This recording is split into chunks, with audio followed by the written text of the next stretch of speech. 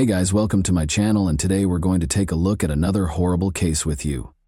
We'll talk about what happened in Amarillo, Texas.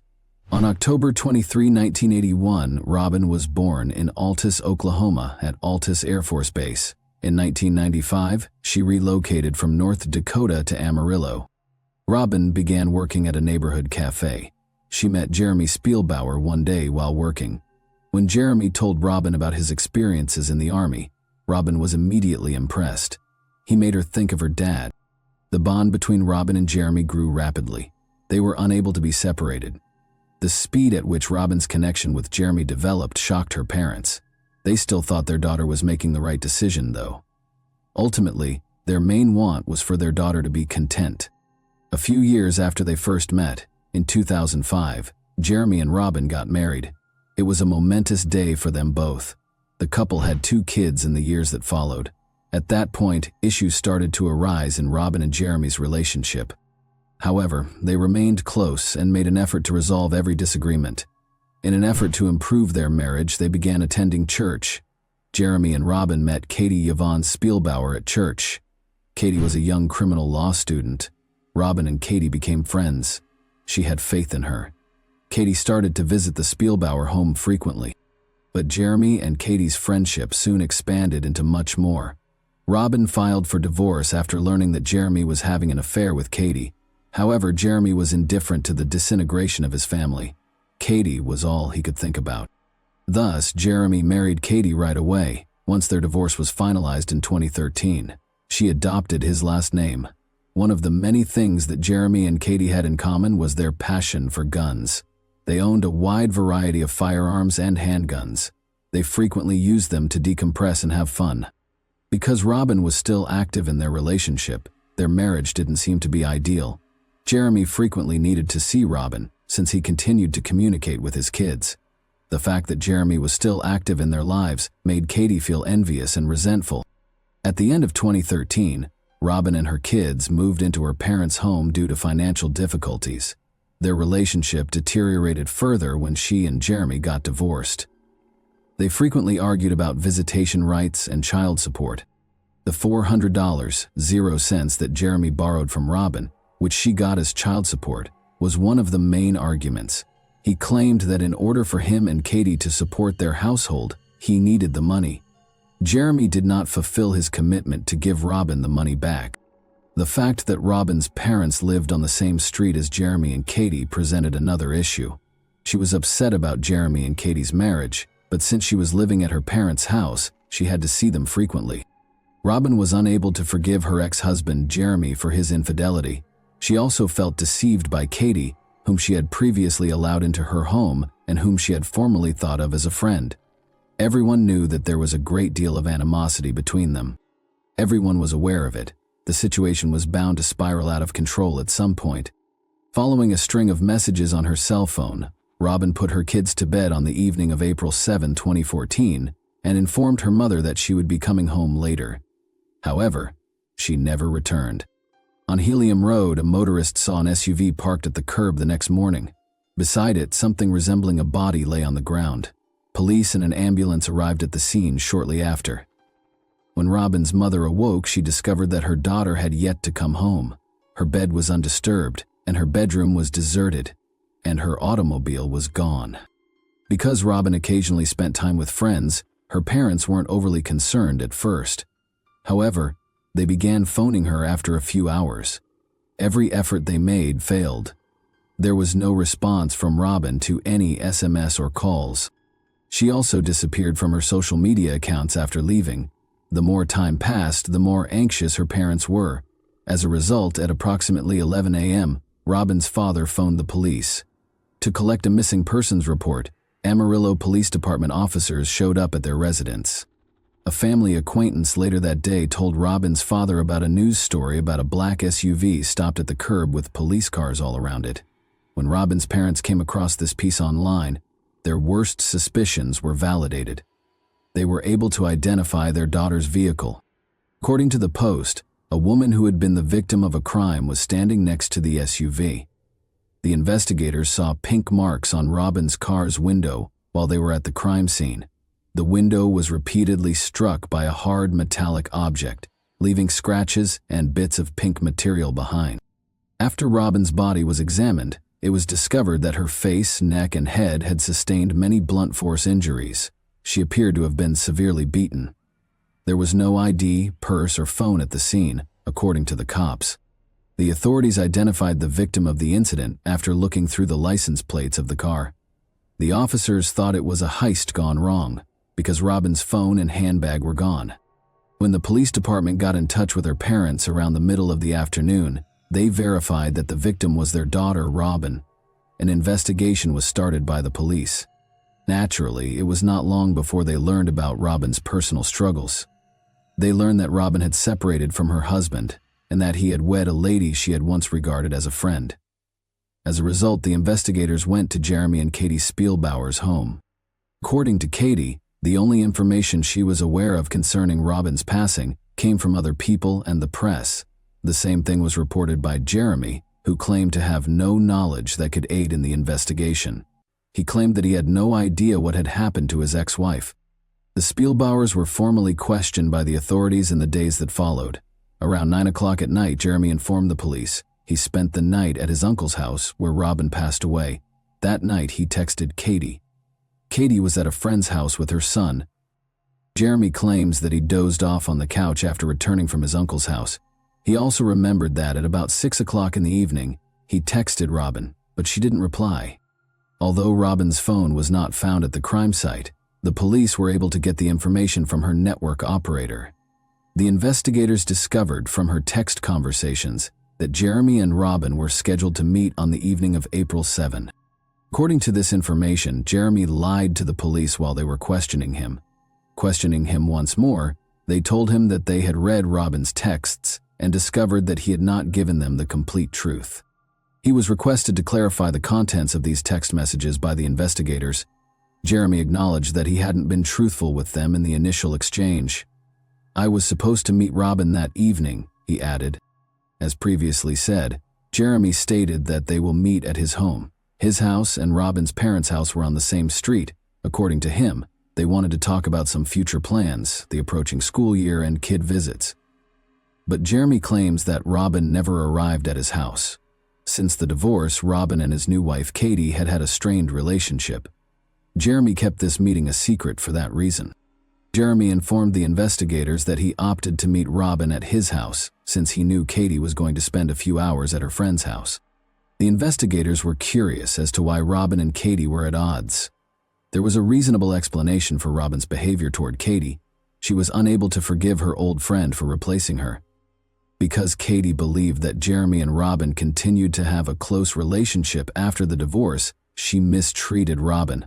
After all, Jeremy had an affair with Katie when he was married to Robin. Now Katie believed he was having an affair with Robin while he was married to her. Jeremy received around 300 angry messages from Katie 4 days prior to Robin's death. Katie wrote in one of the messages, "I'll take care of this myself." Following the autopsy's findings, this case took an unexpected turn. It was discovered that the original cause of Robin's death was incorrect. Experts discovered a bullet in Robin's head during the examination. Therefore, a gunshot wound from a .22 caliber firearm was the cause of her death. But the bullet that was taken out of Robin's brain was so badly distorted that a complete ballistic analysis could not be performed. The police did not discover the shell casing while they were at the crime scene because they initially thought Robin had died from multiple head injuries. But now that they had the autopsy results, the investigators went back to the SUV's parking spot on Helium Road. The search for the shell casing began. They discovered a .22 caliber case after searching through the parched grass and dirt. However, they discovered other pieces of evidence as well. 2 little metal pieces that seemed to be broken pieces of a weapon or rifle were also found by the cops. They started searching Katie's social media for a TW-22 caliber weapon after sending the cartridge case for ballistic analysis. They noticed a picture of her shooting a TW-22 caliber gun in pink and black.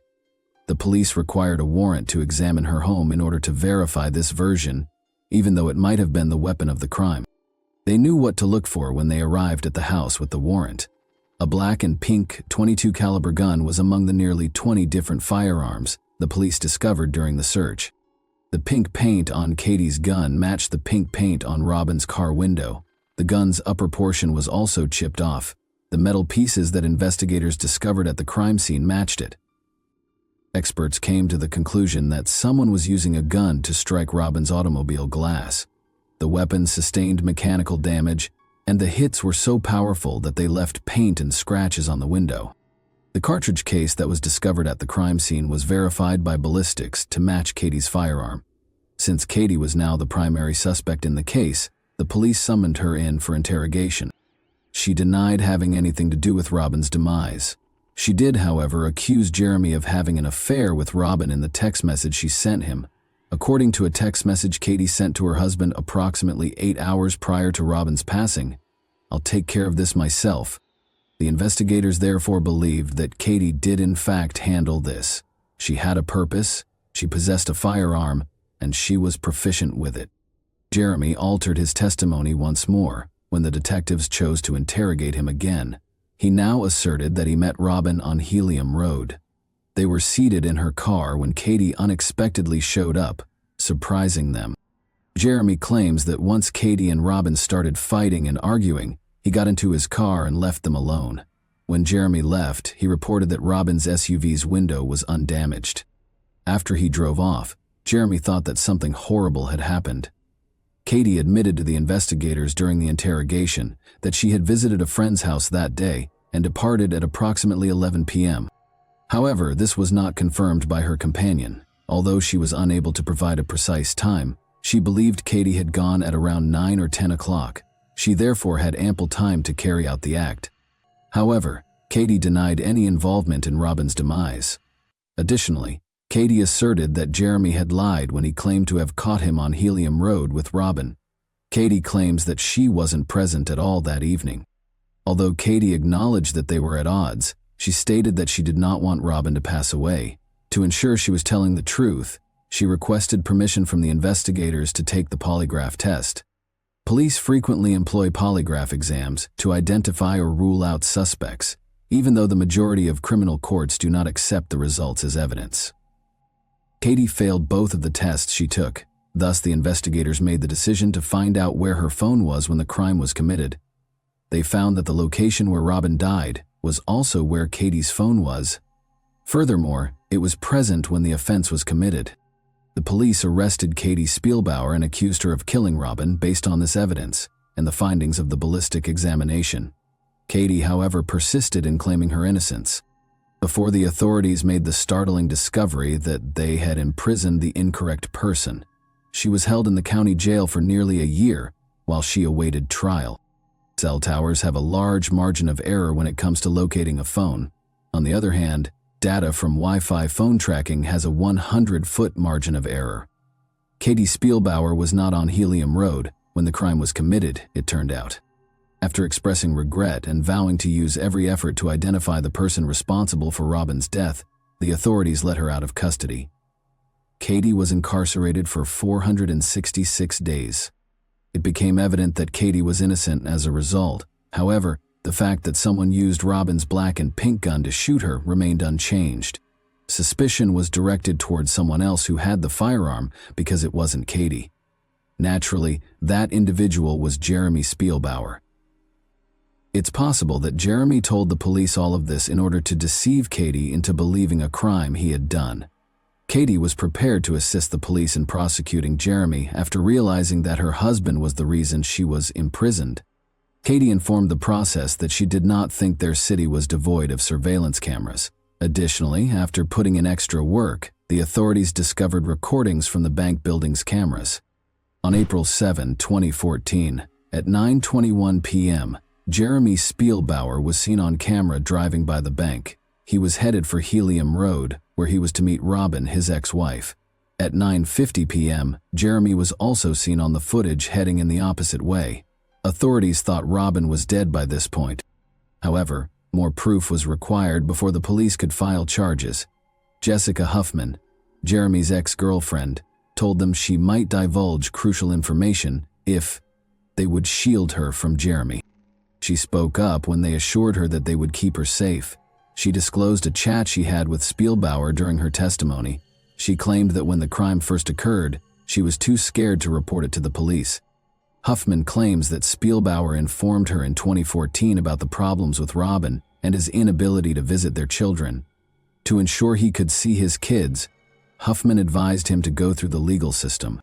According to Huffman's testimony, he assured her that he would take care of it himself. He declared his desire to permanently remove Robin from their lives. Spielbauer suggested that it would be preferable if Robin had a gunshot in her skull, and Huffman sobbed as she described this.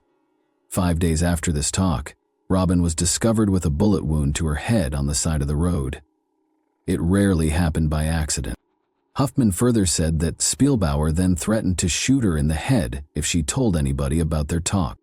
In his testimony, Jeremy Spielbauer gave 4 distinct accounts of what transpired the night Robin died. He appears to have become entangled in his own deception. Jeremy claimed during one of the interrogations that the window of Robin's SUV was undamaged when he drove off, leaving Robin and Katie alone on Helium Road. He could not have known, though, that the specialists had discovered scratches on the window when he informed the authorities about it. Jeremy said that he noticed the scrapes when Robin's SUV was close to the sheriff's office, when the detectives questioned him about how he knew about this particular information. It was a falsehood. The window was taken out of Robin's SUV and transferred to the lab before the vehicle was parked next to the sheriff's office. As a result, Jeremy Spielbauer could only be aware of the window scratches if he had left them there himself. The way Jeremy acted during the examination of his home was another intriguing detail that revealed him. The first explanation given by the authorities when they confiscated the Pinkenback firearm was that Robin had suffered blunt force trauma. Only after learning that Robin had been shot in the head did the investigators secure a search warrant. Nevertheless, this information was not made public by the government. They arrived at the Spielbauer residence after obtaining a search warrant. Katie remembered that Jeremy informed her that all of their guns would be taken when the detectives searched their house. He could only be certain that he was the one who shot Robin, since he knew that Robin had died from a bullet wound to the head. It also implied that Jeremy Spielbauer was a cunning individual who intended to frame Katie in addition to firing Robin. The black and pink gun was the only firearm registered to Katie. In addition, it was the most noticeable weapon in their home. That was the main idea. Jeremy went to see Robin after grabbing this rifle. He killed her and ensured that there were still pink paint smudges on Robin's SUV window. The shell casing was not removed from the crime site by Jeremy. He was aware that it would turn out to be an important piece of evidence after all. Spielbauer went back home and replaced the gun, anticipating that the police would soon arrive with a search warrant. His strategy was nearly flawless, but during the probe, something went awry. It was discovered that, in addition to her own Social Security card, Robin also carried their children's cards in her wallet. The children's Social Security cards were eventually discovered by the police in Jeremy Spielbauer's vehicle. Nor was it favorable to him. Katie served as a prosecution witness during Jeremy's trial. She claimed to the jury that Jeremy had taken care of the issue after grabbing her and pinning her against a wall in their home. Katie told jurors that she believed Jeremy was accepting responsibility for denying his ex-wife her life because of the altercation that followed her questioning him about Robin's death. She clarified, "There's no refunds for lost time. I've lost my career, my car, my home, and my kids. Kids are 1,500 miles apart from each other." Even though she didn't shoot Robin, Katie also expressed regret to her family throughout the interview for her part in her demise. In response to the question of whether she firmly thought Jeremy was to blame for Robin's passing, Katie hesitated, rolled her eyes, grinned, and shrugged. "That's not the man that I married. He doesn't even look like the man that I married," she replied. Jurors were informed by Alicia Osborne, who claimed to be close friends with both Jeremy and Robin, that a few days prior to her death, Robin had informed her over the phone that she had found a new lover and was preparing to conclude an affair with Spielbauer. According to Osborne, Robin informed her that she wished to initiate legal action in order to definitively determine the amount of child support that Jeremy was expected to pay. Jeremy Spielbauer was found guilty by the jury after nearly 3 hours of deliberation. He received a life sentence and a $10,000 0-cents fine in January 2018. Spielbauer will be able to request parole in 2046. Robin's children were given to her parents. Jeremy Spielbauer is presently serving his life sentence. after failing to appeal the verdict. And that wraps up today's chilling story. If you enjoyed this video, don't forget to like and subscribe so you never miss a new upload. Also, let me know in the comments what part of this story shocked you the most. Thank you for watching, and I'll see you in the next video.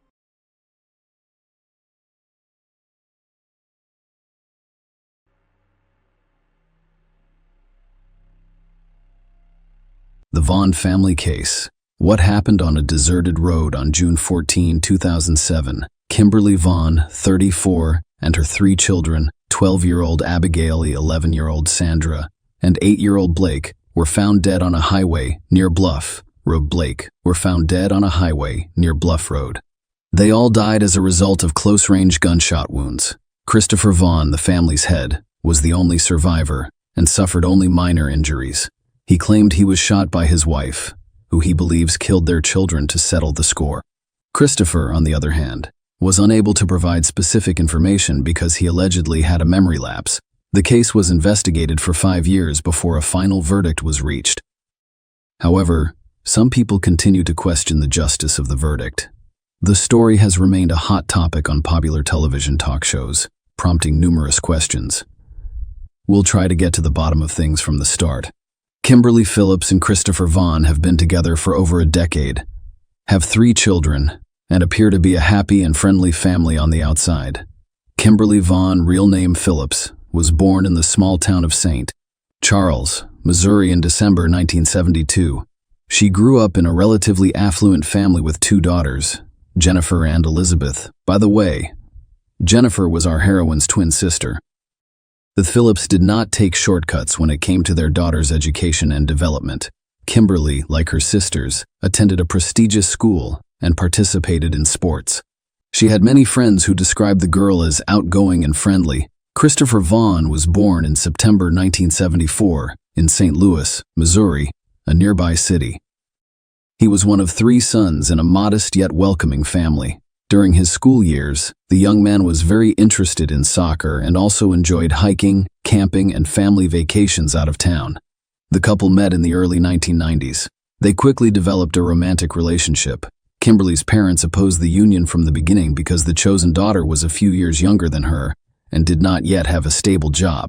Furthermore, as previously stated, I grew up in a modest, if not impoverished, household. However, the young people were so in love with one another that they refused to listen to anyone else. Kimberly soon became pregnant, and the couple got married in the summer of 1994. The groom was not yet 20 years old when the wedding took place, and the bride was only a few years older. They both seemed to be well prepared for family life, however. Their daughter Abigail was born 4 months after the wedding, in October of that year. Just a year later, the couple welcomed their second daughter, Casada. 3 years later, their youngest son, Blake, was born. The spouses' early years of family life were peaceful and happy. Young people fell in love, made big plans for the future, raised their families, and organized their homes. All of their children were gifted, grew well, participated in a variety of sports, loved music, and performed in the school drama theater. Kimberly, a homemaker, was constantly raising her voice. She oversaw her school's PT. The young woman also led the scouting group, which included all of her children.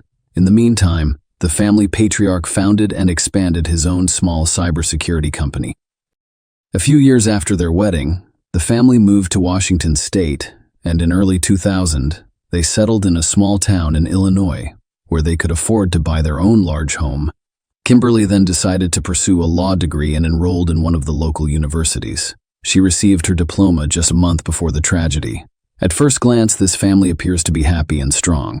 However, few people were aware that the couple's relationship deteriorated soon after the relocation. Christopher frequently traveled to another state for work, and he developed an affair with a woman named Jill. This relationship lasted approximately a year, and Kimberly eventually became aware of it. A serious scandal erupted within the family. The husband and wife had separated and were getting divorced. However, after weighing all of the pros and cons, the couple decided to stay married for the sake of their children. Husband and wife did their best to pretend that everything was fine, but the tension between them gradually grew. Kim lost trust in her chosen one because she was jealous of him and suspected him of cheating, which proved to be reasonable. On the nervous ground, the young woman began to have health problems. She suffered from anxiety, migraines, insomnia, and blood pressure problems. Kimberly was forced to seek medical attention and was given several medications to treat her condition.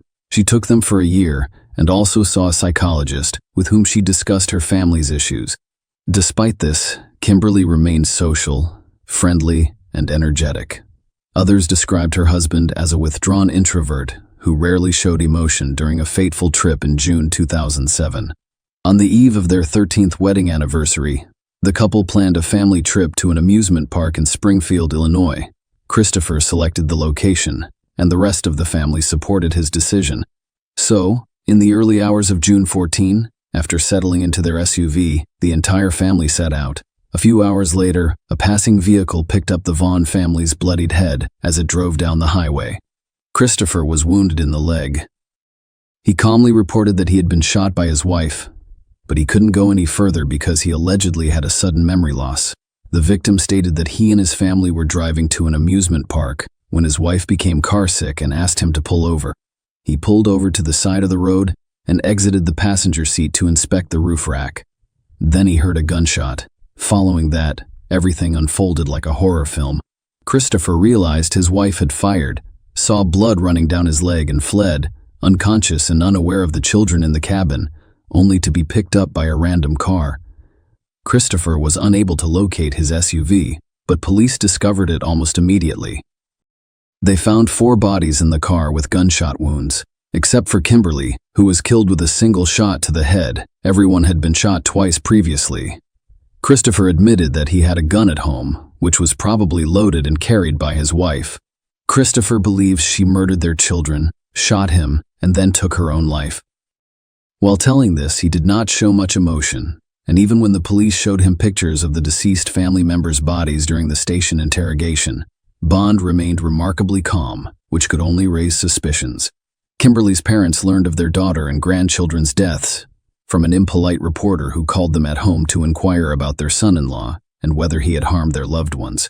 During the initial interrogation, everyone insisted that Christopher could not have killed his own family and that the crime was most likely committed by someone else on the road. However, the police officers who witnessed the crime scene had a different perspective from the beginning. They stated that the crime was entirely domestic in nature, with only family members suspected of involvement. Initially, no specific suspect names were given. In subsequent interrogations, the family's surviving head could not recall any new information, but he was confident that his wife could have done it all, killing the children, wounding him, and then shooting herself.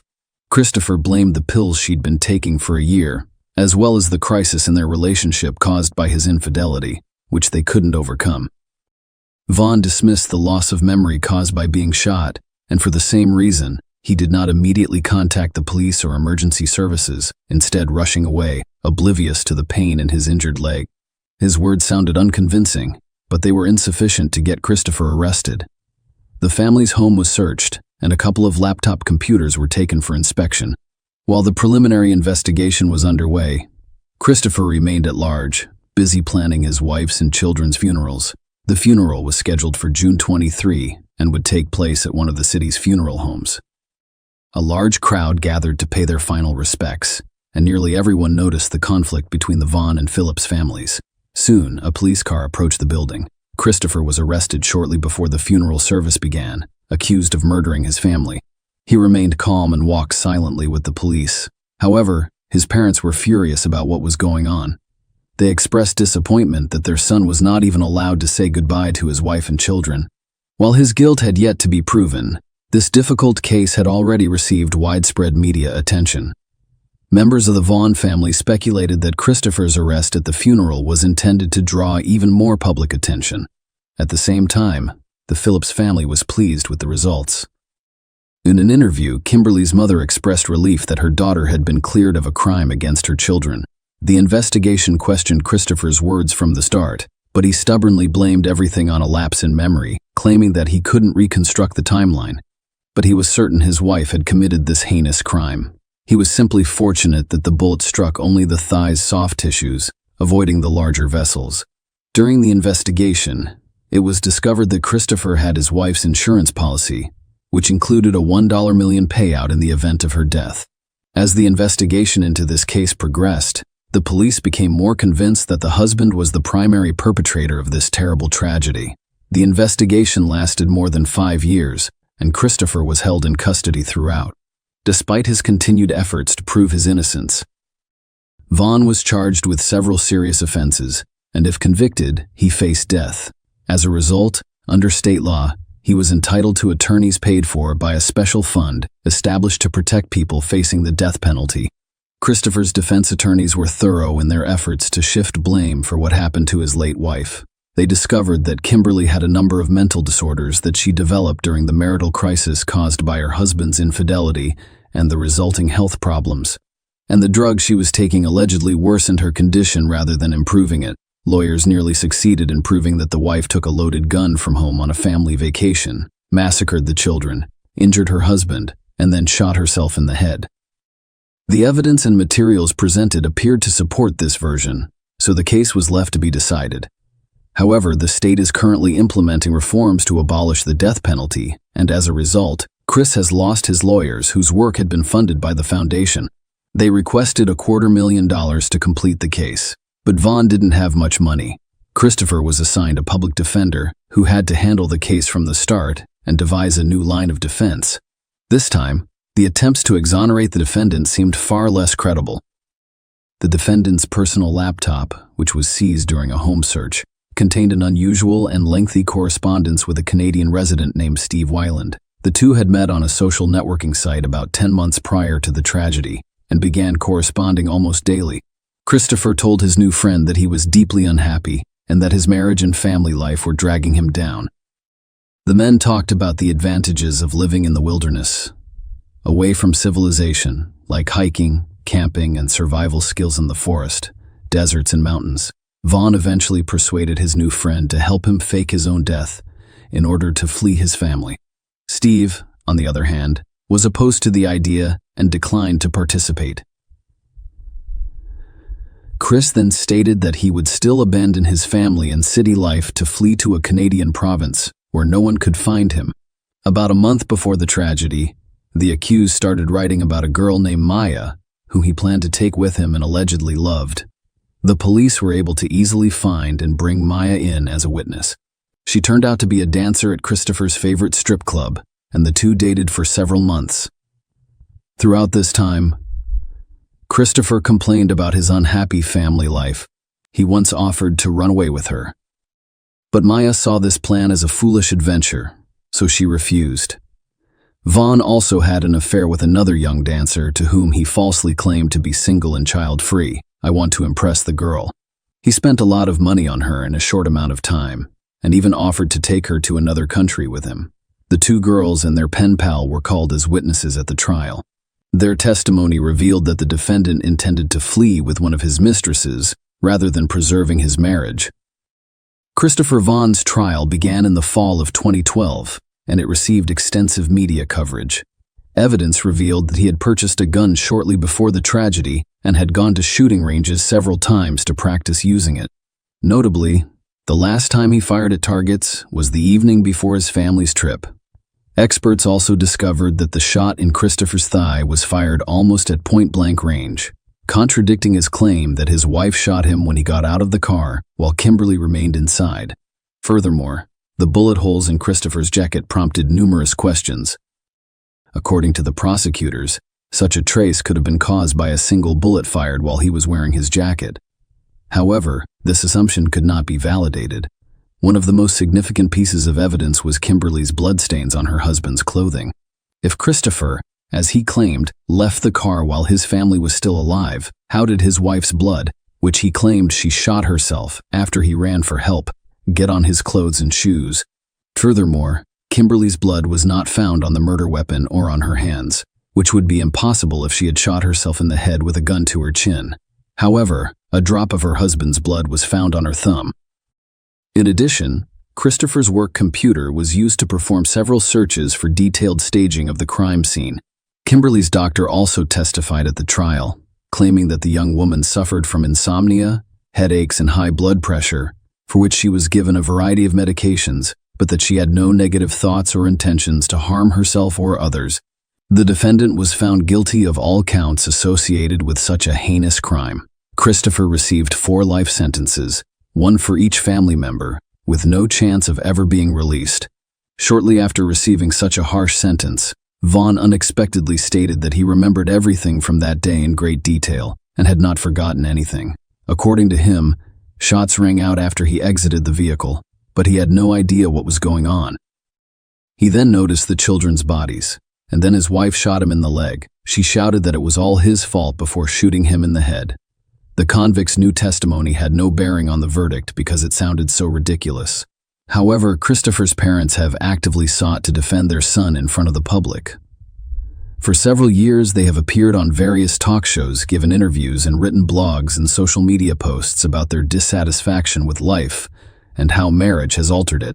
They also consistently blame all of the problems on the Phillips family, claiming that their members refused to accept their son-in-law from the start and did everything they could to make his life miserable. The Bond family had filed several clemency petitions, hoping that Chris would be acquitted or his sentence commuted. Several such petitions were delivered to the governor of the state. However, after reviewing the case file, he stated that he had no reason to question the court's decision. He advocated for the murder of a whole family. Furthermore, he committed the most heinous crime imaginable, leaving no room for leniency or justification in this case. Share your opinion with us in the comments and subscribe to the channel for more.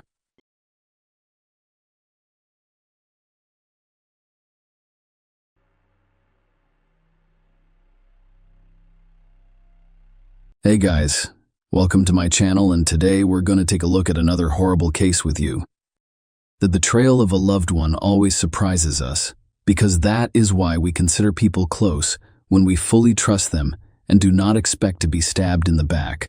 However, criminologists understand that when it comes to a brutal murder, the perpetrator should be sought first and foremost among people in the victim's immediate surroundings. What if the plan could not be completed? The victim is unable to testify due to his serious condition, and the perpetrator is desperately trying to figure out how to cover his tracks without raising suspicion.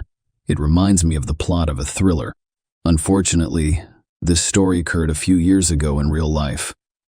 Wang Nan, a pregnant Chinese woman, was involved in one of Thailand's most high-profile incidents. The perpetrator tried to get rid of his wife in one of the national parks by portraying the incident as a tragic accident. However, it appears that nature intervened to prevent the young woman and her child from being killed. When the truth was exposed, it literally shocked the detectives investigating the case, as well as the doctors who saved the victim's life, because they were certain that the husband was deeply concerned about his wife and child. But even more shocking was the motivation for such a heinous and cruel act. It should be noted that this situation is not unique, and around the same time in Thailand, another couple from China had a similar story, but the man was able to put an end to the plan. But let's go through everything in order. Wang Nan's story. Wang Nan was born in Nanjing, a major metropolis and former Chinese capital, in 1987. She grew up in a relatively affluent family, and her parents strived to provide their daughter with the best education possible, while also encouraging the development of her talents and potential. The girl excelled in school, and she found it particularly easy to learn the exact sciences. Wang Nan enrolled in a prestigious university after graduation, where she studied the fundamentals of business and finance while also learning several foreign languages. After receiving her diploma, the girl secured a position at a large travel agency, where she established herself as a valuable, responsible, and highly motivated employee. She quickly advanced in her career and was transferred to Thailand, where she oversaw the development of a new branch. Nan worked as a top manager for a few years before leaving the travel agency to start her own business. She opened a restaurant serving Chinese national cuisine and was so successful that her idea quickly expanded into a small but popular chain in Bangkok. Xiao Dong Wang was a successful young entrepreneur who competently led and developed the business. However, in order to advance her career, she completely sacrificed her personal life. The young woman later recalled that her most recent romantic relationship occurred while she was still a student. However, as labor activity began, she simply did not have time to go on dates due to her full-time employment. Wang Nan wasn't too concerned about her loneliness, even though she was almost 30 years old. She was constantly in business, rushing around and working tirelessly. Even though she had lived in Thailand for a long time and was well versed in the language, she decided to improve her skills and enrolled in additional TI courses. At the training center, Wang happened to meet a young man named Hugh, who stared at her for a few minutes before approaching her in his native language. They spoke briefly, and the man asked Nan why she was studying the language, to which she replied that it was necessary for her business development. You suggested that they exchange business cards so that they could meet and socialize for a while. Nan was reluctant to continue chatting, but she did so out of politeness. She gave him her business card, and he gave her his in return. Xiao Dong's business card stated that he was in the export-import business in Bangkok. Wang was unimpressed and simply threw the business card into her purse, forgetting about it. Only you appeared to be genuinely interested in the young woman, and he called her the next day. However, she was too busy with work to hold a conversation for more than a few minutes, so she declined the invitation to meet for coffee. A few days later, the situation repeated itself, and Nan declined to go on a date, citing her busy schedule and preparations for an upcoming business conference. She intended to expand her business relationships and meet new partners there, but you arrived at the event with a luxurious bouquet of flowers. After waiting for Nan to be free, he approached her and asked her out again. Wang Nan was bribed due to her persistence. Because no one had ever tried so hard to get her attention before, she agreed to meet him for dinner and an unexpected romantic encounter. It appeared that you did not simply fall in love with men. He had literally lost his head. He constantly showed her affection, made pleasant surprises and gifts, delivered flowers to her door every morning with little romantic notes inside, and called at least twice a day to say good morning and good night. Wang's emotions were mixed. On one hand, she was annoyed by the guy's obsession, but on the other, she was flattered that someone was attempting to win her heart. So unexpectedly, for the first time in a long time, the young woman entered into a romantic relationship. Her boyfriend not only wooed her beautifully, but he also tried to be perfect in every way. He shared her interests and points of view on a variety of topics, learned to cook Wang's favorite dishes, tried to diversify their leisure time by purchasing tickets to various events, and was always willing to assist her at work and at home upon the first request. Wang Nan could not believe how happy she was. It appeared to her that this only happened in movies, but it was actually happening to her, except Yu was in too much of a rush. They had only been dating for a few months, but he was already planning a wedding and naming their future children. Wang was slightly embarrassed by this type of conversation. But at times like this, Yu began talking about how they were both in their 30s and that it was time to start a family, a wedding without rings and veils. The man had no idea how to behave or how to respond to her suitor's behavior. She realized he was correct about his age, but she still questioned whether he was the right person to marry. One day, after another heart-to-heart conversation, Yu promised Nan that he would prove his love for her.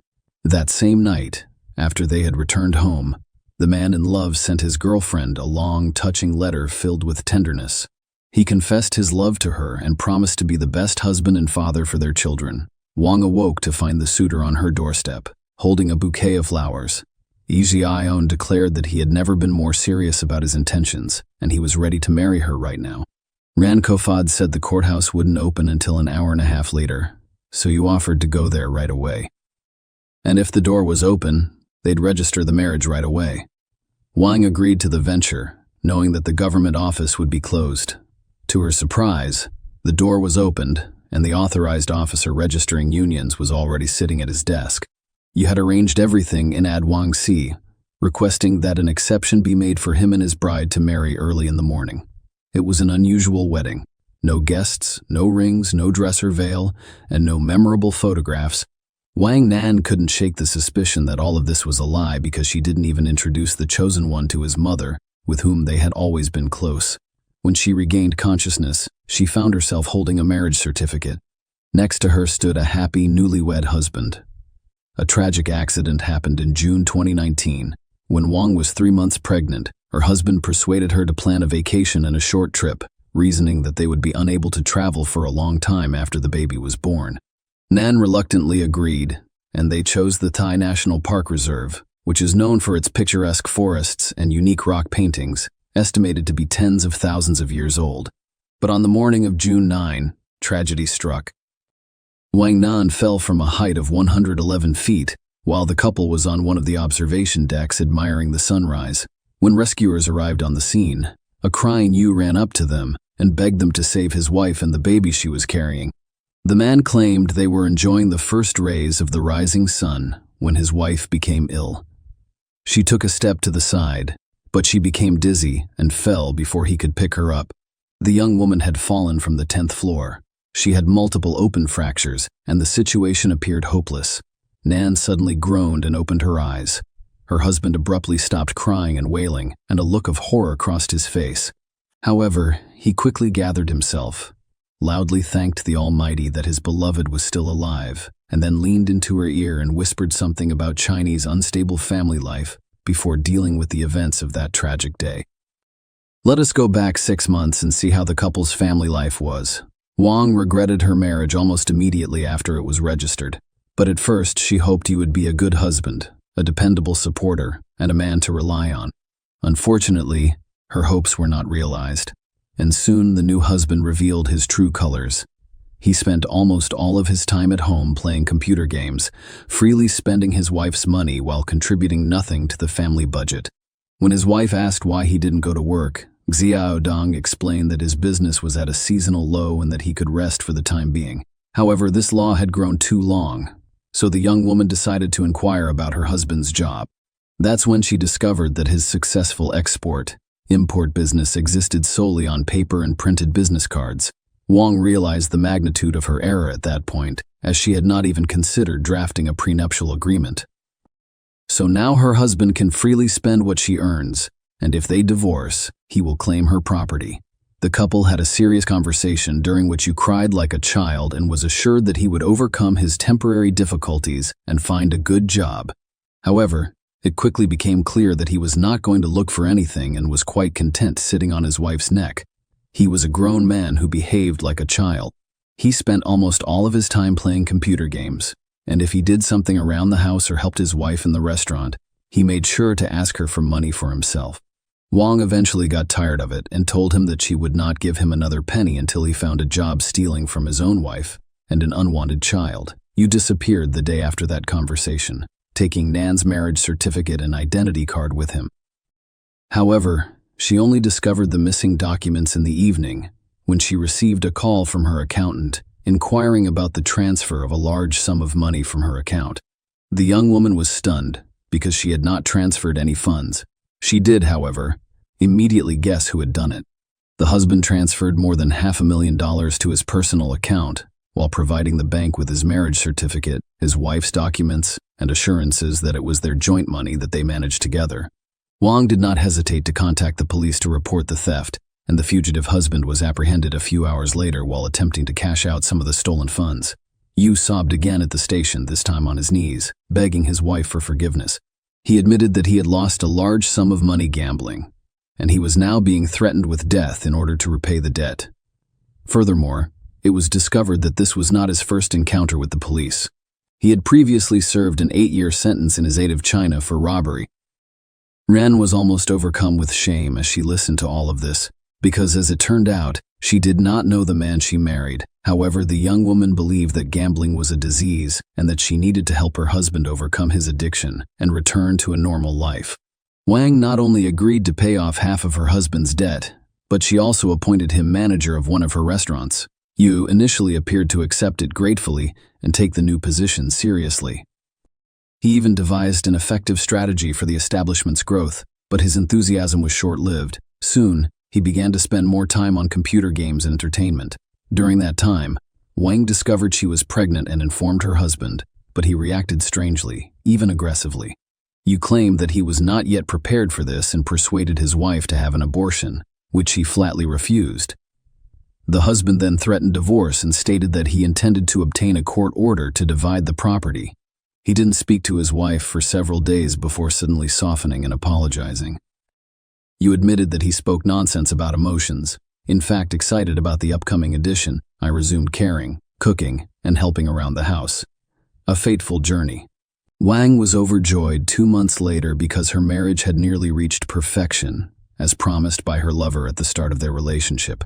He was attentive, caring, and responsible in his role as manager, actively preparing their home for the arrival of a child.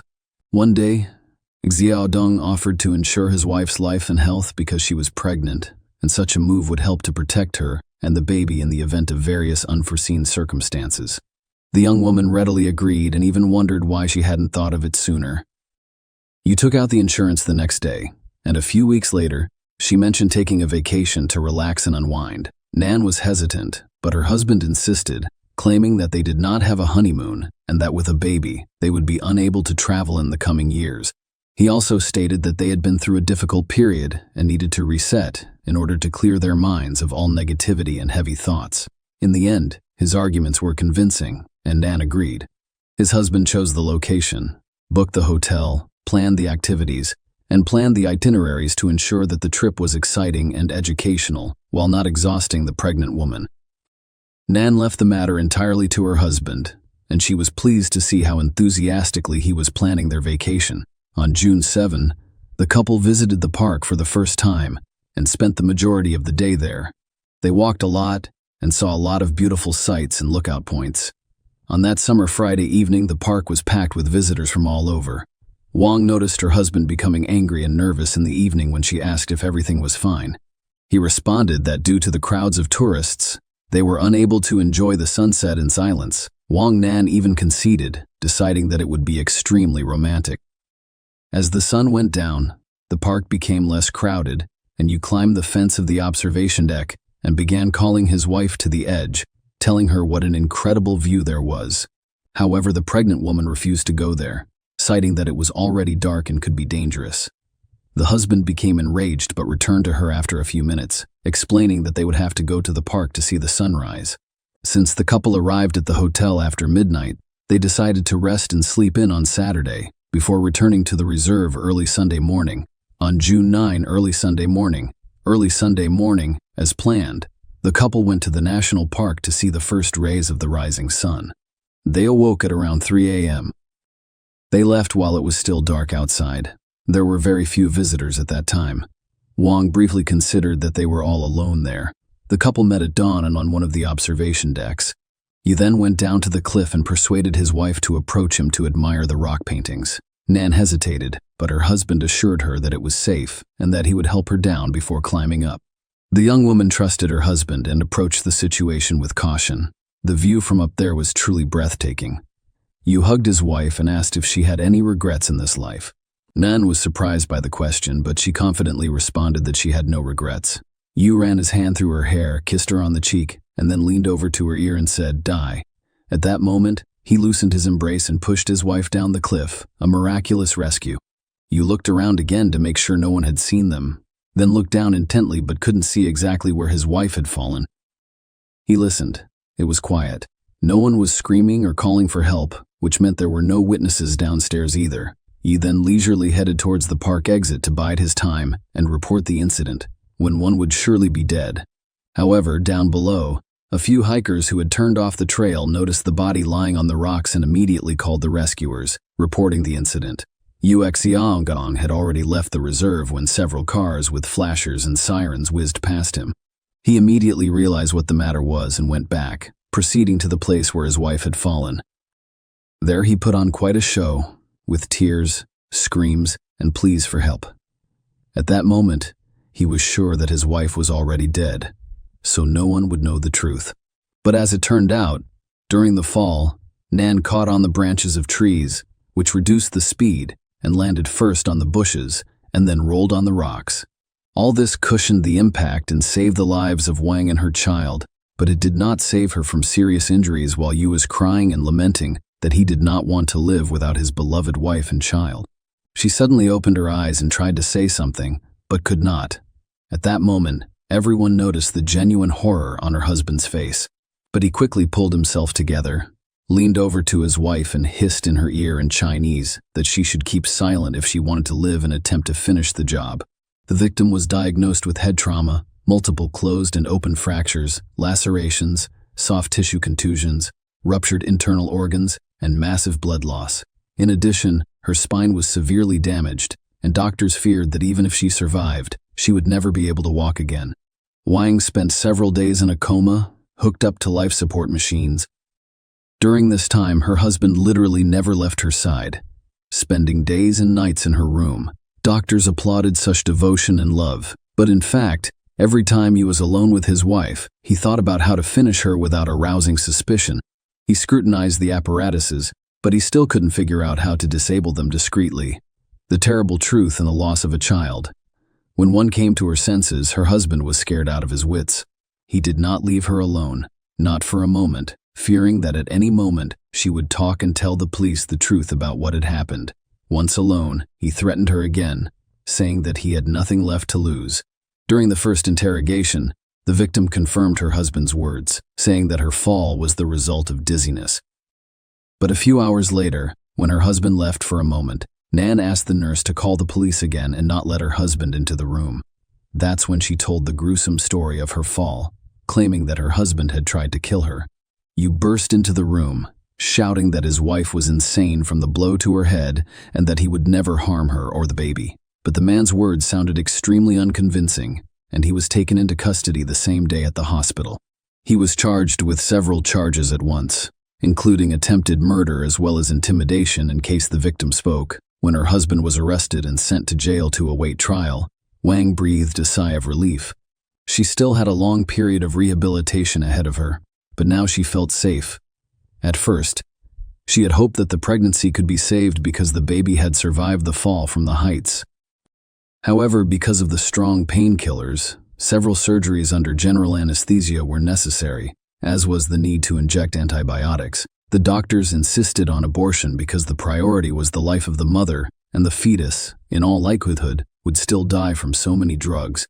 It was a huge shock for Nan, but she followed the doctor's recommendations. Trial and sentencing. Exoneration categorically denied his guilt and kept insisting on the accident version. In prison, he behaved calmly, hired good lawyers, and was confident that he would escape punishment or that it would not be too severe. Investigators and the prosecutor in charge of the case had no doubt that the defendant had committed the crime out of self-interest and the hope of receiving a large insurance payout, as well as inheriting his wife's fortune, which at the time amounted to almost $2.5 million. However, at one of the interrogations, you literally shocked everyone by talking about another motive for his inhumane act. It turns out that he resented his wife when she agreed to repay only half of his debt because of a passion for gambling.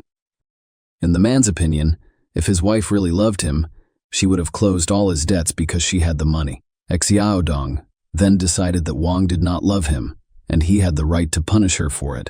After these words, the defendant fell silent, and realizing that he had said too much, he said that he had been misunderstood, but his unexpected confession, as well as Nan's testimony, were enough to send him to prison for a long time. In March 2021, the defendant was found guilty and sentenced to life in prison, but Exoneration and his lawyers filed several appeals, and 6 months later, the Thai court showed wonders of leniency, reducing the life sentence to just 10 years in prison. Vaughn and her loved ones were shocked by the decision, saying that such a lenient sentence would set a bad precedent that could encourage others to commit similarly horrific acts. Also in Thailand around the same time, a similar case occurred on Phuket Island, where a Chinese national drowned his wife, claiming it was a swimming accident on the beach. He also did it for the sake of insurance. Since the fact of the murder was proved, the man was sentenced to death. Exoneration, on the other hand, was sentenced to only 10 years for the failed murder attempt and, in fact, the murder of the fetus. How did Wang Nan's fate turn out to date? The final verdict in one man's case has not yet been issued. He is serving her 10-year sentence, and the injured woman is trying to challenge the court's decision. In parallel, Yu is also filing appeals in an attempt to prove her innocence and be released, for Exoneration stood up for his numerous relatives who claimed that he was a rich businessman and that it was wrong to marry him for selfish motives. However, there is no way to prove it, as the man has nothing but huge debts. As for Nan, contrary to the doctor's predictions, after a series of complicated surgeries and long rehabilitation, the young woman was able to get back on her feet. She relearned to walk, and most of the money she earned was spent on her recovery. In 2023, Nan took up work again and was able to revitalize her once successful business. She has also created and led an organization dedicated to helping women who are victims of domestic violence. She also runs her own blog, trying to warn women against the mistakes she made herself. Share your opinion with us in the comments and subscribe to the channel for more.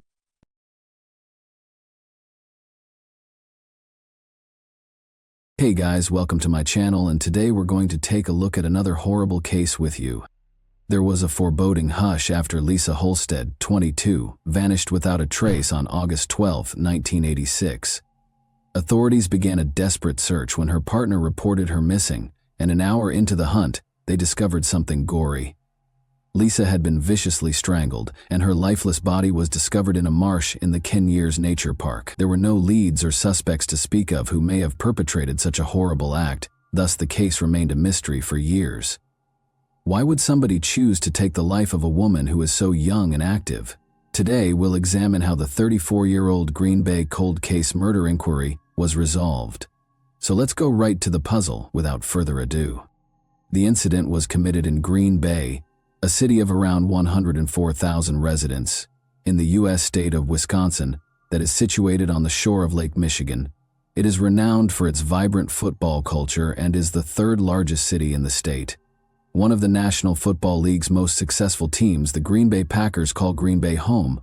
The city's economy is varied, encompassing sectors like industry, tourism, healthcare, and education. The historic downtown area, Bay Beach Amusement Park, and the National Railroad Museum are among the attractions available to visitors to Green Bay. In 1986, a terrible murder occurred here in Green Bay. A daughter with sparkling eyes was born on April 18, 1964. Lisa Holstead was raised by Judith Karen Peral Thompson, a tough and courageous single mother. Lisa's early years weren't without difficulties. Despite the absence of her father, Frank Holstead, Lisa continued to shine brightly. She had a creative spirit and an inquisitive mind from a young age, which shaped her life. She was raised by two devoted elder sisters, Susan, who is 2 years Lisa's senior, and Deborah, who is 3 years Lisa's senior. They were always available to listen to her or to provide a shoulder to weep on. With them, Lisa experienced a warmth and security that was difficult to duplicate. She was protected by her elder brother, Stephen Holstead, who was 5 years older than her. He always made sure his younger sister felt loved and safe. Being raised by a single mother presented financial challenges, yet their love for one another remained constant. Judith loved her kids unconditionally and put in a lot of effort to support them. In addition to her love of horses, Lisa Holstead was artistic and enjoyed drawing in her own time. But when she became pregnant at the age of 17, her life took a surprising turn, and in 1981 she gave birth to her cherished son, Jeremy.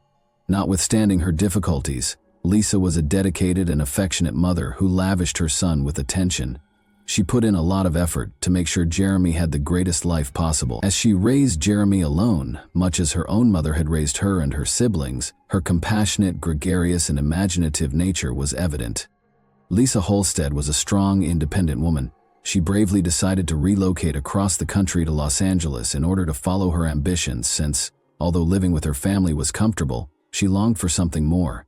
After a while in 1981, she came to the realization that she and her son Jeremy needed a stable, tranquil life. In 1982, she discovered that in the Wisconsin town of Green Bay, where they established a house, Lisa was keen to further her education, even though she never went to college. From 1983 to 1984, she enrolled in a goal-oriented non-credit adult learning course at the Northeastern Wisconsin Technical Institute. Lisa was only 22 when she returned to Green Bay in 1986, but she had already achieved a great deal with her now 5-year-old kid at her side. In this new phase of their lives, she was prepared to face any obstacles that could arise. She even fell in love again, this time with John Sott, with whom she lived in a comfortable house in Green Bay.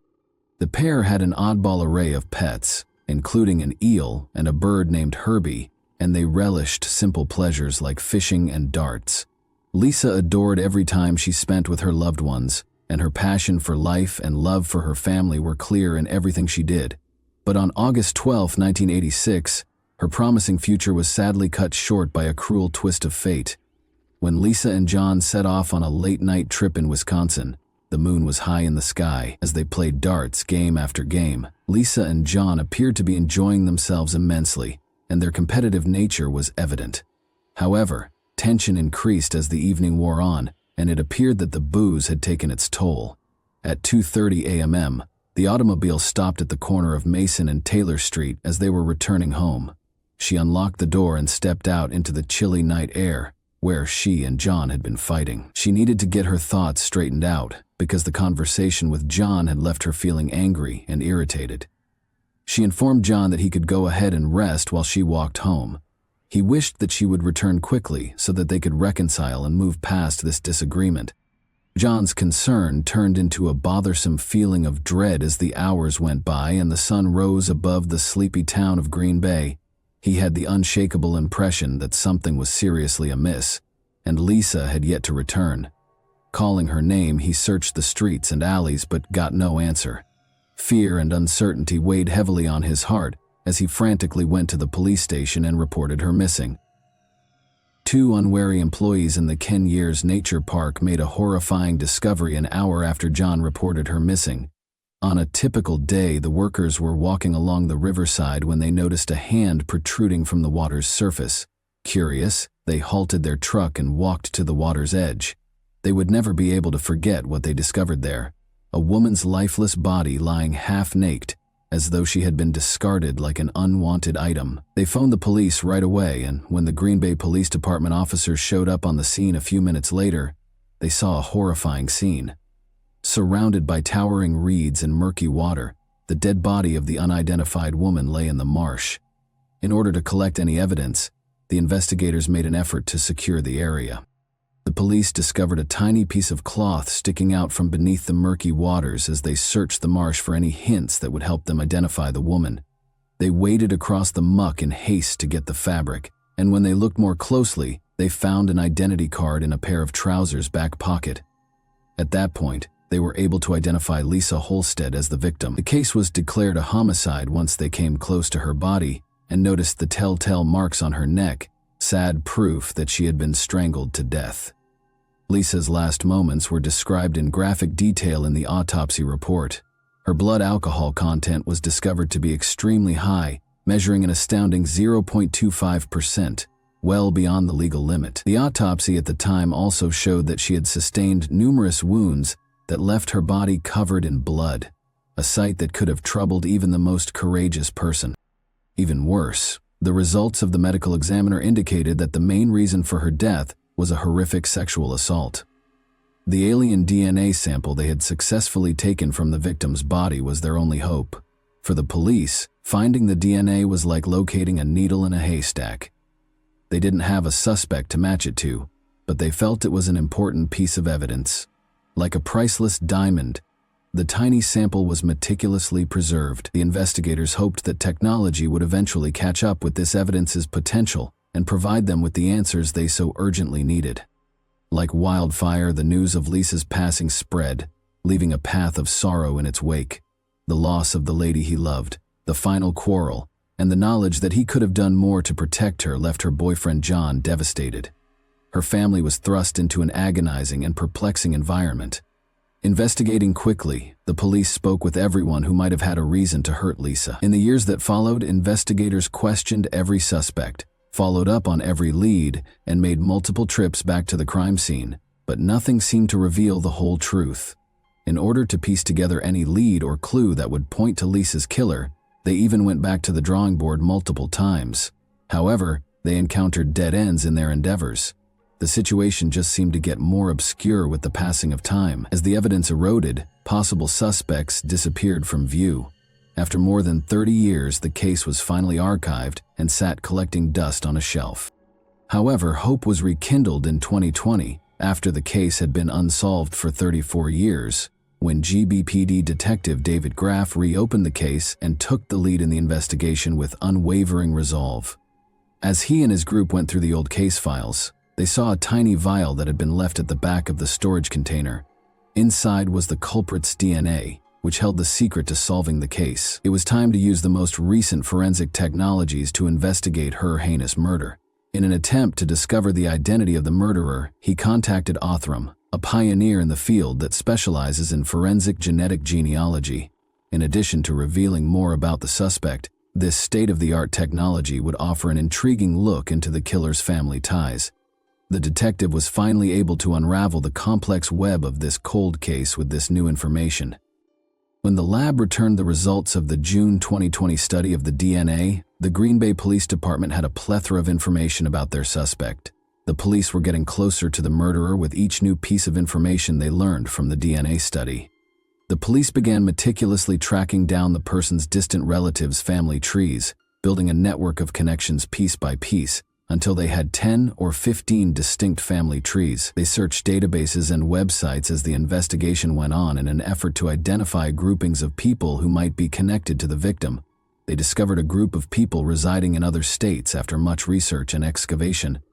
They followed their trail and eventually discovered a link to Wisconsin, which brought them to Green Bay, the scene of the gruesome murder. In 1986, the year the crime was committed, the authorities discovered a family member who had been residing in Green Bay. They eventually located a suspect whose DNA might have matched the sample collected at the crime scene after several hours of labor. Finally, the long-awaited breakthrough had arrived. Investigators discovered that the man was Luke Griffin, who had previously been released on parole from the Green Bay Correctional Institution, where he had been serving time for the horrific crime of second-degree sexual assault and had a history of violence against women, including strangulation. The fact that Luke had been convicted of sexual assault in 1981, something that had been overlooked during the initial investigation, was what most startled them. The police appeared to have overlooked an important hint that had been in plain sight the entire time. But owing to Detective David Graff's and his team's unwavering efforts and the revolutionary science of forensic genetic genealogy, Luke's past eventually caught up with him.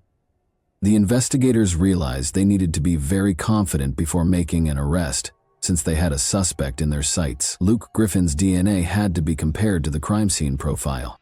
In order to find their main suspect, Luke Griffin, who had relocated to the city of Racine, the police set out on an exciting quest in September 2020. In an effort to find evidence against Griffin, the Green Bay detectives teamed up with the FBI, DCI, and Racine County officials to place him under surveillance. Luke was being pursued, and the authorities had no intention of letting him escape their grasp. They followed him to another Wisconsin town, keeping tabs on everything he did. They were observing him on September 18, 2020, when they noticed him sloppily throwing a cigarette butt on the ground and throwing some beer cans in a dumpster. He had no idea that these seemingly unimportant deeds would ultimately bring him to ruin.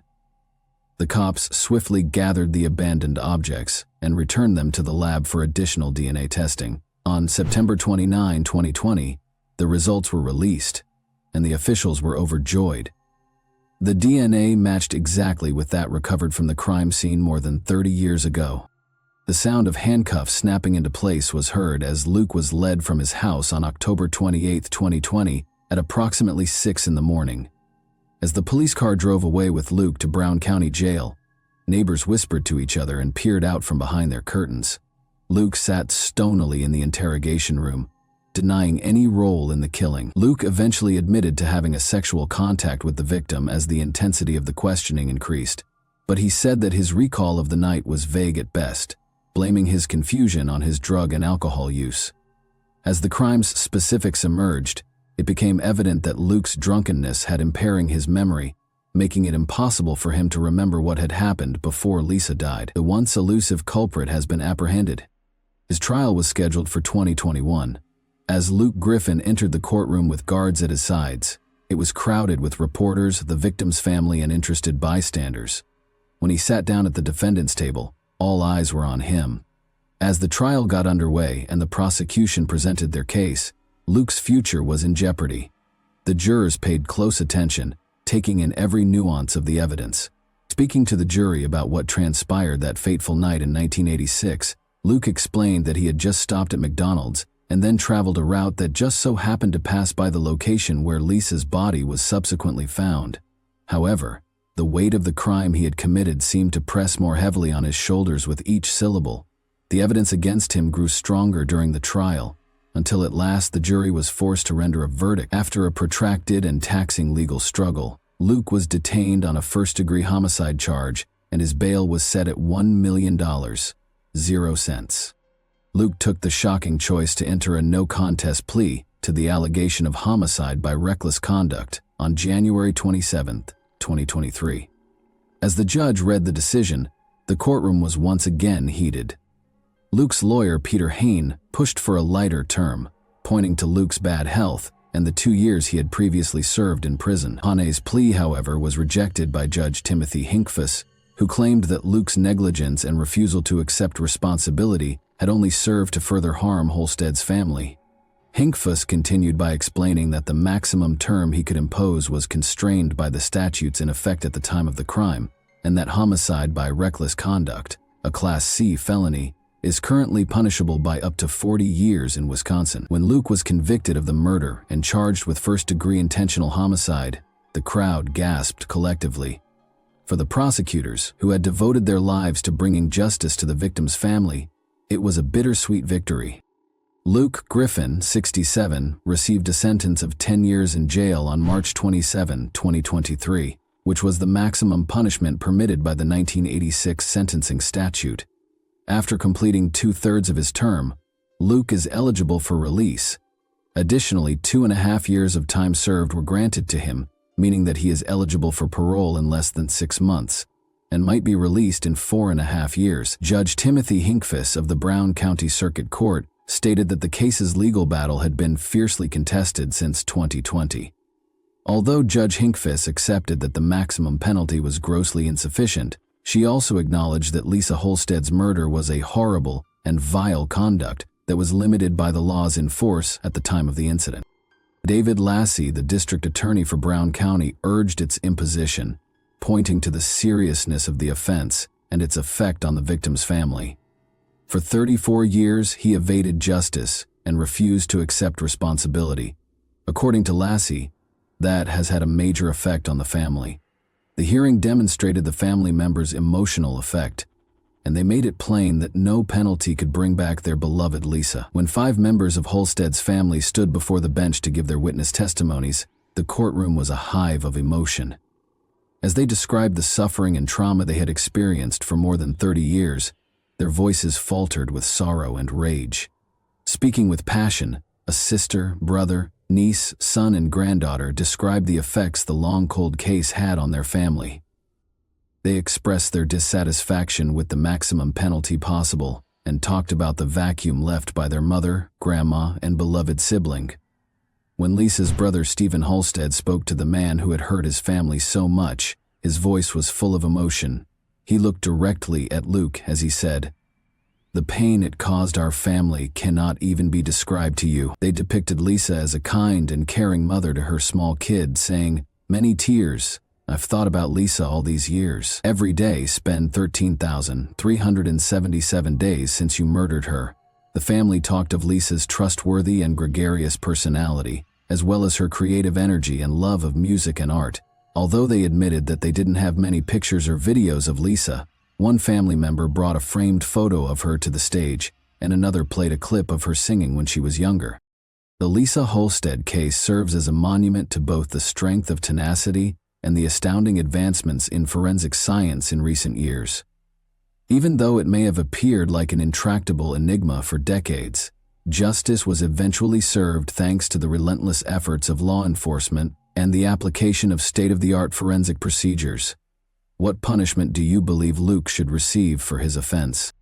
And that wraps up today's chilling story. If you enjoyed this video, don't forget to like and subscribe so you never miss a new upload. Also, let me know in the comments, what part of this story shocked you the most? Thank you for watching, and I'll see you in the next video.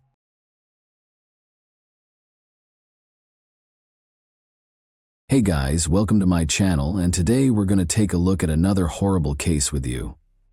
What caused the beauty queen's life to be stolen? It is said that beauty is a strong force that can save the world, but regrettably, it does not always translate into happiness and can even cause problems.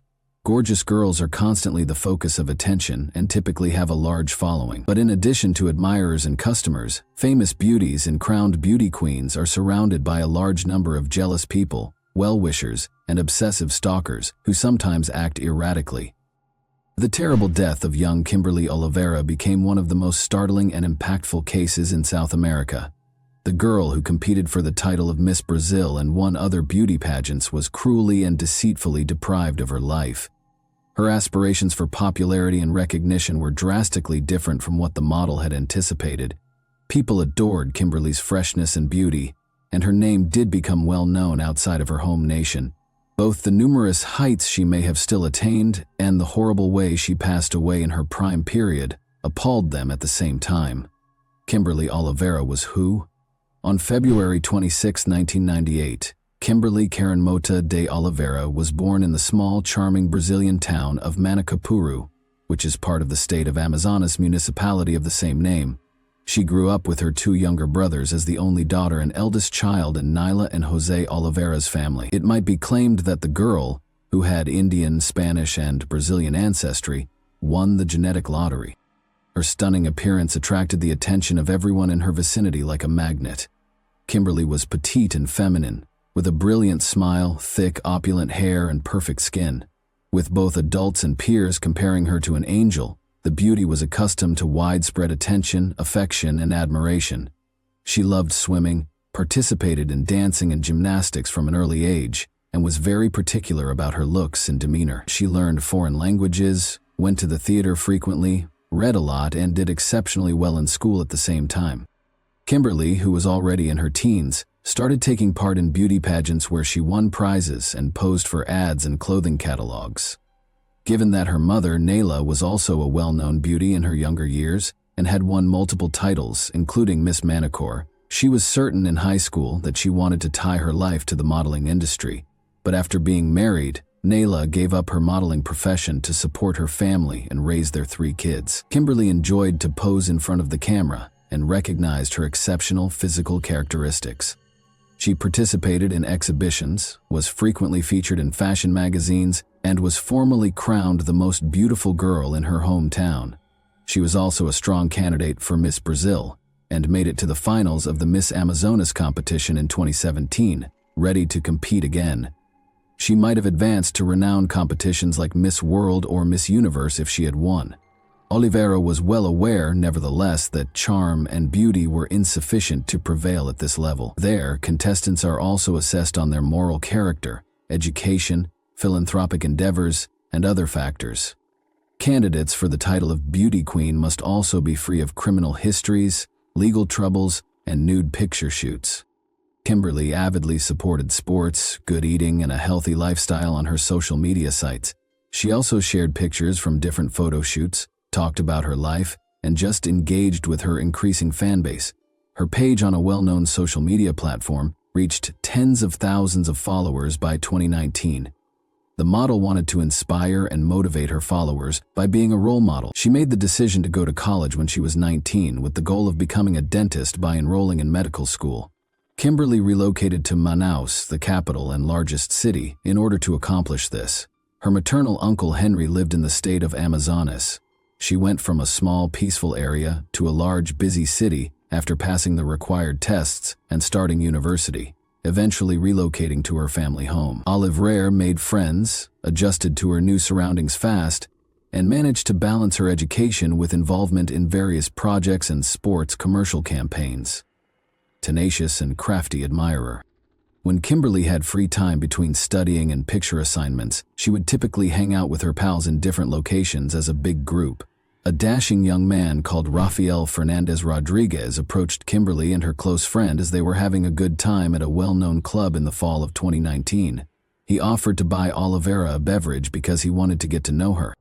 The model, however, who was used to the increased attention and knew how to respond to such circumstances, graciously rejected, stating that she was not alone and that she didn't require anything. Rafael merely went after apologizing for the disruption. However, the girl was still unaware that the stranger had planned and choreographed the entire incident. In actuality, the man had been paying close attention to the young model on social media for a year or two, but he had never tried to get in touch with her until that day. He chose to appear to be seeing her for the first time and only want to meet her because he was familiar with the locations the beauty frequented. Rodriguez, who was 31 at the time, had just gotten divorced and was completely enamored with the prospect of meeting Kimberly and falling in love with her after reading on social media that the model had relocated to Manaus. He likewise relocated to the city, where he rented a large apartment in a posh residential complex and promptly secured a lucrative position in corporate law, thanks to his legal education. He then started carrying out his strategy, keeping a careful eye on Olivera and waiting for the ideal opportunity to speak with her. Raphael made the decision to come out of hiding and began sending the girl private messages on social media, inviting her out on a date, following the failed attempt to meet at the nightclub. For several months, he also consistently liked and commented on every post the model made on her profile. Since she frequently found herself in similar circumstances, and this man didn't especially stand out, she ignored the obstinate follower and gave him no particular attention. In an attempt to win their friendship and trust, Rodriguez then modified his strategy and added Kimberly's friends, classmates, and even family to his list of acquaintances. This strategy worked, and he was able to get her phone number from a close friend. Then, the maniacal stalker started sending her messages on instant chat, proposing to meet up. The man examined the thing he admired, well, being aware of her preferences, travel habits, musical tastes, and so forth. He began going to training sessions outside, sometimes led by Olivera herself, and it was only there that he was able to get her attention. After speaking for a while, they started phoning and contacting each other frequently on social media. Despite the fact that the two young people were about 10 years apart in age, Raphael was able to attract the girl's attention because he was well prepared. The man approached the girl with caution, attempting to court and please her in a lovely way without frightening her away or causing her to forget about him. His strategy was successful, and Kimberly and Raphael formally began dating in March 2020 after declaring their relationship. The passionate owner, the handsome and romantic man who tried his hardest to earn the beauty's love, showed his true nature. He immediately began tracking his sweetheart's every action as soon as they started dating, demanding to know where she went, who she spoke to, who messaged her, and everything else. At first, the girl even thought it was funny because she had never been restrained or managed before. But things became worse every day, and Raphael started acting more aggressively and invasively. He now made decisions over who Kimberly could block, who she could reply to, when and when she could go live, and which pictures she could share on social media. She soon became weary of this. They got into a heated dispute as he tried to establish personal limits the man couldn't breach. Rodriguez had to make amends and provide an apology. He offered the girl a big bouquet of flowers and invited her to a fancy restaurant. After every fight, he said this again. The man promised Olivera he would never leave him and provided her expensive presents or romantic dates at hip places to keep her from leaving him after he had followed her so long and relentlessly. Kimberly was complaining to her friends more and more about her partner, claiming that she was unable to move further without his consent. Even at the university, Raphael prohibited her from talking to men. He also stole her phone without her consent, reviewed her messages and calls, and then made a scene. At times, he became so enraged that the girl worried about her safety. Her friends acknowledged that this was unusual and suggested that she speak with the man seriously before leaving him before it was too late if nothing changed. Knowing that she would soon have a successful modeling profession, diploma, defense, international travel, fashion magazine photo shoots, popularity, and recognition, Kimberly also realized she didn't want to live this way. She didn't want to sacrifice all for shaky relationships with an obsessive and unstable owner who tried to control, limit, and treat her like an object. Final judgment by the beginning of May 2020. Kimberly made the decision to end her relationship with Raphael after 2 arduous months, but she wasn't sure how to do it without making him angry. She waited for the ideal opportunity to break the news, but there was no longer any room for delay. Kimberly always spent Mother's Day with her mother, which was observed on May 10 in Brazil, but she was unable to visit her homeland to celebrate her mother because of the COVID-19 pandemic's restrictions in 2020. Rather, Kimberly shared a picture of them together, along with heartfelt words of appreciation and a heartfelt message. Nayla was receiving treatment at the hospital at the time following her cancer diagnosis. Kimberly and a few pals, including Raphael, went for a run at the park after posting. Everyone who saw the pair that day said they were having a lovely conversation and weren't fighting, and only her close friend was aware that the model had already decided she was going to split from her boyfriend that night. Kimberly called her uncle at midday and informed him that she would be spending the day with Gabriella, her best friend, but would go back home to sleep. She later called Henry once more, promising to return by midnight and requesting that he not lock the front door since she had forgotten her keys. While at her friend's house, Kimberly practiced what she was going to say to her boyfriend. She picked her words carefully to avoid offending him and causing any angry outbursts, and even though it was really tough, she finally seemed to have found the right delicate phrases and was prepared for the crucial conversation. Henry followed instructions and went to bed, completely trusting his niece in the evening. Raphael showed up at her friend's house in his brand new white Audi at around 9 o'clock in the evening. Kimberly said goodbye to Gabriella, smiled as she walked out to him, and sat down beside the driver in the passenger seat. Nobody ever saw the girl alive again, and the couple's disappearance was strange. When Henry awoke on the morning of May 11 and saw that his niece was not home, he got quite concerned. Kimberly always let him know when she would be coming back and if she was going to spend the night at a friend's house. Her phone was off when he tried to reach her. Gabriella informed him that Kimberly had gone out with her boyfriend and had not been in contact since. It was odd that Raphael didn't answer when Henry called him. The fact that the girl had never before skipped her university classes was quickly revealed. By midday, Henry went to the police to report the girl and her boyfriend's absence because he was certain that his niece was missing and that no one had seen her. The authorities, however, simply sneered at him, claiming that Olivera and her partner were adults who could travel anywhere they pleased without anybody knowing. The missing girl's pals and Henry started their own search. Raphael's flat was their first stop, but nobody answered the door. Additionally, his car was not in the parking space. Kimberly's loved ones knew she would never go missing without alerting anybody, even though everything suggested the two had actually gone somewhere together.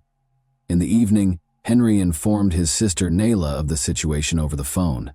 He couldn't wait any longer because his relative, who was suffering from a serious illness, had been attempting to get in touch with her daughter all day and had a suspicion that something wasn't right.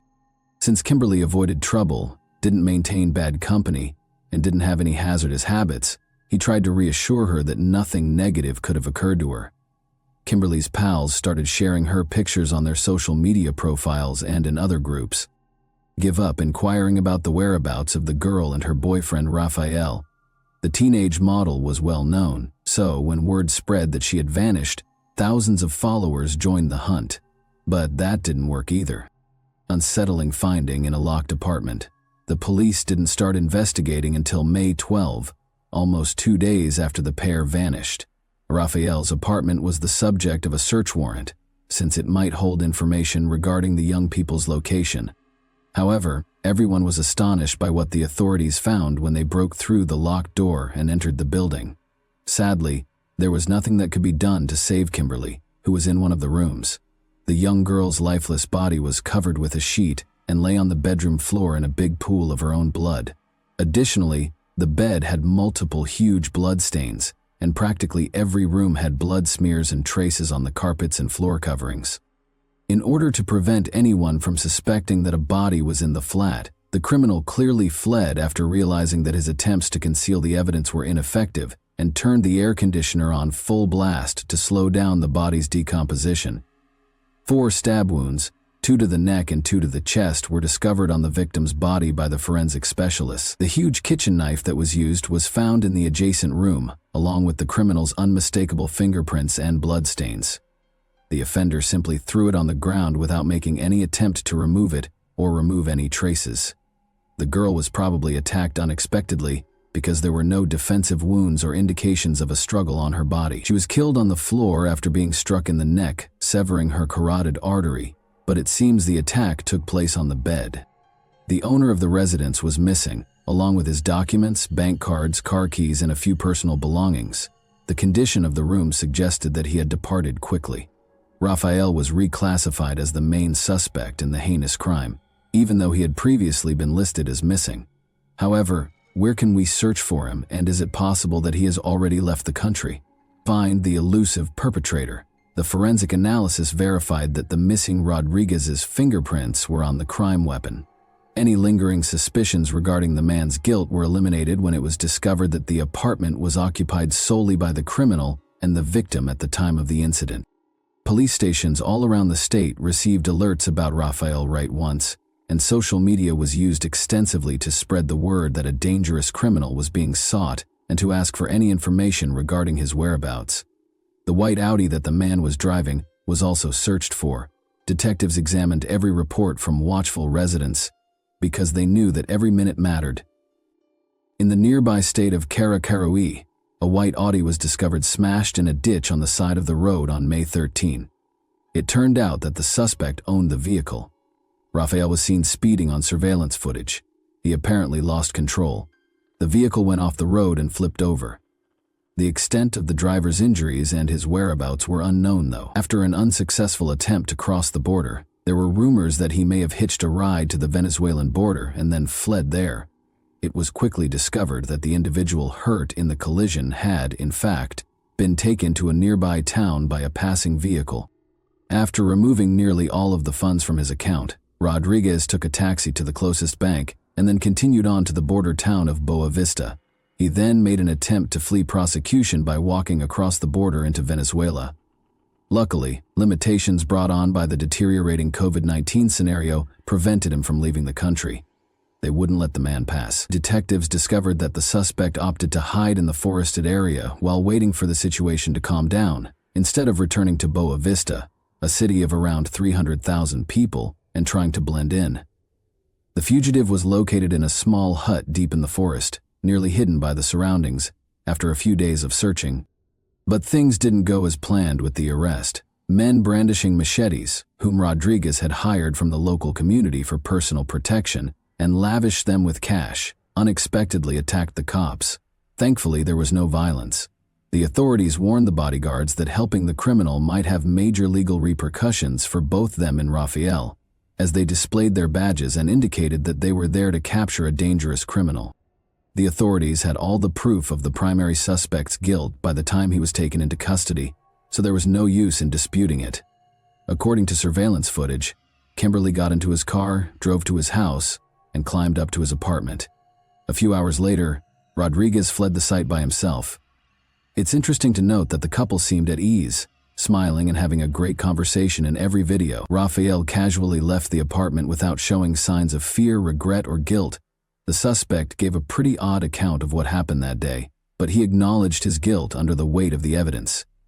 He claims that after deciding to enjoy a romantic evening, he and his sweetheart went to his place and shared private moments.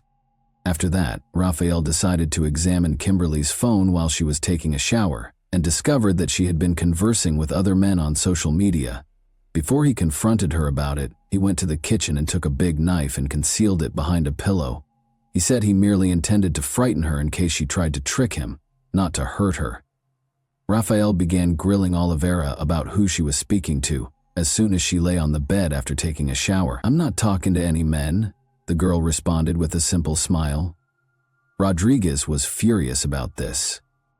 He became aware that his sweetheart was making fun of him and lying. Reaching for the knife, he swiftly struck her heart twice. Without having time to comprehend or fight back, the victim tumbled from the bed onto the floor, where the assailant struck her neck twice more, killing her. Raphael tried to hide the evidence after realizing what he had done, but he soon realized it was pointless. He just covered the body with a sheet and turned the air conditioner on full blast to make the room as chilly as possible, slowing the decomposition process, because he couldn't remove the body from the apartment undetected, and the suspicion would still be on him. Witness statements. Gabriella, Kimberly's closest friend, gave a witness statement in which she gave an entirely different account of what happened. That night, she said, Kimberly had finally made the decision to quit her relationship with her violent and mentally ill partner. Knowing that one incorrect word could make Raphael furious, she had taken her time crafting her response. Knowing that Kimberly's behaviors were always unexpected, Gabriella argued that Kimberly would never have joked about messaging other guys or been intimate with a man she intended to leave. Rodriguez's ex-wife, another witness, attested to his cruelty and his unpredictable outbursts of rage that affected everyone in his vicinity. Their divorce was primarily caused by his hostility. Raphael's mother, Fatima, was his sole advocate, claiming that he was a wonderful man who never intended to hurt anyone. She blamed her boy's immorality on Kimberly, her ex-daughter-in-law, and everyone else. After the trial, Rodriguez's father realized what a monster he had created, but he did not survive to witness the sentencing. By standing in front of a train, the old guy decided to take his own life. His widow maintained that it was an accident, claiming that her husband fell onto the rails by accident after feeling ill. The surveillance footage, however, unequivocally demonstrated otherwise. By obtaining fresh psychiatric assessments, the defendant's legal team continually postponed the case and promoted the narrative of his insanity. Raphael was ultimately found to be competent to face trial for his horrible deed. Almost a year and a half after the heinous incident, the trial started in October 2021. Raphael was given a remarkably light sentence of just 14 years in prison, which was later lowered by another year, despite the overwhelming proof of his guilt. The defense's successful claim that their client committed the crime while in a rage was the reason for this result. As a result, he was given a much lower sentence rather than life in jail. Nyla Olivera, Kimberly's mother, died on October 28, the day of the sentencing, following a protracted fight with cancer. From her hospital bed, where she was in critical condition, she had watched every court session via video call. Her heart stopped a few hours after the verdict was declared. In less than a year and a half, the Olivera family lost two members they loved, their beloved sister and daughter, then their mother and devoted wife. Since her son was the only close relative she had left following her husband's passing, Rodriguez's mother resolved to wait for him to be released from prison. And that wraps up today's chilling story. If you enjoyed this video, don't forget to like and subscribe so you never miss a new upload. Also, let me know in the comments, what part of this story shocked you the most? Thank you for watching, and I'll see you in the next video.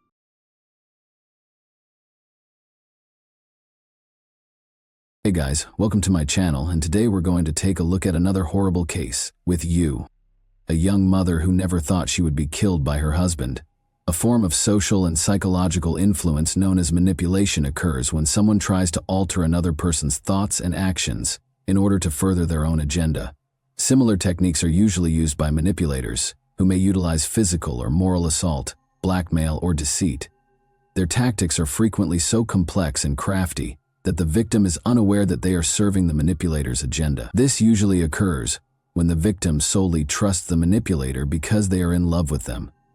Maria Fernanda Casada's case was categorized as femicide, which is defined as a male doing a willful crime against a woman. The most terrible thing about this crime was that it was completely foreseeable, and the girl's family thought the tragedy would happen eventually. Despite her fear of her violent husband, Maria caved in to his manipulation because she loved him and wanted to keep the family together for the benefit of their kids. She did not perceive danger when her lover asked her to a fatal encounter, since she had total faith in him. Childhood, family, and early years of Maria Fernanda Casada. On June 18, 1994, a girl named Maria Fernanda Casada was born in the northern Costa Rican town of La Garita, which is part of the Guanacaste province. For the Casada couple, her birth was a great miracle because she was the only kid in the family. For many years, Maria's mother had been treated for infertility, and physicians had given up on her ever being pregnant. Nevertheless, she was able to conceive and give birth to a healthy kid, in spite of all the predictions. In an effort to shield her from all problems and give her everything she required, her parents lavished her with love and attention. Though her mother's health prohibited her from having further children, Maria remained an only child despite her early dreams of having a big family with brothers and sisters. The girl then made the decision that she would eventually have at least 3 children and start a big, contented household of her own. The Casadas put in a lot of labor and were regarded as wealthy by the norms of their home province. They encouraged the growth of their only daughter's skills and abilities in every manner and sought to provide her with the greatest education possible.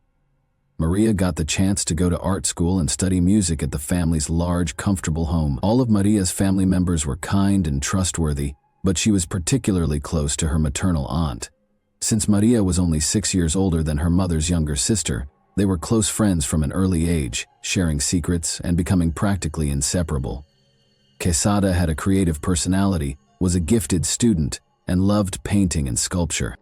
She was described by those around her as a nice, intelligent, sympathetic, compassionate person who was always willing to help. She was quite gorgeous, always had lots of friends, and connected with people easily. At the age of 18, Maria, a single mother, began dating a boy she had known in school. Their bond grew rapidly. When Maria told the young man she was pregnant, everything fell apart. Even though he had looked dependable and affectionate at her age, the young man was utterly unprepared for the demands of family life and child-rearing.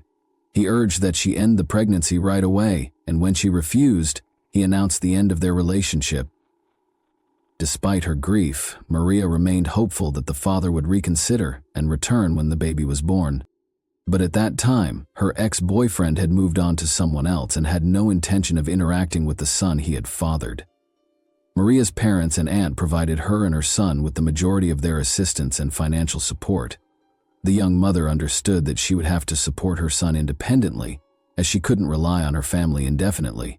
She started searching for methods to make a living since she wanted to enjoy her job. She soon found internet tutorials on how to make soap and wax candles for decoration. Maria, who is artistic, was intrigued to this exercise and thought it had a lot of promise. Maria pushed herself into producing soap and candles by hand and selling them online. She took customized orders for personalized soap and candles based on each customer's tastes and set up social media groups to promote her products. Her business took off right away. Her orders increased quickly along with her social media following. She aspired to become a master craftsman and kept honing her technique in the hopes of earning enough cash to start her own store. Maria also began earning a respectable living by providing online classes on how to make soap. She kept living with her parents and kid, accumulating money for a house of her own and dreaming of a scary suitor and an education. Despite her hard work, Maria never gave up on her dream of finding a deserving guy who would adore her growing baby as if he were his own, and with whom she could have a happy, stable family.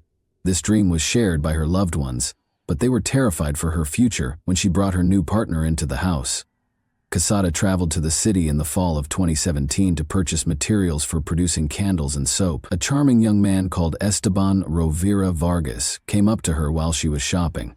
He complimented her and said he couldn't help but come over and introduce himself since he was so taken by her beauty.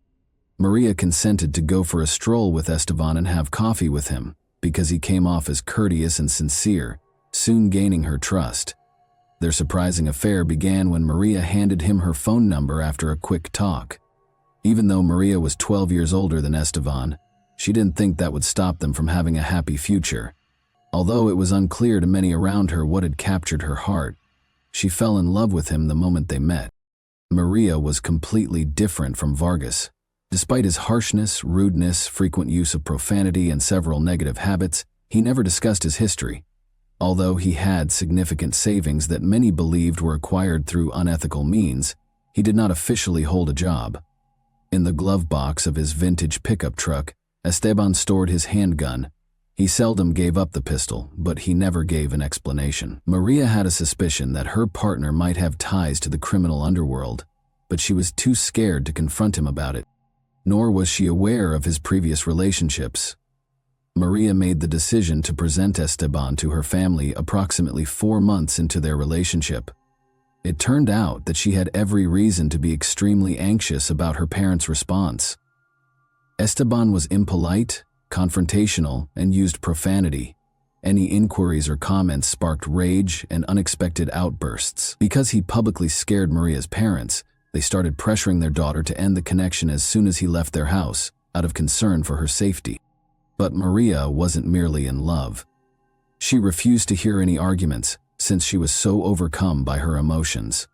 Her lover would eventually calm down, settle down, and become a good husband to her and a caring father to her son, as well as to the children they would have together, a family like his. Because she naively thought that her love, care, and support would help him manage his outbursts. After getting to know Casada's parents for a few weeks, Esteban made the decision to present his family to Maria. His invitation to his mother's place for a family dinner became a nightmare for Maria. Like Esteban, the Vargas family members were irritable, violent, and conceited. They spoke loudly, shouted profanity, and any disagreement might quickly turn into a brawl. They were contemptuous of their son's new romantic interest, calling her names and even drawing comparisons to his former partners. That didn't sit well with them. They didn't try to hide their love, and Maria already had a child from a past relationship. Maria did her best to contain her cries of humiliation and pain. The situation was exacerbated by the fact that Esteban's relatives enjoyed drinking strong liquor, which made them even more hostile and erratic. Maria openly expressed to her parents that she thought they were nefarious and nasty. Her mother and father made another attempt to persuade their daughter to distance herself from Esteban and his family. Maria, however, persisted in her belief that things will work themselves out in due time, particularly since Esteban made an effort to act appropriately while her presence in a miserable marriage. Maria announced her pregnancy to her partner in December 2018. Although he wasn't particularly excited about the news, Esteban concurred that it was time for them to formally announce their love. The bride was 4 months pregnant when the couple tied the knot on April 6, 2019. Their wedding was stunning, featuring a seashore ceremony and a white dress. After the wedding, the couple moved into a modest home that belonged to Esteban, but he started acting strangely from the first few days of their marriage. He hurled tantrums over nothing, used his fists without hesitation, and no longer suppressed his angry outbursts. Maria's 5-year-old son witnessed the frequent humiliations, beatings, and insults that became the norm in their family. Maria not only put up with all of this for several months, but she also kept it a secret from everyone. To keep her family from seeing the bruises on her face and body, she avoided going to see them. To avoid drawing attention from her neighbors, she wore long sleeves despite the heat and applied makeup meticulously to hide the bruises around her eyes. But she became more and more terrified for the life of her unborn child and concerned about the impact this would have on her older son. Maria thought Esteban would soften and benefit from fatherhood after the kid was born. Esteban deftly placed the burden on her, reminding her that he had embraced her with a child that no one else desired, while she suffered daily abuse, accusations, and humiliation. Knowing that the woman in love wouldn't leave, he skillfully played on her emotions, knowing how to intimidate her and get her to cooperate. Esteban's main tool of control was Casada's fear of being left alone once more, this time with 2 kids. But just before the baby was born, Maria hurriedly packed her belongings, grabbed her boy, and ran away to her parents. Following yet another severe beating, they urged her to go to the police since they were horrified by her appearance. There wasn't a single unmarked location on her body, but she steadfastly refused, taking care of her father instead. Maria resided in her parents' house in the last weeks before giving birth, since she was not in a rush to file for divorce and still hoped that the birth of her kid would make things better. She refused to heed to her family's less hopeful advice to dissolve the marriage as soon as feasible. When Maria gave birth to a son on August 11, 2019, she called her husband right away to let him know. Within 15 minutes, Esteban, appearing both happy and confused, hurried to the hospital. He knelt down and begged his wife to forgive him, to come back to him, and to promise that everything would be different. After being released, Maria went home with the kids since she now trusted him. It goes without saying that Casada's parents were taken aback by their daughter's choice. Maria would not listen, even though they knew this was their son-in-law's ruse and manipulation. After a heated dispute, Maria declared that she would pick Esteban if she had to choose. Her parents didn't want to lose the opportunity to see their grandchildren, or damage their relationship with their only daughter. For the first few months, they had to respect her choice. The new father did spend almost all of his time with his wife and infant boy. He took care of them and even helped out around the house. But he was coolly detached in his treatment of his stepson. Although he made an effort to hide it, it was clear that the stepfather felt uneasy around the boy, even if he did not abuse him. In addition, Esteban formally obtained employment, and it appeared that he was making every effort to ensure his family's welfare. Maria was ecstatic since everything was now coming to pass just as she had imagined. But her joy was brief. However, this little reprieve even caused Maria's family members to reconsider their perception of Esteban and conclude that he had in fact improved.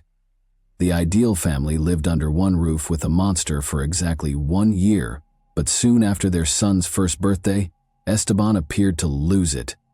All the cruelty, hate, and anger he had been holding inside erupted, transforming their house into a veritable torture chamber. He nearly robbed his wife of her eye, fractured several of her ribs, and beat her viciously. Maria ran to her parents in fear, and they pleaded with her to call the police again, but she refused. Esteban arrived a few days later, apologized, and requested her to go back to her house. To everyone's surprise, Maria said she still had faith in her husband and hoped they could resume their happy life together. In order to avoid calling the police, Maria kept blaming everything on absurd home mishaps. even though she kept getting seriously hurt and landed up in the hospital over the course of the following few months. The couple's home was frequently the source of screaming and shouts, which the neighbors heard and even saw. A man assaulting his spouse. But Maria continually pleaded with them not to call the police. Because they didn't know what to anticipate from Esteban and thought he might attack at any time, the locals were terrified of him. Not until the situation reached a breaking point in November 2021 did Maria call the police out of fear for her life and her son's safety.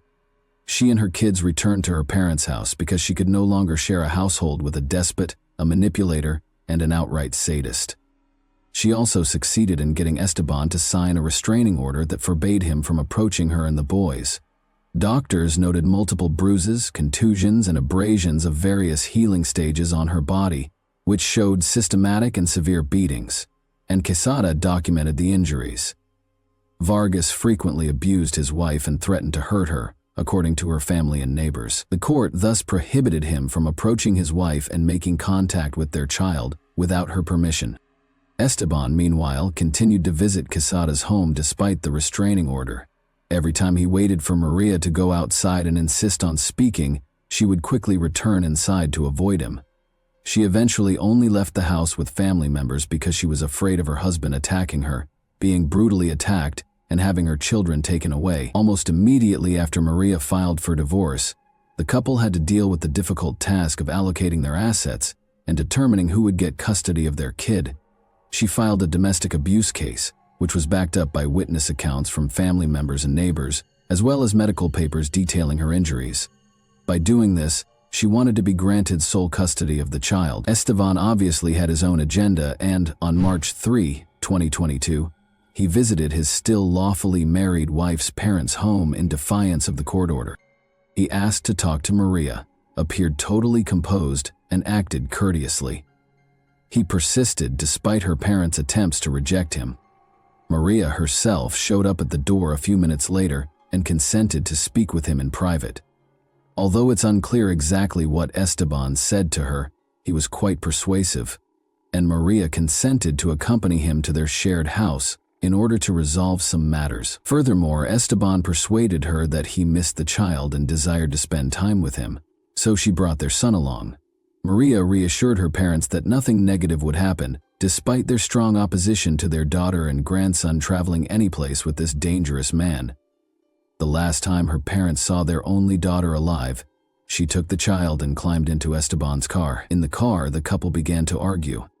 By the time they arrived at their home, the neighbors could hear and see Esteban shouting and screaming profanity at Maria. When the couple and their little boy entered the house, the situation worsened.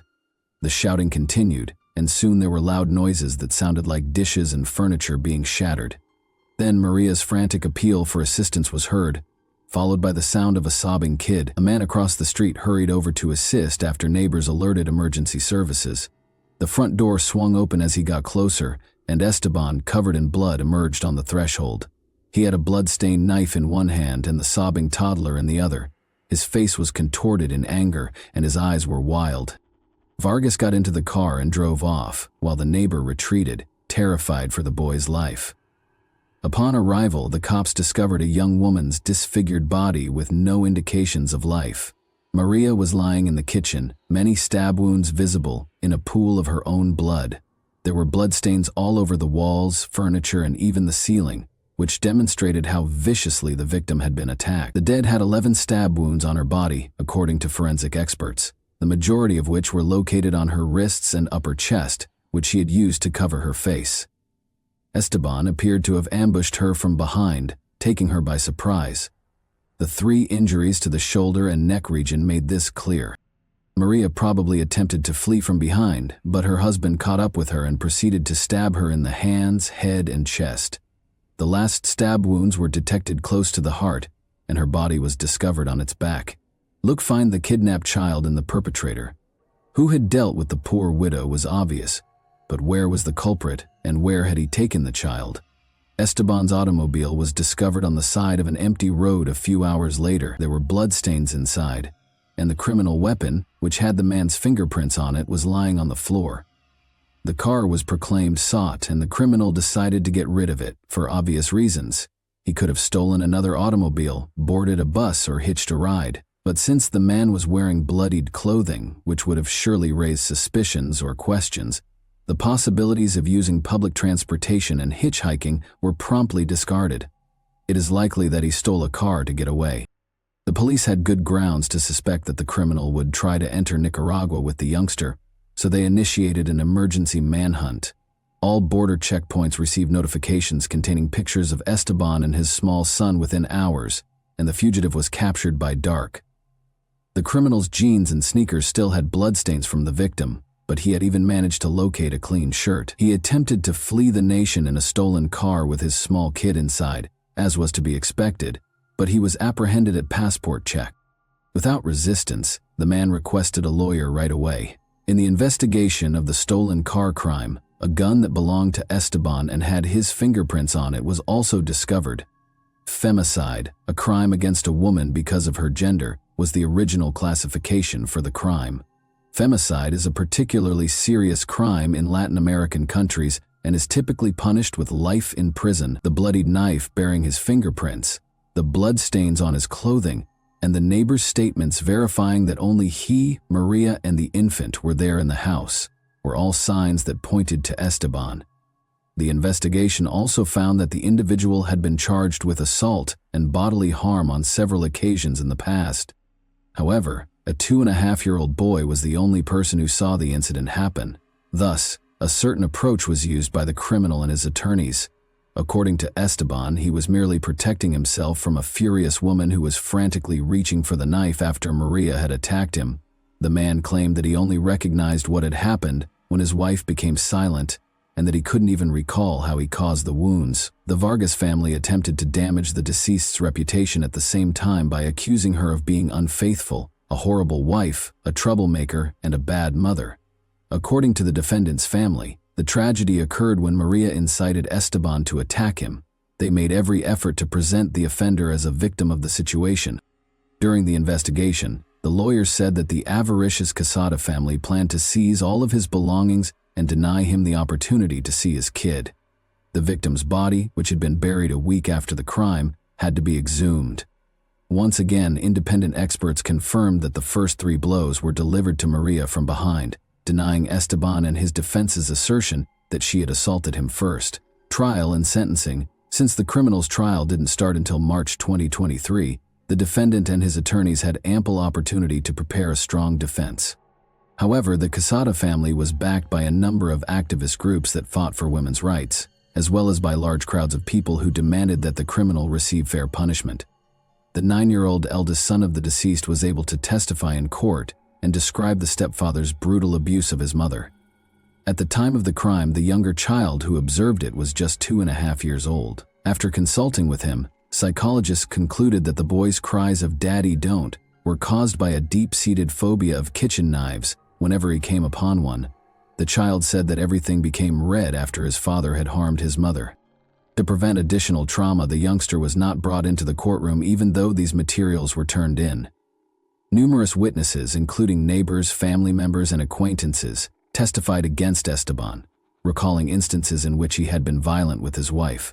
Dozens of witnesses also frequently observed bruises and contusions on the young woman's body, and the police had recorded evidence of beatings just prior to the divorce proceedings commencing. Esteban Rovira Vargas was convicted of the premeditated crime against his wife on May 15, 2023, and given a 36-year sentence in a maximum security jail.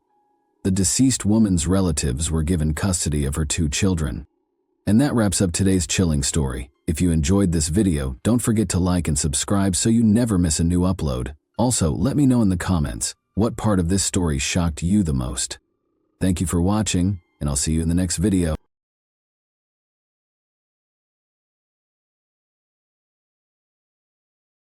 Hey guys, welcome to my channel, and today we're going to take a look at another horrible case with you.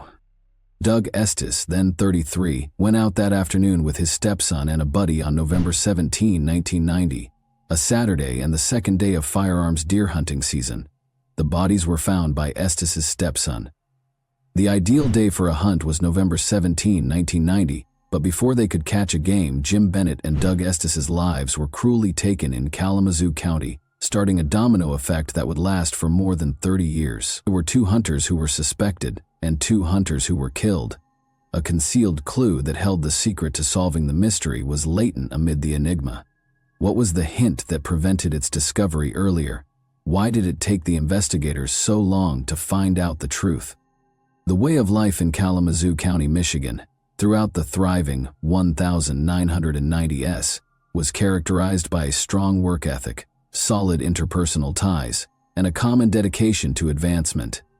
There were 223 of 411 people living in Kalamazoo County, Michigan.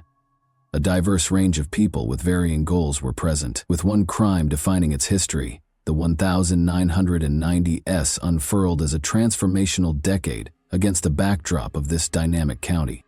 On November 17, 1990, a relatively warm day in Kalamazoo County, the fatal day occurred. The hunters were headed to the Fulton State Game Area in hopes of catching a good game. Bobby Brown and Doug Estes, his stepfather, were among them. The group believed that splitting apart was a smart move and went in different directions. In order to identify the deer's movement, Doug, Bobby, and the others were intent on listening for even the smallest noises. Due to the fact that winter days were usually peaceful, the group and the locals were alerted a few minutes later by the sound of 2 gunshots. Just down the street from her home, Helen Knopfs and her son heard a car scream into a ditch. Could this have something to do with the recent gunfire, or was it just a coincidence? The fact that gunshots were common in the vicinity did not change the fact that the timing and closeness could not have been coincidental. Knopfs and her son were inquisitive and worried as they walked up to the automobile and noticed a sweaty man behind the steering wheel. His expression was unpleasant, and he appeared anxious. She offered to call a tow truck for him because Knopfs believed he needed assistance, but he declined, claiming that a deer had unexpectedly crossed the road and left him in the ditch. There was something wrong, even though the justifications appeared sincere. After all, people used to come here and hunt deer. Knopfs believed he was being calm, which was strange, yet he seemed eager to go out. The man in the automobile wasn't even looking for assistance when she offered to call the cops. He said he didn't want to involve the police because he was sure someone else would fix his car, and then he drove off. However, the gunfire echoes were still audible. Since the sound originated from the direction he traveled, Bobby Brown assumed that his stepfather had captured the deer. He continued in the same direction, almost eager to congratulate him, and discovered Doug lying on his back in a pool of blood on the ground. It was such a strange sight that Bobby's initial reaction was whether Doug was pulling a practical joke. There had been 2 gunshots, but he could not believe what he was seeing as reality set in. Doug might have been shot twice as a result, but he was only wounded by 1 gunshot. The alternative was that someone actually attempted to kill him by firing 2 shots at once and missed one. However, while Bobby searched the area in a panic, he saw something else that was unbelievable. Another body was lying face down. He hurried over to the other man's corpse and rolled him over, but he was obviously dead. He had first checked for Doug's pulse, but there was no hope. Bobby was powerless to help. He promptly alerted the police and raced out to seek assistance. The police responded quickly to examine the disturbing events that transpired on that fatal day, setting the stage for a thorough inquiry. Bobby had previously told the officers about the 2 bodies and they confirmed their presence. Their first task was to identify the victims, and before long the police were able to identify them. Bobby had already identified his stepfather Doug as he had phoned the police, and the other man was Jim Bennett, a nature enthusiast who was hunting alone that day. Jim Bennett and Doug Estes were both struck in the back with their hunting licenses at close range. The males had been shot with separate guns, which was strange. According to one version, they shot each other because they thought they were the deer they were searching for. The first problem was that they were nearly impossible to strike because they had both been shot in the back. When ballistic testing revealed that Doug's gun was missing from the scene and Jim's muzzle loader was fully loaded, the second discrepancy emerged. However, that was just the beginning of the chaos. Detective Bruce Wiersma, who was now retired, and Sergeant Roy Ballett were given the case. Since the area had not seen murder cases in a long time, Wiersma was overwhelmed by it because he lacked experience in homicide cases, much less double homicide. But Wiersma made the decision to pay close attention to the specifics in order to guarantee correct protocol. As the investigation went forward, they discovered that Jim and Doug had never met before. It was just a coincidence that they were both slain at the same moment, because they had gone hunting separately. Already the detectives had no idea what might have been the reason behind the murder. It was more difficult to comprehend the case given since there was no relationship between the victims, although if they had been acquaintances, a mutual friend may have been found. However, there was still optimism, since they began to suspect Bobby Brown, one of the victims' stepson. At first, the detectives thought that Jim was the target, which is why the killings took place. They claimed that Bobby had intended to rob him, but the heist failed and Doug was also killed in the process. Bobby had to call the police because his plan did not succeed, the police suspected. However, Bobby's intents and motives did not align with the crime, and Estes and Bennett's families felt that their loved one was not the primary target. The detective's suspicion radar was always on, regardless of what the families stated, in case they overlooked any evidence. In order to find out if the neighbors had heard or seen anything odd that day, the police proceeded to check the crime scene once more.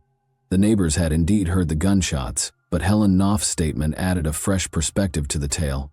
She assisted the officers in drawing a composite of the man whose vehicle went into the ditch. The detectives spoke with other neighbors because, although the mystery man was starting to be suspected, there was no evidence connecting him to the crime. Following extensive discussion and exploration of their narratives, a new name surfaced from the obscurity.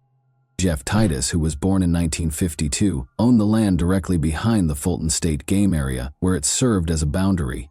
Prior to joining President Richard Nixon's security detail, he was a police officer in the U.S. Marine Corps. He then got a job at a VA medical center as a security guard. He loved hunting and being outside in addition to his professional activities, but he was fiercely protective of his land. When hunters would wander into his lands, he would become enraged.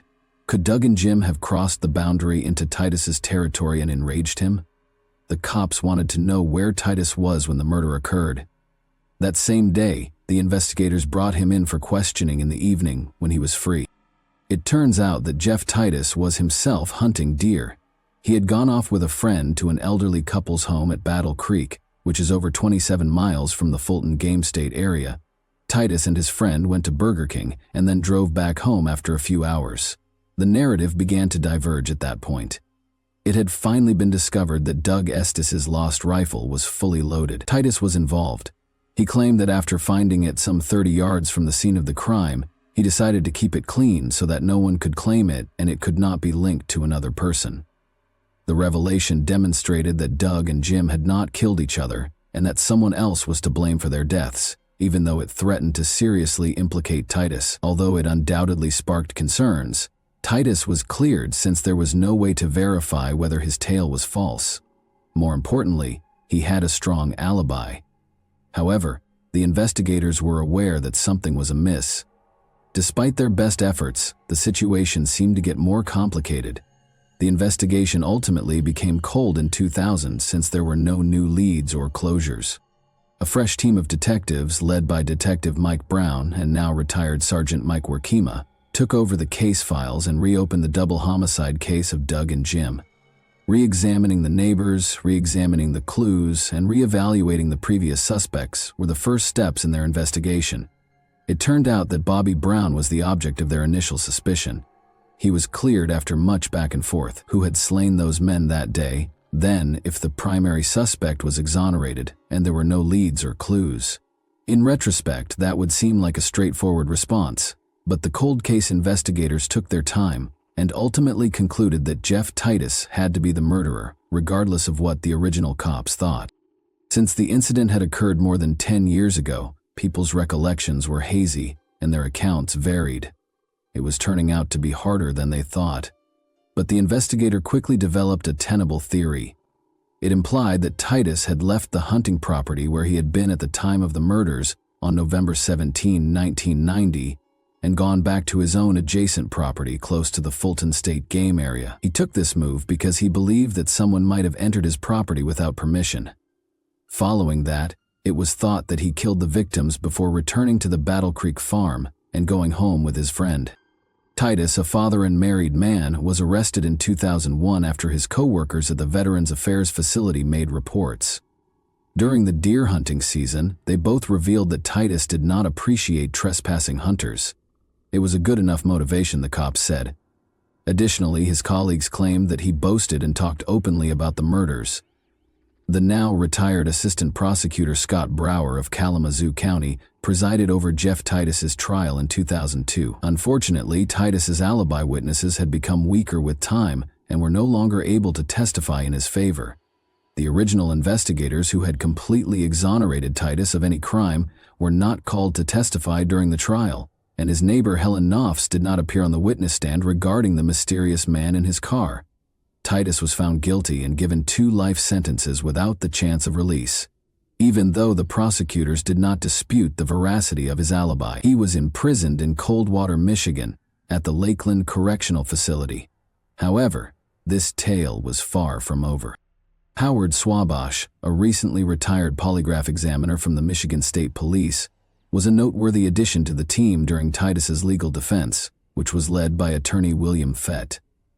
It turned out that Fett had hired Swabash as a private investigator. According to court documents, Swabash's wife filed for divorce in January 2002, just 5 weeks after Titus was accused of murder. Even though the identity of the second woman involved was kept secret, the accusations of marital adultery led to the dissolution of their marriage. 3 months after Titus was found guilty by a jury, on the memorable Halloween day of October 31, 2002, his wife Julie visited him at Saginaw Prison with their daughter and private investigator Swabash. Since they had not gotten along for years, Julie told Titus that she planned to file for divorce. According to the public records, Swabash and Titus's ex-wife Julie eventually got married in Florida in April 2005, just 3 years after Titus was found guilty. This was a startling development that sparked speculation about their relationship and how it might have affected the case. The first inquiry that resulted in Titus's exoneration in 1990 was greatly aided by retired Sergeant Roy Belay of the Kalamazoo County Sheriff's Office. Shortly after Titus's conviction, Belay confronted Swabash, the investigator in the Kalamazoo County Courthouse, feeling confused and unhappy with the way things had gone. Belay was disappointed, asking why Swabash had not even bothered to get in touch with him to share his thoughts and feelings about the matter, especially if he had assumed the responsibility of conducting the investigation to prove Titus's innocence. Belay and the other initial detective would have given important testimony on Titus's alibi, but the defense did not call them as witnesses. The altercation became heated, and Swabash's response was combative and offensive. He left quickly, leaving Belay to think over the experience. During a phone interview from prison, Titus freely questioned if the private investigator for this defense team had been genuinely interested in his interests. Titus maintained his innocence throughout the entire incident, saying, "It's a shocker, and then I wonder, was he working for me? Was he working for an ulterior motive? I don't know." But when Bruce Wiersma and Roy Belay, the 2 detectives who worked on the original inquiry, publicly said that they were willing to testify in favor of Titus's alibi, it was a turning point. The University of Michigan's Innocence Clinic became interested in this development and became involved in the case. At the same time, an independent inquiry was launched by the Michigan Attorney General's office. As both organizations examined the evidence, an important discovery was made. A key aspect that had not been revealed to Titus's defense team during the initial trial was that they discovered that there were many hunter deaths in the area, and that it appeared to be the work of a serial murderer. Without a doubt, it cast suspicion on any possible link between Titus and Doug and Jim's untimely deaths in 2002. The Innocence Clinic filed a motion for relief of judgment and a new trial on Titus's behalf as a result of these findings and other strong evidence. The genuine turning point, however, occurred in 2019, when 47-year-old producer Jacinda Davis, who is well known for her work in the true crime genre, happened upon her most compelling narrative while traveling the highways to find ideas for her next series. The murderer's journey took her to the center of Michigan, where she was enticed by Jack White's renowned Third Man Records. She came over the intriguing case of Jeff Titus while browsing the internet. Susan Simpson, a 34-year-old former lawyer who is now a podcaster, shared a trip with Davis. Simpson, Rabia Chaudhry, and Colin Miller were the hosts of the popular podcast Undisclosed.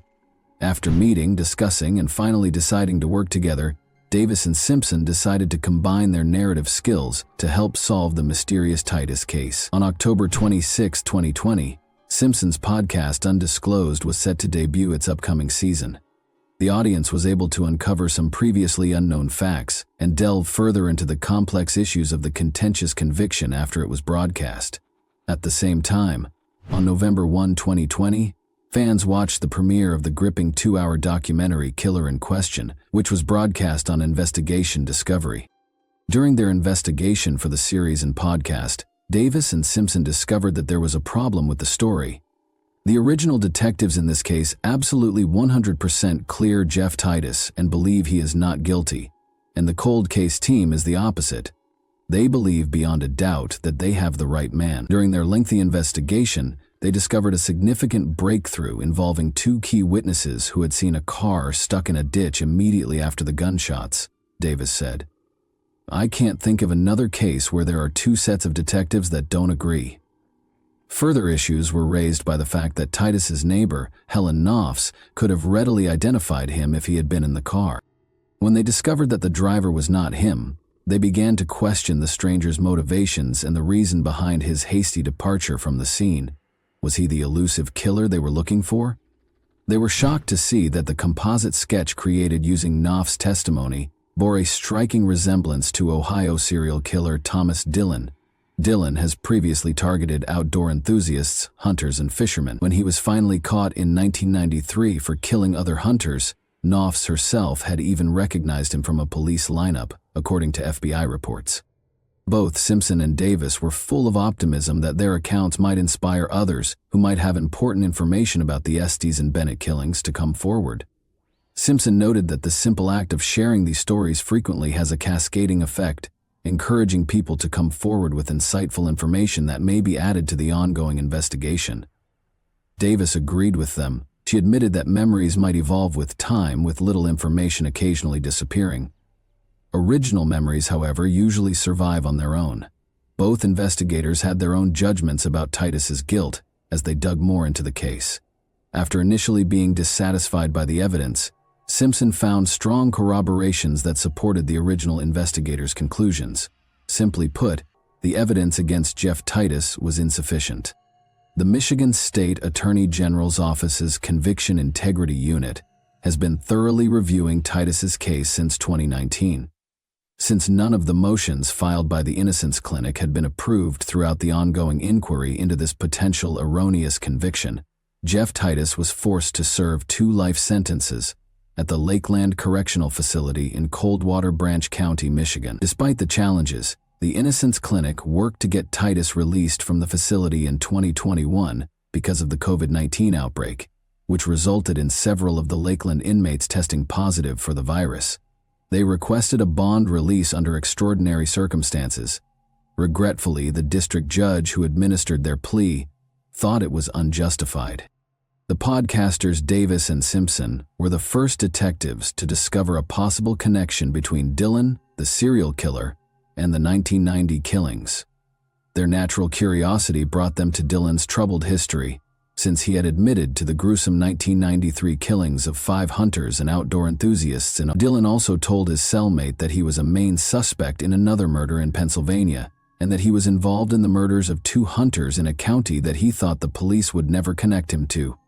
Dillon's involvement in the investigation provided a strong lead, even though he passed away in prison on October 21, 2011. Motivated by their resolve, David Morin, director of the Michigan Innocence Clinic, set out on a mission and traveled to the Kalamazoo County Sheriff's Office. Morin spent a long 6 hours carefully going through the file room's archives. As each document was analyzed, the pieces of the puzzle started to fit together, revealing a potentially important development in the inquiry. Deep within the repository, Moran discovered a unique folder as he persisted in his quest for the truth. There were perhaps 30 interesting pages in the thin folder. It was gently penciled with the words "serial killer" on the outside. Moran grew increasingly certain as he perused the pages that these records held important details about Dillon and might hold the secret to their case's resolution. The knowledge that these crucial documents had never been given to the defense added yet another level of surprise. There was an uncomfortable void in the information provided throughout the trial, since it seemed that the prosecutor's office was still unaware of their existence. This revelation gave Moran optimism and strengthened his conviction that their fight for justice was headed towards success.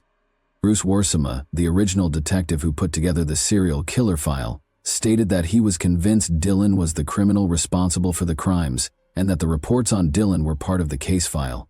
The retired cold case sergeant Mike Worsema, however, claimed he had never seen that specific file.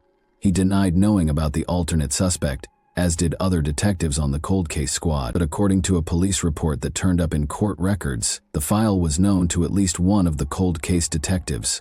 Former Kalamazoo County Associate Prosecutor Stuart Fenton had a different viewpoint. He stated that he thought Titus was behind the killings.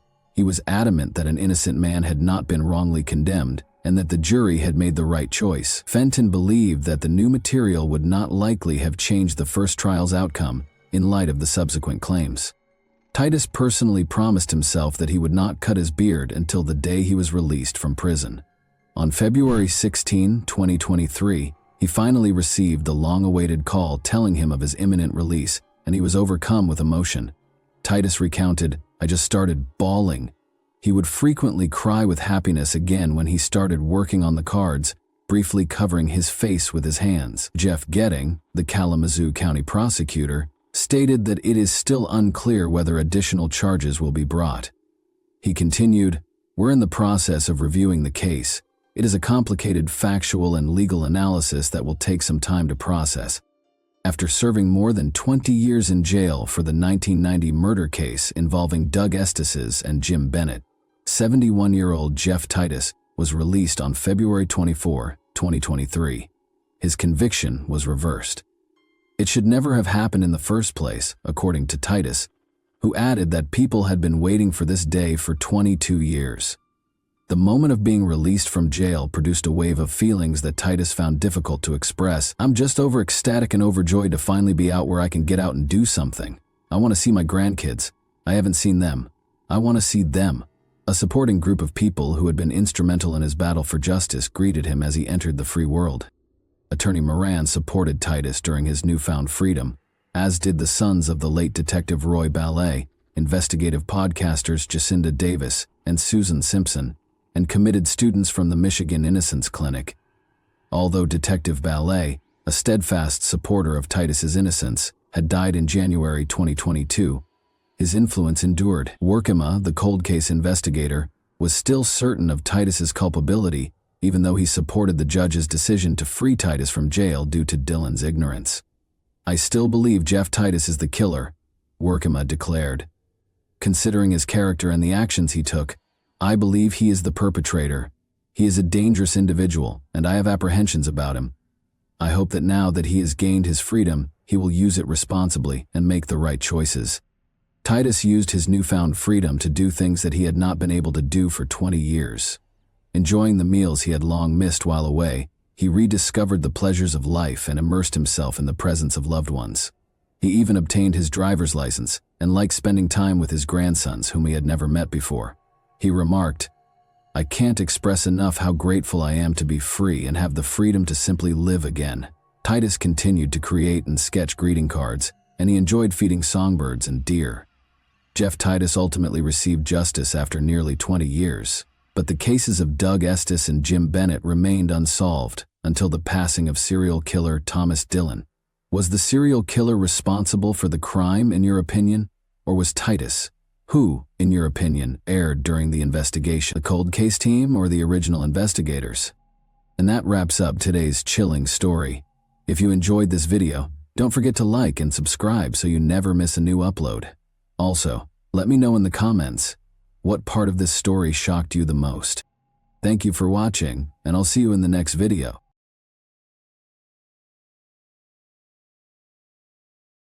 Hey guys, welcome to my channel, and today we're going to take a look at another horrible case with you.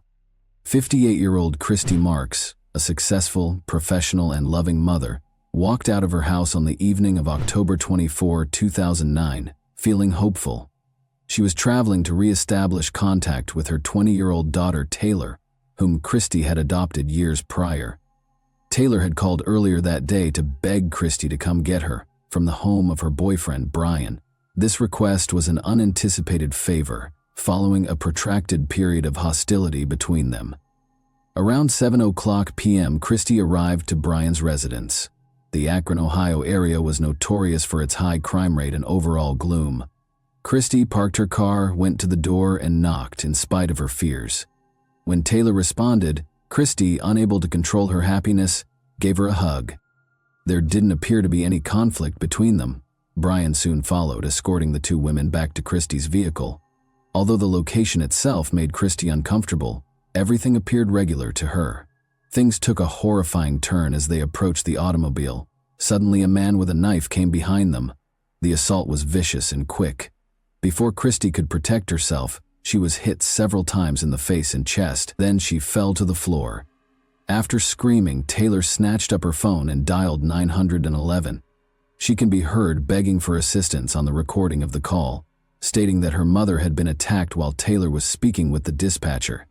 She handed the phone to Brian, who gave their location and recounted the events, saying the assailant had run away. He spoke in an eerily serene tone, devoid of the intensity one might anticipate from someone who had just witnessed such a horrific incident. Paramedics showed up in a matter of minutes. Christy was critically ill, yet still alive. After being taken to the hospital, medical professionals put forth endless effort to save her life. Shortly after their arrival, Christy Marks was declared dead, despite their best attempts. Multiple stab wounds administered with frightening intensity at the scene were the main cause of death. Law enforcement immediately identified a number of irregularities. Near the scene of the attack, Christy's purse, which held her paperwork, cash, keys, and other belongings, was discovered undamaged. This particular feature ran counter to the usual heist pattern. A bloodied knife, which was thought to be the weapon used, was also found in bushes close by. These results cast doubt on the witnesses' testimonies and highlighted the prospect of more complex motivations for the crime. Taylor, the police started questioning everyone. Accounts from Brian and his friend Troy, who was inside the house when it was attacked, were conflicting and erratic. Taylor stated that she had only seen the attacker's outline, identifying a person dressed in a flannel shirt and red sneakers. Brian claimed that while battling the attacker, he attempted to step in and even got hurt. But Troy denied ever leaving the house and said he didn't see anything. Investigators soon had suspicions that none of them were telling the truth despite their assertions. Blood trails and the location of the weapon were among the evidence discovered at the scene that pointed to a staged crime. Authorities thought the incident was well planned rather than a chance occurrence. Detectives were under constant observation during the first night of the investigation, and they were left with one unanswered question. Who among those present knew the truth, and why would someone target Christy? On March 29, 1989, Taylor Marks was born. Immediately after her birth, her biological mother made the decision to place her in foster care, placing the child in the custody of the adoption system. Although Taylor was the only member of her original family placed in foster care, little is known about them other than the fact that she had at least one elder sibling. This was the start of a new chapter in her life, one that ultimately gave love and compassion despite its difficult beginning. A few months later, Bruce and Christy Marks welcomed Taylor into their family. Due to their inability to conceive, the couple had long wished to become parents. They knew Taylor was destined to be a member of their family the moment they laid eyes on her. The Marks family was financially secure at the time. Bruce was a senior employee of a large telecom business, and Christy, who was well known for her ability to stay organized, ran the home and supported their family. Taylor was surrounded by love from their huge and close-knit extended family. She was surrounded by supportive and caring relatives, including grandparents, aunts, uncles, and numerous cousins. Raising Taylor was very important to Bruce and Christy. She enrolled in dance courses, went to exclusive private schools, and engaged in other extracurricular activities. Opportunities that many of her peers did not have were abundant in her life. But Taylor had a special relationship with Bruce. Family friends said that Bruce was her hero. Dad always gave her what she wanted and supported her without conditions. However, she had a different relationship with Christy. Christy was more realistic, demanding, and severe. Although Taylor's early years were not significantly impacted by these disparities in parenting, Tensions started to surface as she grew older. Taylor had growing parental supervision and expectations during her adolescence, which frequently led to arguments. Growing arguments were the backdrop against which the family dynamic started to erode. Christy and Bruce had marital problems that ultimately resulted in their divorce when Taylor was about 10 years old. Taylor claims that she was emotionally impacted by her parents' divorce. She believed that Christy started to vent her annoyances on her, which made their relationship even more strained. At the age of 13, Taylor's life took a significant turn in 2002. Bruce went into a diabetic coma and died unexpectedly. Taylor suffered a terrible loss at his passing, losing not just her father but also her most dependable emotional support system. Her grandfather, with whom she was also quite close, also died soon after. Taylor suffered severe emotional injuries as a result of these back-to-back defeats. Christy acquired a sizable estate, including a sizable chunk of money, after Bruce passed away. In the hopes that a change of scenery would give her and Taylor a new beginning, she utilized a portion of the money to buy a new house in Akron, Ohio. But Taylor's emotional condition was getting worse. She became more reclusive. Her disagreements with Christy grew more heated, and her academic performance declined. Although Christy made an effort to help her daughter, her strategies frequently came across as unduly restrictive. She made an effort to make up for Bruce's passing by giving Taylor material luxuries, frequently going above and above to meet all of her needs and more. The emotional bond between them, though, kept deteriorating. One day, Christy hoped, her daughter will assume responsibilities, complete her studies, and continue the family tradition. However, Taylor was uninterested in these ideas and preferred to fantasize rather than defying what she perceived to be imposed expectations. Taylor's desire for independence ran counter to her mother's expectations as she approached adolescence.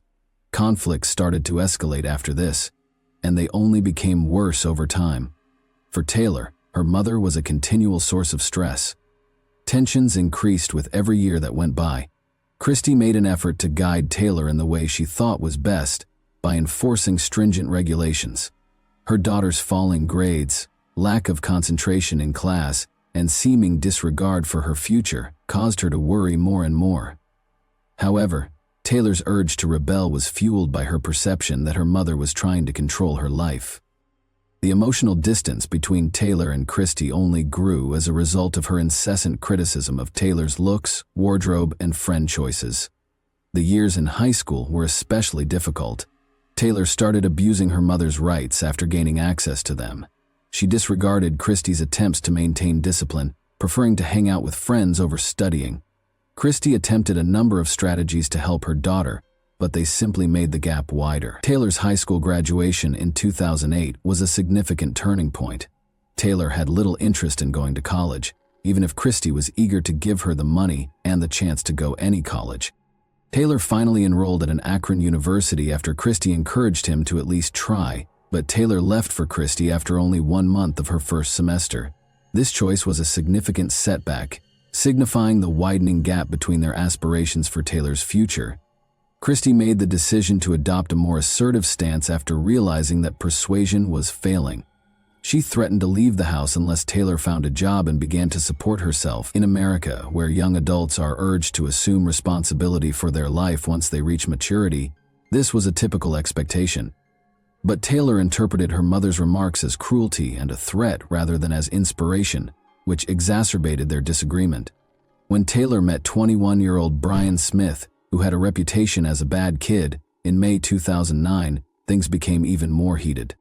Along with his mother and sister, Brian resided in a low-income area of the city. Taylor was immediately attracted to him because she saw in Brian an opportunity to break free from her mother's authority. However, some who knew Brian said he had a fiery temper and a need to control others in relationships. Stop, Taylor. Christy was adamantly against the partnership. In addition to Brian's actions, she was worried about the impact he would have on her kid. Christy tried to keep Taylor away from Brian, even preventing him from visiting their house. But these acts just strengthened Taylor's determination. Soon after, Taylor left her mother's house, packed her things, and moved in with Brian. At first, their relationship appeared promising, but it didn't take long for Brian to start acting aggressively and controllingly. Thus, life with Brian was far from the perfect picture Taylor had envisioned. Taylor experienced control, envy, and angry outbursts frequently.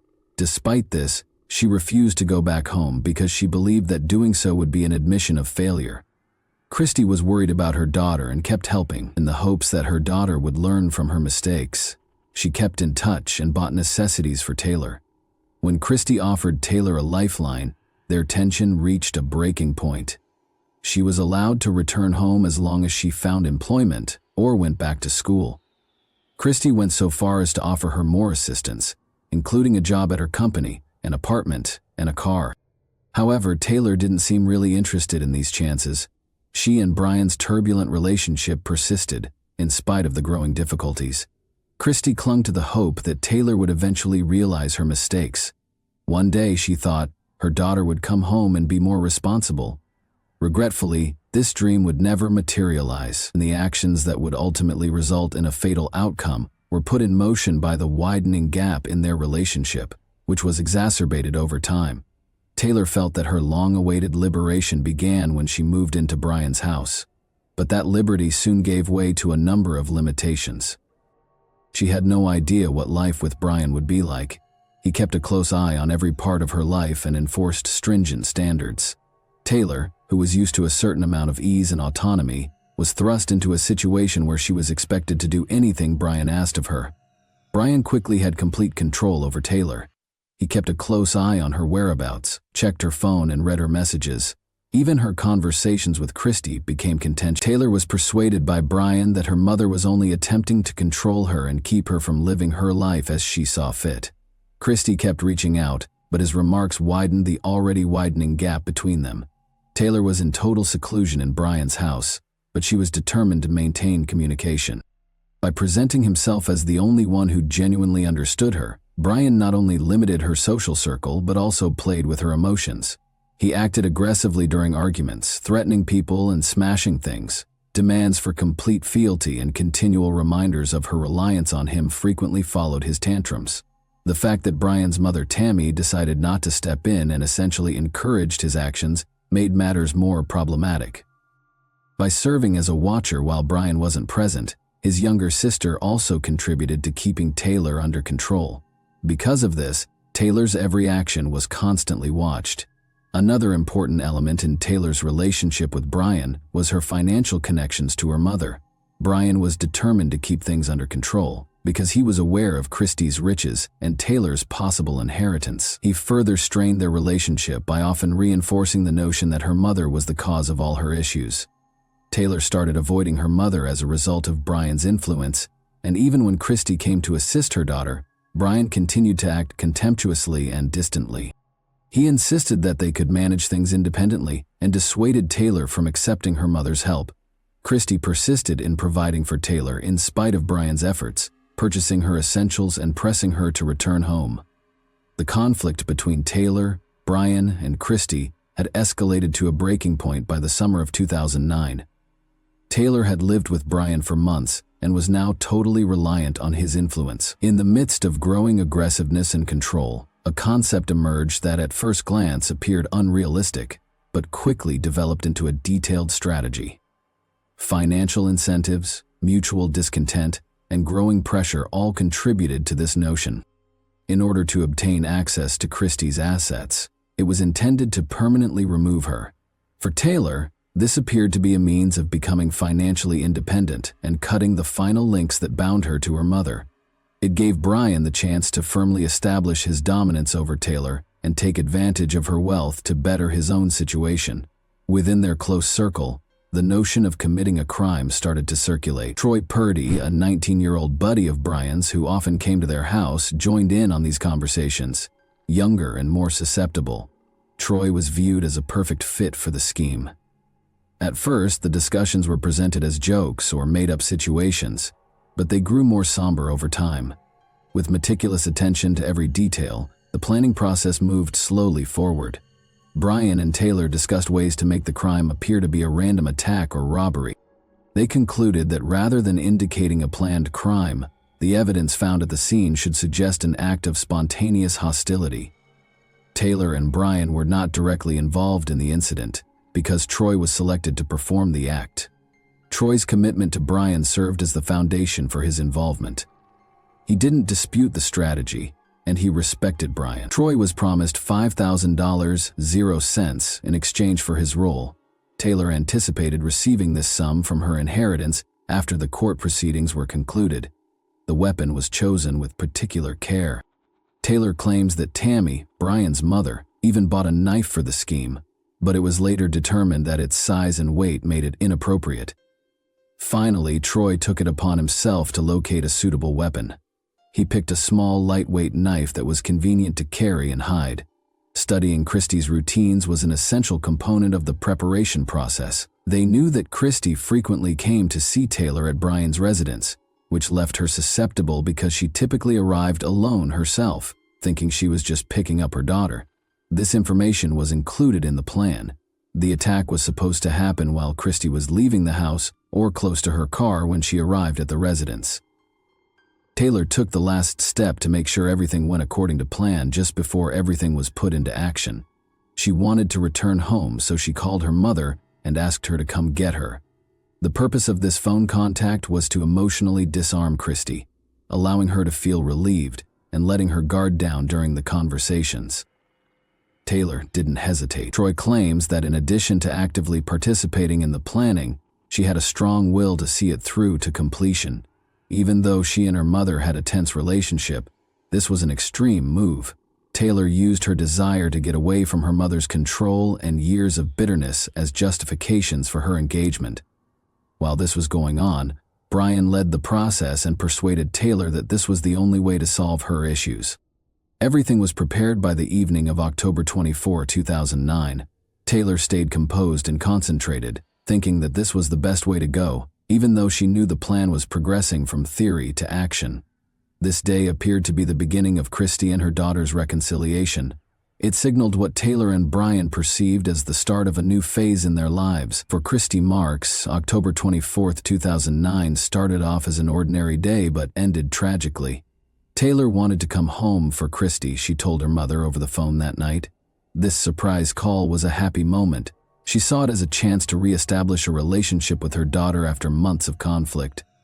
Unaware that she was entering a carefully orchestrated crime, she hastily packed her belongings, got into her car, and drove to Brian's residence. Christie showed up at about 7:00 p.m. After parking close to the house, she made her way to the front door.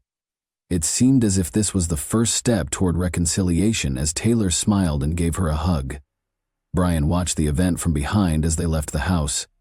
Troy remained inside as intended, to avoid raising any red flags. Brian followed a little behind, as if escorting Christie and Taylor as they started toward the car. Everything changed in a second, even though it seemed like a typical interaction. The incident started abruptly and without warning, when Troy came out of the home with the knife as the two women got closer to the car. Christie didn't have time to respond. Troy repeatedly hit her in the face and chest. She had little time to defend herself because the attack was so quick and vicious. After being stabbed more than 10 times, Christie collapsed to the ground. There was no robbery here. It was a deliberate act of violence with the goal of killing her. Taylor was standing close by, observing the assault. She later said that her fear of Troy was the reason she did nothing. Surveillance film that was later found, however, revealed no indications of panic or concern on her behalf. Brian likewise did nothing to stop Troy, claiming that his only responsibility was to safeguard the women. After the incident was ended, Taylor grabbed her phone and dialed 911. She pleaded for an ambulance to be sent right away, and her voice sounded stressed, but Brian quickly took over the phone and took on the coordinator's position, giving the dispatcher information about the location and the kind of help that was required. Law enforcement officials who subsequently analyzed the call were suspicious of his emotionless and composed voice. Troy left the knife in a nearby bush after finishing the attack and ran away. He later stated that his actions were motivated by mental turmoil, but the evidence indicated otherwise. After meticulous planning, Christie was taken to the hospital, but the medical staff was unable to rescue her. She died from several stab wounds that were clearly caused in a fit of rage after Christie Marks' untimely death. The inquiry got underway right away. Only a few minutes after the emergency services call, police showed up on the site. Doubt was quickly aroused by the evidence they discovered. which included a knife in the bushes, Christie's purse with everything she owned still in it, and the lack of any indications of robbery. The specifics did not fit the premise of a random attack. Questioning Taylor, Brian, and Troy was the first thing the detectives did. To exclude any possibility of collaboration, each were interviewed independently, but their explanations were erratic and unpersuasive. Inconsistencies in their statements were promptly discovered by the police. Surveillance footage taken close to the crime scene provided the crucial piece of evidence. Taylor and Brian were seen on camera standing close by when Troy assaulted Christie. Neither of them attempted to step in. These recordings turned out to be a pivotal moment. Equipped with this proof, investigators went back to question the suspects. Troy was the first to confess under the weight of the evidence. He said Taylor was the mastermind behind the plan and acknowledged that the attack had been planned. Troy claims that she had presented the concept to him and Brian, offering a monetary incentive from the estate she would inherit upon her mother's passing. Troy disclosed that he was in charge of carrying out the attack, while Brian was in charge of fabricating an alibi by making it seem like a robbery. Additionally, Troy said that he had purposefully caused minor injuries to Brian in order to add credibility to the fictitious situation. His admission totally refuted Taylor's earlier assertion that the attack was an isolated incident. Brian also changed his story after hearing Troy's confession. He confirmed Troy's claim that Taylor had started the scheme. Brian, however, denied taking part in the attack, saying that although he disapproved of it, he felt helpless to stop Taylor and Troy. Additionally, he maintained that he didn't know the entire strategy until the very last minute. However, this appeared to be an effort to minimize his role. Taylor first denied her involvement, despite growing evidence and accusations, but her account of what happened got more and more erratic. According to investigators, she started contradicting herself, and her actions indicated that she was trying to conceal the truth. Ultimately, as the evidence mounted, Taylor acknowledged talking to Brian and Troy about the plot. Numerous information that were discovered during the inquiry demonstrated how intentional the crime was. Everything was carefully planned by the players, including the weapon selection and the fabrication of injuries. Both Troy and Brian's stated money motivation turned into a key element of the prosecution's case. Taylor said that one of the main reasons behind her choice was her continuous disagreement with her mother. She did, however, assert that she had not expected the situation to worsen to such a horrible conclusion. Police had a complete picture of what had happened within 5 hours after the crime. In relation to Christy Marks's death, Troy Purdy, Brian Smith, and Taylor Marks were taken into custody and charged. However, this marked the end of the investigation's first phase. The court would decide their degrees of guilt and impose sentences, and the legal process was only getting started. In late 2009, the trial for Christy Marks's crime got underway. Because of the savagery of the crime and the involvement of those close to the victim, the defendants were under intense public scrutiny. A plethora of evidence, including camera recordings and witness statements, served as the foundation for the prosecution's case. The security film, which showed Taylor and Brian watching and doing nothing to stop the attack on Christy, was the strongest piece of evidence. Furthermore, a key component of the case was Troy's confession, which described the conspiracy and his involvement in the crime. Additionally, Taylor's phone was used by investigators to exhibit text messages in which she talked about her tense relationship with her mother and stated that she wanted to be free of her. Evidence of the sizable inheritance Taylor anticipated receiving following Christie's passing provided more credence for the financial motivation. It was disclosed during the trial that Christie has substantial assets, including as a business, real properties, and sizable savings. Taylor, Brian, and Troy's defense lawyers aimed to lessen their client's guilt. According to Taylor's defense, she was heavily influenced by Brian and lacked the independence to act on her own. According to her attorney, she was susceptible to manipulation because of the emotional instability brought on by the death of her father and the pressure from her mother.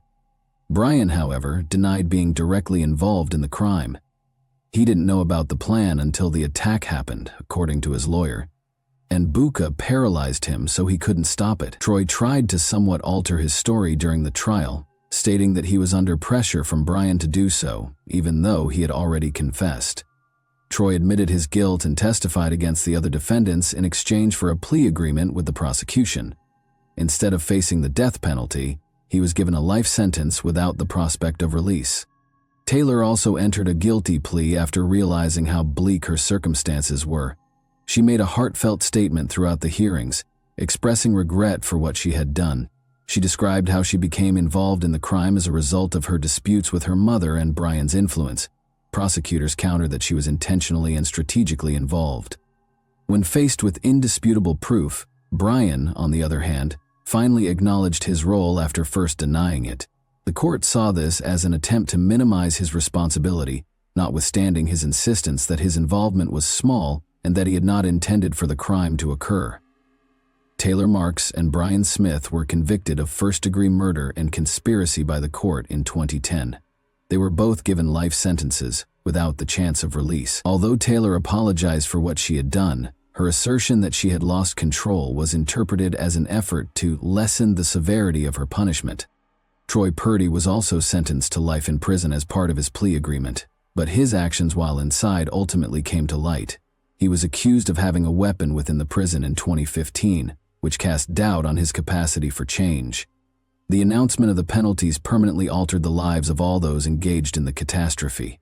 In addition to losing a mother, Christy Marks' family also lost a daughter who participated in her demise. The narrative turned into a sad lesson of how even the closest relationships may be destroyed by rash actions and personal disagreements. Taylor was committed to a women's penitentiary prison in Ohio and given a life sentence without the possibility of release.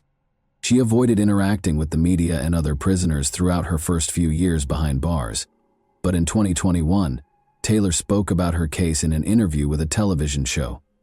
Taylor acknowledged the seriousness of her acts during the interview, but she persisted in using her mental instability and her disagreement with her mother as excuses for her choices. Even though Taylor had previously apologized in court, she continued to criticize her mother, calling her harsh and unsupportive following the loss of her father. She added that she hoped to have her case evaluated and be given the opportunity to live freely in the future. Her remarks caused controversy since many people believed they showed a lack of sincere regret. Taylor currently works at the prison and takes part in rehabilitation programs during the day. Her professed repentance is still divisive. While some perceive her statements as an attempt to find purpose in life while incarcerated, others regard them as deceptive and manipulative.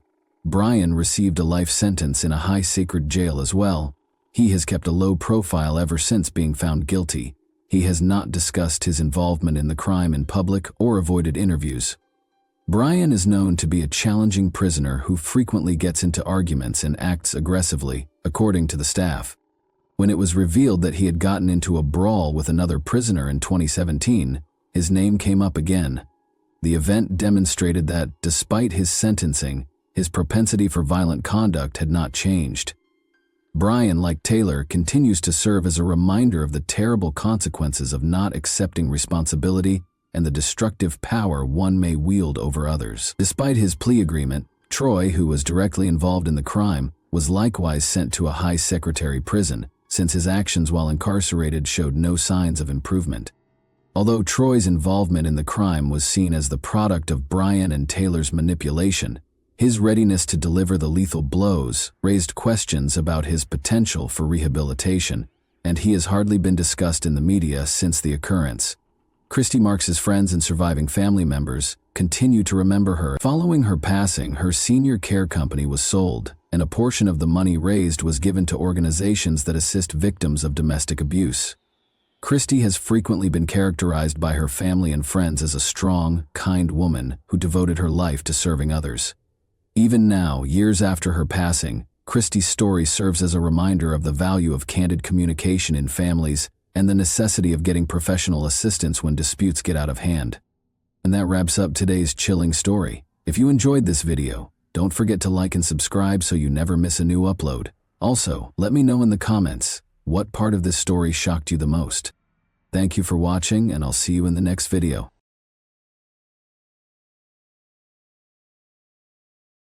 Hey guys, welcome to my channel, and today we're going to take a look at another horrible case with you. The case of Loretta Jones leads us to Price, Utah in the United States. With fewer than 9,000 residents according to the 2010 census, Price is the biggest city in Carbon County.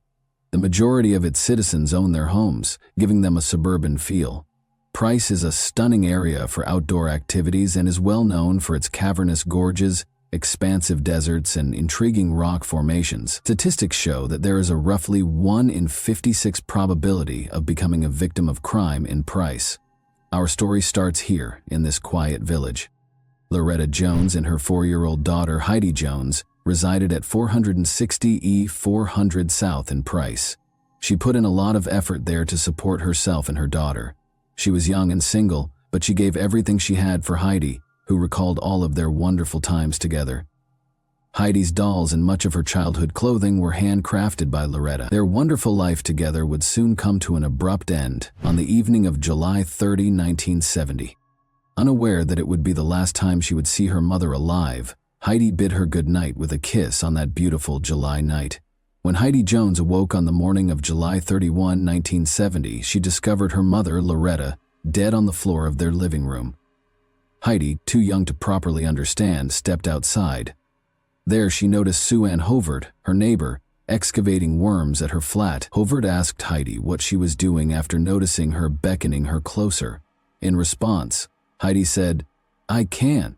I think my mommy is dead." When Hovert heard these words, she instantly stopped what she was doing and went inside with Heidi to see how things were going in Loretta's house. Hovert discovered Loretta laying face down, her back and hair matted in blood, and she was completely nude from the waist down. Police Chief Art Poloni arrived at the site after Hovert phoned the police. On July 31, 1970, at approximately 11:40 a.m., the police arrived and verified Loretta's death. The living room was covered in blood, and Loretta had been stabbed 17 times.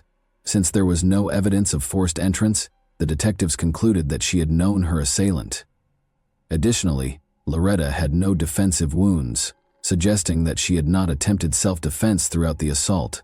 The medical examiner determined that Loretta had body fluid on her and that she had been slain by a short, narrow knife. Unfortunately, there were no CCTV cameras to record the events, and DNA testing was only in its infancy at the time.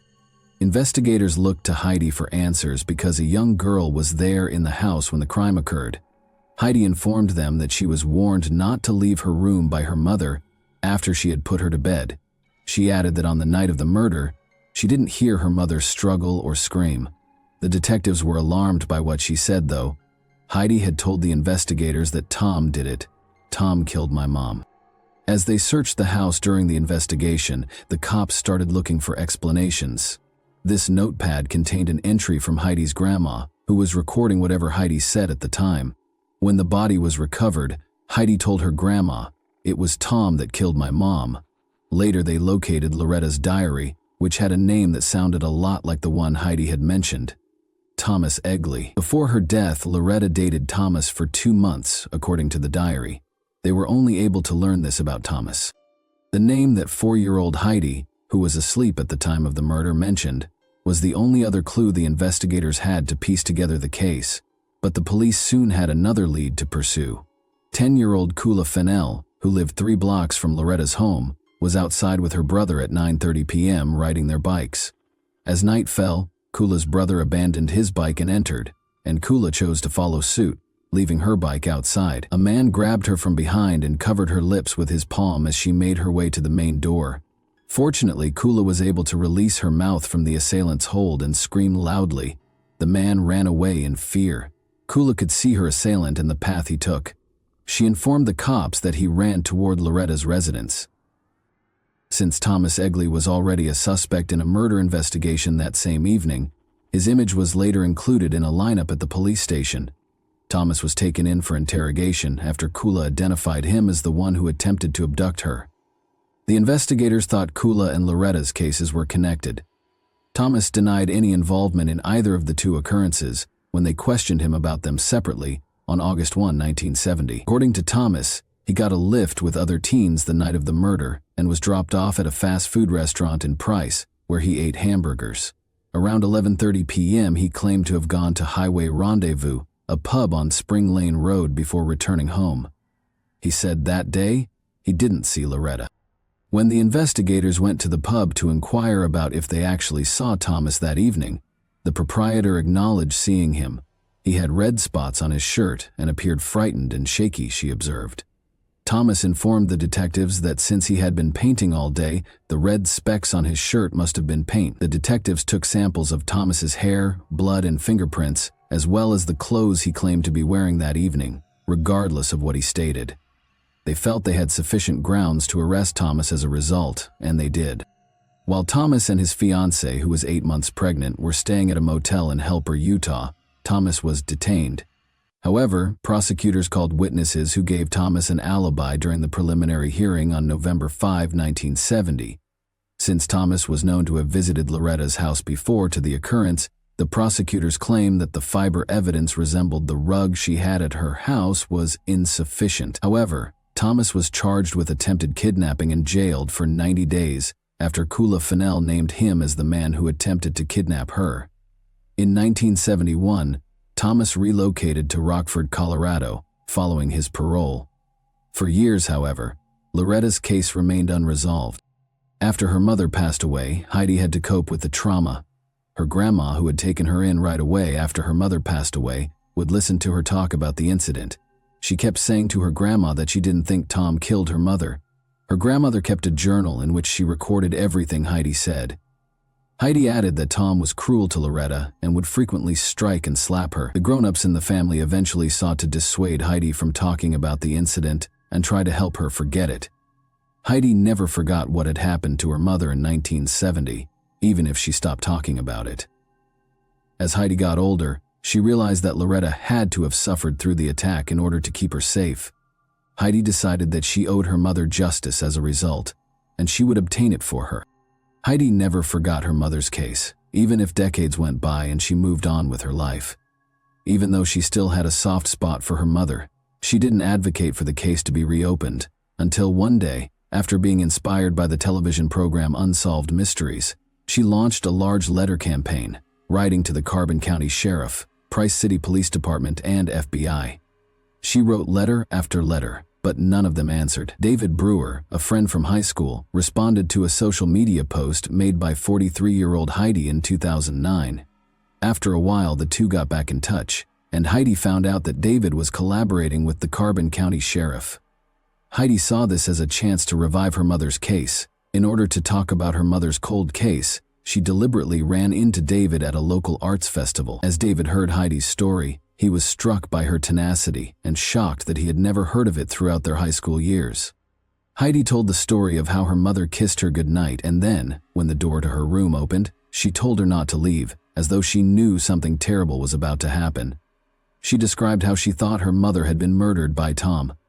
Despite her hazy recall, Heidi vaguely remembered what appeared to be Tom forcing her mother to have sex with him or stabbing her, but she missed her mother's cry. David chose to assist after hearing her story. At last, Loretta's case was reopened.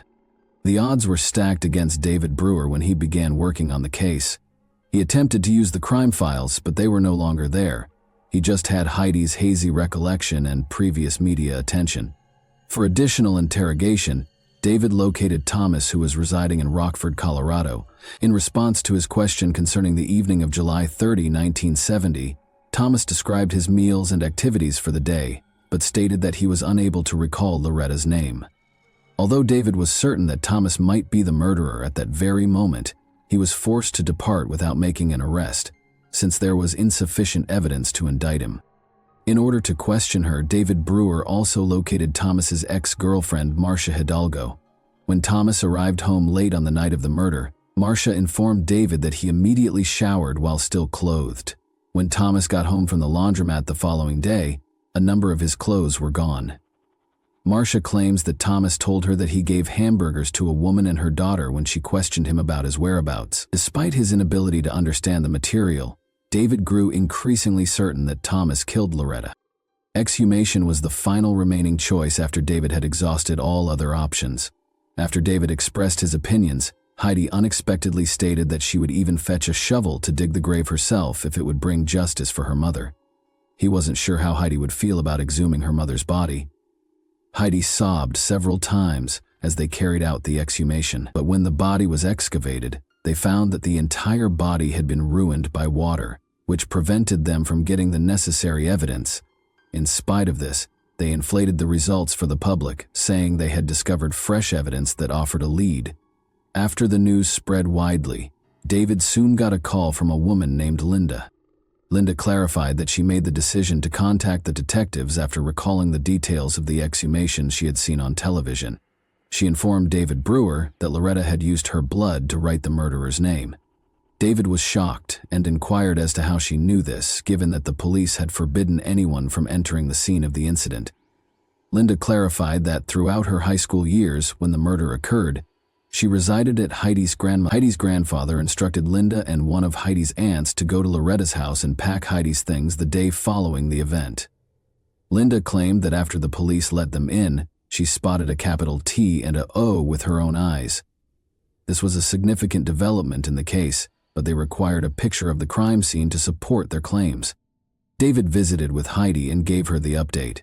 He complained about how difficult it was to locate any pictures of the crime scene because they were all gone. Heidi instantly recalled that a picture might be in a box of items her grandma had stored for so long. Everything connected to the case, including the notebook in which her grandmother recorded everything Heidi had said about the case, was discovered when they searched her grandmother's home for the box. The picture of Heidi standing close to her mother's body shape was the most eye-catching thing. Although the image was unsettling, it ended up being really helpful. The letters T and O were in Heidi's and her mother's blood in the picture. David Brewer started assembling the pieces. He noticed in the journal that Heidi had talked about how cruel Tom had been to her mother and how she had informed everyone that Tom was to blame. The most significant detail was that while fighting for her life, Loretta was attempting to write her killer's name with her blood, but she was only able to write O. Despite this picture, the detective still needed more to apprehend Thomas Egley, who was now thought to be Tom. The case was put on hold once more until someone made the decision to assist. Lisa Carter, claiming to be Thomas Egley's neighbor, called the police department. She claimed that after watching the exhumation film, Thomas came up to her and asked if she could monitor his dogs because the police could soon face him. Lisa Carter volunteered to assist in the investigation, since she thought Thomas was Loretta's murderer. In order to obtain Thomas's confession, she asked to wear a recording device. After the cops gave their approval, plans were formed. Lisa lied to Thomas, claiming that her husband had been in Utah undergoing detective training. She informed Thomas that he had already been mentioned as the murderer of Loretta Jones. Thomas was shaken by these remarks, but he held off on confessing right away because he still didn't trust Lisa. On July 26, 2016, 2 days after earning Thomas's trust, he started discussing the events of the evening of July 30, 1970, with Lisa.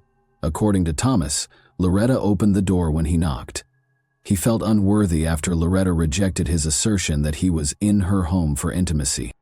He claimed that after Loretta returned from leaving him in the living room to fetch something from the kitchen, he grabbed a little knife and stabbed her. Thomas proceeded to have sex with Loretta after stabbing her, saying it was consensual. After Loretta denied, a perplexed Lisa questioned how it was consensual. However, Thomas responded that Loretta never declined him during that period.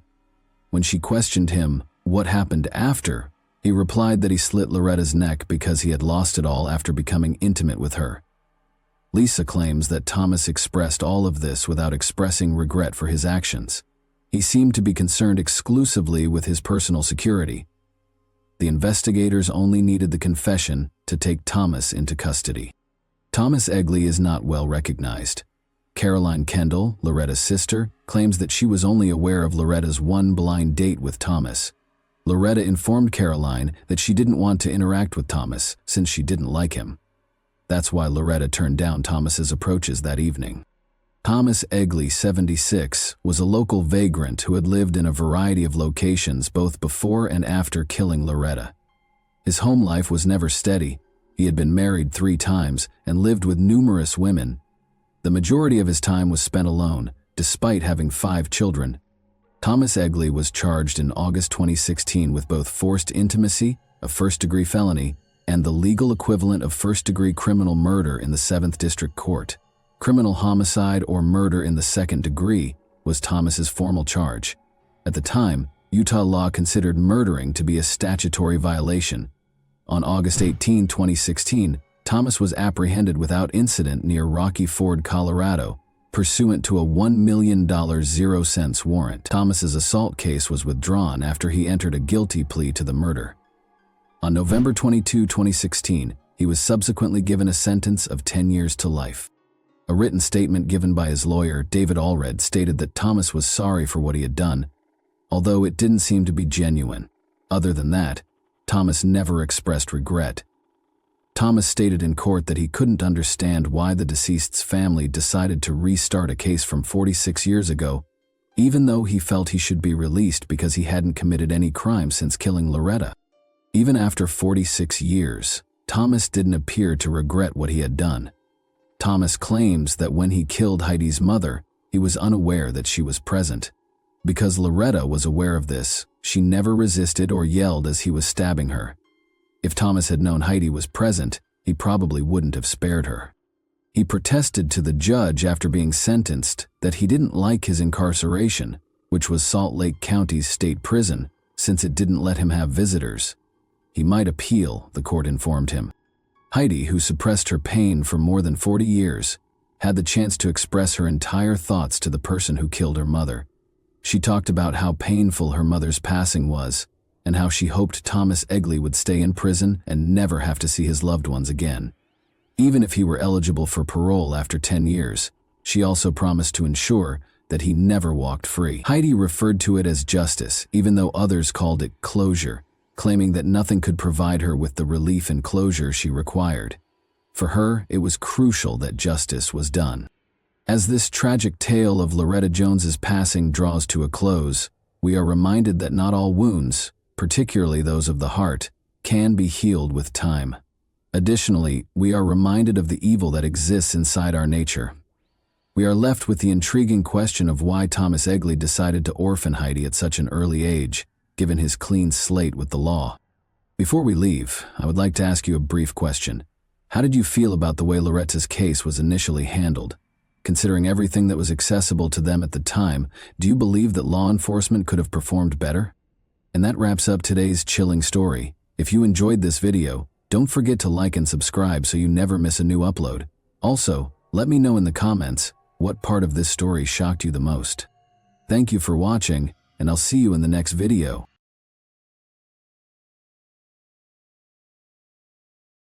Hey guys, welcome to my channel, and today we're going to take a look at another horrible case with you. Marlene Warren, 40, and her 21-year-old son Joey were occupied with their weekend in their comfortable Wellington home on May 26, 1990, when Marlene heard the bell ring. It was a clown. When Marlene believed that someone had sent her a gift, she was ecstatic. Behind the paint and outfit, however, was a murderer who suddenly produced a gun and shot Marlene in the face. Why did they pick Marlene, and who was this murderer? Watch this space to discover out. Welcome back to Mysterious Hook, friends. We are examining the Marlene Warren case today. But first, if you haven't already, please think about clicking the bell symbol and subscribe button below to join our channel. So let's go straight to the riddle, without any more ado. People who wished to avoid the crime of West Palm Beach, Fort Lauderdale, and Miami would move to Wellington, Florida, which was known as a village. Wellington hosted numerous celebrations and events all year long. A well-known event that drew equestrian lovers from all over the world, the Winter Equestrian Festival, took place from January to April. It included a range of contests and performances. Another popular event that featured bourbon tastings from different vendors and bacon-based food was the Wellington Bacon and Bourbon Fest. A local club named Mar-a-Lago used to host a number of well-known individuals, including Madonna and Bruce Springsteen. People feel comfortable and content in the town, which is a lovely environment with superb schools. Wellington has been described as a rather safe and tranquil community in terms of crime rates and safety. Wellington has been ranked as one of the safest cities in Florida and has a crime rate that is lower than the national average according to numerous polls. While everyone else was having picnics, barbecues, and parades over Memorial Day weekend in May 1990, the Warren family experienced a tragic event. The birth date of Marlene Warren is April 15, 1950. Growing up in Michigan, she enjoyed spending time on her grandfather's farm with her sisters. She loved to bake, paint, and create art, especially clowns. Her parents even had a room devoted to clowns, and the entire family loved them as much as she did. At the youthful age of 15, Marlene gave birth to her first kid in 1965, naming him after her husband, John Arns. She went on to have another child, Joey, in 1969. Unfortunately, Marlene's first husband, John Arns, passed away in a vehicle accident, leaving her a single mother of 2 children. Later, in 1972, she wed Mike, also known as Michael Warren. Marlene was 22 years old and Michael Warren was only 19. They relocated to South Florida, where Michael's family resided, from Michigan. In addition to starting to invest in rental properties, which finally generated a significant amount of revenue, Michael was hired as a meat inspector. Michael left his job to start Bargain Motors, a used car yard, while Marlene oversaw the rental properties. He sold automobiles to those without credit who were unable to purchase them elsewhere. Mike and Marlene purchased their ideal home in Wellington, Florida in the late 1980s. But Michael was arrested in 1983 for tampering with his second-hand automobile's odometers. Despite receiving probation and entering a guilty plea, he continued to operate his business for a few more years. While Marlene oversaw their rental homes, Mike concentrated on his business and spent time at the racetrack. The two led different lives. When Marlene's oldest son, John Jr., passed away in a vehicle accident in 1988 at the age of 22, sadness struck once more. The relationship between Michael and Marlene was strained after his passing. Sheila King, the spouse of Richard Spud Keene, one of Michael Warren's colleagues, was introduced to him at this period. The bond between Sheila and Michael was immediate. Though it was clear to everyone around them, they originally kept their relationship a secret.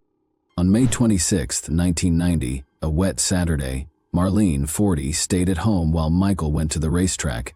She was preparing breakfast for her 21-year-old son Joey, who was hosting some of his pals. A knock on the door occurred at approximately 10:45 a.m. Marlene thought it was a present when she opened it and saw a clown holding balloons and flowers. Having adored clowns since childhood, she was quite thrilled to see one at her door. However, a gun was in the clown's costume and underneath the balloons. After drawing his weapon, the clown shot her in the face. Joey witnessed the clown driving off in a Chrysler LeBaron after hearing the gunshot and running to the door. Bill Kramer, a neighbor, had also heard the shot, and Marlene was on the ground, dying. Some rushed outside, claiming that Joey's mother had been shot. Marlene was transferred to the hospital when an ambulance was summoned, but she passed away on May 28, 1990, 2 days later. Marlene was a wonderful person who was always polite, respectful, loving, and kind.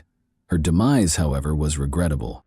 Joey saw a clown leaving after Marlene was shot, but all he could recall was that the clown had brown eyes. Joey initially gave the police a sketchy description of the culprit, stating that they had large hands and broad shoulders.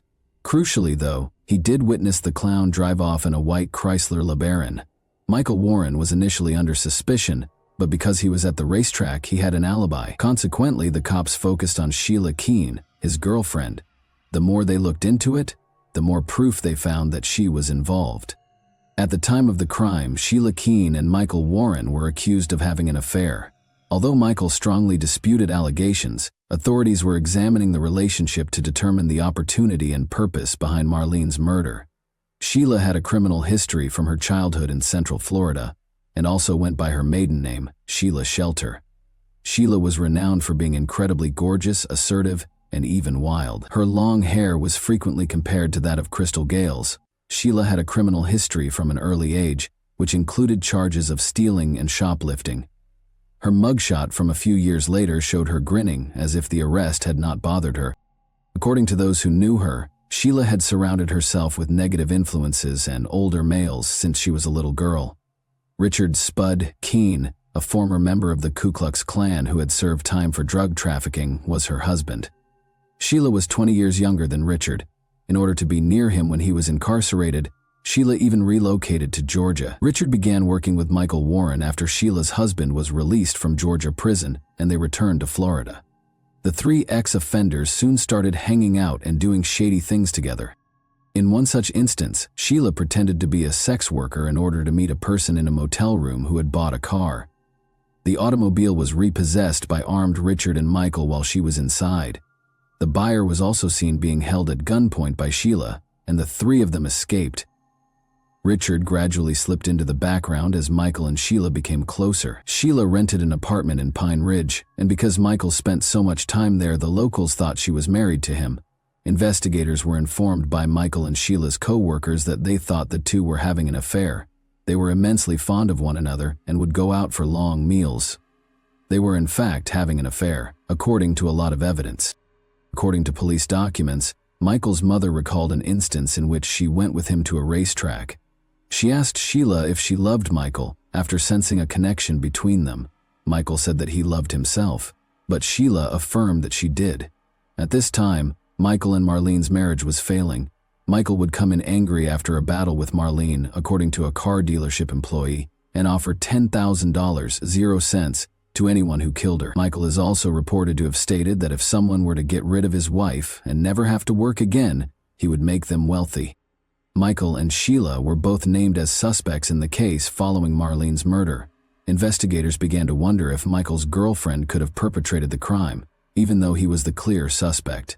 Since most males would shoot their victims in the heart rather than the face, the murder's character sparked suspicions. As the investigation progressed, the evidence began to implicate Sheila rather than Michael, which made detectives think that she might have had a reason for committing the murder. The police's primary objective during the inquiry was to locate the white Chrysler LeBaron that Joey had seen. They discovered that the vehicle had been rented by a couple from Payless Cars, a local car dealership. They became confused and called the incorrect number from a phone book ad when it came time to return the vehicle. The number on the advertisement was Michael Warren's, and it was for his vehicle dealership, Bargain Motors. However, Michael's advertisement bore a striking resemblance to one for the Payless car lot.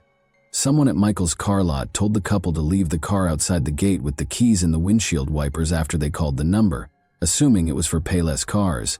But soon after, the vehicle was taken. Investigators found a Chrysler LeBaron in a Winn-Dixie parking lot about 5 miles from the crime scene on the day of Marlene's funeral. Inside the automobile, many hairs were found, some of which seemed to be from an orange and yellow fibered acrylic wig. But at the time, DNA technology was not yet advanced enough to accurately identify the fibers or the hair samples. Investigators discovered the location where the suspect purchased the clown suit, balloons, and flowers in addition to the vehicle. A few days prior to the murder, a woman walked in and asked for a clown costume, especially Ruby's clown costume, an afro clown wig, Bob Kelly clown makeup, and a sponge nose, according to 2 women who worked at the Spotlight Capazio costume shop, who told police. The woman insisted on buying the outfit that night, even though the store employees first encouraged her to come back the following day because they were closed. According to reports, she was about 5'8", had long chocolate hair, brown eyes, and was dressed in trousers and a men's work shirt. Sheila was identified by the police as the woman who visited the business at closing time a few days before to the murder, after the employees recognized her from a photo lineup. As the investigation into Sheila's possible involvement in Marlene's murder progressed, more evidence began to mount against her. One piece of evidence came from a public grocery in the area that offered the particular kind of mylar balloons the clown was using. An employee there recognized Sheila from pictures and recognized a long-haired woman with brown hair who purchased those balloons only an hour and a half before to the murder. The fact that Sheila had previously dressed up as a clown when married to Richard Keene only served to heighten suspicion. The pair resided in a Pahokee trailer park near Lake Okeechobee. Sheila had made friends with a number of locals, including some workers at a store that sold car parts. She had even entertained them by dressing up as a clown on one occasion. Prosecutors felt they lacked sufficient evidence to make an arrest, in spite of this growing body of evidence. About a year later, in 1991, Michael and Sheila emerged as the main suspects, intensifying the inquiry. Michael and Joey appeared on a radio show in an effort to clear his name. Michael denied any involvement in the murder during the questioning. "Was it your suspicion that you were a suspect from the start, Michael?" He certainly never expected to. "In reality, I like to discuss that in detail." Joey, who was shocked to learn that Sheila was even a suspect, stood up for her. "Would it surprise you that she would be a prime suspect if you had heard, been told, or been asked that the police were suspicious? She is even named as a prime suspect in all of this." It was, indeed. Because of the clown's stature, Joey initially thought it was a guy, but the evidence was starting to suggest that it was a lady. Sheila was the main suspect, because Michael had an alibi to prove he was at the racetracks when the murder occurred. However, a twist that went back in time appeared just when it appeared that the case was going nowhere. Joey was accused with attempted murder in 1987, when he was about 18 years old. Christopher DeSantis became the attorney for the Warren family. DeSantis and Michael Warren were celebrating Joey's trial victory as they left the courthouse following a favorable hearing. Michael then jokingly inquired as to whether a person might still inherit their estate if they had hired a hitman to murder their wife. The lawyer was surprised, but he said that unless there was manslaughter or the murderer was someone else, the law forbade a murderer from inheriting. Sadly, DeSantis provided yet another example, which he eventually came to regret. According to him, it would be challenging to obtain a conviction if someone donned a clown suit because their identity would be concealed. It wasn't meant to suggest that he should wear a clown outfit or something similar, for instance, if you were wearing one. However, the point was that you cannot be found guilty if you are unable to provide identification of the offender.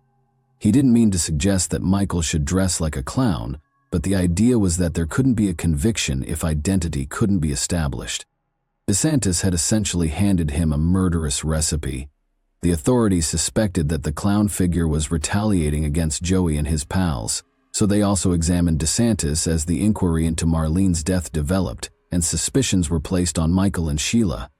However, this exchange between Michael and DeSantis later turned into a crucial piece of proof. It sparked speculation about whether Michael had heeded the lawyer's counsel and disguised himself as a clown to carry out the crime. It became evident during the course of the investigation that Marlene had previously indicated dread of her husband before she was murdered. She had expressed her desire to divorce Mike to others, but she was afraid he would murder her. When combined with DeSantis's assertion, this implied that Mike was aware of his right to inherit property following his wife's murder. In spite of this, no one was arrested in the weeks that followed these disclosures, because investigators need hard proof to move forward. The months passed with no resolution to the case. Although Michael and Sheila denied any romantic involvement, their co-workers suspected that they were involved. A year following Marlene's passing, they relaxed and went on a trip to the Bahamas, staying at the upscale resort casino hotel. Other couples saw them enter. Michael was loud and brazen, and Sheila looked uncomfortable.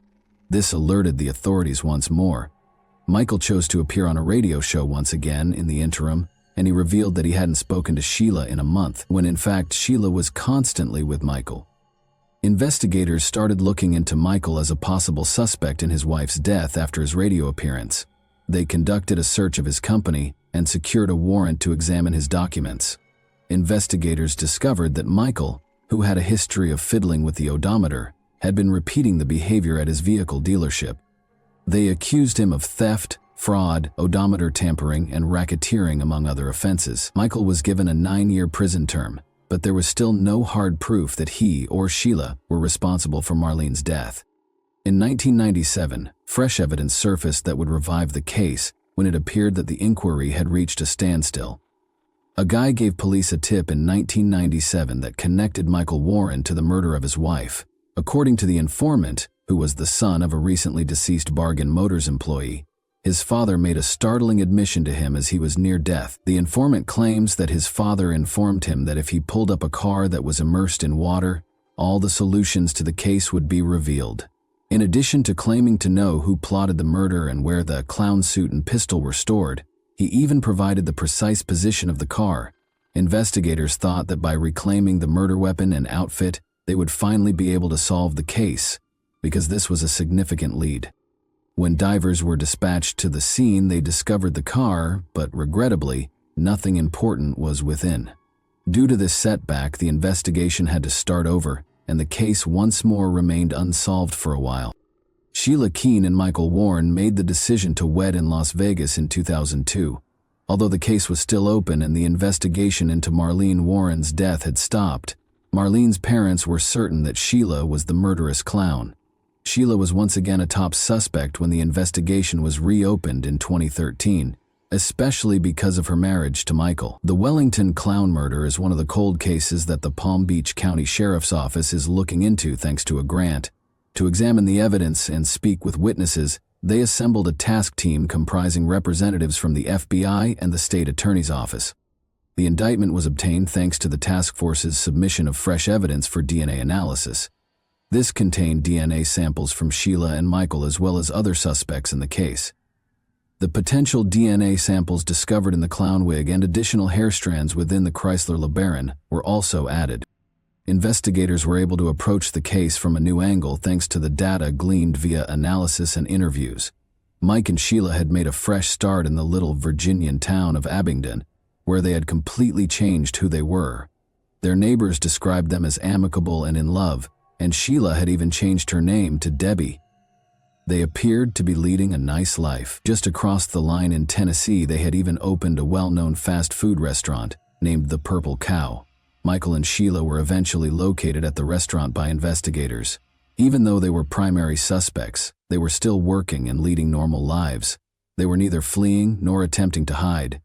They appeared to be doing well and to have finally moved on from their past.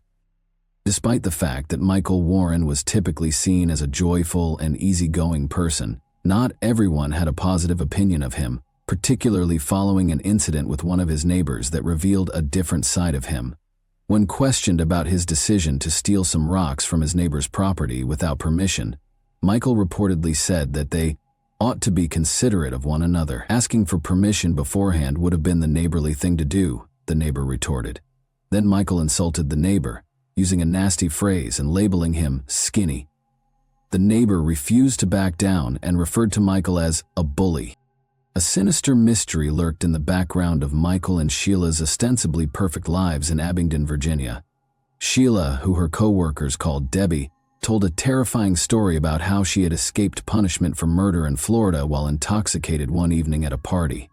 In the meantime, investigators in Florida worked tirelessly to solve the case, using the most recent DNA technology to identify a possible suspect in Marlene Warren's murder. The evidence suggested that Debbie, also known as Sheila Keene Warren, was the one who had carelessly revealed her lethal secret to her gullible co-workers. Mike and Sheila were stopped by the police on December 26, 2017, while they were returning from Vermont to their hometown of Abingdon in their Cadillac SUV. Sheila was taken into custody without question. Rather, she inquired as to if her spouse was also being taken into custody.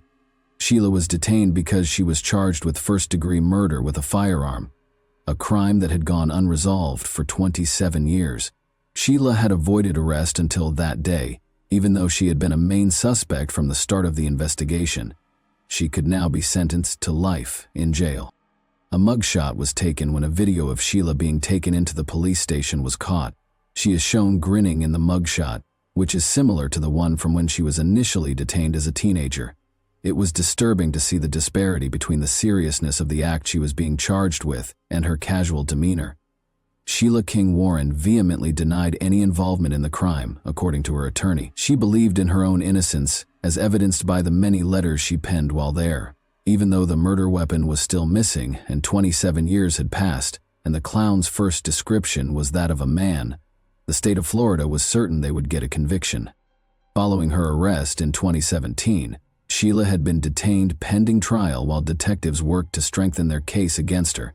Ultimately, on April 25, 2023, Sheila, 59, entered a guilty plea to the charge of shooting Marlene Warren while disguised as a clown. Her attorney insisted she was innocent, but he thought her guilty plea strengthened her case. She might have received a minimum sentence of 25 years in prison if the jury had found her guilty. But because she entered a guilty plea, her term was lowered to just 12 years. Interestingly, Sheila's attorney even proposed that because of her outstanding behavior while inside, she might be released as early as 2024. The investigators were able to solve the case after Sheila confessed. However, do you believe Sheila meant what she said, or was she merely trying to find a way to get her sentence reduced? And that wraps up today's chilling story. If you enjoyed this video, don't forget to like and subscribe so you never miss a new upload. Also, let me know in the comments, what part of this story shocked you the most? Thank you for watching, and I'll see you in the next video.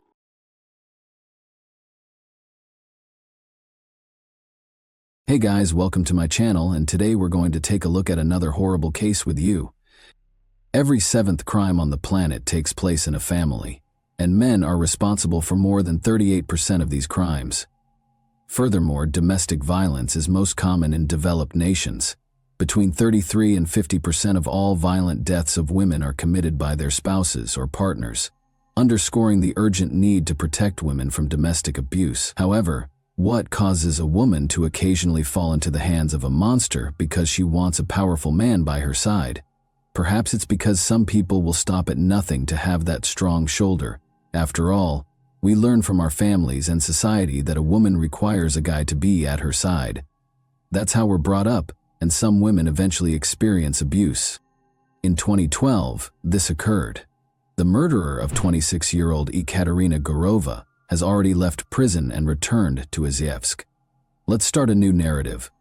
West of the Ural Mountains, Izhevsk is a major industrial city in the Russian Federation and the cultural, educational, and scientific hub of the Volga region. The engineering and weaponry industries in this Udmurtian capital are well known. While there, one can explore the renowned Izhmash Museum, take in the architecture of the city, and learn about Udmurtia culture. Ekaterina Gurova's life was not going well back in her hometown. She was raising a small child by herself, had no prospects, and had gone through a difficult divorce. She made the decision to start again because she felt exhausted and disheartened. She relocated to Izhevsk, a new city, new experiences, and new people, with her daughter from Naberezhny Chelny. Color returned to her life as a result of the transformation. After landing a job she loved, Ekaterina made a name for herself in the beauty business and even planned to launch her own salon. Her personal life was falling apart, but other than that, everything was going great. Ekaterina wasn't in a rush to put her trust in anyone, even though she was attractive and attracted to men all the time. Before Alexei Tachurkin entered her life, she stayed away from relationships and focused entirely on her career. In 2007, they had their first encounter. Alexei was employed as a cabbie. He turned on the charm since he felt flatteringly recognized by a woman as beautiful as Ekaterina. With 2 degrees in system administration and economics, he informed Ekaterina that he worked as a system administrator for numerous large corporations during the day, and that driving a taxi was only a side activity. Although Ekaterina was independent and self-sufficient by this point, she was intrigued for a while by his apparent ambition and education. They had a rigorous, amiable relationship. Then a system administrator was required for her ex-husband's company. Alexei was on Ekaterina's mind. After he was hired, Alexei became more involved in her life, taking her to see her parents in Naberezhny Chelny, fixing her computer, strolling her dog, and even driving her and her child to daycare. Ekaterina, however, saw it as just a friend lending a hand, despite Alexei's attentiveness. In order to capture her heart, he changed his strategy.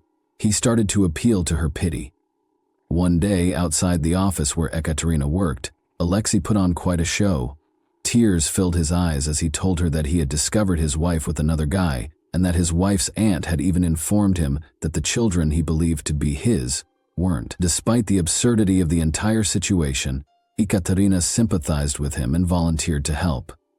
Alexei continued to play the compassion card, saying that he had served in Chechnya, suffered a brain injury there, and occasionally attended the funerals of his deceased colleagues. Ekaterina was moved by his struggles and couldn't leave him alone. However, he eventually won her over when he traveled to Moscow for surgery to remove a bullet that was allegedly stuck in his head. From the train station, Alexei called her to report that he had fainted and that his money and documents had been stolen. After rushing to his aid, the empathetic Ekaterina took him home and cared for him for a whole week. They began dating following this occurrence. Unfortunately, Alexei's story was a total fabrication, with just a little portion of it being true. However, Ekaterina was too enamored and naive to recognize the lies at the time. Problems in their relationship started almost immediately, because relationships based on deceit rarely last. Alexei didn't seem to care that Ekaterina was left without enough money to even buy food for herself and her child after he grabbed the final 1,000 rubles out of her purse to buy her roses. Over time, Ekaterina eventually consented to move in with Alexei after he began to convince her to do so. But she was in for another surprise. Alexei recommended that they tie the knot.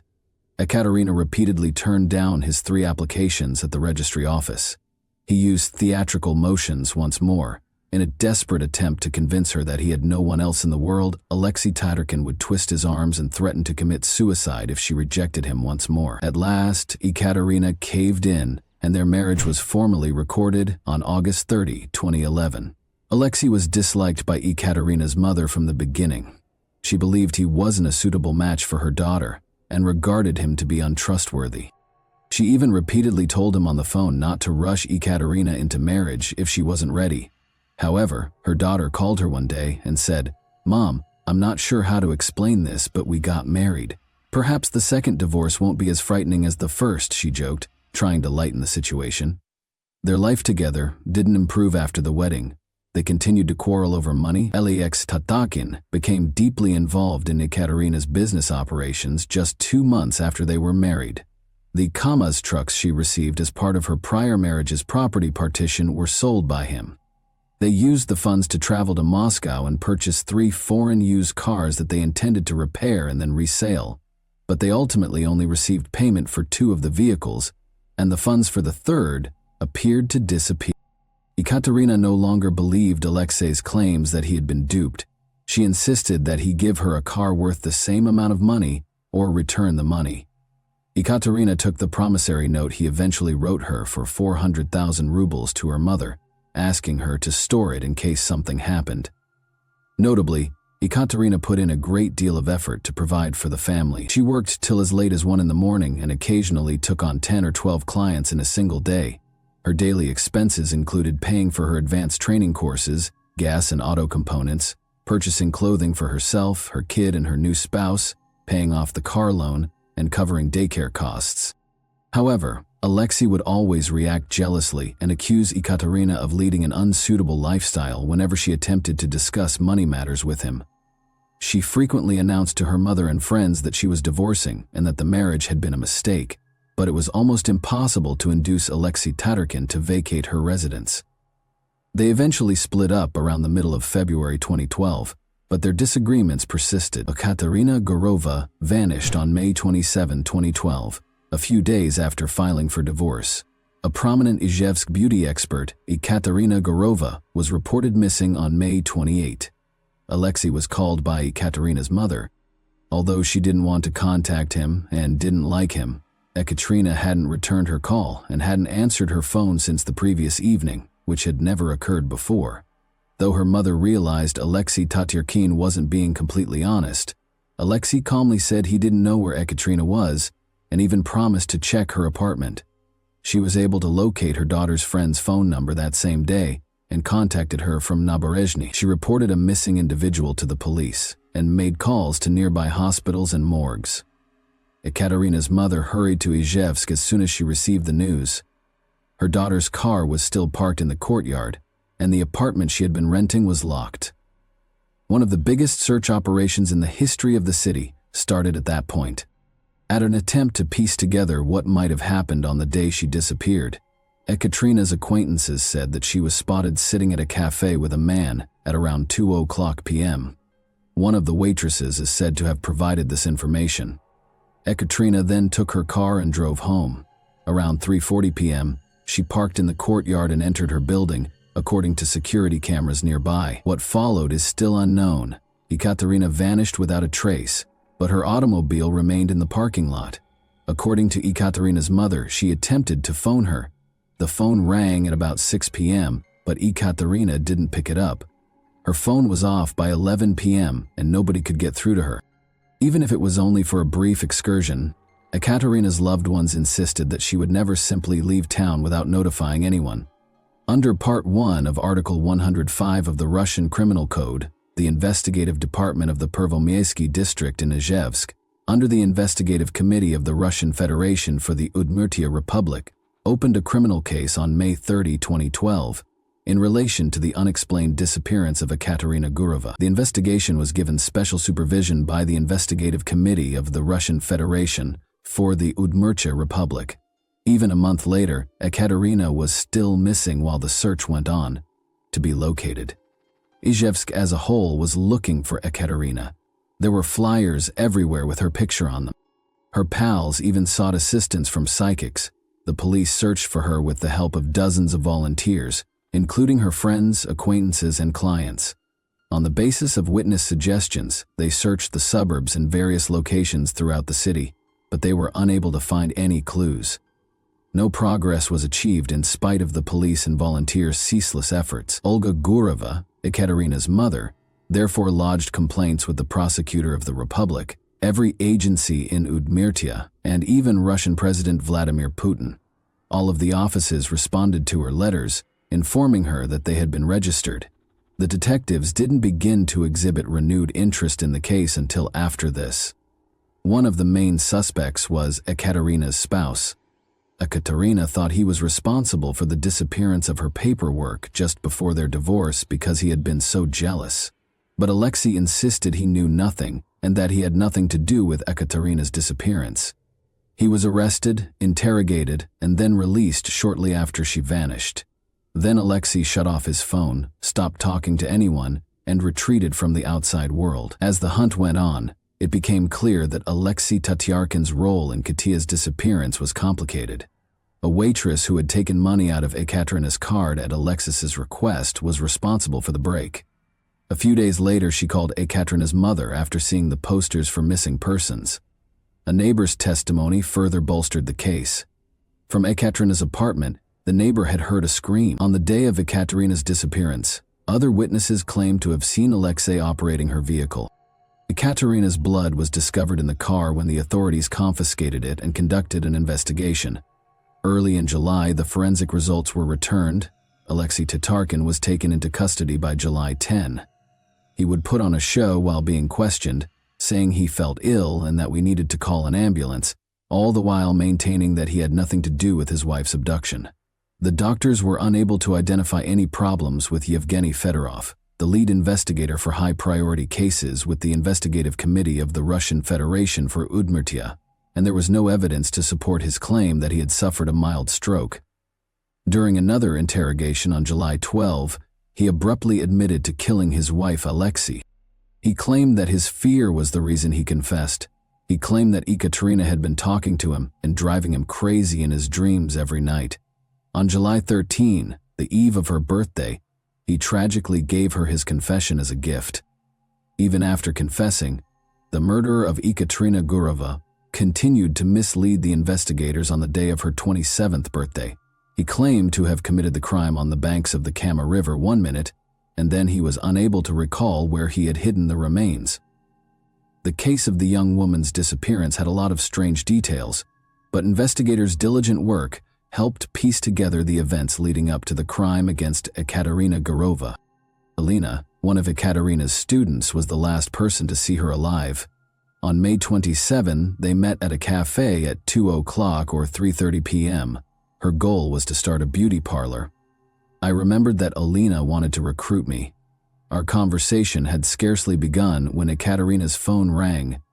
According to what I understood, the caller informed her that her private chats had been uploaded to the internet. Ekaterina attempted to use her phone to check the internet, but was unable to access anything. She stated that she was leaving for home and would return in around half an hour. I should wait for her, she asked. According to the witness, Ekaterina called her husband while she was on her way home. She felt he was the one who had posted her texts, and they were already going through a divorce. She set up a meeting with him in the building on Udmurtskaya Street, 161, where she had been renting an apartment for the last 2 months because he was very tech-savvy. Alexei Tachkin claims that after they had split up, they reconnected in the building's foyer, and a dispute started practically right away. He was accused by Ekaterina of disclosing her private messages to another man. Alexei responded by making his own charges. My wife essentially said that I would be a fool if I hadn't figured it out by now when I asked her whether the reports I had heard about her seeing other guys were true. Without thinking, I reached for a knife and stabbed Ekaterina in the chest, Alexei told police. Ekaterina fell to the ground after the stab. I managed to capture her. Ekaterina was on my knees while I sat on the floor. She stopped exhibiting any signs of life after I remained that way for almost 10 minutes. I understood I had killed her when I regained consciousness. To hide my traces, I grabbed the knife and started chopping up the body. Ekaterina's neighbor claimed to have heard a woman cry for almost 5 minutes. Sometimes it sounded muffled, like someone had covered her lips afterwards. For several hours, the bathroom was filled with the sound of running water. Alexei Tarkin's subsequent actions were anything from indicative of someone in a blind fit of wrath. Everything he did appeared to have been planned out to provide the ideal alibi. He didn't try to save his wife or call for help. Rather, he ruthlessly cut her body into 9 parts and placed them in trash bags. He then texted Ekaterina from her phone to his own, stating that she had gone for a drive and that she would give him a call the following day. The probe was further derailed that same evening when he sent texts posing as her, using her laptop. He loaded the luggage into a car he had gotten from a client for repairs the previous day at around 9 o'clock in the evening. He left the remainder to a landfill close to the village of Vaughn in the Zavolovsky district, and he buried part of the remains close to the village of Chiltam. Then he went home quietly and kept watching while the whole city looked for the woman he had already buried. On July 17, 2012, Ekaterina Gurova's formal funeral was held. She was buried in a closed coffin. The hearse took her casket to Naberezhny Chelny after a memorial service was performed for her in Izhevsk. The decision to bury Ekaterina adjacent to her father's grave was made by her family. Many of her father's old co-workers came to bid Ekaterina farewell and told her how much he had loved her. Valery Gurova has been employed at the prenatal facility for many years as an anesthesiologist. But in October 2008, he unexpectedly died of cancer at the age of 45. Nastya, Ekaterina's 6-year-old daughter, was left behind. Why then did her spouse choose to admit to the crime? Olga Gurova, Ekaterina's mother, thought that even his confession was part of a premeditated scheme a month and a half later. She thought he waited long enough to prevent the remnants from revealing the precise manner in which the crime had been perpetrated. How, where, and how quickly a human body decomposes are all covered in abundance on the internet. It's probable that Alexei Tatarkin planned everything and only made the body public when it was too late to ascertain the precise manner of his attack on Ekaterina or the number of wounds he caused. What about the motivation? Were there other factors at play, or was jealousy the only one? It's evident that their most heated arguments from the start of their relationship were always about money, and Alexei Tatarkin did have a complex relationship with money. Olga Gurova, for instance, claims that Ekaterina would provide him with the funds to settle her auto loan each month. However, those payments ceased in May 2011. Alexei continued to assure Ekaterina that he would soon repay the entire sum. He insisted that he had been paying regularly out of his own pocket and that he had provided Ekaterina all of the receipts, even during the investigation. However, a collection agency that had bought the debt from the bank called a number in their database in November 2011, and it was Alexis. He assured them that they would begin loan repayment shortly, but explained that his wife had been in a car accident, was in the hospital, and was unable to communicate. He succeeded in delaying this until May 2012. He informed them that he was now the one in the hospital following Ekaterina's passing. The most of the significant disagreements in their relationship stemmed from financial concerns. Alexei's lack of a reliable source of income and seemingly limitless expenses for what he said were business endeavors infuriated Ekaterina. Tatarkin and Gurova were diametrically opposed. He was crafty and avaricious, and to top it all off, he was incredibly envious, whereas she was straightforward and honest. Tatarkin Ken's envy had some merit, to be fair. Alexei's buddies testified throughout the trial that he had asked them to spy on his wife on multiple occasions. They discovered Ekaterina flirting with another man during one of these stakeouts. Alexei's experience as a computer specialist and system administrator also allowed him to surreptitiously monitor her social media posts, which only served to heighten his jealousy. It would be accurate to characterize Alexei Tatarkin as emotionally unstable, and any concern he had for Ekaterina was a facade. Additionally, the research found that Alexei had no college degree. He had never been in the military, much less in Chechnya, as he had claimed, and he hadn't even completed one semester of study.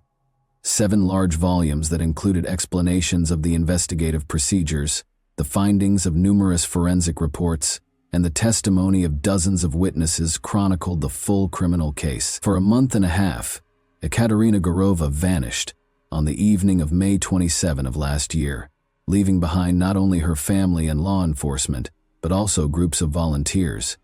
Years were spent looking for her, examining abandoned buildings, checking basements, and combing through neighboring woodlands. According to the court's ruling, as a result of Gurova's decision to revoke her marriage application and Todorkin's habit of picking disputes and arguing with her prior to their marriage, Todorkin made an attempt at suicide in February 2012. Gurova moved out of Todorkin and began living on his own.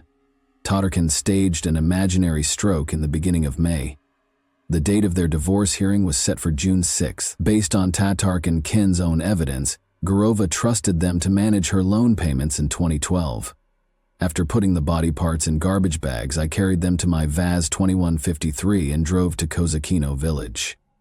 I attempted to submerge the bags containing Gurova's body pieces in the river, but they refused to sink. Brick bags came away from the rope I used to secure them to the torso. I then drove back toward Izhevsk from Neshkino. Upon his return to the flat, Todorkin wiped the blood off the flooring. He collected the blood-stained objects in a bag and put them back in the car with the other body pieces in other bags. Just then he saw that one of Gurova's friends, posing as Ekaterina, had left a note on her laptop. In order to provide an alibi for himself, he responded that she had allegedly gone out of town for a drive. Additionally, the murderer texted his own phone twice from hers, stating that Ekaterina was urging him to not worry and that she would undoubtedly give him a call back the following day. I left the torso in a forested area on the left side of the road after the accused's testimony to Todorkin. I did not bury the bags. Instead, I covered them with leaves. The distance between the bags was around 30 yards. I also left the sweater I was wearing when the incident was committed there. I buried the garments and the rest of the body. Olga, Ekaterina's mother, broke down in tears as the witness statements were read in court and had to leave the room, calling paramedics to help her. The judge read the verdict for about an hour and a half. Alexei Todorkin received a sentence of 9 years and 6 months in a prison colony with highest security. A 10-year sentence was what the prosecutor had asked for. No appeal was filed. At the sentencing, Ekaterina Gurova's mother and her family attorney were not present. A demand for damages, in which Ekaterina's mother sought 5 million rubles for mental suffering, was attached to the criminal case. She also filed paperwork to be reimbursed for 30,000 rubles in burial costs. Funeral costs were reimbursed by the court. Nonetheless, the court recommended that Ekaterina's mother bring a different civil claim in relation to the 5 million rubles in emotional compensation. Alexei Todorkin's face was expressionless as the decision was read.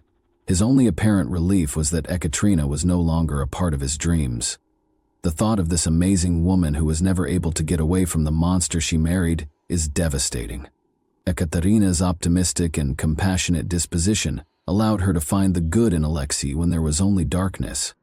Perhaps the issue is that women are taught from an early age that they are incomplete without a male in their lives, and that they must have one by their sides. This kind of thinking creates a sense of self-worth that makes getting married to anyone happens to come along simple. How little did she regard herself to let a man who had to steal from her pocketbook and couldn't even afford to buy her flowers to remain in her life? Why are women so oblivious? Early on, Ekaterina saw that he was not a real man but a fake. In order to see his girlfriend smile, a loving man would shield her and give her even the simplest presents. However, Ekaterina had already fallen into his trap by that point. She couldn't get away alive, to start. After being freed, Alexei Todorkin went back to Izhevsk in 2022. We don't write the laws or make the judgments, so what good is justice? What we can do is take lessons from tales such as this. This example ought to serve as a caution to attractive, successful women, those who are so sure of themselves and the world's goodness that they wind up picking someone who appears to be a faithful servant, a trustworthy companion, or a straightforward guy who finds a way into your life. He will eventually stab you in the back because deep down he knows he can never achieve or experience the success you have, and that knowledge will slowly and cruelly eat away at his ego. You trust him with everything, even your children and property, believing him to be highly loyal. This criminal will eventually face justice, which comes from above. And that wraps up today's chilling story. If you enjoyed this video, don't forget to like and subscribe so you never miss a new upload. Also, let me know in the comments what part of this story shocked you the most. Thank you for watching, and I'll see you in the next video.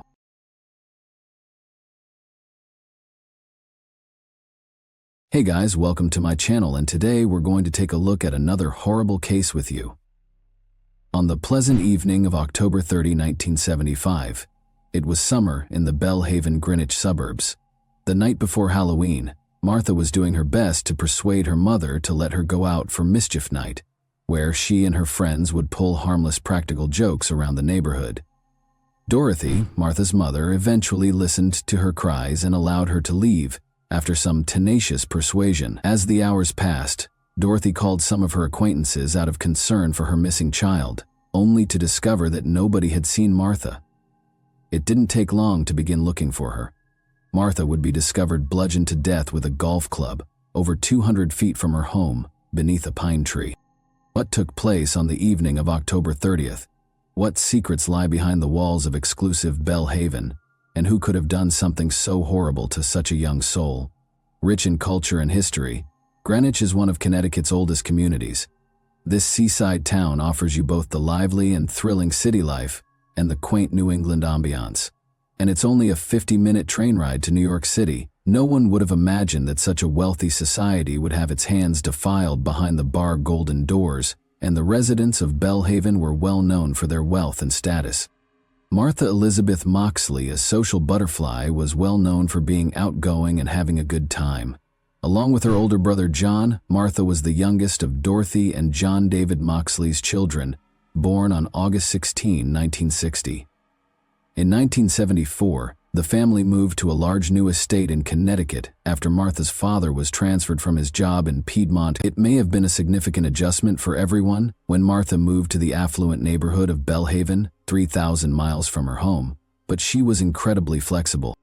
She quickly gained a large number of friends, and her lively demeanor and self-assurance frequently attracted peers. She was chosen as Western Junior High School's most popular girl in just 9 months of living there. Martha became well known among the males as a result of her quick rise to fame. One lady who had everything going for her was Martha. She was well known for being gregarious, athletic, and artistically gifted. Martha looked to have an easy time of it. In an interview, her brother John recalled that she was a pleasant, cheerful, and easy to get along with child who was pleasant to be around. Martha was characterized as a family-oriented individual despite her enormous popularity. She would frequently spend her free time playing with her cat Tiger or drawing about the house. She did, however, have a wilder side. Like any other adolescent child, Martha would spend most of her days at the Belhaven Club in the summer of 1975, either swimming or playing tennis. She would frequently mingle with other kids from upscale clubs beside the pool. It was said that the children of these groups were of a distinct breed. They attended prestigious academies and boarding schools and were wealthy, even by Greenwich standards, in contrast to her other pals. One family in particular stood out among these children, the Skakels, who were the notorious Kennedy's cousins. It was well known that Martha had a close relationship with Thomas and Michael Skakel. The Moxleys lived next door to the Skakels. Ethel Skakel and her husband Robert F. Kennedy had 2 nephews, Michael and Thomas Skakel. Additionally, the families were related, and Robert was the late President John F. Kennedy's brother. Rushton, Ethel Skakel's brother, and his wife Anne had 7 kids. These included Michael Skakel and Thomas Skakel, who were 15 and 17 years old respectively when Martha was murdered in 1975. The Skakels were not a contented family. Later, Michael Skakel would point to a repressive Catholic morale and sexual attitude, chronic illness, and drunkenness as recurring reasons for domestic strife. After Anne Skakel died of brain cancer in 1973, her alcoholic husband Rushton Skakel continued to deteriorate. He frequently left the kids unattended at home, with unrestricted money and little supervision. According to Michael Skakel, his mother's passing caused an even greater degree of disorder to take over our home. They were only 150 yards away from the Moxleys. Because there was no parental supervision, the Skakels frequently had a steady stream of teenagers at their house. In the privacy of Belhaven's gated enclave, Martha was enjoying her best summer days. She smoked, had a few beers, and occasionally sneaked out throughout her adolescent years.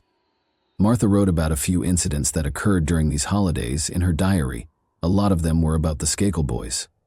Martha was particularly worried about the improvements Thomas was giving her. On that date in 1975, she wrote, "Dear Diary, Me, Jackie, Michael, Thomas, Hope, Maureen, and Andra. When driving in Tom's car, I was practically sitting on Thomas's lap because I was only steering.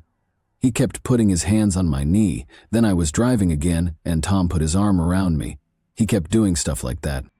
Martha also left a message for Michael on September 19, 1975, stating, "Michael was so totally out of it that he was being a real asshole in his actions and words. He kept telling me that I was leading Tom on when I don't like him except as a friend. I said, well, how about you and Jackie? You keep telling me that you don't like her and you're all over her. He doesn't understand that he can be nice to her without hanging all over her." It was clear that Martha felt conflicted about the Skakel brothers and frequently questioned whether she should leave their home. Although she continued to worry about her personal comfort and safety, nobody could have predicted what would happen next. The hour of mischief, October 30, 1975. Martha tried to persuade her mother to allow her to go out with her friends. Martha did everything she could to win her mother's approval, while her father, John, was away on business. Dorothy finally caved in to her daughter's persistent pleading and allowed her to spend the night out. Belhaven was a safe neighborhood. Since everyone entering and leaving the area was thoroughly screened, crimes were extremely rare in such a secure area. Along with her pals, Helen and Jackie Jeffrey, Martha went out. In order to meet with Kennedy cousins, the three of them headed to the Skakels' house. As the night wore on, midnight finally arrived. Dorothy's worry didn't kick in until 2 in the morning because she was accustomed to her daughter occasionally skipping her curfew. She initially believed Martha might have simply spent the night at her friend's house. When she called Sheila, Martha's best friend, to ask where she was, she discovered that she hadn't seen Martha since 9:30 p.m., which was around the time when all of the children returned home. When 3:30 a.m. arrived, Dorothy was so anxious that she called Thomas Skakel, their neighbor, who gave Sheila the same response. She eventually gave up about 3:35 a.m. and ended up phoning the cops for assistance. Almost soon, the local Greenwich officers were dispatched to the Moxley residence. Dorothy and they quickly looked around the neighborhood and found nothing unusual. In the end, the officers reassured Dorothy and requested her to wait until morning. However, just before they left, they forwarded Martha's information to all the stations in the area so that they may be on the lookout for any Martha sightings. Dorothy quickly dozed off while she waited for her daughter to arrive by the window. When Dorothy hurried to Martha's room the next morning, October 31, 1975, she discovered her bed was vacant. A strong, eerie feeling had begun to wash over her as the cops were brought in once more. She was aware of a problem. Dorothy was unable to wait, so she and her son John began to search the area. The first place they looked was the Skakel home. Dorothy had never visited her neighbor's house in the 15 months that they had been here, and the first thing she saw there was their hostile dog. She knocked on the door, somewhat frightened by the terrifying experience, and Michael, the younger Skakel sibling, opened it shortly after. Dorothy insisted on finding anything, though, so she asked to peek at the camper parked outside. She thought Martha might have merely slept off in the camper's back, but when she looked inside, she discovered it was also empty, shattering her hopes. By this point, the local community had heard of Martha's disappearance, and the police, accompanied by friends and neighbors, had arrived to examine Belhaven's grounds. Shortly after, shaking with terror, Martha's friend Sheila hurried to the Moxley home. She struggled to find the right words to express what she had just seen while crying. Sheila begged Martha's mother to dial 911 in order to get assistance. She claimed that Martha is not moving and that a horrible incident had occurred. They needed assistance since she had been attacked. Jean, Dorothy's companion at the moment, requested her to remain still while he returned to see what had transpired. Jean arrived at the scene and discovered something horrifying. The missing teen was laying face down beneath a large pine tree at the border of the Moxley property, 200 feet from her home. The shattered golf club was protruding straight through the back of her neck, and the back of her head was bludgeoned. Martha's slacks and underwear were pushed down to her ankles, and her clothing was covered in bloodstains. A broken 6-iron golf club was found close to the teen, and it was used to repeatedly hit Martha in the head. The club was discovered broken into 3 pieces due to the power of the contact. Except for the handle's grip, the parts of a broken golf club were scattered on the ground close to her body. When the body was found, the police officers were taken aback. In the past 30 years, Greenwich had not seen a violent crime case, much less one as horrible as this one. Given the gravity of the issue, the local police were ill-equipped to deal with it. A crew from the Connecticut County Station was assigned to conduct a more in-depth inquiry. Martha's body was transported for an autopsy. After forensics at the scene tried their utmost to collect as much evidence as they could, the autopsy revealed no signs of sexual assault, and the first cause of death was determined to be the blunt force of her head. Later on, it was found that young Martha Moxley lived out her days as a virgin. In order to determine the precise timeline of the homicide, Greenwich local police officers began collecting alibis from every witness they knew while the inquiry was still underway. The Skakel brothers were the first on the list. Both lads gave their separate alibis for the time of the murder when they were questioned by the police on the same day. Thomas Skakel told investigators that he last saw Martha outside his home at 9:30 p.m. He claimed that after saying farewell to her, he immediately went inside to watch The French Connection with Kenneth Littleton, the family's new live-in instructor. Soon after, Thomas returned to his room to finish a paper on Abraham Lincoln for school. However, his teachers denied ever assigning such a task. Eventually, 2 polygraph tests were administered to Thomas. Thomas cleared the second one, but the first one's findings were still unclear. Michael Skakel said investigators that he had driven to his cousin Jimmy Turn's residence at approximately 9:15 p.m. and returned at approximately 11 p.m. Although they lacked concrete evidence to establish Michael as a suspect, the police were instantly suspicious of his statement. In the fall of 1976, Kenneth Littleton, then 24 years old, was also the subject of an investigation. Before leaving the residence, he reported to the police that he heard sounds outside sometime between 9:30 and 10 p.m. Michael, his older brother, Thomas, and 2 other Skakel boys were not at home when Littleton checked on the 7 Skakel children. According to Detective Solomon's statements, he claimed he did not see anything when he was out, but he did hear some sounds, like rustling leaves coming from the bushes on the property. Littleton went on to say that it wasn't until 10:25 p.m. that Thomas joined him in front of the television. Within half an hour, the other Skakel guys returned home. According to reports, Littleton was unaware of Martha Moxley's identity. Despite failing many lie detector tests, Littleton was never charged with any involvement in the case, even though the night of her murder was really his first night at the Skakels. 2 shocking pieces of evidence were discovered by authorities throughout the ongoing inquiry. A Tony Payne golf club had been used to stab and beat Martha Moxley. Upon closer examination, the same golf clubs were discovered at the Skakel residence, but one was missing. These golf clubs bore Anne Skakel's initials etched on them.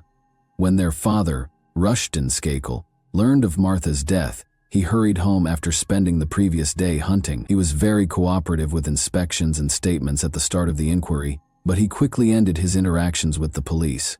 On the recommendation of their lawyers, the Skakels stopped cooperating with investigators on January 22, 1976, and refused to answer any further questions. The alibis Martha's friends provided were the second item that caused a lot of people to wonder. Martha Moxley and her friends went out on the evening of October 30, 1975, to take part in Mischief Night, where the locals would ring bells and play practical jokes like toilet papering houses. Her pals claimed that Martha was spotted kissing her elderly escapee brother, Thomas, after flirting with him. Shortly afterward, one of her companions said that they had last seen Martha and Thomas fall inside the fence near the pool in the Skakels' backyard at approximately 9:30 p.m. Over the next few months, police are planning to conduct more than 200 interviews. To finish the process, each of them takes many polygraph tests. No one has an obligation to cooperate with the police, but in most instances, individuals who have some knowledge that may lead to the identification of an individual who has committed a violent crime are more than pleased to contribute that information to the police. So it's most unusual when an individual possessing information decides that he does not want to give information to investigators, stated Donald Brown, the state's attorney for Fairfield County at the time of Martha's murder. Initially, a lack of information caused the case to become cold for nearly 20 years. Following a suggestion that William Smith Kennedy, another member of the Kennedy family, might have been involved in the murder, Martha Moxley's case was revived in 1991. Although his ties to the Martha Moxley case were eventually severed, William was on trial for assault charges, and the entire incident ultimately resulted in the case being reopened with fresh leads. Dr. Henry Lee, a famous forensic pathologist, was brought in by the police the same year. Technology was not available in 1975, but Dr. Lee was able to use it. Clothes discovered in the Skakel family's trash soon after the murder were among the things Dr. Lee looked at. Dr. Lee concluded that the hair belonged to a Caucasian male. "We found some hairs and fibers. Some of the hair is microscopically similar to hers, other hair is dissimilar to hers." He was unable to produce a match since he lacked a hair sample from any of the potential suspects. However, Dr. Lee was able to offer a potential explanation for Martha's murder after looking through the photos taken at the crime site. Someone attempted to apply force as seen by the blood stain on her body. It implies a murder with a sexual motive. Michael soon emerged as the case's main suspect. Rushton Skakel reportedly engaged a private investigator shortly after to discreetly clear his family name. He hoped that material would surface that would raise doubts about other individuals, including Kenneth Littleton, a past suspect. But his scheme failed miserably. The Martha Moxley investigation now involved private investigators Jim Murphy, a former FBI agent, and his sidekick, Willis Billy Krebs, a former lieutenant in the NYPD. It was discovered that both Tom and Michael Skakel had lied to the police when the two men questioned them about what they had done the night of Moxley's death. It was actually closer to 10 p.m. when Thomas Skakel last saw Martha outside his house, not 9:30 p.m. Additionally, Thomas and Martha did some inappropriate things outside of his house before he returned inside. Krebs claims that once Thomas acknowledged this, he started to cry, but his attorney interrupted him before he could say anything more. When Michael Skakel got home from his cousin's house at about 11 p.m., he told the investigator that he didn't go to bed. In fact, he had climbed a tree outside the window of Martha Moxley's bedroom and done something improper. Dominic Dunn, a writer and author, obtained the investigator's report and forwarded it to state inspectors. Even though Frank Garr, a former officer on the case, expressed his suspicions regarding Michael Skakel, they were previously disregarded for lack of evidence. His theory would gain further impetus from this report. The Moxley case was covered in 1982 by Leonard Levitt, an investigative writer for Newsday, a newspaper based in Long Island. He had a similar hypothesis regarding Michael as well. He revealed that she recognized her assailant because there were no resistance wounds. The fact that she was repeatedly struck with a golf club suggests that she was angry, which made this situation unique. It also suggests that the two must have known each other, making it a crime of passion. It took Levitt 20 years to cover Martha Moxley. According to the report, the police were presented with shocking admissions from Thomas and Michael Skakel. On the night of the murder, Thomas and Michael both admitted to the investigators that they had misled the police about their testimonies. Thomas informed them that he went inside his home after 9:30 and then out again to spend an additional 20 minutes with Martha. He now says that at around 10 or 10 o'clock, he left Martha after they had a sexual encounter. The story he told doesn't make sense if you go back and look at it today. An investigator and a one-person grand jury were tasked with reviewing the Martha Moxley case in 1998. Judge George N. Thim determined after reviewing the evidence that Michael Skakel should be charged with her murder. In his late 30s, Michael was charged with Martha's murder. The court took nearly 20 years to provide justice. After a 3-week trial that mostly relied on circumstantial evidence, he was finally found guilty. Part of the golf club, a 6-iron, had been found by investigators from a set that had belonged to Michael's mother. Regretfully, though, authorities lacked tangible proof linking Michael to the murder inquiry. He said he was watching Monty Python's Flying Circus at a cousin's house, miles away from the murder site. Nevertheless, jurors subsequently stated that his inconsistent behavior and the incriminating remarks he had made had persuaded them. Skakel's old classmates later provided testimony throughout the trial. It seems that Michael had even admitted to them that he had killed Martha while he was a student at a lawn institution, a specialty institution designed to help problematic teenagers get back on their feet. Gregory Coleman, a former classmate, testified during the June 2000 pretrial hearing that Skakel told him, "I am going to get away with murder. I am a Kennedy." Coleman also claimed that Michael had mentioned that he was attempting to make advances on the girl, but she was not complying, so he drove her skull in. However, Coleman passed away from a heroin overdose in August 2001, therefore he did not return to testify in Michael's murder trial in 2002. Although the Skakel secrets were kept carefully guarded, Michael in particular was known to have a troubled history.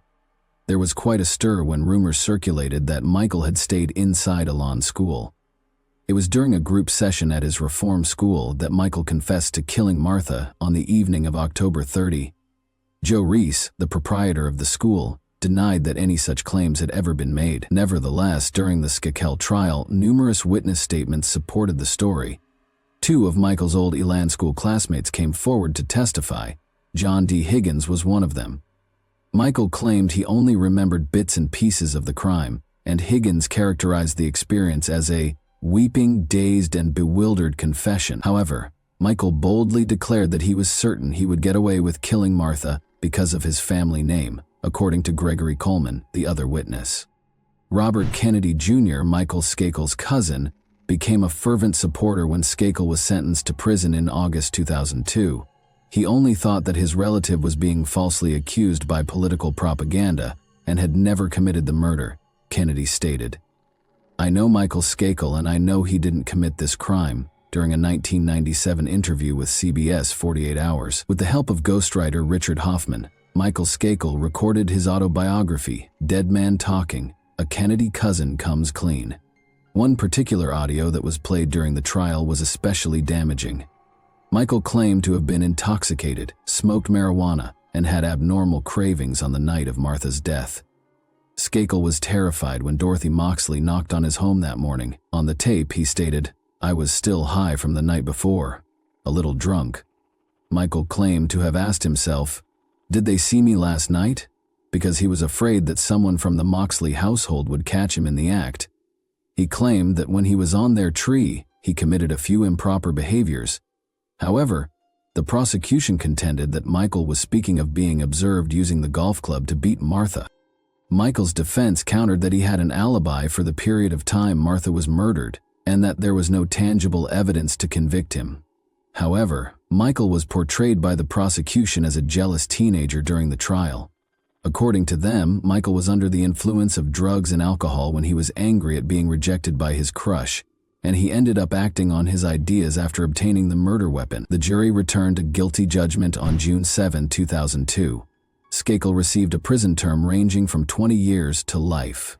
Shortly after the commencement of its fourth day of deliberations, the State Superior Court jury declared its judgment shortly after 10:30 a.m. In the crowded, quiet courtroom, Skakel and Rush looked nearly incredulous as the foreman announced the verdict. It was one of the most terrible and complex cases in the Northeast, encircled by a whirlpool of celebrity and fortune, and the people celebrated the justice served. The Moxley family's 27 years of agony came to an end. Mrs. Moxley broke down in tears as she addressed a large crowd of reporters and television crews outside the courthouse. Mrs. Moxley claimed to have prayed in front of the judge. "My prayer started out, 'Dear Lord,' again today, like I have been doing for 27 years. I'm praying that I can find justice for Martha. You know, this whole thing was about Martha." She added, "This is Martha's day. This is truly Martha's day." Michael's attorneys and supporters battled to get his conviction reversed while he was incarcerated. All 4 of the appeals that were submitted were rejected.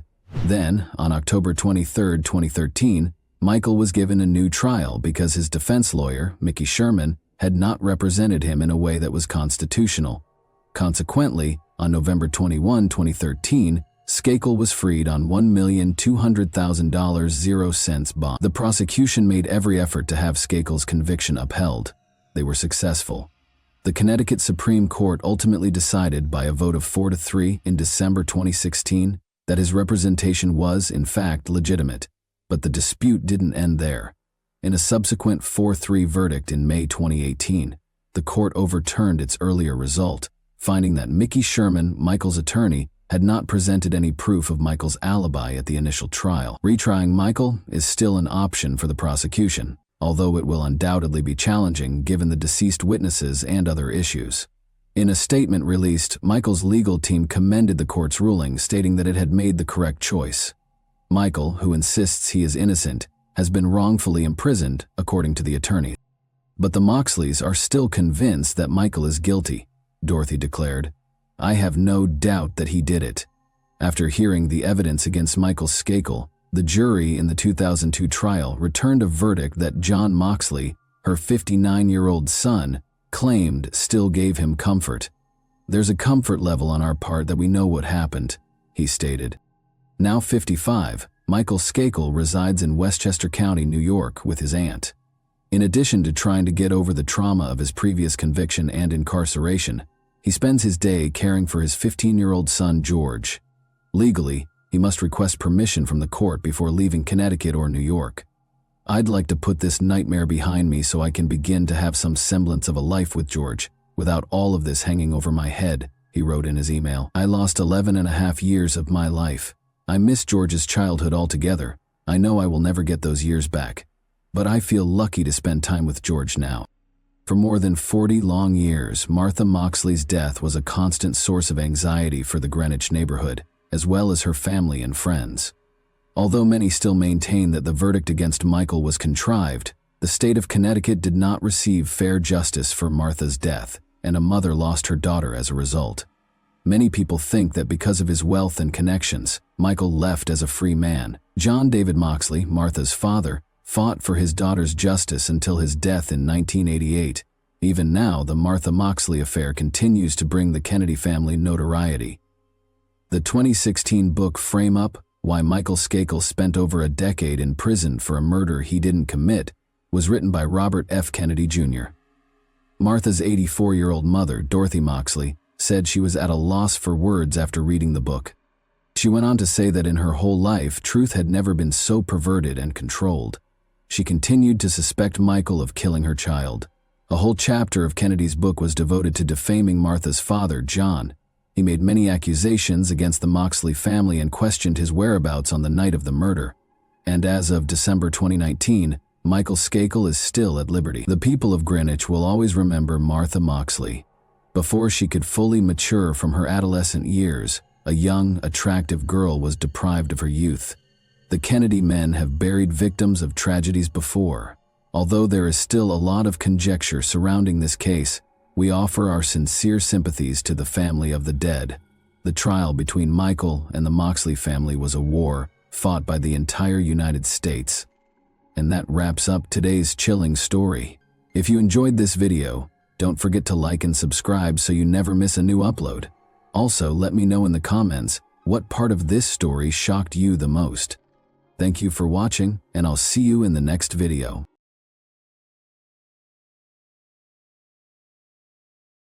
Hey guys, welcome to my channel, and today we're going to take a look at another horrible case with you.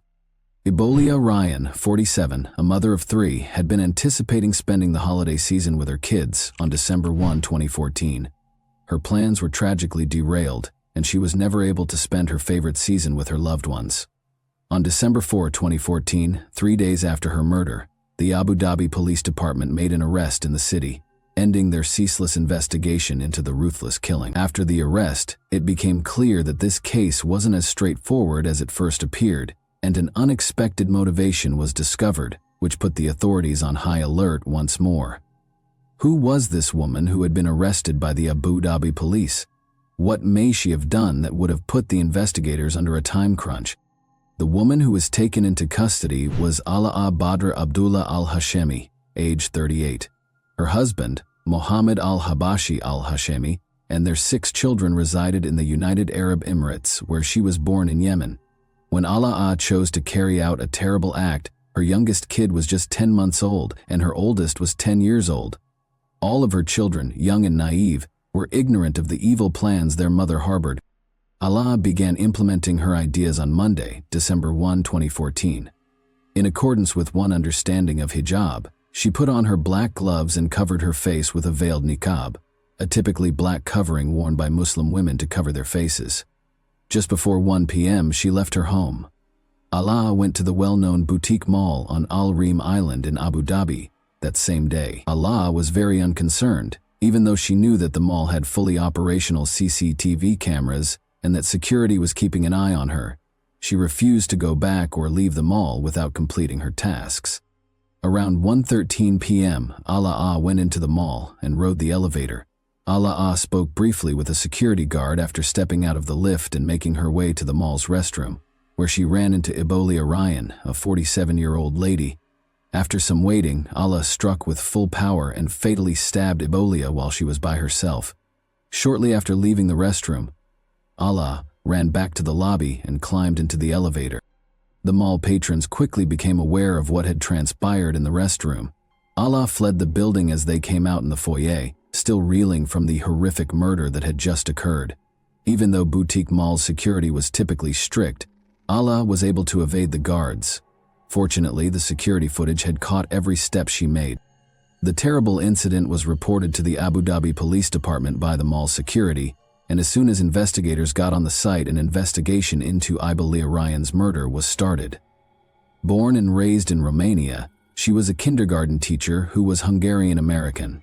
Before going through a divorce, she and her husband Paul Ryan moved to Sopron, Hungary in 2006 with their twin sons Adam and Aiden and daughter Tamaya. Ebolia followed her career wherever it took her when she and her spouse parted ways.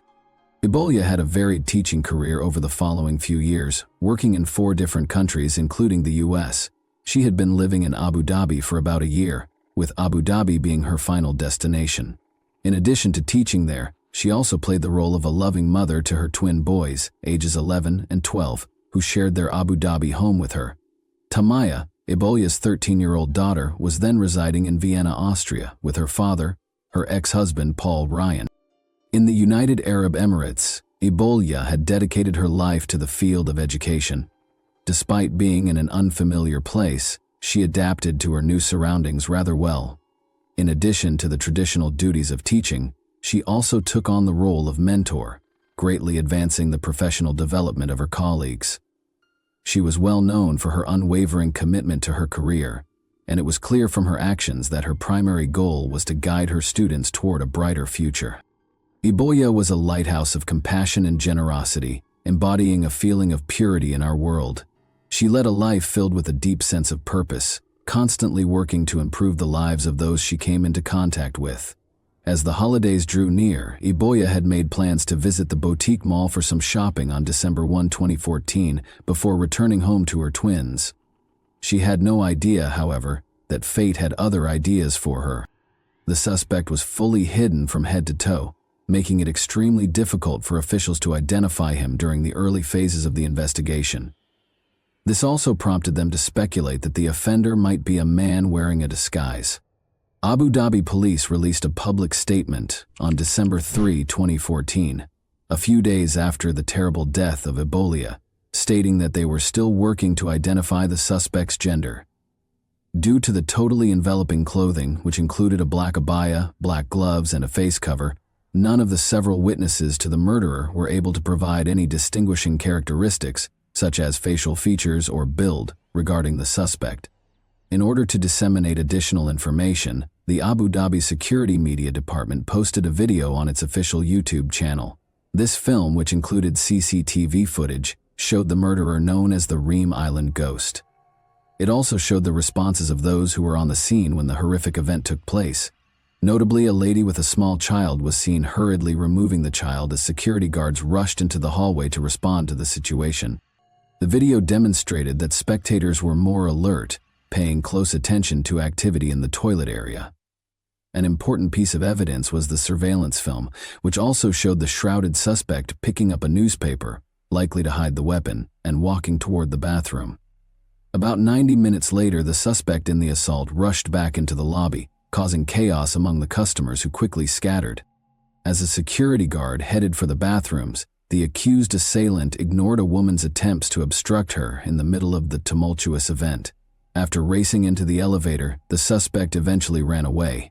A disturbing image of bloody footprints coming from one of the restroom stalls was shown on the film as it ended, providing a sense of the violent and gory nature of the murder.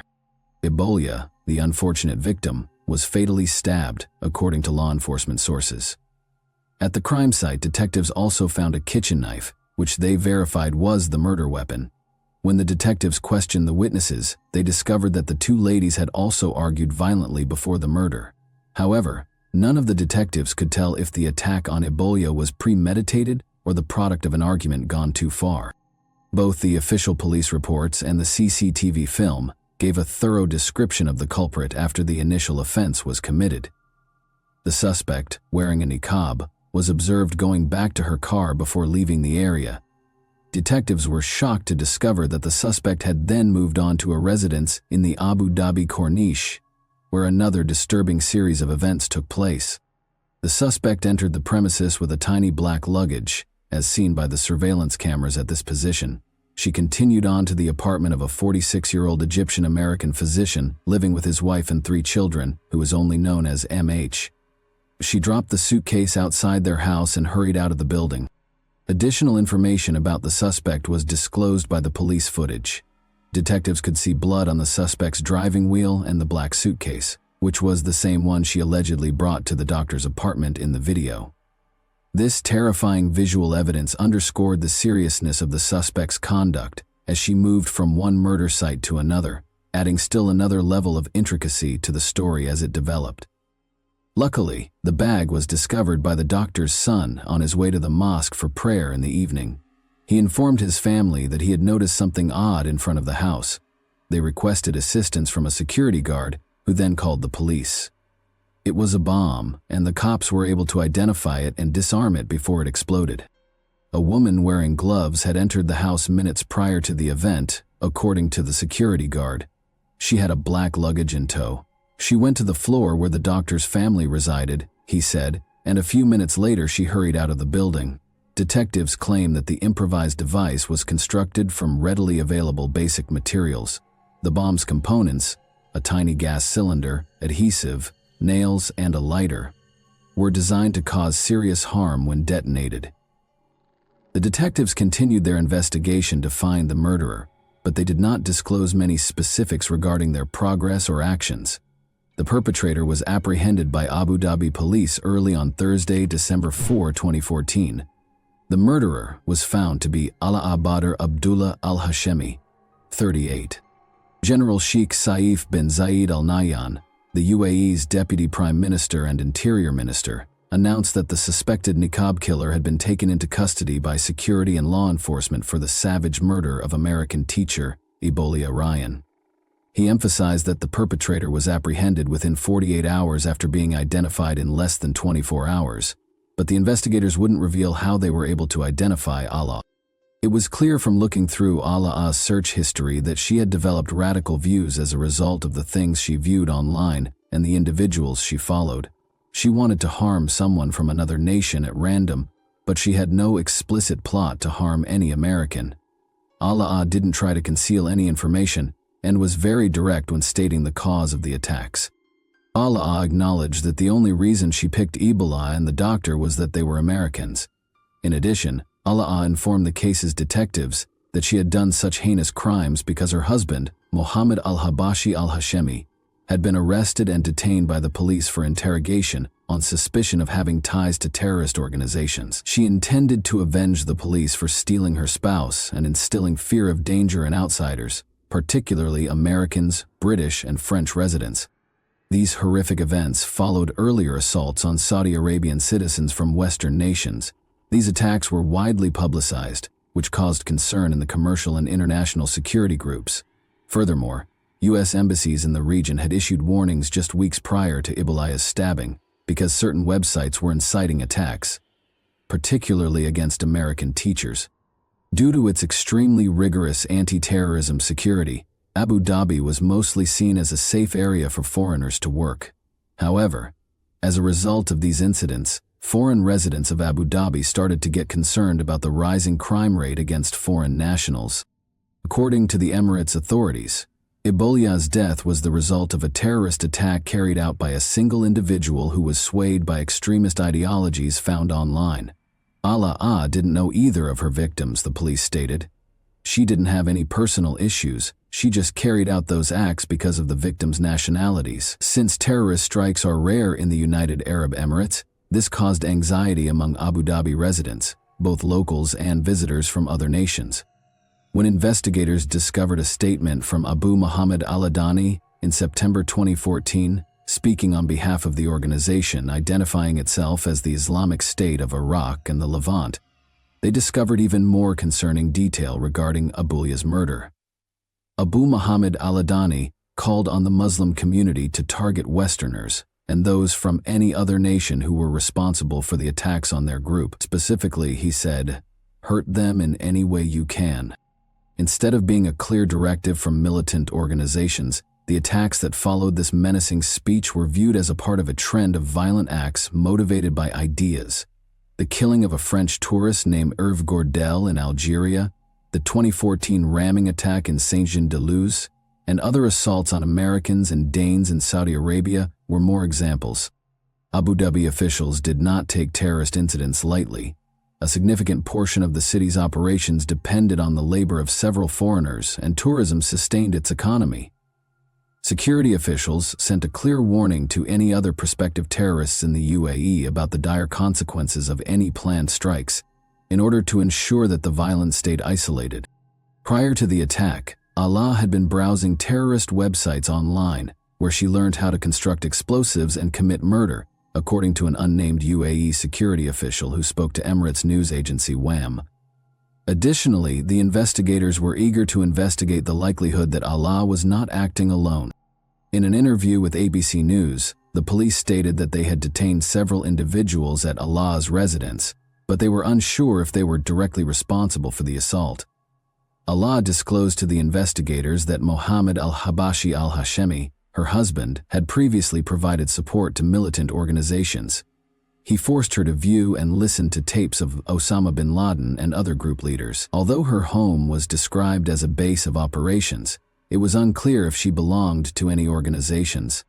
Alaa was also found guilty of using an online account to disseminate information that disparaged and damaged the nation, according to additional research. Alaa was also found guilty of providing money to Al-Qaeda, a Yemeni terrorist group, knowing that it would be used to finance terrorist activities, according to the news outlets that reported on her arrest. Judge Falah al-Hajeri stated that the United Arab Emirates, with all of its benefits, had been and would remain a safe and stable place on June 29, 2015, before to issuing the ruling. It is an illustration of how people can coexist peacefully and harmoniously. Some new criminal methods that have not been seen before in the UAE have been used in recent years to scare and hurt people, he said. By doing destructive things, the intention was to upend the nation's system and endanger society. It was crucial to examine and handle these acts as strictly as possible when they posed a threat to the country's general stability. In order to combat and eradicate terrorism, a new anti-terror law was created. The judge directed law enforcement to shut down the online account Alaa had been using to contact with terrorist groups and to seize all of the evidence in his case. Later, on June 29, 2015, the Federal Supreme Court in Abu Dhabi found 38-year-old Alaa Badr al-Hashemi guilty of killing 47-year-old Ibalia Ryan and condemned her to death. The decision could not be appealed because it was rendered by the Supreme Court. Alaa's destiny was thus predetermined. Alaa asked the court to give her psychological support during her trial.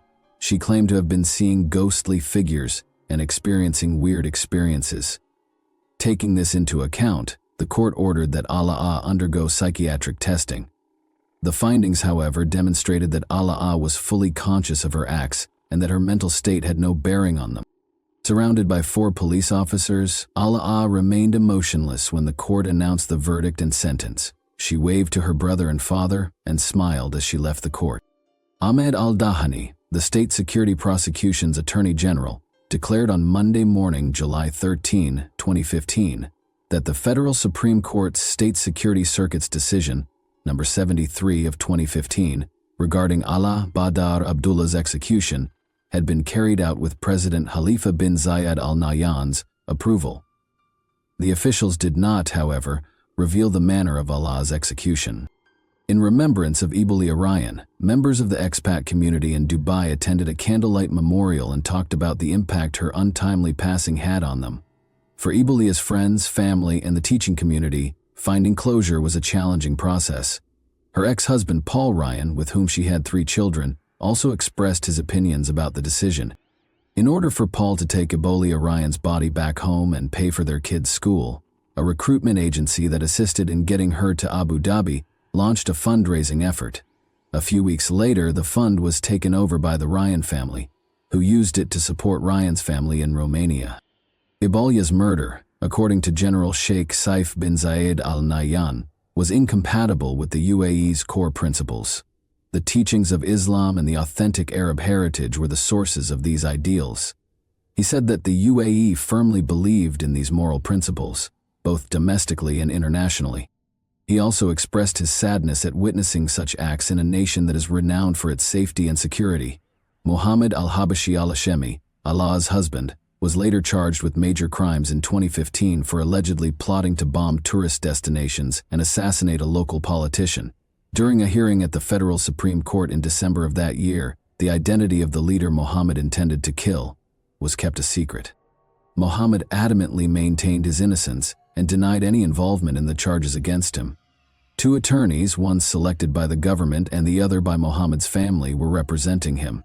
When asked to comment on Mohammed's circumstances, both attorneys sidestepped reporters. Mohammed faced 7 charges, one of which was plotting to destroy the capital's Yas Marina Formula One racetrack and an IKEA close. He allegedly had plans to assault an American military base and tourists. Additionally, police discovered information that connected Mohammed to the terrorist groups ISIS and Al-Qaeda. Although his case was postponed until January 18, 2016, the public was unable to learn the outcome of the court proceedings or the verdict, since it did not receive adequate media attention. Do you believe that Allah would have carried out even more terrorist attacks if it weren't for the investigators' prompt measures that resulted in his timely arrest? Allah showed neither sorrow or guilt for her crimes during her trial. Do you believe that she was brainwashed by terrorist organizations as a result of this? And that wraps up today's chilling story. If you enjoyed this video, don't forget to like and subscribe so you never miss a new upload. Also, let me know in the comments, what part of this story shocked you the most? Thank you for watching, and I'll see you in the next video.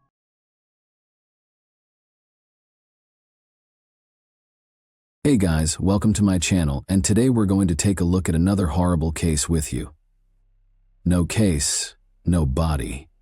There is no body in our story, but there is a case on a November morning in 2011, which was mentioned in English law following the captain's miracle.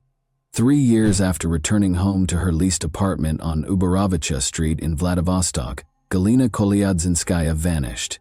Her parents still think Galina is alive and are waiting for her return in April 2024. Her boyfriend Victor Cohen was found guilty of her murder, although no tangible proof of her purported death was shown at the trial.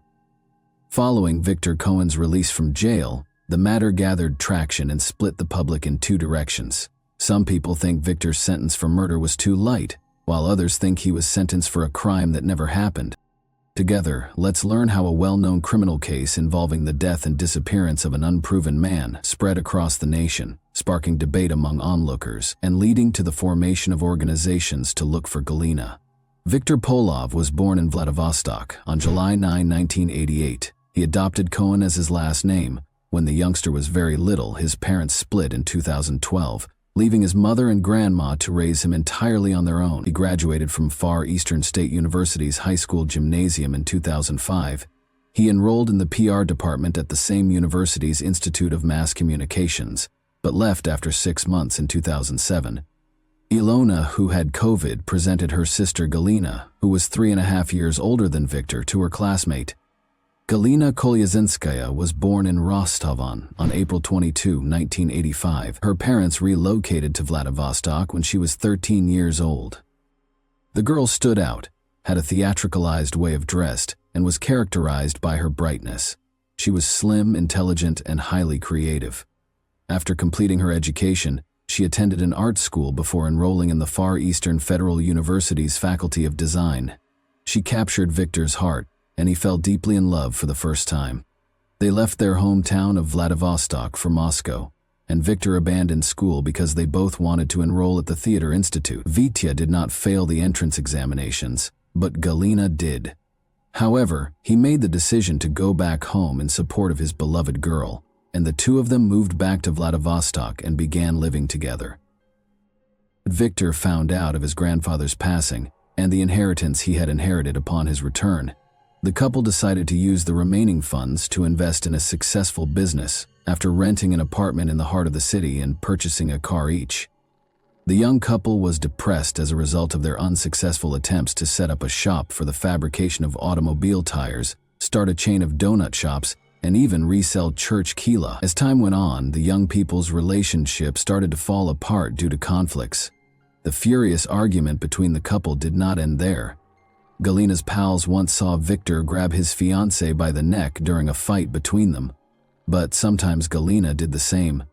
She might break the furniture in their leased apartment or strike her partner. Galina eventually began attending nightclubs more frequently, and Victor developed an interest in other women as a way to escape the issues in his present life. After another trip to the club, Galina was on her way home early on the morning of November 14, 2011. Galina was incensed that Victor was not home, so at 6:43 IEM, she called him and insisted that he come right away. Victor arrived at their leased apartment 15 minutes later. The young folks decided to eventually part ways after a fight broke out between them. Galina sought 300,000 rubles from Victor in exchange for the previously gifted car, after which she would go and stop bothering him. She left the flat, as it turned out, forever after Victor gave her the money. Galina's parents became concerned and began phoning her the following day, but she had turned off her phone. Victor also did not return their calls. He didn't call the girl's mother to inform her of the argument until the second day following Galina's departure. After extorting a substantial amount of money from him, she packed up her belongings and departed. "I'll never be seen by you again. Don't try to find me. Inform my mother that I'm doing well."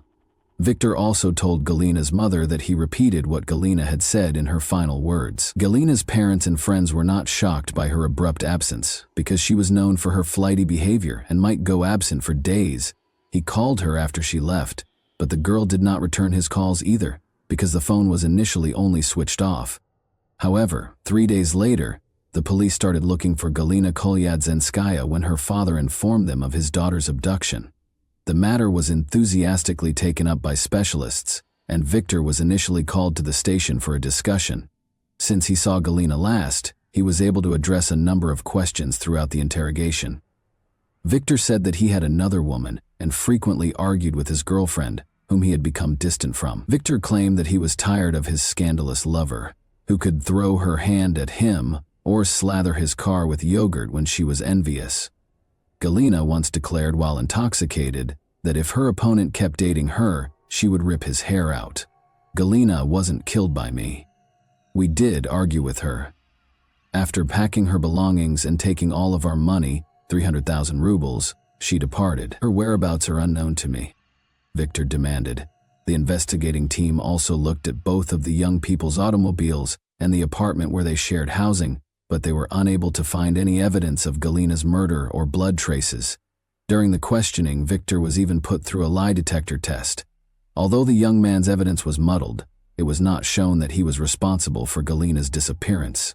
After questioning Galina's neighbors and acquaintances, the police declined to file a criminal complaint because they could not find any evidence of corpus delicti. But Galina had never been anywhere but Vladivostok. Her passport was not from another country.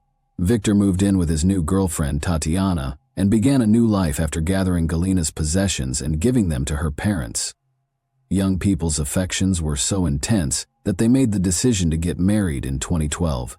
Victor finally shed his father's last name, which had burdened him since he was a young boy. His future wife, who heard the lovely last name in one of the films, suggested the Cohen option, which he found appealing. The vanished Galina Kolyadzinskaya was forgotten. For a number of years, a young married couple has been married for 3 years. Cohen flew with great joy. They had a calm and collected life, visited the mountains, and traveled frequently. However, once Galina vanished for 3 years and the case was reclassified as a murder investigation, everything changed. At first, Elena Kolyadzinskaya, Galina's mother, was not overly concerned. She was aware that her creative and erratic daughter could go far based solely on her mood. The fact that no one demanded in June 2014, based on the materials of the inspection of the fact of Galina Kolyadzinskaya's unknown disappearance, that a criminal case under the article of murder be started, may help to explain why the case did not become a criminal case for nearly 3 years. Employees of the Crime Investigation Department started to piece together different explanations for Galina's disappearance after she was placed on the wanted list as missing. These included murder and traveling overseas to work as a model. The police became aware of Kolyadzinskaya's ex-boyfriend as they were figuring out the latter version. As it happened, Cohen and Galina were frequently at odds. His relationship with another lady caused him to feel jealous of the girl. Additionally, it was said that when Galina was younger, she was organizing a trip to Korea. She had previously worked as a model in China and planned to stay in this line of employment. Since he was the last person to see Galina alive, ex-boyfriend Victor Cohen was named as the primary suspect. There was further reason to suspect Victor of being engaged in the crime because of the testimony he and the witnesses had previously provided at different points during the case regarding the circumstances surrounding Galina's disappearance. After being called in for interrogation on July 23, 2014, Victor was arrested and brought to the investigation unit. He admitted there that he had strangled Galina following another argument on the morning of November 14, 2011, then dismembered the body in the restroom, placed the remains in 3 plastic buckets, and transported them to a wooded area close to the Variag factory. There, he built a fire with tires, burned the body, and scattered the ashes in various locations. Throughout the interrogation, Victor Cohen acted with assurance. He cursed a lot and didn't use appropriate language when he spoke to the investigator about you. He related the story of his life, from infancy to the present, in an open and friendly manner. When he sat in front of the police officers with his feet on the ground and grinned, he remembered how he had burned and dismembered his ex-lover Galina. Experienced cops were astounded by his cynicism and calm. He felt untouchable. Victor complained to the investigator that his initial plan was to ground the body in a meat grinder, cook it in a steamer, and then flush it down the toilet. However, he soon gave up on this strategy out of concern that he may be identified and the sewer system would get blocked. He said during the same interrogation that Galina was interfering with his new relationship, so he strangled her. Victor remembered his ex-girlfriend as a unique individual who was an attention seeker. Her fierce temper might produce a huge scandal at home, and she frequently vanished in nightclubs. Galina frequently stated in chats that she would want a lovely life as an escort model, but she also refused to accept the claims that such job is impossible without the supply of intimate services. Up to a certain point, Victor tolerated all of his friend's strange behavior and kept thinking of her as a nice and fascinating individual. I was annoyed during Victor Cohen's grilling. I stood close to the coffee maker. As I stood there, I drank some coffee. I felt something change. There was only this one individual. I went home, went to where she was sleeping, apologized and began strangling her. She opened her eyes and began to struggle. After choking her for a while, I sobbed and left the house. Fear wasn't the reason, it was loss and frustration. Even though I was aware of what I had done, I remained composed since I am a reasonable person. In November 2011, following the interrogation, the agents brought Victor to his residence with Galina Kolyadzinskaya. That night, Victor showed how he strangled Galina on a folding sofa for an investigation experiment in the flat. He claims that because she was intoxicated and slept off when he was certain she was dead, she did not protest. He hurried out of the apartment and headed to his car, where he devised a heartless scheme to dispose of the body. In India, the bodies of the deceased are burned, and vehicle tires are frequently used in this process to achieve the proper burning temperature. Victor learned about this elaborate method of disposing of the body from a documentary on the country. Victor informed the agents that killing and disposing of the body was considerably simpler than he had anticipated. Victor was brought to the empty lot where he reportedly dumped Galina's body late at night. Cohen had to identify the precise spot on the girl's body where he had set fire to it, in complete darkness. Human rights advocates claim that he was brought to an area devoid of CCTV cameras and traffic, making it impossible to establish his innocence. Important information were also missing from the case. As Victor himself frequently noted, it was unclear how and what he used to carve up the body, because a regular kitchen knife could not be utilized any further. It was unclear how he was able to place Galina's remains in 3 buckets, how he transported them out of the door where everyone could see them, and why no one noticed. The Bygalovs, who rented the apartment to Galina and Victor, were then questioned by the inquiry. When they found out that the cops were in the apartment, they acknowledged that they couldn't get in touch with Victor. They discovered the apartment was empty when they got there to inspect their accommodations. The ceiling was free of occupants and their possessions. They discovered black streaks on the wallpaper, which were probably caused by storing automobile tires, and brown splatters that the couple believed were from coffee or tea. However, Victor Cohen, the captive, was unaware that a video camera was recording his interrogations.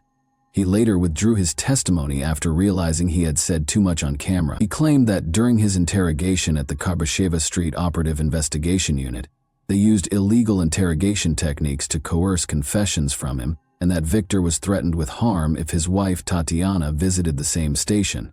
He went on to say that the operative cops had made up the tale he told during the hour-long interrogation, and that his phone billing from that evening was used to pinpoint the location where the bodies were burned. However, does the CCTV footage from the investigation unit actually show torture? At 6 o'clock in the evening, Tatiana Cohen drove up to the building. She was not permitted inside, so she remained outside.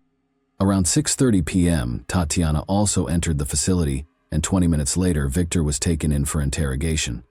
At 6:38 p.m., the questioning began to be recorded. After 8 minutes of torture, he quickly produced a confession and conjured up a vivid, gory tale in great detail. Following the initial court hearing on August 11, 2015, Victor Cohen was found guilty of Galina Kolyatsinskaya's murder. According to the court's August 11, 2015 verdict, he was given a sentence of 9 years and 10 months in prison, which he was to serve in a strict regime penal colony. Tatiana, Victor Cohen's wife, became his most devoted defense attorney after he was accused of murder because she believed he was innocent. Every inhabitant of Vladivostok kept up with the news and even attended Victor Cohen rallies. People separated into accusers and defense. Even after hearing the heartbreaking news that her husband would have to serve nearly 10 years in prison, Victor's wife remained steadfast in her defense and refused to back down.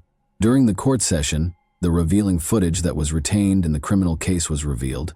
Victor claimed that interrogators used torture and threats to get confessions out of him during court procedures, which led to the case becoming well known. Victor was discharged from the hospital with a diagnosis of ear barotrauma and concussion. His lover had been burned, dismembered, and strangled in cold blood by a young, attractive man with large brown eyes. Nobody was able to accept it. A man with charisma could pursue a career in acting. In fact, he was admitted to the Theater Institute of Moscow. Victor refused to study, as we already know, and he was characterized favorably by friends, classmates, and even casual acquaintances.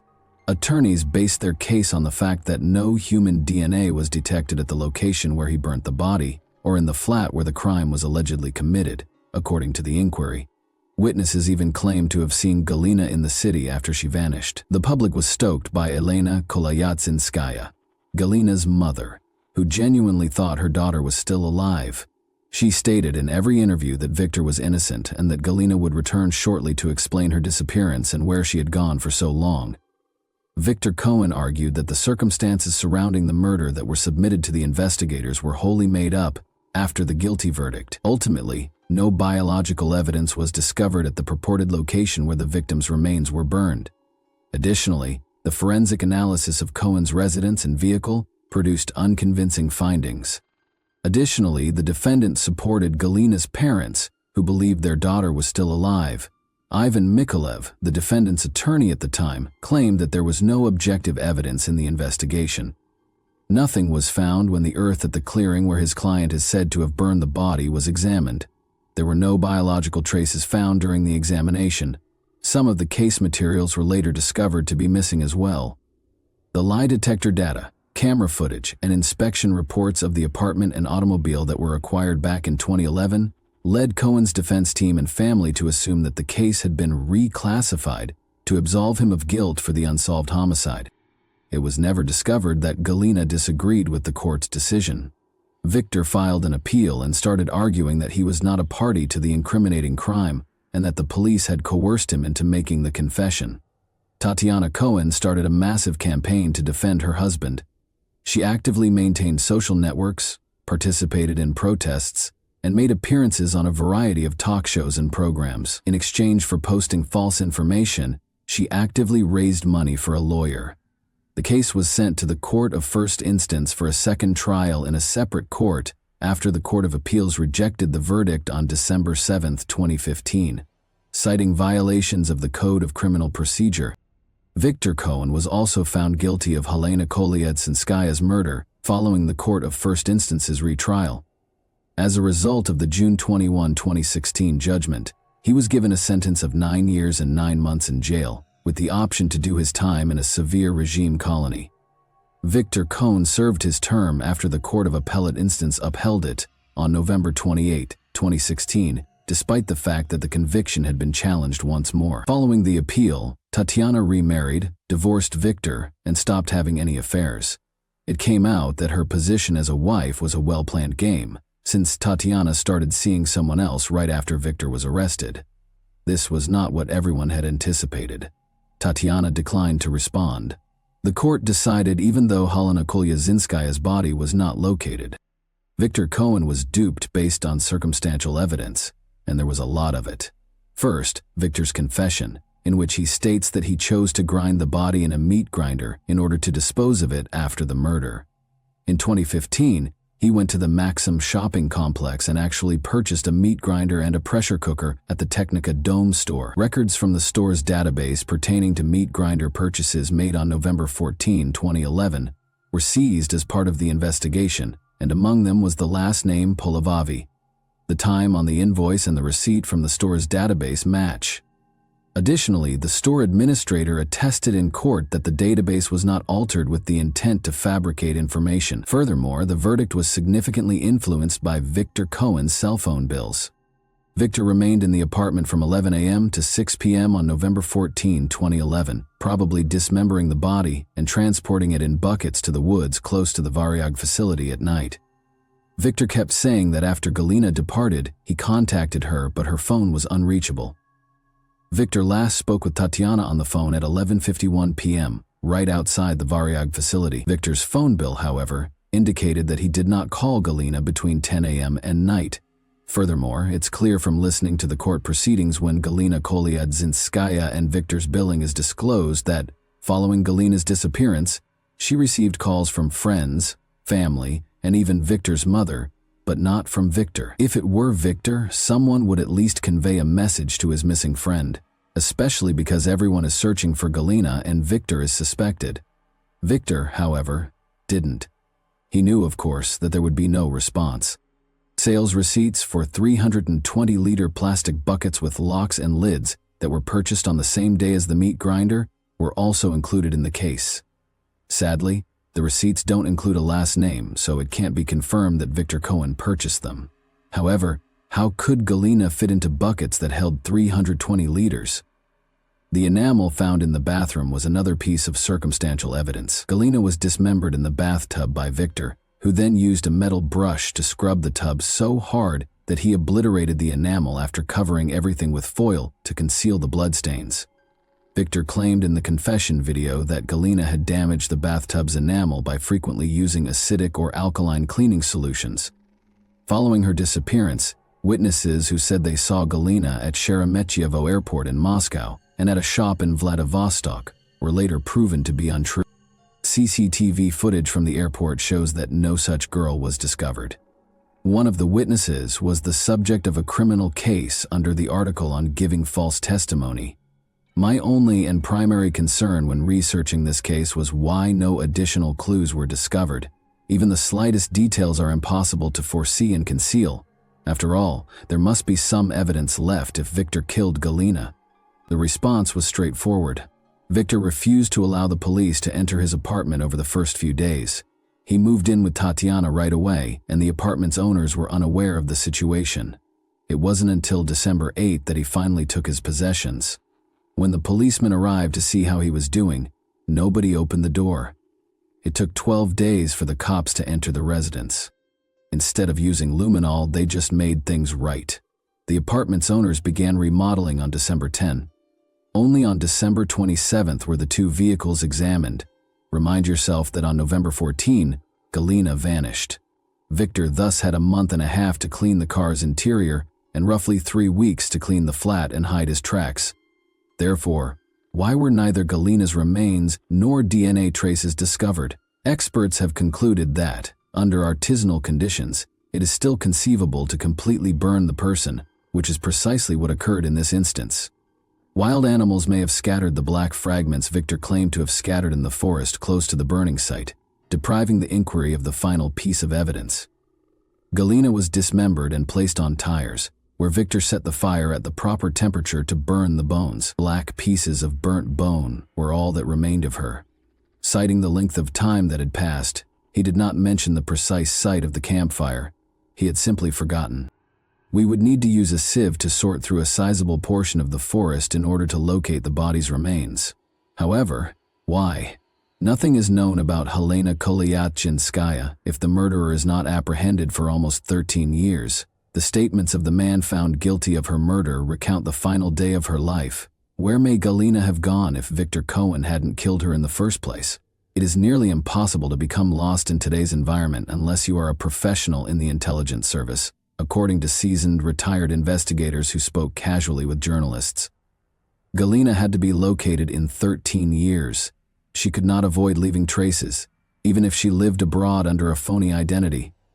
She would have been identified as she would have needed to be fingerprinted, even to replace her documents. Victor Cohen claims to have been tortured and married someone else, but he never once says that Galina will return, that he is waiting for her, or that she will prove his innocence. He is fully aware that the primary witness is not present and cannot be.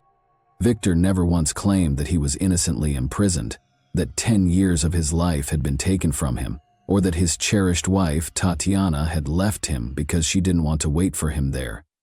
He has no resentment of the system, no desire to defend his honor, and no intention of suing to establish his innocence. He is aware that no one will ever find the body. He destroyed it with fire. No proof exists. He acts as though he has done time for his crime, and this allows him to fabricate all these tales of the disappearance. He's clean now. What are the possible claims? He served time after being found guilty. Everything has been redeemed by him. Even in such detail, an innocent individual would not be so heartless as to implicate himself. Many people nationwide are still in shock at what transpired. Even though the case has now been concluded, they are continuing searching independently for Galina. Because Galina's parents are still hoping for daughter to return home, they utilize forums to advertise and occasionally share pictures of girls who look a lot like her.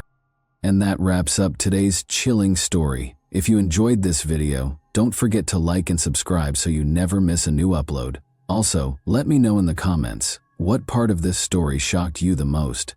Thank you for watching, and I'll see you in the next video.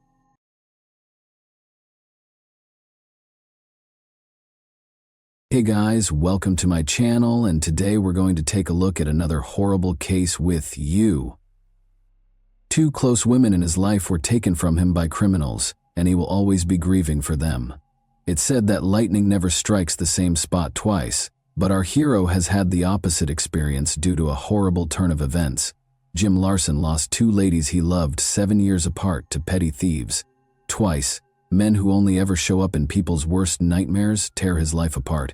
His sister Sonia Larson, who wanted to be a teacher, started it all. Her first year at the University of Florida had just begun. She and her roommate, Christina Powell, went to Walmart one August evening in 1990 to get some necessities. The 2 young women were observed and followed home by Danny Rowling, a vagabond who claimed to be possessed and acting under the direction of a demon. They were dozing off in their beds when he broke into the dorm. He repeatedly stabbed them. 5 Florida college students were killed and disfigured by Gainesville felon Danny Rowling, shocking both the victims' families and the nation at large. There were more fatalities, but in our scenario, people forget the victims and only remember the serial killer's name. Her family was deeply hurt by the death of a sister and a daughter, and Sonia Larson's terrible passing never stopped plaguing them. The Larson family could never have predicted that the terrible, violent death in their family would recur, causing them to relive the trauma in their own nightmares. Carla Larson left her kid at daycare on the morning of June 10, 1997, and went to work as a project engineer at Centex Rooney. The day at the Florida construction site was swelteringly hot.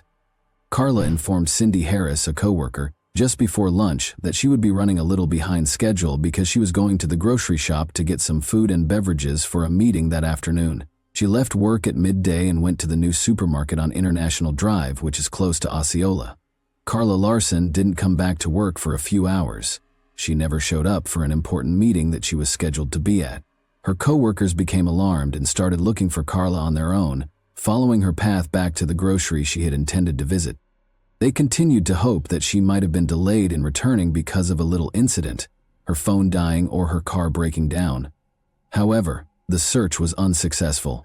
Around 4 p.m., Carla, her car, and her presence were nowhere to be seen. Cindy called Jim Larson, Carla's husband, to inform him that Carla had not been at work since noon and had not returned from the store. Jim reported his wife missing to the Orange County Sheriff's Office over the phone. When they were both in college 8 years ago, they started dating. Jim was enthralled by Carla's beauty and charm when he was studying graphic design. He was very fortunate to have found someone as considerate, kind, and caring as she was. They eventually got married because they felt the same way. They moved into a modest house on Orlando's Stone Court. After Jim's sister passed away tragically, Carla helped him regain his desire to life by pulling him back from the brink. She comforted him and gave him encouragement to keep going and find happiness once more. After Carla earned a degree in civil engineering from the University of Florida, they went to Atlanta and then back to Florida to look for work and start a family. Jim was hesitant to have a kid with her because he didn't want to introduce a new life into a society where people like Danny Rowling preyed on the defenseless. Jim finally found some peace of mind after undergoing a lot of counseling and receiving constant support from his wife. Jessica, the Larsons' long-awaited daughter, arrived soon after. They purchased a modest home in Orlando on a peaceful cul-de-sac. They put in a home security system and sturdy locks. To ensure that his family was completely safe both inside and outside their house, Jim even purchased a guard dog. Jim accepted a position at a nearby business, and Carla was sent to work on a new amusement park project in Orlando. They found happiness in the little things in life. Jim and Carla managed their parental duties without sacrificing their significant and taxing careers.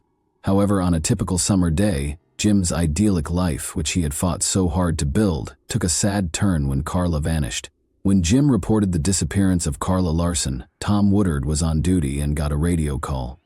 At first, Tom, a seasoned officer, didn't take it too seriously because he thought it was just another domestic dispute. He nevertheless made the decision to investigate the matter. The sheriff sensed anything strange while speaking with Jim. Jim appeared terribly worried and unnecessarily agitated. The sheriff was certain that it was a normal missing persons case, unlike others he had met in similar circumstances. He assumed that Carla had either left Jim because of a disagreement or taken some time to collect her thoughts. But there had been no family problems, no conflicts. Everything was content and stable. Tom Woodard was unaware at the time that Jim was under a great lot of stress due to his fear of losing his wife, especially after the event in Gainesville and his ongoing struggles with the pain of losing his sister. He was afraid that a cherished woman would be lost as a result of this disappearance once more. They started looking for Carla. Given that Mrs. Larson had a 1-year-old kid and a solid marriage, family members emphasized that it was extremely unlikely that she would have left her family. Jim Larson, 37, stated under interrogation that he had been employed at Home Depot until 3 p.m. that day. Someone at his wife's place of employment called him at around 4 p.m. to inform him that she hadn't been seen since midday. However, how could a young woman, like the lead character in Sandra Bullock's film The Vanishing, disappear from a supermarket parking lot in the middle of the day? The missing woman was last seen going toward a grocery store close to the construction site, according to eyewitness accounts. She was confirmed to have arrived at the store and bought the things she intended to buy by a signed receipt. What transpired after Carla left the supermarket was still a mystery. She might have run into someone. Since the woman's white-gray Ford Explorer with the license plate TGX99V was also missing, investigators were attempting to ascertain the time and place of her disappearance. In the afternoon, witnesses also claimed to have seen a white Ford Explorer traveling carelessly on a gravel road close to a forested area. A Caucasian male with dark hair and a deep tan was the driver's description. The accused kidnapper was depicted in a composite sketch. Since the car might be a crime scene, a search team was dispatched to the area to look into it. Such incidents don't frequently occur in Orlando. The hunt for Carla attracted a large number of volunteers. The city's citizens, particularly those in College Park, were frightened when word spread that the young woman had vanished from the grocery parking lot. The volunteers posted leaflets at bus stops and grocery stores. The area around the store was searched by search teams. The search radius increased with every hour. Over the course of the 2-day search, a helicopter was brought in to survey additional ground.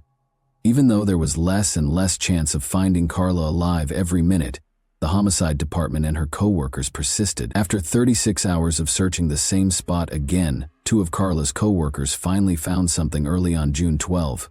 A woman's mangled body was lying in a marsh covered in a towel. One of the men described how, following the gory finding, he and his companion had exited the vehicle to explore when they smelled something odd but were unable to identify its source. From the little flash of his lighter, Jack lit a cigarette. The aroma was brought toward them by a modest breeze. After roughly 70 feet of leisurely walking, they located the woman at 3:39 p.m. She was half covered in sand, lying behind a shrub in the swampy region. It took the men a long moment to understand that what they had discovered was, indeed, Carla Larson, who had vanished 2 days before. She was naked, with a blue towel over her head and her long blonde hair flowing down her back. Her wedding band was the only piece of jewelry left. When Jim Larson and his family noticed the patrol cars, they began searching the area on their own. Jim was told about the discovery in the woods by a police chaplain. He felt nothing when the cops discovered her partially covered in sand, but nobody realized that the man was already burned up and overcome with emotional pain. In order to ascertain whether Mr. Larson was responsible for her death, the police were so perplexed by his actions that they put him through a polygraph test. Locals who had been keeping tabs on the COVID hunt, Carla even said that Larson appeared too aloof throughout the probe, but they failed to realize that he was just exhausted. Jim was shocked that he had experienced this twice. He stopped sleeping and eating. He had black circles under his eyes and had lost a lot of weight. The police brought detectives to what they thought might be the scene of a crime, roped off the area, and summoned the medical examiner. Investigators thought that there had been an attack after first examining the scene of the body, since the woman was found naked and all of her jewelry, aside from her wedding ring, was gone. So was it a robbery or an assault? In addition to stealing items, the robber also killed a woman. But first they had to be sure the body was indeed that of Carla Larson. Florida's extreme heat and humidity had taken their toll. The rain, animal activity, and insects had made it very difficult to identify the remains. The forensic team was concerned about the DNA evidence they could gather because the body had started to degrade, changing its chemical composition. There was not much time left. However, given Mrs. Larson's car had been last seen in the vicinity, authorities were almost positive that the severely decomposed body belonged to her. Jim Larson identified the towel found on the body and verified that it was the same towel that had been in his wife's car. Her handbag and regular clothes were gone. The investigators were greatly distressed by the autopsy findings. All traces and evidence that could have identified the offender had been obliterated by decomposition. The purported assault was not verified, and the investigation determined that strangulation was the cause of death. Could a car and a few pieces of jewelry really have cost a lady her life? Finding the car was the next objective, because the corpse did not lead them to the offender. It might hold the answers and hints that the public and the family were sorely looking for. It was determined that the white Ford Explorer bearing the license plate TGX 909V was missing. The press and television broadcast information about the car. The police were waiting for 2 weeks when they got an important call. 11:23 p.m. on June 26, 1997. A black truck was on fire in a Cocoa Beach vacant lot, according to a call. As the car burnt, it became evident that the black was not the car's natural color and was neither soot nor ash. Following the fire, white paint was visible in several parts of the body. Excessive spray on the tires showed that a cheap can of spray paint had been used to apply the black paint in an amateurish manner. After being taken to the police garage, the car was examined by forensic specialists. It was discovered during the inquiry that the torched truck, which was 62 miles from Orlando, was in fact white and belonged to Jim's victim. The car had been fitted with a radar detector, experts discovered. Detectives were able to locate the mount where the detector had been in spite of the fire damage, proving that the vehicle belonged to the Larsons. Finding the radar detector was the police's main priority. Before an unforeseen love triangle helped solve the case and identify her criminal in Central Florida, the inquiry stagnated. There are hundreds of cars that are similar to hers, But one woman's phone call caught the detective's attention in particular because of the strange tale she told. Angel Huggins and her family had arrived in Orlando on the day Carla Larson vanished. Despite having traveled to Orlando together, Angel clarified that she left the city without her spouse. Angel informed Orange County investigators John Linner and Cameron Wire that infidelity, violence, and drug usage had made their family vacation a complete bust. At a motel close to Disneyland on June 9, their family vacation came to an end the same evening it started. According to Angel Huggins, she was almost strangled to death by her husband, John Huggins, since she had refused to have an intimate relationship with him. He left the motel on West Highway 192 early the following morning and didn't come back until midday. John Huggins drove a white truck that was identical to the victim's car when he arrived at Angel's mother's home in Melbourne. In the midst of their divorce proceedings, Angel was enraged with John for his adultery. John had become engaged with Angel's sister when they were in Melbourne. Tammy also informed the cops that Huggins had been given permission to park the white SUV at John's friend Kevin Smith's residence for a few days. The investigators went to Kevin's house to ask him some questions because they were so intrigued by this narrative. However, his girlfriend answered the door as Kevin wasn't home. For a few days, Kim virtually proved that a white Ford Explorer had been parked in their driveway. It had been parked in her space, and she was unhappy since she had once lost control of her little vehicle while driving and collided with the Ford Explorer, denting it. The Explorer's white paint was still visible on her pickup. To determine whether the small paint sample belonged to Carla's automobile, collision specialists sent it to the lab. Since the paint from Mrs. Larson's automobile had been discovered on Kim's, this was required to demonstrate Kevin Smith's role in Carla's car's disappearance. The police had questions for Kevin Smith before they could prove his whole involvement, but they were almost certain that Carla's Ford Explorer had been parked at his residence. The person who had been operating the SUV had to be identified. Despite matching the sketch of the man who was observed driving Carla's car that day, Kevin Smith would not identify the driver. He added that he had been asked to temporarily park the automobile by his friend John Huggins. Upon inspecting the truck, Kevin discovered a radar detector inside. He tore it from the automobile and held onto it for a while, but he concealed it in the yard out of concern that he could be caught. Smith said that his friend John Huggins had driven the automobile to the parking space and that he had nothing to do with it. Kevin didn't want to betray his friend, but he was afraid the automobile might have been stolen. He was keen to demonstrate that he was telling the truth and had nothing to do with the woman's disappearance. Kevin voluntarily turned over the radar detector after he had a conversation with the cops. After more questioning by the authorities, Kevin finally confessed to locating the radar detector, erasing all fingerprints, and tossing it into the bushes close to his home. By tracking down the serial number, the authorities were able to collect the detector and verify that it belonged to the victim. The first concrete evidence that Carla's automobile had been parked at Kevin's and that John Huggins had driven it there came when detectives verified that it had been fitted in her vehicle. Investigators now had the radar detector, a paint match, and the car, but the crucial question was still unsolved. John Huggins was the top suspect right away. John Huggins has a lengthy criminal background, according to a thorough investigation of his past. He was a noted bank thief with a history of armed robberies. As it turned out, John was known to carry guns and had outstanding arrest warrants for robberies in Florida. Because John Huggins had a lengthy criminal history, victims of his past offenses recognized him when his face aired on television. Although he had conducted armed attacks, robbed banks, and looted convenience stores, the police wanted to be sure they had enough evidence against him before making an arrest, particularly because Carla's jewelry was still missing. To summarize, the victim had been found in possession of a pendant, a chain, a garnet ring, and diamond earrings. But the hunt for the jewelry was about to linger on until detectives got another lucky break in a phone call. According to Angel Huggins, she had uncovered a startling finding that might terminate the inquiry and result in Carla's criminal being imprisoned. She clarified that she had located one of Carla's missing pieces of jewelry after she and her mother had investigated the house.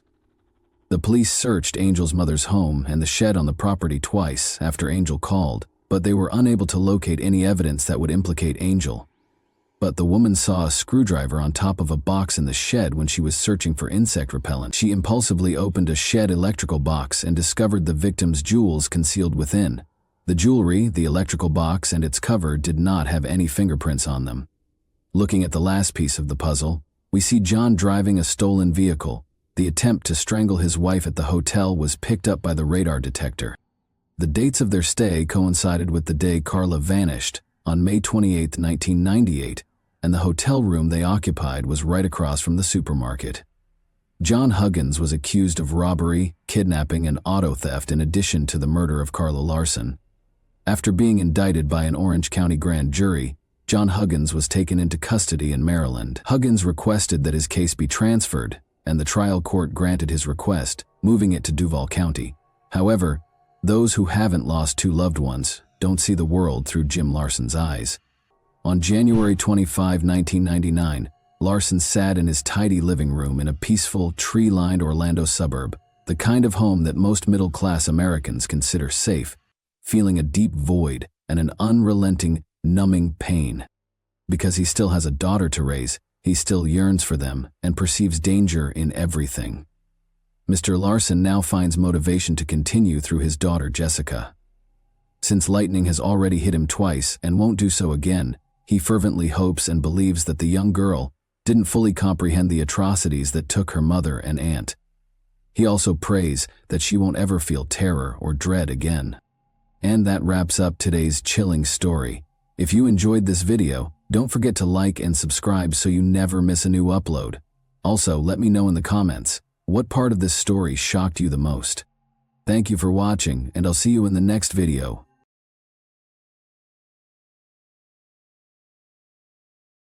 Hey guys, welcome to my channel, and today we're going to take a look at another horrible case with you.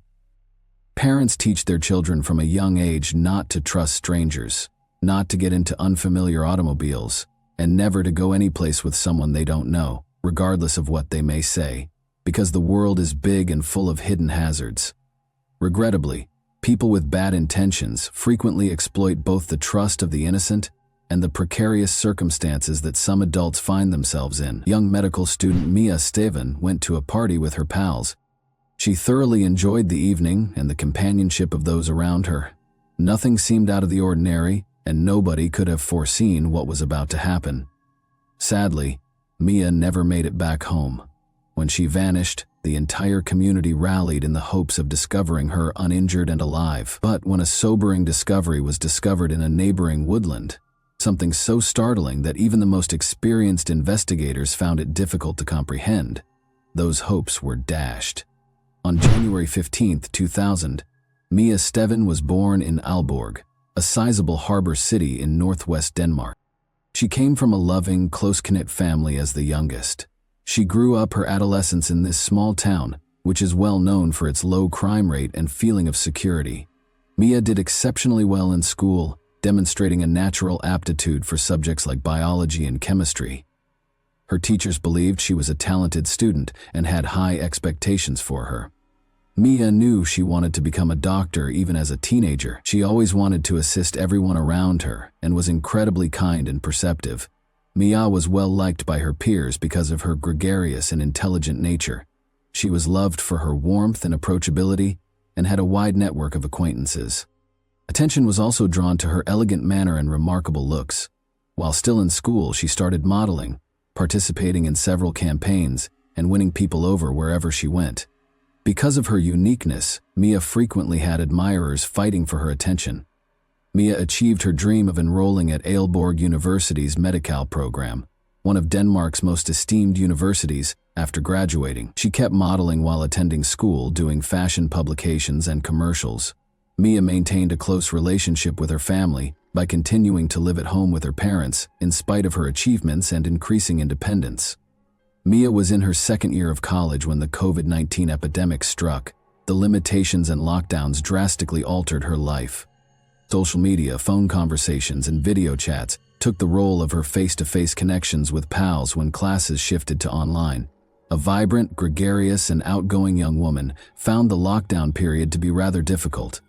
Because of this, Mia Steven anxiously got ready for her first party in years when all restrictions were finally relaxed in early February 2022. Unfortunately, that night would be her last on February 5, 2022. For the first time in almost 2 years, there were no social restrictions due to the pandemic on Saturdays in Denmark. College students in particular were ecstatic to be able to enjoy the nightlife they had sorely missed. Parties were organized all around the nation because it was a reason to celebrate. Mia was really looking forward to the night. She made a call to her friends and meticulously planned the location for their eagerly anticipated night out. She went through her clothes at the same time, selecting an ensemble that would draw attention to her body and set her apart. This was more than simply a trip to the pub for her. It represented the return to everyday life. She wanted to celebrate her recent completion of her second-to-last semester at university with close friends she hadn't seen in a while. She put on makeup, fixed her hair, and wore a stylish black dress and high shoes. She added a cropped leather jacket and other sophisticated accessories to finish off her ensemble. Even though it was cold in February, she looked gorgeous. Mia thought her friends would drive her home after the event, but as the evening wore on, plans changed. Young people anxious to make up for missed time crowded the bars and clubs throughout the city's central streets that evening, but it was so chilly that the streets themselves were almost deserted. After spending several hours catching up and having a good time, Mia and her pals began the evening in a bustling pub. They later relocated to a local tavern, and an hour later they changed locations once more. The group evolved as they went from bar to pub. A few friends went home, others encountered pals and joined other groups, and they were replaced by new acquaintances. The evening was of course full with dancing, laughter, and copious amounts of alcohol. Witnesses claim that although Mia drank wine, she wasn't too drunk. She talked to everyone around her, laughed and danced. The companions she had first arrived with made the decision to depart by 3 in the morning. But Mia decided to stay, telling them she would find her way home eventually. She was spotted conversing with an unknown man who seemed interested in her at the moment. The club ended for the evening around 6 a.m. Only one of Mia's friends remained after that. The two went out into the chilly, overcast morning. The frigid temperature was made even worse by a chilly breeze that blasted across the deserted streets. The two made the decision to take the bus home, but they had to go in different directions. They split up and went to their own bus stops.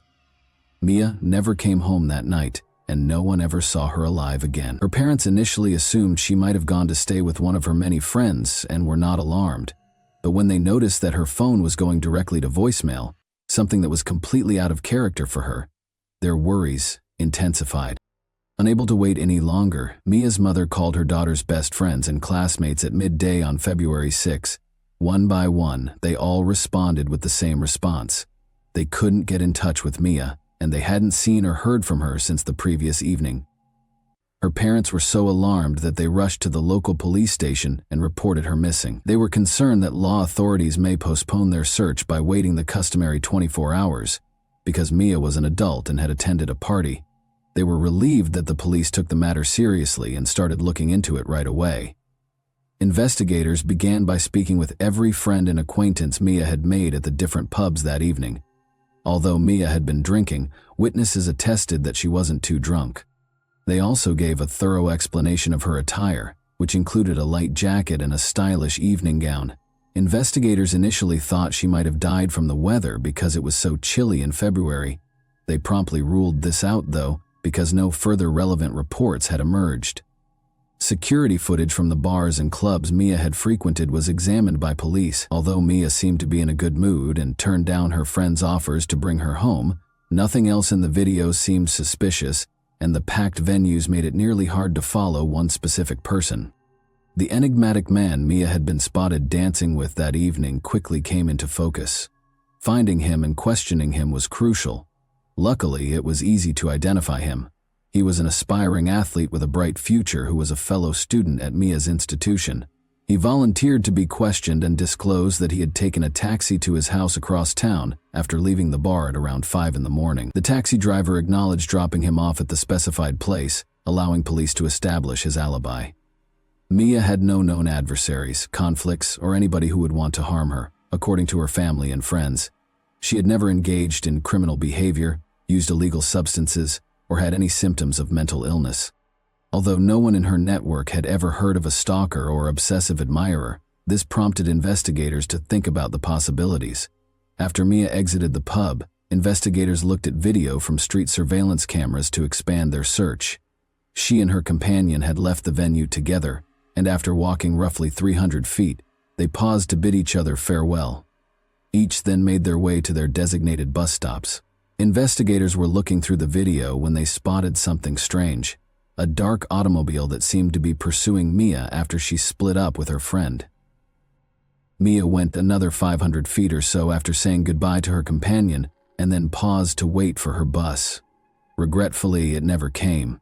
Mia was trapped because it was early on Sunday morning and the public transportation schedule hadn't fully resumed after the shutdown. She couldn't call for a ride or get in touch with anyone for assistance at 6 IE Menning, since, to make matters worse, her phone had died earlier in the night, something she didn't notice until she was outdoors. The streets remained empty and dark. At the bus stop, Mia, wearing an evening gown, stood freezing and hoped her bus would arrive soon. However, as time passed, it became evident that it was not going to happen. A black Volkswagen Golf came up close to the road at about 6:15 AIEMM. The vehicle stopped and probably offered Mia a ride, but she declined. Mia was left alone when the automobile drove away. She waited for more than an hour in the bitter cold at the bus stop once more. The identical vehicle came again and pulled to a stop at the bus stop about 7:30 AEMM. This time, following a 5-minute conversation with the driver, Mia apparently reluctantly decided to get into the car. By that time, the cold is thought to have affected her so much that she chose to accept the stranger's offer. However, the issues still stood. Where did they take her? Who was driving? And who owned the car? Investigators needed to know the answers quickly. The surveillance footage's poor quality made the inquiry more difficult. Experts did their best, but they were only able to determine the car's make and model. It was unable to make out the driver's face or the license plate. Detectives looked over footage from nearby cameras to follow the car's movements, and shortly they got a break. The Volkswagen Golf was seen parking close to a 24-hour convenience shop a few blocks from the bus stop. Luckily, the car's license plate was photographed by the high-resolution camera in this business. Investigators quickly identified the owner, a 37-year-old man named Thomas Thompson, by searching the license plate through the vehicle registration database. The nightlife area where Mia and her pals had been going out was close to Thompson's home. Adam, a 30-year-old roommate of Thompson's who had previously drawn the attention of the police, lived with him in his leased house. Both men had a history of infractions, including posing as police officers in a scheme. The stakes were considerably higher this time, even though they had previously simply been fined for their acts. Both males were arrested so they could be questioned. Adam, however, had a strong alibi and was quickly freed. The day before Mia vanished, he had left town to see relatives, and he didn't come back until February 8. This information was confirmed by investigators, and Adam was exonerated. Thompson was the main suspect in the inquiry. To get a better picture, investigators started by looking into his past. Born in Kolding, Denmark in June 1985, Thomas was raised in a modest household. His parents moved him to live on his grandparents' tiny farm in the southeast countryside when he was a teenager. Thomas enlisted in the military after high school, where he signed a contract and established a solid career. He finally rose to the rank of sergeant while serving in highly troubled regions of the world. After leaving the military in 2015, he went back to school and graduated with a degree in engineering. Thomas had been employed as an engineer at a nearby industrial firm and renting a house in Aalborg in recent years. He was characterized as a competent, quiet, and hard-working professional by his coworkers and superiors. He was quite reserved, though, hardly ever disclosing personal information or developing strong bonds with coworkers. Thomas's legal background was problematic. He had been charged with violent altercations, domestic violence, and injury on multiple occasions. He was nevertheless able to reach an out-of-court settlement in every case. According to his ex-partners, he was irritable, hostile, and dangerously violent. Thomas appeared to lose control during angry outbursts, acting in a way that worried others around him. Some even thought he could be able to commit a major offense. Thomas obviously had a darker side that he found difficult to control. However, did that imply that he may have singled out Mia, hurt her, and perhaps even committed a crime against her? More importantly, where was Mia? In his car, Thomas, for his part, said nothing. An integrated GPS system was discovered by investigators. They looked at the data, hoping to track his movements that evening. They found that Thomas had attempted to turn off the GPS tracking on February 6 at around 2 in the morning. The attempt, however, resulted in a glitch, and the machine started to record position data every 30 seconds rather than shutting off. According to the GPS, Thomas left his house at 2:45 a.m. and drove about the city for several hours, apparently searching for a target. This mistake made it possible for detectives to piece together his actions in great detail. He stopped close to the bus stop where Mia was waiting at around 6 in the morning and had a quick conversation with her. For the next hour and a half, he drove away after she turned down his offer of a ride. Before heading back to the bus station, Thomas kept driving in a directionless manner through the streets. Mia was clearly freezing by this point and perhaps desperate.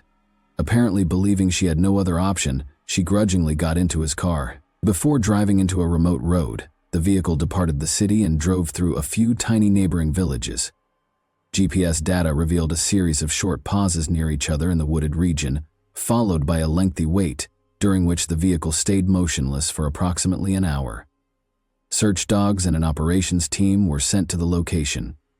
They soon found that Mia's phone was broken. Nearby, they discovered a ripped necklace she had been wearing that evening, followed by a hair clip. Additionally, pieces of her clothing and strands of her long hair were discovered tangled on the branches of trees in the area. The scene presented a bleak image. As someone harried after her, Mia appeared to have attempted to flee into the woods, tripping, losing objects, and hooking herself on branches. But hundreds of feet farther into the jungle, the most terrible discovery was still to come. Areas of disturbed dirt were pointed out by the search dogs, indicating that something had just been buried. Investigators found human bones after excavating beneath roughly 3 feet of loose dirt. 231 pieces of the remains were broken apart, some of which were left on the surrounding land. To the dismay of her loved ones, the victim could only be identified by DNA testing. It was established that Mia was the owner of the remains.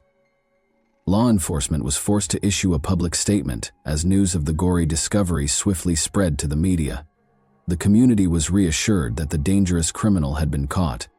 Terrifying details were uncovered via forensic analysis. Bone marks indicated that a power saw-like instrument had been used to dismember the body. Given the condition of the remains, pieces of tissue displayed signs of having been bathed in a chemical solution, perhaps in an effort to destroy them or get rid of any DNA traces. It was challenging to pinpoint the precise cause of death. Medical examiners, however, thought mechanical asphyxiation was the most likely cause. Most likely a rope or tiny strap, rather than bare hands, had been used to strangle Mia. Although Thomas Thompson's car had been partially cleaned, blood traces were discovered. Mia's blood was identified through DNA analysis. Her body looked to have been dismembered, and more blood traces were found throughout his house, especially in the toilet. Thompson first attempted to defend his actions when presented with the evidence, saying he had no malicious intent and had no plans to hurt anyone. He claimed that he tried to turn off his car's GPS because he was being stalked by a dishonest police officer who was extorting him, but he was unable to give his name or any supporting documentation. Thompson also related how he saw a woman in light clothing at the bus station early that morning and offered her a lift out of courtesy, but she declined. Then, he said, he drove off to run other errands. On his way back, about 90 minutes later, he noticed the same woman, who was now obviously chilly, still at the stop. He claims that this time she agreed to take him for a ride. Thompson described how the young woman was drunk, acted flirtatiously, and supposedly promised intimacy in return for his assistance. He said they took his car out of town to a remote location where they had consensual sex. Thompson then claimed that Mia unintentionally tugged on the car door handle during this interaction, causing the door to swing open. He stated she died instantaneously after falling out and breaking her neck. In a panic, he tried to protect himself by getting rid of her body rather than calling the police. Doubts were immediately raised by the story. The strewn personal belongings and strands of Mia's hair discovered in the woodland were among the many discrepancies that detectives pointed out. When questioned further, Thompson changed his account, saying that Mia accused him of being abusive, threatened to file charges, and started to sober up after their encounter. He claimed that despite his attempts to soothe her, she went into a frenzied state, escaped the automobile, and dashed into the woods. According to Thompson, he followed her out of concern that she may freeze to death and planned to take her back to the car so he could drive her home. He claimed that she stumbled during the pursuit, struck her head, and instantly passed away. After he took her body home, Thompson confessed to dismembering it in his bathroom and soaking the remnants in chemicals in the hopes that they would completely dissolve. But after a few hours, the procedure had little impact. The remnants, which were still whole, now smelled bad. He drove the corpses to the wilderness, buried them, and packed them into bags out of desperation. He maintained that the death was an accident and that his sole transgression was trying to hide the evidence because he was afraid no one would take him seriously. He insisted that his actions were motivated by panic rather than malice. Further investigations at Thompson's property turned up incriminating evidence behind his house, despite his contradictory claims. Investigators discovered a temporary solution, burn hole, with some dirt and rubble covering it. He had tried to destroy Mia's pocketbook, personal things, car floor mats, and blood-stained clothes there. The majority of the goods were severely destroyed, but her purse was largely undamaged, including the thin strap that still contained remnants of Mia's skin cells and blood. This strap was the tool used to strangle her, according to forensic authorities. The prosecution's claim that Thompson had acted maliciously and with premeditation was successful. He planned his actions ahead of time, as evidenced by the fact that he had made a conscious effort to turn off his car's GPS system. According to the prosecution, he was a predator who went hunting that evening and eventually targeted a young woman who was alone and in danger. His perfect victim was Mia, who was cold and alone. The second time he contacted her, she accepted his offer of a ride since she was so desperate. Thompson's claims of innocence were further weakened by his conflicting explanations and attempt to remove evidence. The jury found that, in spite of the evidence, he had taken steps to hide his activities after purposefully luring Mia into his automobile with malicious intent, but the court's surprisingly light penalty caused a great deal of indignation. Many wondered how someone who had done such horrible things could be punished less severely than the law permitted. Thompson probably took Mia to the remote woodland after threatening her with a firearm once she was inside the vehicle.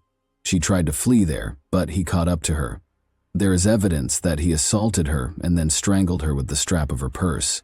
He dismembered her body and tried to dissolve the remains in chemicals after bringing it to his house. Thompson's conduct demonstrated that his crime was planned and executed without regret. For example, he ordered pizza to be delivered to his house twice on the same day that he committed these heinous deeds, and he even went to a neighboring store to buy candies. Witnesses from the area said he seemed perfectly at ease, grinning and talking to people, while the young woman's body floated in his bathroom. Unfortunately, because the chemical solution destroyed DNA, the court was unable to verify proof of an intentional assault. During questioning, Thompson himself asserted that their interaction had been voluntary. Thompson's disturbing history of voyeurism was also discovered throughout the examination. He had been seen taking pictures, watching ladies undress, and peering through windows of other women's houses. Nevertheless, the victim's concerns were unanswered, and he was never charged. Thompson was convicted in June 2023 of premeditated murder and defilement of a body by dissection. He received a life sentence in prison. He will, however, be eligible for parole after only 10 years, and history indicates that there is a good possibility he will be released. And that wraps up today's chilling story. If you enjoyed this video, don't forget to like and subscribe so you never miss a new upload.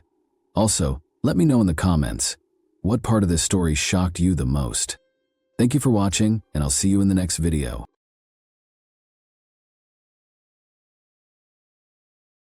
Hey guys, welcome to my channel, and today we're going to take a look at another horrible case with you.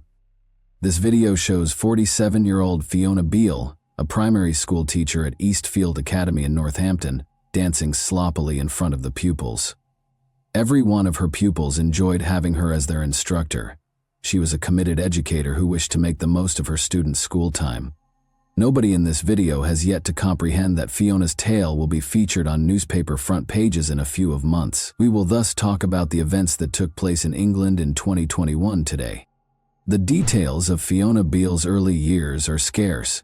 She was a lovely and amiable woman who liked her work and her students, according to many who knew her. She lived in Northampton, which is roughly 60 miles northwest of London, with her partner Nicholas Billingham, 42.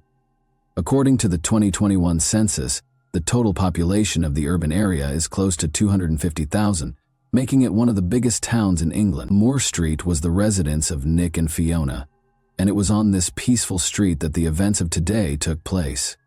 They spent 17 years together. Naturally, Fiona and Nick experienced highs and lows like any other couple.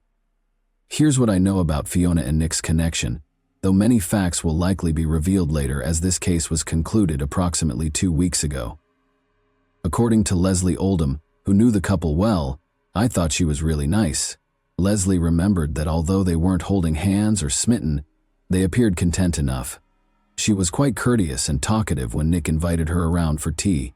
You never knew how long a relationship would continue with Nick, because he was always a little of a ladies' man and liked being pampered by women. When Nick and Fiona became infected with a virus that was then circulating the globe in November 2021, their love ended. After testing positive for the virus, Fiona and Nick had to separate themselves, she told her loved ones, on November 1, 2021. All they needed to do was complete an online application and spend 10 days at home, but she texted her sister the very following day to let her know that Nick had broken up with her and gone out with someone else. It's crucial to remember that it happened in early November 2021. Nicholas Billingham remained in contact with his friends and family after splitting from Fiona Beale. He sent his mother a text message claiming that he had fled with Faye. He claimed to be content and to have a wonderful new life. After 10 days at home, Fiona went back to work after her recuperation. When she returned to work, co-workers who had learned about the breakup gave her a lot of encouraging comments. But many saw that she was affected by the separation with Nick. Nearly 4 months after splitting with Nick, at the end of February 2022, her mental health started to decline. She could no longer live in a home that made her think of Nick all the time. She thus relocated to Cumbria, which is roughly 200 miles away from Northampton.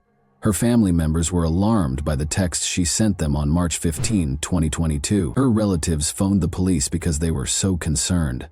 Police discovered Beale gravely hurt in a bath at a Lake District property she was renting while doing a welfare check.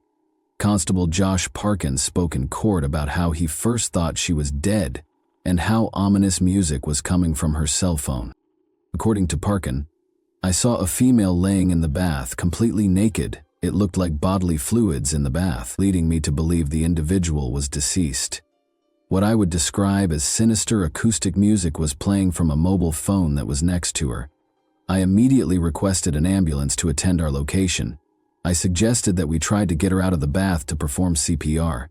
She then roused and became somewhat conscious. I pulled quite violently on her ear to try and get a pain response. She moaned and went to turn over in the bath.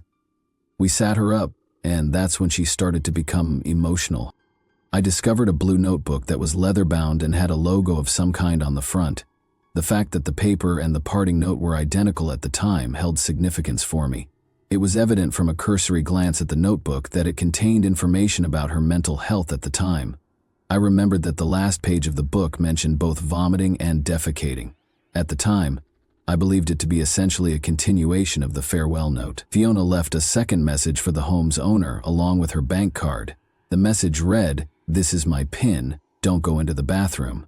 Fiona was taken to the hospital by ambulance, and as the doctors treated her, the cops took a closer look at her notebook. They discovered something evil there. Constable Lawson rejected the notes as ramblings, even though they seemed to describe Beale killing someone. He also stated that he did not think anyone had been killed at that point. The notes seemed to be ramblings, he claimed. In a statement, Constable Roy Williams, a colleague, stated that he too thought the notes were ramblings, but that there were some extremely unsettling elements. I believe these comments to be a delusional fantasy, as Beale appeared to be having a mental health episode.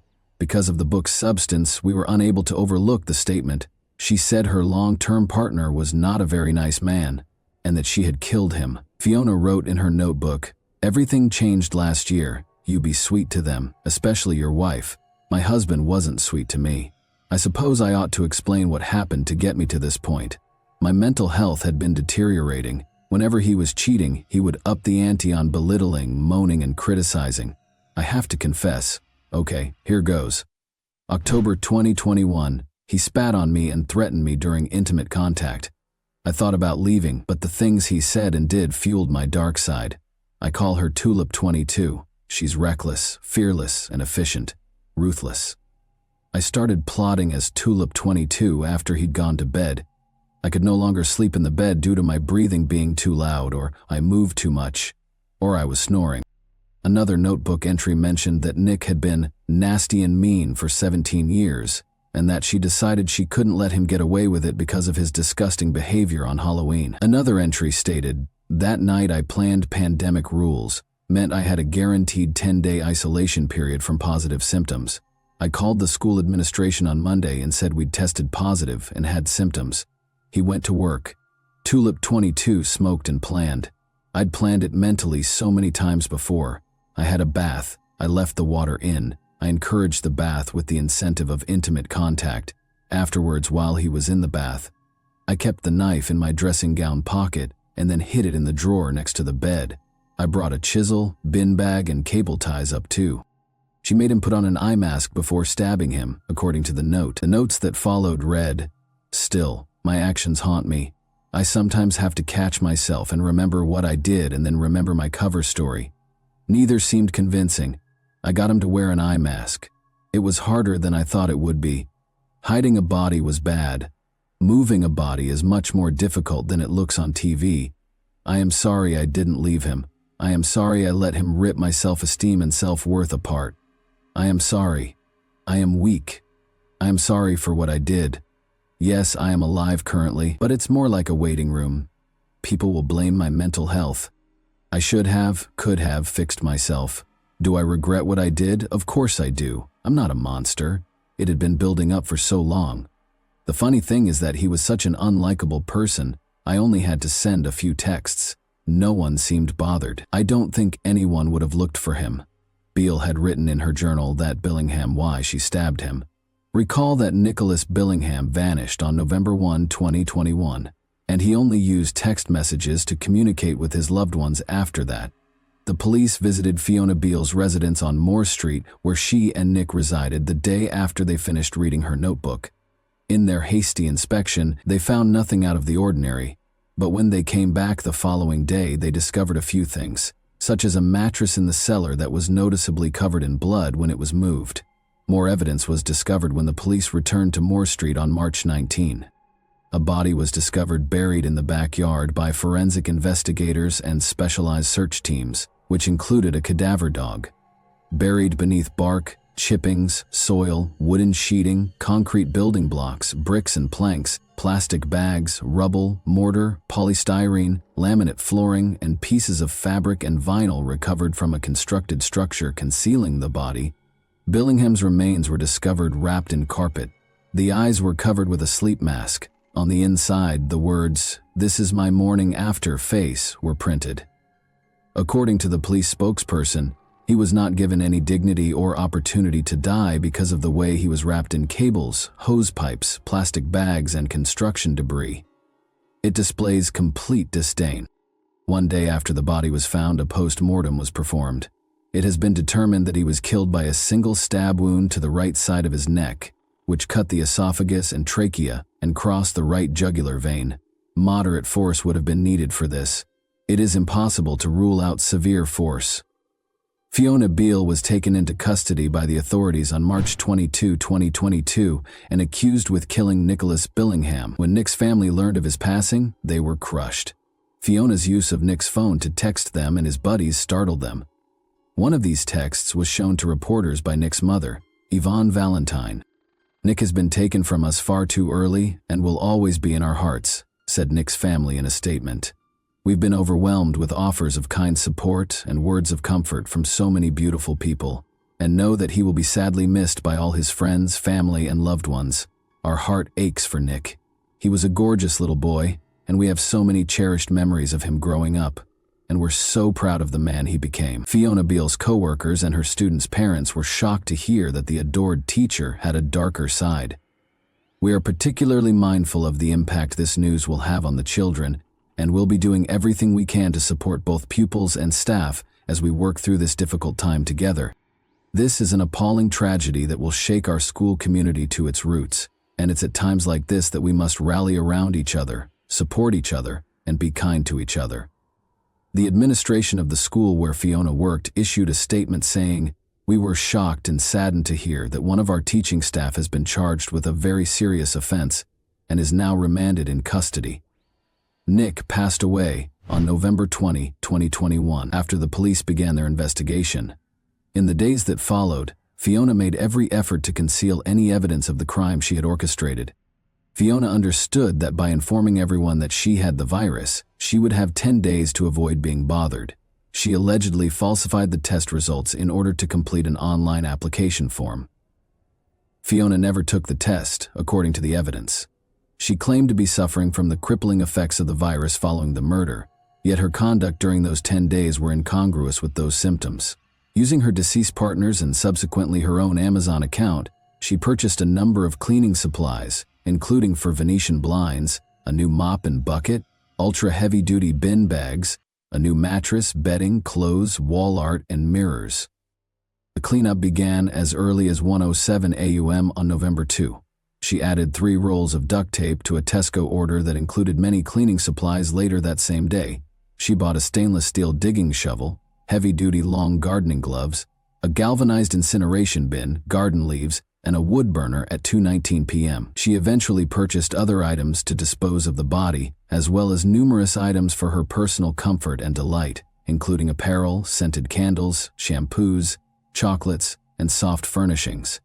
Fiona went shopping nearly 2 weeks after killing Nick. On November 13, she was seen purchasing a variety of goods from supermarket cameras, including building supplies that she would later use to construct a cemetery. The cops revealed the CCTV footage. As I mentioned before, Fiona spent several months texting Nick's friends and family in an attempt to pass for him. She also extended an invitation for Nick's mother to come see her. On December 23, 2021, as her son was buried in the backyard, Ms. Valentine recounted how Beale invited her to her house for a Christmas drink. "You moved the furniture to obscure views to the garden. Why? To stop anyone seeing where you had buried my son. You sat in your front room with me, having a casual chat with me, having a Christmas drink with me, and the whole time you knew that you had killed my son and buried him only feet from where I was sat." Ms. Valentine said in her victim impact statement that Beale continued to go about her personal life and work as usual, showing no signs of depression or trauma. There was evidence to the contrary. She was enjoying what she referred to as a new life in one of her erased files, after killing a partner she no longer liked and likely suspected of having an affair. Fiona Beale first protested her culpability during the trial, but she eventually acknowledged that she killed Nick, saying it was an involuntary crime. The prosecutor, however, thought otherwise. He said during the trial that during their 17-year romance, Nicholas Billingham had cheated on Beale with other women. Despite leaving the defendant a few times, Nicholas Billingham always came back to her, and she welcomed him. He stated, "One of the women he slept with became pregnant and gave birth to his child.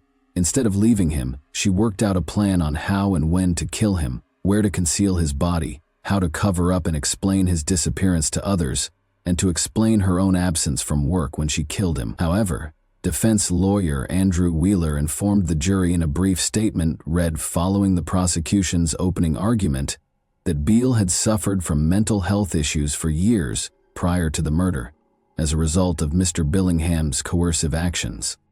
Beale's attorney, Wheeler, continued, "We submit that in fact this case is not as straightforward as the prosecution suggests. Miss Beale is 49 years of age. She is a lady of good character, a partner to Nicholas Billingham for some 17 years, a hard-working and thoroughly liked schoolteacher. In essence, a lady about whom you will hear many good things as you listen to the evidence." Wheeler next asked the jury, "How does that person go on to kill? There is no dispute in this case that she unlawfully killed Nicholas Billingham.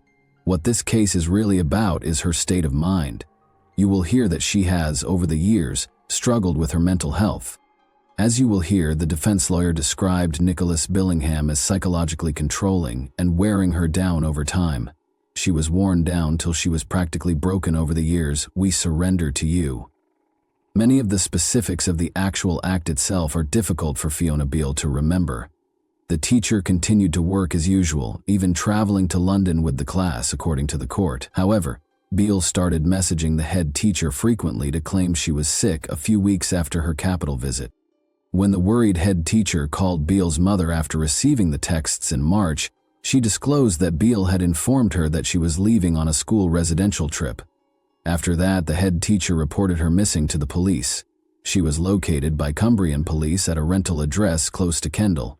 But Beale informed the officer that she didn't want her family to know her precise whereabouts and that all she needed was some peaceful time. Fiona Beale eventually modified her initial statement and completely accepted her guilt, but not before Beale sent a message to her family saying, "I'm so sorry, I love you all very much."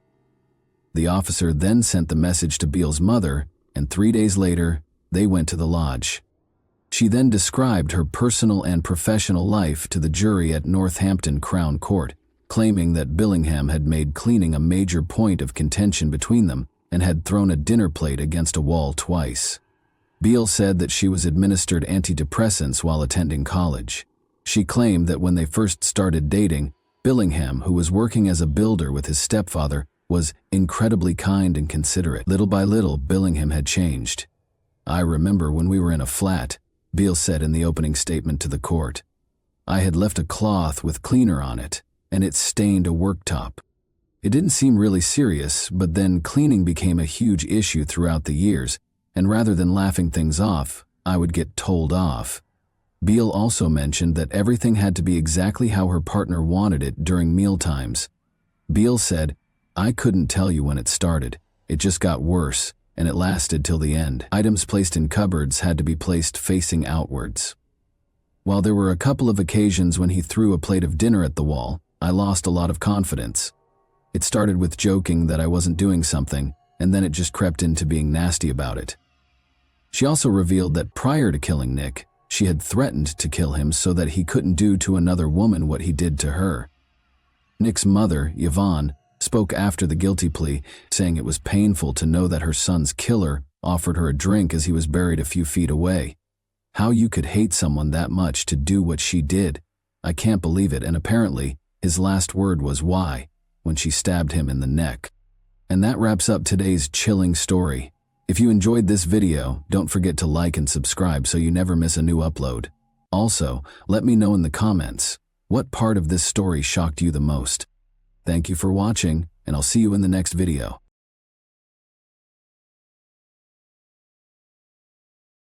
Hey guys, welcome to my channel, and today we're going to take a look at another horrible case with you. Overconfidence, gullibility, and naivete are harmful qualities that can sometimes result in death. However, there are times when we all want to believe in miracles and that childhood fantasies can still come true.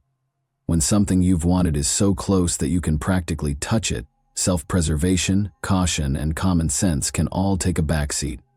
This vulnerability is precisely what crooks take advantage of. The cruelty and inhumanity of the 2005 case of Elodie Morel, a young French woman, stunned the nation.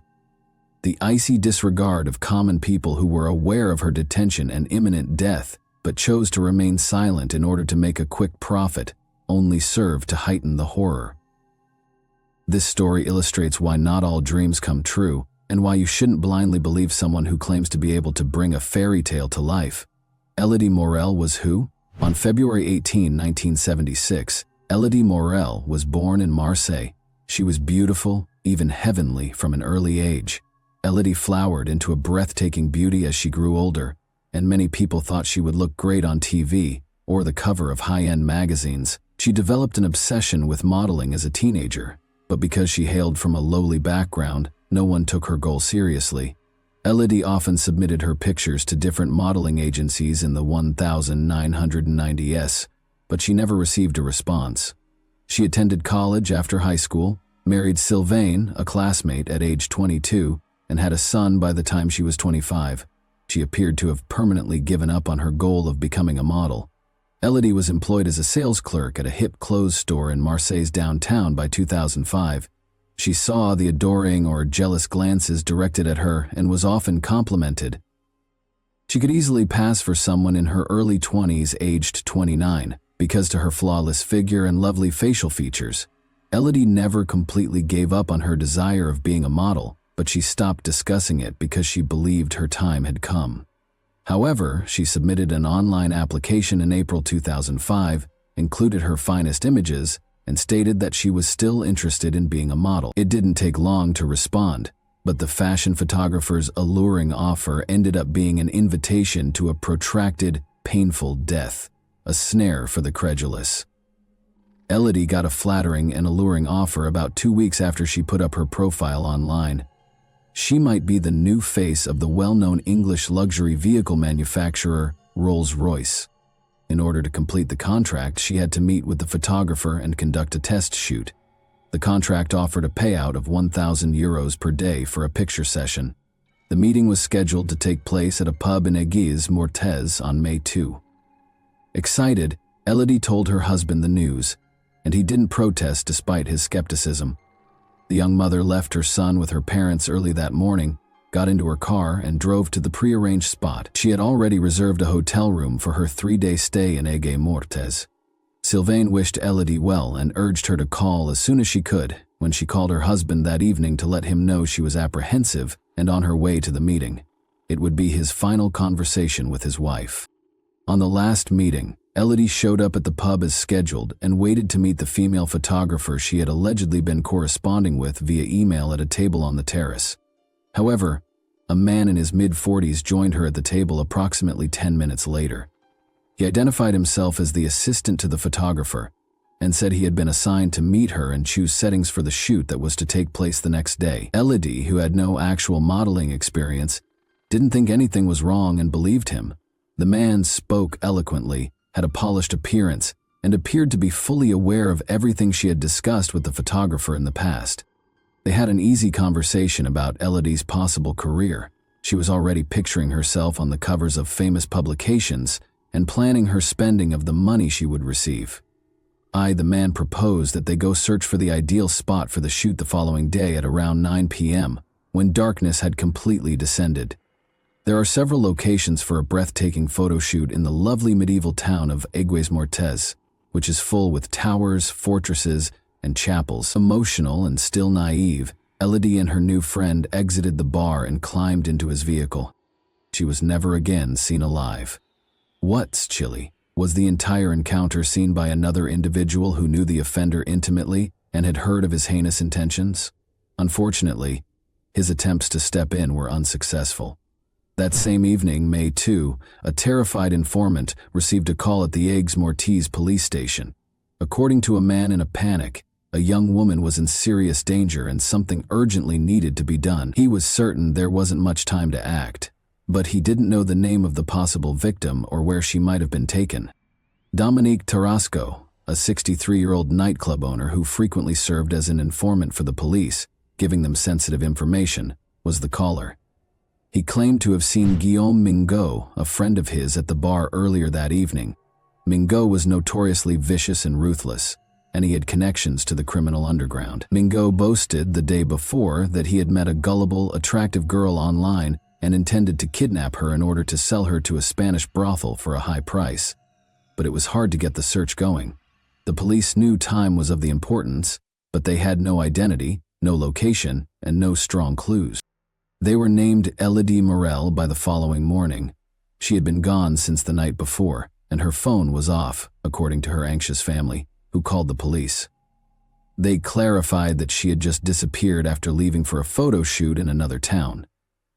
The police first failed to link the informant's call to this disappearance. Despite their suspicions that Elodie might have fled with a boyfriend, her family adamantly maintained that she would never leave her little son or vanish silently. Only 3 days after Elodie's disappearance did the search for her start, a waste of valuable time. For 2 of those days, Elodie was sadly still alive and imprisoned at a home in Aigues-Mortes, where she endured torture and abuse while her captors made decisions about how to end her questioning of the witness and arrest of the suspects. When Elodie Morel vanished on May 5, 2005, the lead investigators started to assume that she was the same enigmatic woman in peril that the source had warned about. When Dominique was called to the police to make an official statement, he instantly verified that Elodie was the same person he had seen at the pub with Guillaume Mingot 3 days prior, after seeing a picture of her. In response to a question about where he believed Mingo might be keeping the victim, Dominique said he had heard rumors of a recently closed deserted nightclub on the north side of town. That evening, a police unit established a stakeout at the scene and captured 48-year-old Guillaume Mingo and 53-year-old Richard Line as they entered the building. More research was necessary to determine the second man's involvement in this crime, as it was still uncertain. When authorities searched Mingo, they discovered Elodie Morel's credit card in one of his pockets, concluding that he was responsible for her disappearance. However, after a few hours, Line was freed because there was no proof against him, and both men were taken to the station to be questioned. Line, who had never run afoul of the police himself, lived with his family on the outskirts of town and was friendly with Guillaume. Mingo first stated in the first tale that he had taken Elodie's credit card and didn't know her. His initial account of events states that on May 2, he was at the pub when he spotted a pretty well-dressed woman. He chose to rob her because he thought she must be wealthy. Guillaume offered to buy Elodie a coffee after he sat down at her table and gave her a compliment. She didn't ask him to go, but she did say she was waiting for someone. After a little conversation, he was able to take her credit card from the purse that was hanging on her chair and slip away before she realized it was gone. Although Mingo acknowledged that he knew the victim, he maintained that the whole event happened on its own and that he had nothing to do with her abduction other than to steal her card. Investigators verified that he had taken out cash from an ATM outside the city using the pilfered card that same day, but he was unable to describe how he recognized the image. He would have had a weak story if Elodie hadn't told him. Furthermore, a background investigation showed that Mingo had a number of previous convictions, including drug trafficking, armed robbery, and a 9-year jail term for a vicious rape. Though he had been more cautious in an effort to avoid going to jail again, Mingo had not altered his behavior despite his criminal past after being released. When authorities discovered Elodie's phone number on Mingo's phone, along with their email correspondence regarding the photo shoot, the second story took a different path. He was forced to alter his story after this revelation, which totally contradicted his first statement. He admitted that he had messaged Elodie under the guise of a photographer after discovering her online modeling profile. The innocent beauty was a simple target and consented to meet without a lot of questioning. Mingo had been communicating with her under a female alias, so he was afraid she would grow suspicious when a man appeared in place of the photographer she had been anticipating. However, Elodie, who was eager and trusting, saw nothing odd and consented to accompany him to look for a spot for a late-night picture session. She even got into his car without question. Witnesses later attested to the fact that Guillaume swerved off the main road and halted the vehicle once they had reached a remote location. He insisted that Elodie give him her credit card while brandishing a gun. He took her handbag and located the card himself after she refused. Then he started asking for the PIN, but she refused to give it to him. In a fit of rage, he banged her head on the dashboard and began strangling her until she gave him the code. In order to make sure Elodie had told him the truth, Mingo then locked her in the trunk and drove to the closest ATM. He drained her account and the PIN worked, but now that he had the money, he began to think about what to do with the woman who was now imprisoned in his trunk, how to conceal the victim, and how to have the accomplices arrested. Guillaume Mingo drove to his buddy Richard Line's place to temporarily hide Elodie since he needed time to think things through. He told Richard about the woman who was trapped in his trunk and that he was eager to share his idea to sell her and make a significant profit. It's worth noting that Richard and his spouse had previously worked at the same shuttered nightclub, he as a security guard and she as a cleaner. However, after the club closed, they both lost their jobs and were barely making ends meet, with Richard turning to heavy drinking. Richard offered to help by giving Guillaume the keys to his empty garage, which he offered as a place to hide the woman. He preferred to wait for Guillaume to figure things out and to get his share of the money as soon as possible. Investigations later showed that Elodie was held captive for more than 2 days, during which she endured a nightmare of torture, assault, beatings, and the agony of hunger and thirst. Guillaume claims that during those 2 days he and Elodie spoke extensively, especially about their children, who were quite similar in age. Elodie pleaded that her son needed her and urged him to release her. According to Guillaume, there was a time when he genuinely felt terrible for her and was thinking about letting her leave. Since she had been in the garage for 2 days and it was quite hot, He even brought her a bottle of water. But when Richard, who was intoxicated, decided it was time to deal with the captive on the evening of May 4, things took a sharp turn. According to Guillaume, Richard went into the garage and used a rope to strangle Elodie while he was away. Guillaume maintained that he just assisted in disposing of the body and had nothing to do with the real crime, but he wouldn't say where they had concealed her body. The Line home was searched. The couple seemed anxious but unsurprised by what happened when police used a search warrant to raid the Line house. They showed little interest in the ongoing search, allowing the officers to enter without any opposition and continuing to dine at the kitchen table. Police discovered a number of Elodie's belongings in their teenage daughter's room during the inquiry, including a wristwatch, jewelry, a hair clip, and her cell phone. Richard's wife was also found to be in possession of Elodie's pocketbook and purse. The trash can outside the house contained ripped bits of the victim's clothing, along with other possessions. When Richard's garage, which is close to their house, was searched, even more unsettling evidence was found. Investigators discovered brown traces inside the unoccupied room that seemed to be dried blood. They discovered crumpled tissue as well. While their 14-year-old daughter was temporarily placed with family, Richard and his wife were arrested along with shoes, cigarette butts, an empty plastic bottle, and a piece of laundry rope. The couple stated that Guillaume had brought everything in return for permission to use their garage when asked how Elodie's possessions got inside their house. Since Guillaume had promised to compensate them, they acknowledged that they knew he was detaining a woman there, but decided not to intervene. They also admitted to providing him with a piece of rope and a bottle of water at his request without questioning why. Even more incriminating was the third-story forensics confirmation that Elodie's blood was responsible for the brown spots on the garage floor. Saliva on the cigarette butts was both the victim's and the kidnapper's, and semen on the crumpled tissues matched Guillaume's DNA. Since Elodie had asthma and cigarette smoke caused terrible coughing and choking episodes, her family swore that she had never smoked in her life. This made the horrific picture evident. For 2 days, Guillaume had held Elodie in the garage, hitting her repeatedly, torturing her, and making her smoke as part of his abuse, all while fabricating evidence and claims. Guillaume Mingo again altered his narrative once detectives showed him the forensic findings. This time, he asserted that it was completely voluntary for him and Elodie to have had sex in the garage.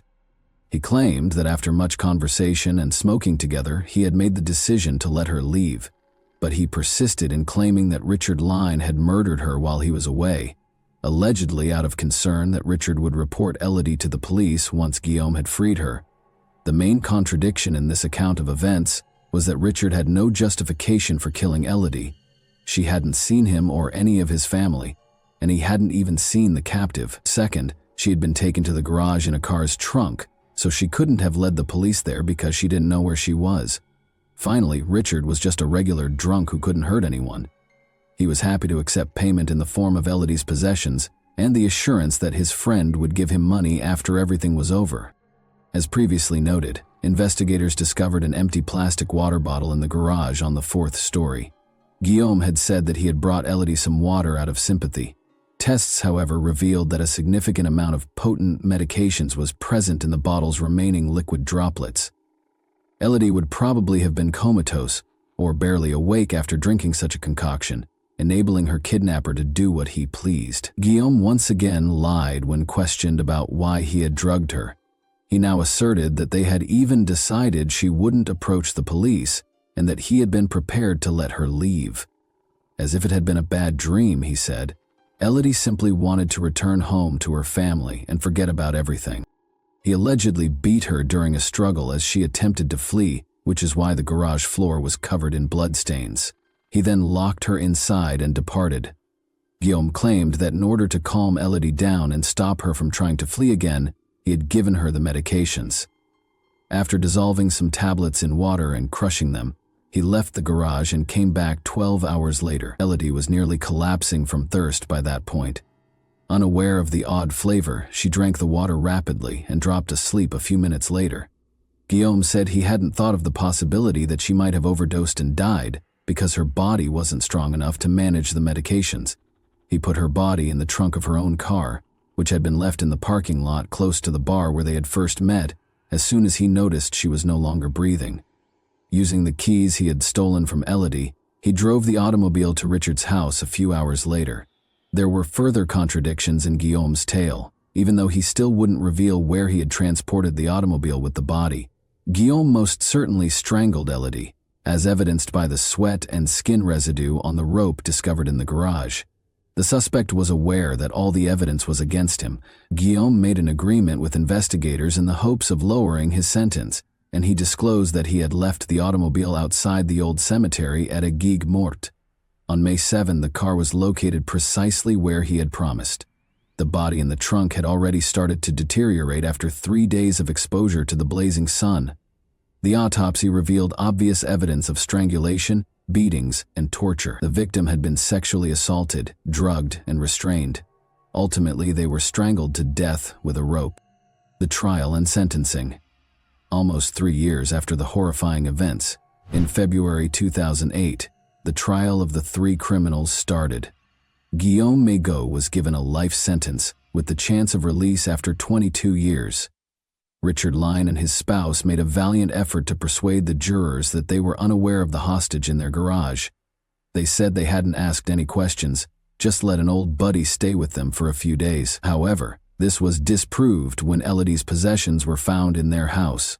In 2010, the pair was found guilty of aiding and abetting and received 6-year prison sentences apiece. In an attempt to place some of the blame for the crime on the line, Guillaume Mégot and his attorney filed an appeal of the ruling. This was their sole chance to cut the minimum amount of time he would have to spend and reduce his life sentence. The new trial started on May 4, 2010, precisely 5 years after the murder of Elodie Morel. It was established during the hearings that Richard and his spouse were aware of Elodie's imprisonment and the potentially fatal situation she was in. But they took no action. They gave Guillaume everything he requested, including water, rope, and other items, without questioning his motives or taking the repercussions into account.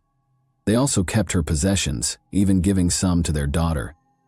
Guillaume Mégot's life sentence was lowered by the court to 30 years, with the condition that he complete 2/3 of it before he may be released on parole. Each received a 9-year prison sentence without the prospect of early release for their complicity and inaction. And that wraps up today's chilling story. If you enjoyed this video, don't forget to like and subscribe so you never miss a new upload. Also, let me know in the comments what part of this story shocked you the most. Thank you for watching, and I'll see you in the next video.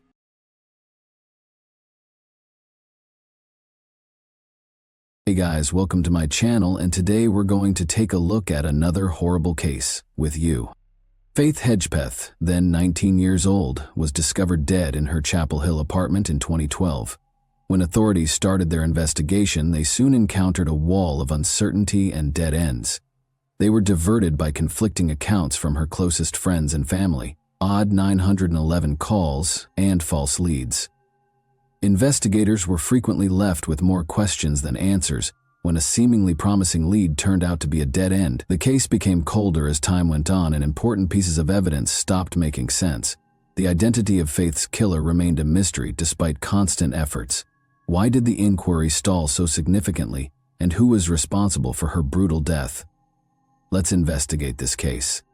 Unaware of the tragic turn their day would take, Rosario and her companion Marisol Rangel arrived back at their flat just before 11 a.m. on September 6, 2012. They called for Faith as they walked in, but the place was oddly silent. Uncertain of what to anticipate, they approached Faith's bedroom with trepidation. They were stunned by what they discovered. Faith's corpse was on the ground, partially wrapped in a blanket and covered in blood. 3 years after Faith was brutally killed in an apartment she shared with a friend by a killer who is still at large, there are still many unanswered questions and speculations surrounding this case. Shocked, Rosario called 911, her voice shaking as she described what she had found. Once vibrant, Faith was gone, leaving the friends to wonder forever, who could have done this, and why? We must examine the final hours of Faith's life in order to comprehend what transpired to get to this point. Around 5:45 p.m. on the evening of September 5, 2012, Faith went to a rush event for Alpha Pi Omega, a Native American sorority at the University of North Carolina. She met Rosario after departing at 7:15 p.m., and the two of them studied at the library until almost 9 p.m. Around this same period, Faith texted her father about her plans for the future. He still has the final voicemail he ever got from her saved. After returning to the flat at around 11:30 p.m., they went out once more, landing at The Thrill, a nightclub, at 12:40 a.m. They danced and socialized for around an hour and a half. Their departure was captured by security cameras. Since Rosario wasn't feeling well, they made the decision to return to the flat, arriving just as Faith's Facebook account was accessed. Faith's phone sent a text message to Rosario's ex-boyfriend, Brandon Edwards, at approximately 3:40 a.m. "Hey B, can you come over here, please? Rosario needs you more." You know. Please let her know you care." 3 minutes later, the same phone sent another message that contained the word "than," which was thought to be a correction for a typo in the first message. The last known activity on Hedgepeth's phone was this text exchange. After that, Rosario attempted to get in touch with Edwards and then collegiate soccer player Jordan McCrary, but neither of them answered. Rosario thought Faith was asleep when she left the flat at 4:25 a.m. She stayed at a friend's place until the next morning. Rosario attempted to contact Faith once more at 10:30 a.m., but received no response. She contacted Marisol out of concern, and the two of them proceeded to the apartment where Faith's death was found. Who was in charge? Is Rosario Rangel or another person involved? Faith's cause of death is still unknown, but as the inquiry progresses, more information will become available. Faith Hedgepeth, a proud member of the Hollywoshapani Native American tribe, was born in 1992 in Warren County, North Carolina. After her parents divorced, Faith was raised by her mother, Connie, and she grew up in a difficult home. Connie, who had 3 children already, named her Faith because she thought it would give her the courage and optimism she needed to raise a 4th kid in a challenging situation. Faith was a good student in spite of these obstacles. As a cheerleader, honor student, and involved member of multiple clubs, she succeeded in high school. She attended the University of North Carolina at Chapel Hill, thanks to her diligence, which earned her a Gates Millennium Scholarship. Faith dreamed of becoming a teacher or a pediatrician and wanted to be the first member of her family to earn a college degree. Despite taking the spring 2012 semester off, she had a successful first 2 years at UNC Chach. She shared a Chapel Hill off-campus apartment with her friend Karina Rosario and Rosario's boyfriend Eric Taco Jones throughout that summer. But Karina and Eric had a violent relationship, and Faith assisted Karina in obtaining a protective order against Eric after he twice attempted to enter into their apartment. Eric lost his temper and even threatened to kill Faith if he couldn't reconcile with Karina. Faith's life had taken a dark turn, and even though she continued to have hope for the future, she found herself in a precarious situation. Faith's family was devastated by her passing. Faith's loss was unfathomable to her mother, who had already dealt with a lot of difficulties as a single mom raising her children. Having lost a sister who served as a support system and role model, Faith's siblings were also devastated. Her family was left to deal with her passing. She had been a bright, kind young woman with a bright future. In addition to being extremely personal, Faith's passing was a setback for the entire community, which had supported her aspirations and watched her develop. Her family was left feeling incredibly empty and unable to comprehend why someone so full of promise had been brutally ripped from them. The choice to start the investigation into Faith's death in secret sparked immediate criticism. In contrast to standard police practice, the Chapel Hill authorities took considerable care to conceal information. All records were sealed by a court order, and even the media's repeated requests for information were turned down. The police worked discreetly behind closed doors, gathering evidence from the incident without disclosing what they had discovered, while the community awaited answers. Semen and extracted DNA were the first important clues from the actual crime site. When the autopsy report stated that Faith had died from blunt force trauma to the head, most likely from a rum bottle, the question became even more complicated, even though it matched male DNA discovered elsewhere in the apartment. From the beginning, the police focused on one man, Karina Rosario's ex-boyfriend, Eric Taco Jones. He was a prime suspect because of his history of domestic abuse and his previous threats against Faith. "Forgive me for what I am about to do," Jones had even warned in a text message to a friend the night before the murder, and he later shared the same statement on Twitter. He altered his Facebook banner to a haunting precursor to what appeared to be an admission of guilt 3 days after Faith's death. "Dear Lord, forgive me for all my sins and the sins I may commit today." Police were unable to directly link Jones to the crime in spite of these warning signs. He provided a DNA sample, but it did not match the evidence gathered at the scene. No matches were found in additional DNA testing from other individuals, including those who had visited the local nightclub where Faith and Karina had spent time. After Jones was formally ruled out as a suspect, the inquiry appeared to come to a standstill. It appeared as though the puzzle pieces would be put together fast when the inquiry into Faith's death originally started, but as time passed, detectives discovered evidence that only made the mystery more complex. The disclosure of some anticipated and some surprising details suggested an incomprehensible level of intricacy. The 911 call, which would subsequently come under close examination, was a crucial piece of evidence in the case. After discovering her friends dead at their apartment, Karina Rosario called. Many found it strange that she only referred to Faith as her buddy during the call, never mentioning her by name. Reporter Tom Gasparovia questioned the legitimacy of the conversation, speculating that it might not have been Rosario but perhaps Marisol Rangel, whose voice sounded similar. Additionally, Rosario appeared abnormally hesitant during the conversation, despite the dispatcher's repeated requests for her to check Faith's respiration, Gasparovia noted. Was the individual who found the body truly as innocent as they appeared to be? Was the 911 call itself a hint? The people who were following the case started to have these types of questions. The odd information wasn't limited to the 911 call, either. Confusion was further exacerbated by another important piece of evidence discovered close to the crime scene: a mysterious letter written on a piece of ripped paper. Written in a sloppy hand with a ballpoint pen, the message said, "I'm not stupid, bitch, jealous." Its rambling, angry writing appeared to be the result of a fit of wrath, but it was unclear what it meant. Why would someone leave a letter at a murder site? The ripped piece of paper seems to have come from a takeaway bag from Time Out, where Faith and Karina had eaten at that evening. However, was the note a spontaneous outburst or a private communication to Faith? When forensic specialists examined the note, they discovered that the handwriting was erratic. The word "stupid," which was written much more clearly, was underlined by one, perhaps by someone attempting to hide their identity or deceive investigators. Even more concerning was the fact that the message seemed to be written before the murder because there was blood all around the room, and the note itself seemed free of blood. Why abandon it? Was it a deliberate deception or a hint? Reporter Tom Gasparelli speculated that Faith might not have been the intended recipient of the note. The murderer might have planted it to trick detectives. Was it a last desperate communication, or was it a lie? The note's emotional tone suggested intense annoyance or jealousy. Was it Faith or someone else that the murderer was angry at? Faith's own phone provided yet another horrifying piece of evidence in her case. Faith's phone unintentionally called a friend the night before she was murdered, recording a brief but unsettling chat.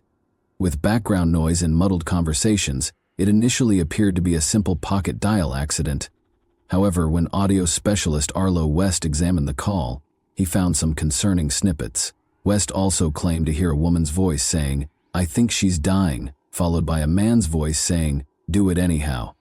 References to Eric and Rosie that seemed to connect the conversation to Faith's roommate Karina Rosario and her violent past with Eric Taco Jones were also heard. The call's timestamp of 1:23 a.m. coincided with the claimed time when Faith arrived at the club. Police initially brushed it off, thinking the call was simply background noise from a night out. However, West pointed out that there were several oddities, such as the unusual absence of typical nightclub sounds, which gave the scene a strange vibe. Did the call record the last seconds before Faith was killed? Or might it have been recorded earlier? These unresolved issues gave an already terrible case a troubling undertone. Investigators were left with more questions than answers as they combed through this perplexing evidence. Although these pieces of evidence were far from conclusive, they were sufficient to raise the possibility that the murderer may have left behind more than just tangible evidence at the site. They might have left a trail of psychological hints that, if the investigators could decipher their actual meaning, could tell us a lot about the killer's mental state. The public's annoyance increased while the case went unresolved. A $29,000 0 reward was given by the university, the Halawashaponi tribe, the local Crime Stoppers chapter, and the apartment complex where Faith had resided for any information that resulted in an arrest. It was believed that the reward would lead to a tip that would completely unravel the case. However, months and weeks went by with no improvement. There was still no breakthrough when Governor Bev Perdue increased the award by an additional $10.00. The probe was conducted in secret in the interim. The UNC student newspaper, the Daily Tar Heel, petitioned for the release of the secret documents in November 2012. The case remained sealed beneath a veil of silence when the court rejected their plea. Despite publicly claiming that their daughter's death certificate verified she had been battered, Faith's family was also kept in the dark about several specifics. The town of Chapel Hill remained uneasy as the months passed. The FBI has created a profile of the male DNA recovered from the scene by January 2013. According to the authorities, this person had lived close to Faith, had expressed interest in her, and his actions had probably changed after the crime. The court nevertheless mandated that the records be kept secret in spite of this development. The public was left in the dark about the case, which appeared to be proceeding behind closed doors. The police didn't formally ask the North Carolina State Bureau of Investigation for assistance until September 2013, a full year after Faith's passing. Chris Blue, the police chief for Chapel Hill, acknowledged that they had run out of options and that the case had gone cold. The murder of Faith was still a mystery, and the case files were still sealed. After 2 months, the inquiry took yet another unsettling turn. Publications such as the Tar Heel started to doubt the investigation's objectivity. Why hadn't the police pursued important leads? Although the police had never thoroughly searched the neighborhood, neighbors in the apartment building where Faith had resided said they had concerns about Eric Jones long before the murder. Only Faith's apartment had actually been completely examined. The other apartments in the complex, including the woods beyond the building, had not been looked at. When it was discovered that police had never examined security footage from the Thrills parking lot, a significant lost opportunity became apparent. The owner of the towing firm that was in charge of the parking lot, the nightclub where Faith and Karina had spent the night before the murder, had installed security cameras that may have recorded important footage. But it wasn't until almost 19 months after the incident that the police requested to view it. The court eventually ordered the records to be opened in 2014. Following a great deal of public pressure. Following the release of important papers by investigators, such as the search warrants and investigative notes, there was a flurry of media coverage. These documents demonstrated the extent, or lack thereof, of the police involvement in the case. They also offered the first glimpse of the chronology of events that preceded Faith's demise. The autopsy report was eventually released to the public in September 2014, over 2 years after the murder. It validated the suspicions of many. Faith had suffered severe physical abuse. Blood was discovered beneath her fingernails, indicating that she had retaliated against the severe blow to her head. Initially believed to be the key to identifying the murderer, the DNA recovered from the site remained a mystery. The question of who killed Faith Hedgepeth and why remained unanswered despite ongoing investigation. Unanswered questions became more pressing as the investigation progressed. Had the police conducted the inquiry improperly in the beginning? The most disturbing of all was the identity of the man whose DNA was discovered at the scene, and the reason behind Faith's murder. For years to come, these questions would still exist. Faith Hedgepeth's death remained a mystery for years, with many speculations but no conclusive solutions. One thing was certain: despite the speculation about suspects and motivations, Faith's killer was probably someone who knew her. According to Chapel Hill police, the murder was committed by a member of her UNC Chapel Hill social circle rather than at random. Investigators interviewed more than 2,000 people over the years, obtained 750 people's DNA, and reduced the number of potential suspects to 10. Chief Chris Blue stressed in 2016 that the case was still very much alive despite the lapse of time. In their quest for the truth, the police continued to concentrate on this core group. However, the issue still stood. What motivated the murderer to carry out such a heinous act, and who was the murderer? But on September 23, 2016, almost 4 years after Faith's passing, the case took even another unexpected turn, as the inquiry proceeded to uncover. Unexpectedly, the Chapel Hill police announced that they had teamed up with Parabon Nanolabs, a genetic testing business that had created a device that could create physical representations of suspects using their DNA. This public image provided a unique look at the unidentified culprit and was solely based on the DNA profile found at the crime site. It wasn't a perfect portrait, of course. It was predicated on phenotyping, which is the process of predicting physical characteristics from an individual's genetic makeup. Snapshot: Parabon's technology uses DNA to forecast skin tone, freckles, eye and hair color, and even the shape of a person's face. The president of the organization indicated that, while their system could provide a remarkably high level of detail regarding a person's possible appearance, it was unable to forecast a person's height or weight. A man of mixed ancestry, mainly Native American and European with some Latino heritage, was the image produced by DNA analysis. In addition to having origins in Mexican, Colombian, and Iberian civilizations, he was probably dark-skinned, black-hailed, and freckle-free, with faint indications of South American and African heritage. The forecast provided a very accurate likeness and was made with over 80% confidence. Investigators were able to see a potential suspect for the first time thanks to this picture, but it also made them wonder, who was this person? Why had the police failed to identify them? And how did their DNA get to the crime scene? Notwithstanding this recent development, journalist Tom Gasparoli hypothesized in 2017 that the murderer might be a distant acquaintance of Faith's who harbored animosity or resentment toward her. When authorities began concentrating on Faith's roommate, Karina Rosario, this theory gathered traction. Since Rosario never mentioned Faith by name and only ever referred to her as a friend, her 911 call raised questions. Faith's texts to her ex-boyfriend that evening conveyed a sense of urgency over Rosario's need for him. Although Rosario claimed to have left the flat while Faith was asleep, there were questions raised regarding her account. Rosario remained silent and had moved away, but she kept in touch with investigators. Gasparoli made hints that she might be more knowledgeable than she was admitting and that she might have the secret to cracking the case. The question was whether the truth will ever be revealed for so long. A significant development in the case did not occur until 2021. A breakthrough in September 2021 would finally provide resolution after almost 10 years of mystery, but it also sparked new inquiries.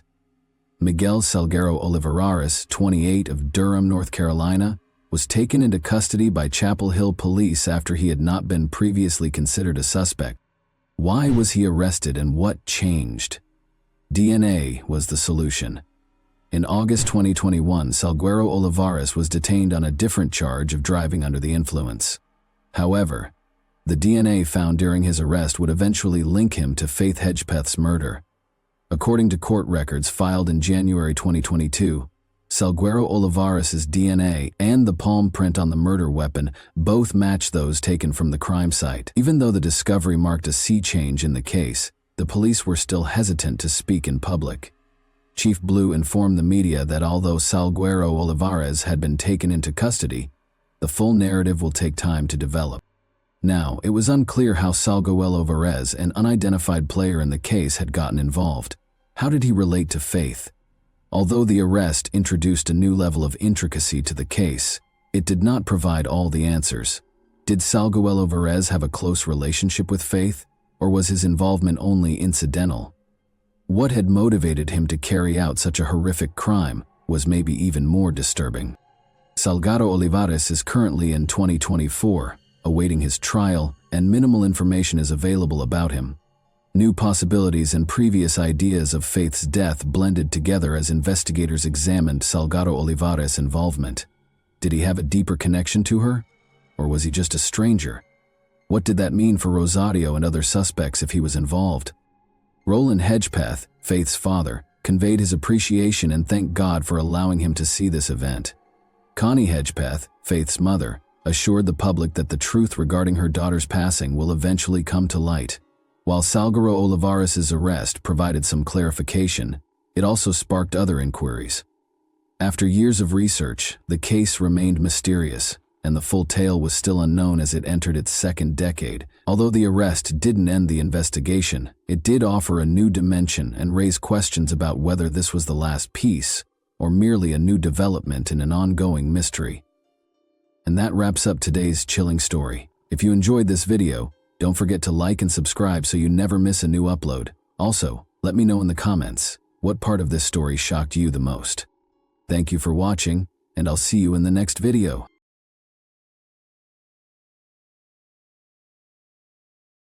Hey guys, welcome to my channel, and today we're going to take a look at another horrible case with you. A truck driver pulled over to the shoulder of National Route A48 near Bridgend, South Wales on April 6, 2009, barely yards from the highway at the foot of a small valley. He saw an old luggage half hidden by the tall grass. He was intrigued by the suitcase's peculiar shape and positioning. He decided to check it out and was appalled to discover a human hand when he unzipped the bag. The motorist was shocked by the finding and called emergency services right away. On June 19, 1984, Kirsty Wilkinson was born in Coventry, England. 2 children were already being raised by her parents, Catherine and David Wilkinson. The family, including Kirsty's elder sisters, Sonia and Haley, had a close-knit environment that made everyone feel loved and supported. Kirsty and Catherine had a particularly cordial and trustworthy friendship. The family relocated to Bridgend, South Wales when Kirsty became 14. This was a pivotal moment in her life.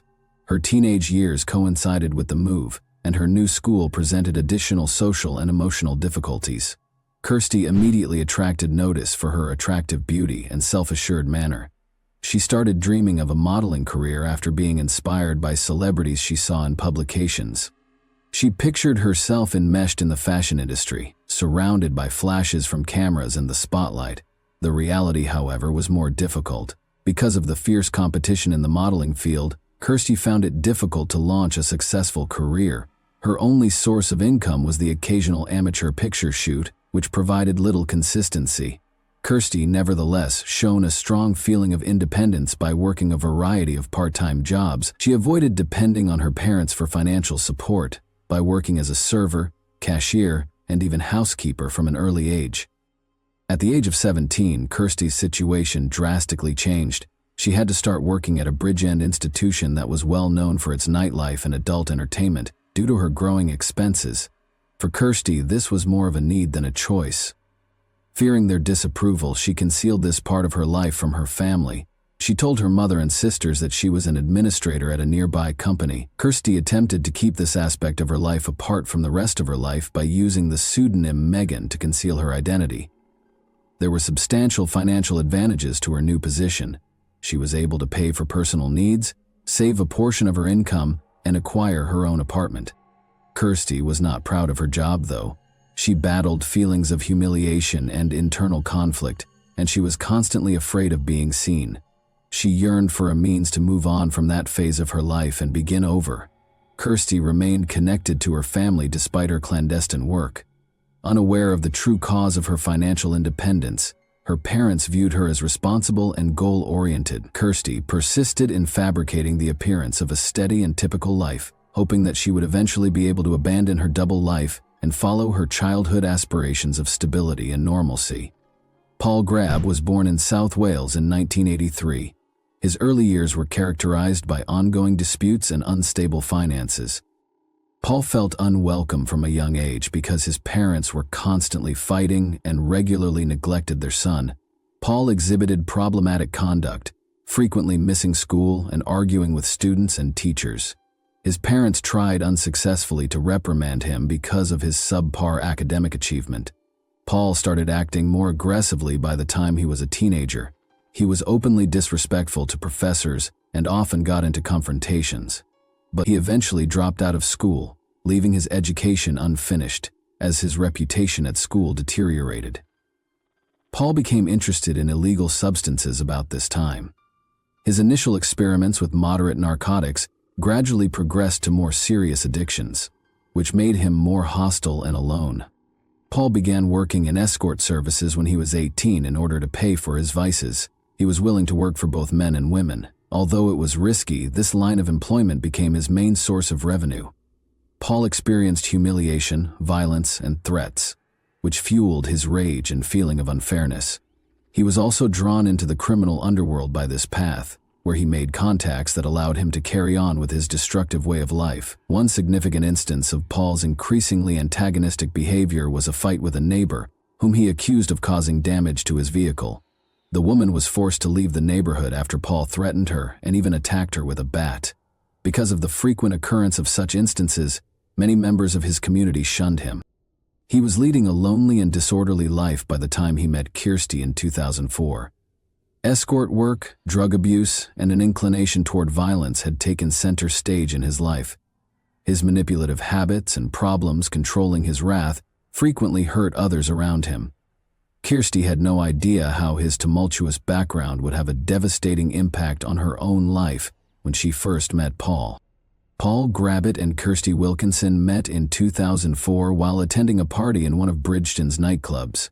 Both Kirsty and Paul, who were 20 and 21 years old respectively, were going through difficult times.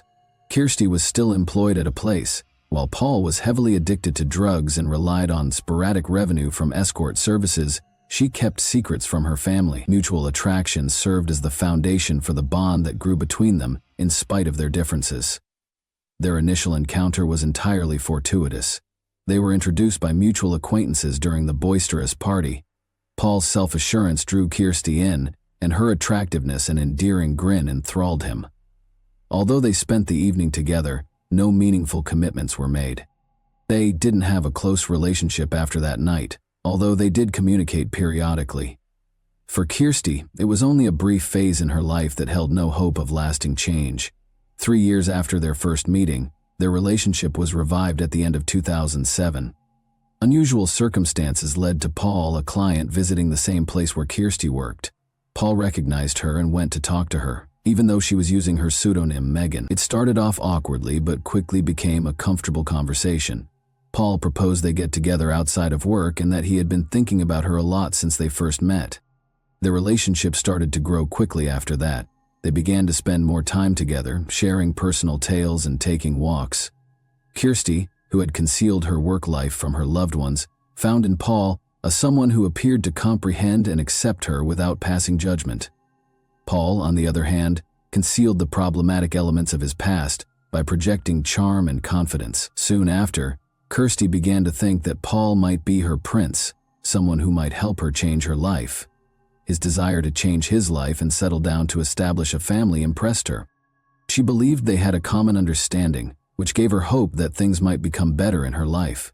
Paul deftly fueled this romantic illusion by frequently bragging about his purported accomplishments, which included previous positions as a race car driver, mechanic, and even a dancer. But even though their relationship seemed harmonious on the surface, it was based on lies. Paul was aware of Kirsty's occupation from the beginning, but he kept his true intentions from her. She was not only a possible love interest, but also a source of financial security. However, Kirsty started confiding in Paul more than she had in anybody else because she believed that their relationship was genuine. A few weeks after getting back in touch with Paul, Kirsty stunned her mother Catherine by announcing her engagement in December 2007. Kirsty claimed that Paul had asked her to marry him and she had accepted without question. In spite of her secret existence, Kirsty felt she had discovered the guy of her dreams, someone who would accept her for who she was. Her family was completely unaware of Paul's existence, so they were all taken aback by the news. Catherine voiced her worries right away. She believed Kirsty didn't know Paul well enough and that the relationship was progressing too soon. In order to give her daughter more time to comprehend Paul's personality and goals, she advised her to postpone the wedding. Kirsty insisted on delaying the ceremony for at least a few months, despite Catherine's suggestion. 5 weeks after announcing their engagement, she and Paul had already decided on a date in February 2008. The family's initial encounter with Paul only made their worries worse. He left a bad impression when Kirsty took him home. Paul was unkempt, wore informal clothing, and showed a marked lack of deference when interacting with Kirsty's parents. Red flags were triggered by his life stories. None of his claims that he had experience as a mechanic, race car driver, or even a dancer could be verified. Paul seemed to exaggerate his accomplishments in an attempt to impress them, but his manner and tone made Kirsty's family uncomfortable. Kirsty's parents, David and Catherine, attempted to talk her out of becoming involved too soon. They noted that their connection was moving too fast and that Paul didn't appear trustworthy. Sonia, Kirsty's older sister, expressed her worries as well, saying that Paul seemed manipulating. She was convinced that Paul was her only hope for a happy future, even if they tried to persuade her otherwise. From an early age, Kirsty had always been romantic and dreamy. She had big plans for a wedding and a big family. She felt empty from her previous way of life and believed that marrying Paul would start a new chapter in her life. She disregarded all the cautions since she was determined to pursue her ambition. She even persuaded herself that her loved ones were just unable of comprehending her emotions. Kirsty's family decided to support her on her wedding day, in spite of their misgivings. The event was held in February of 2008. Her sisters and parents were there, but their grins belied their discomfort. In contrast, Paul seemed delighted and assured. Although it was the day Kirsty's wishes came true, her family saw it as the beginning of her increasing alienation. They believed she was ignoring the alarming indicators that would eventually have disastrous results.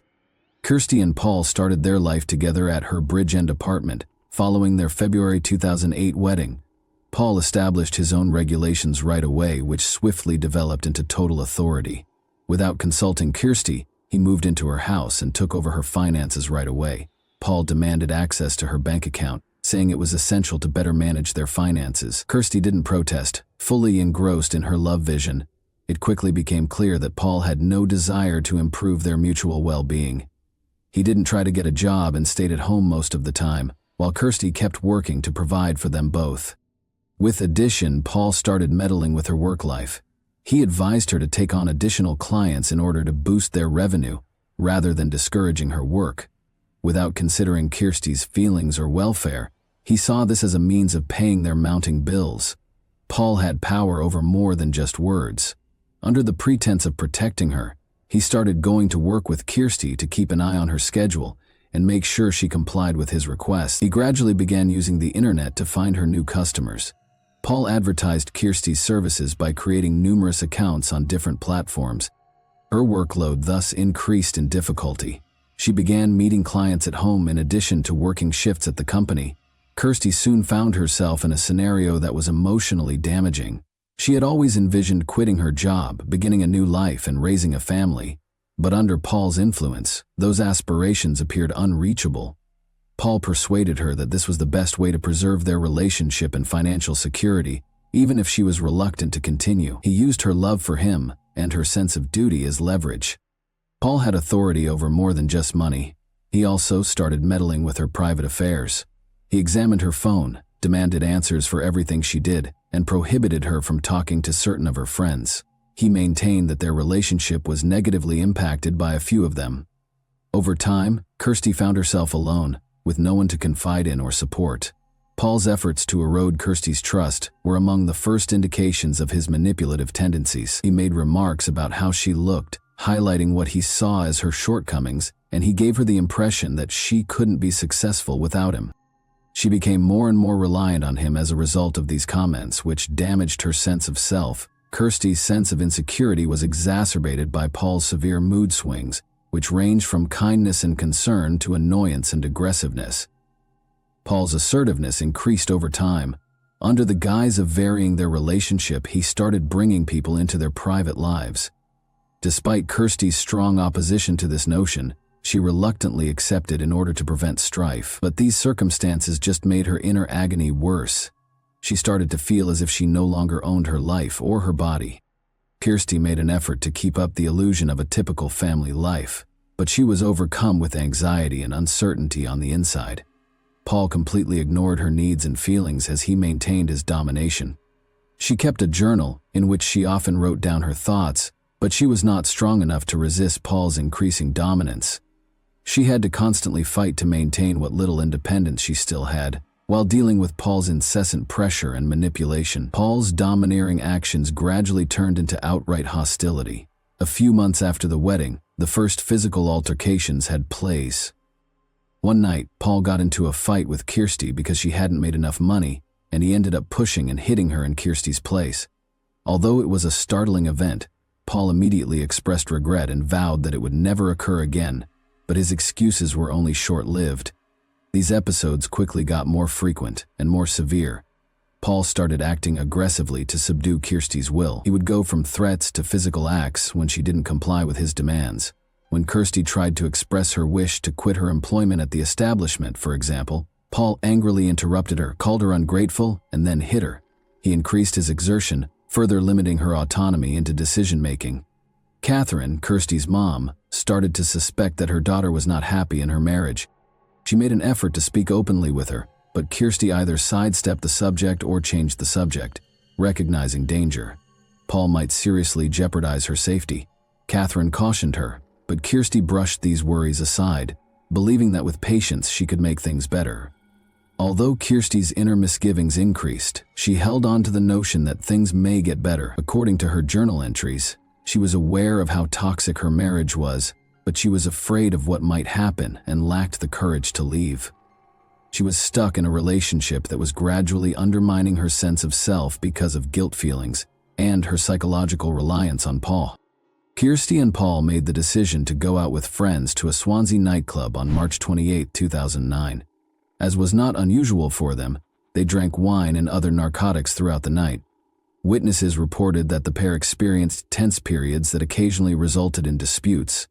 While Kirsty seemed to be avoiding confrontation, Paul seemed agitated. After a furious disagreement at midnight, Paul left the party and went home by himself, leaving Kirsty and their friends. Kirsty chose to stay and spend the rest of the evening with her friends rather than immediately following him. They then reported that she seemed worn out and depressed, but made an effort to hide her feelings. Kirsty hired a cab late that evening to drive her home. Later, the cabbie said that after dropping her off at the residence, she entered with assurance. She was last seen alive at this point. Paul informed Kirsty's mother, Catherine, the next day that his wife had departed early that morning, purportedly taking money and some possessions. He said he was asleep and hadn't heard anything.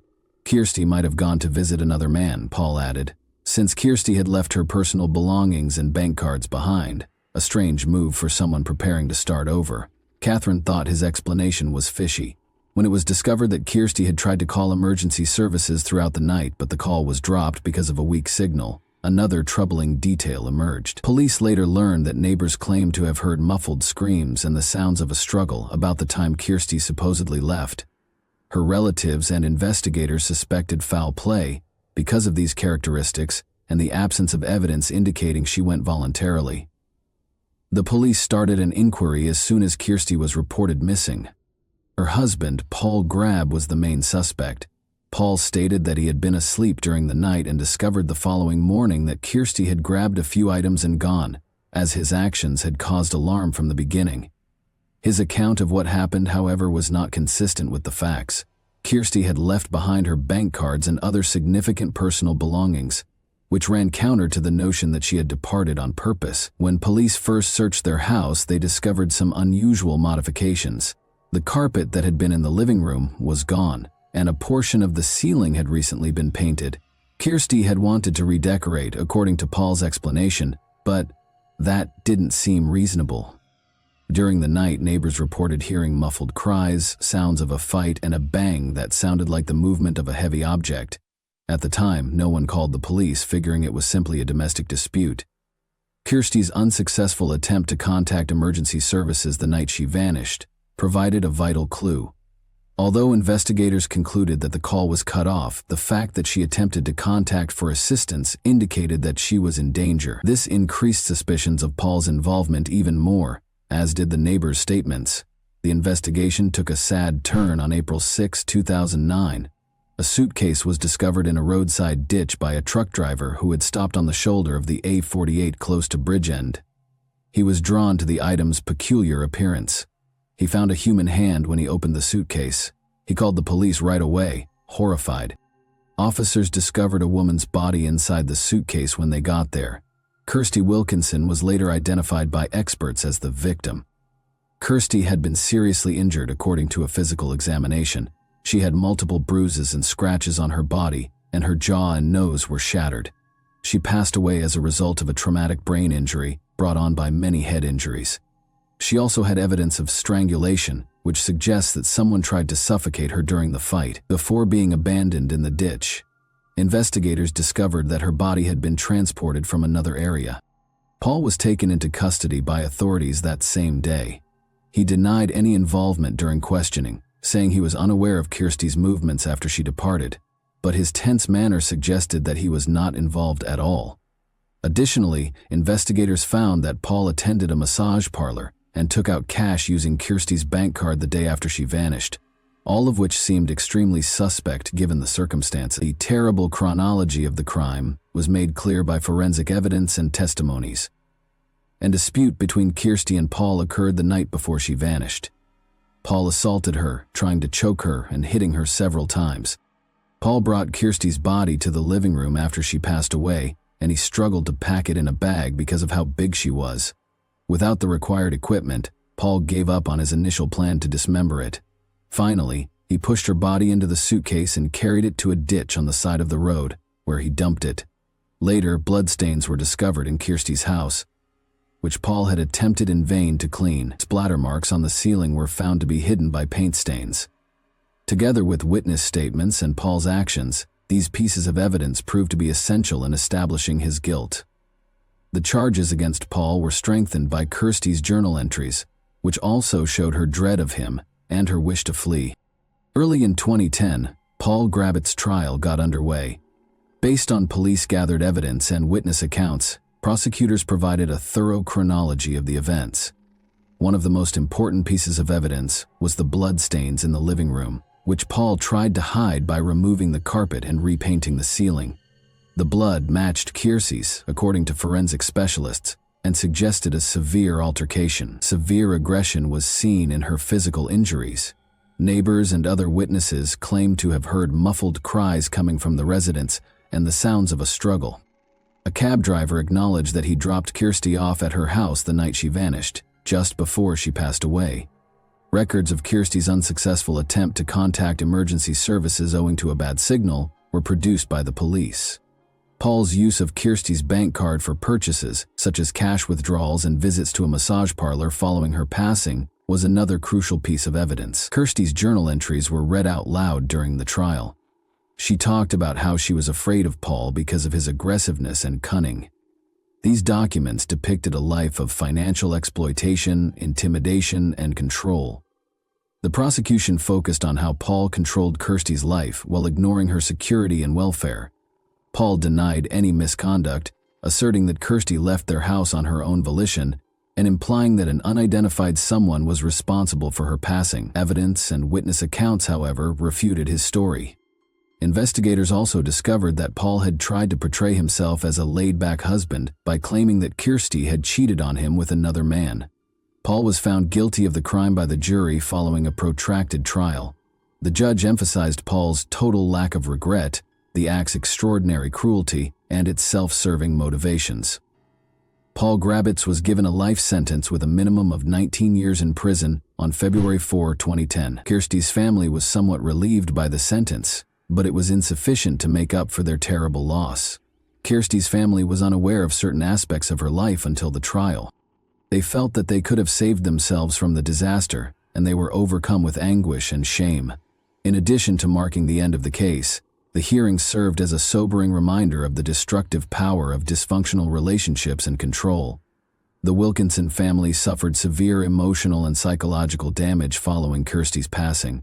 Catherine, her mother, battled a persistent sense of guilt. All of the cautions she had given Kirsty, the statements her daughter had disregarded, and her instinct that Paul posed a threat to her were all repeated in her thoughts. She was overcome by these ideas, which made the loss much more painful. David, Kirsty's father, became reclusive and avoided talking about the catastrophe. Their family's cohesiveness was destroyed when they lost their youngest daughter. Haley, Kirsty's older sister, was deeply impacted by her passing.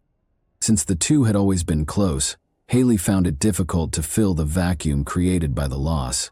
Haley tried to numb the pain by drinking because she was unable to handle the mounting weight of her depression and powerlessness. Haley died at the age of 31 from alcohol poisoning 5 years after Kirsty did. Kirsty's other sister, Sonia, lost yet another daughter as a result of this second tragedy. which dealt the Wilkinson family yet another painful blow. The tragedy served as a sobering reminder of how crucial it is to keep loved ones safe. Despite her own profound sadness, she made an effort to help her parents. No verdict or punishment could mend the wound that the Wilkinson family was left with. Their lives were ruined by the tragedy, which left a scar they would never be able to shake. And that wraps up today's chilling story. If you enjoyed this video, don't forget to like and subscribe so you never miss a new upload. Also, let me know in the comments, what part of this story shocked you the most? Thank you for watching, and I'll see you in the next video.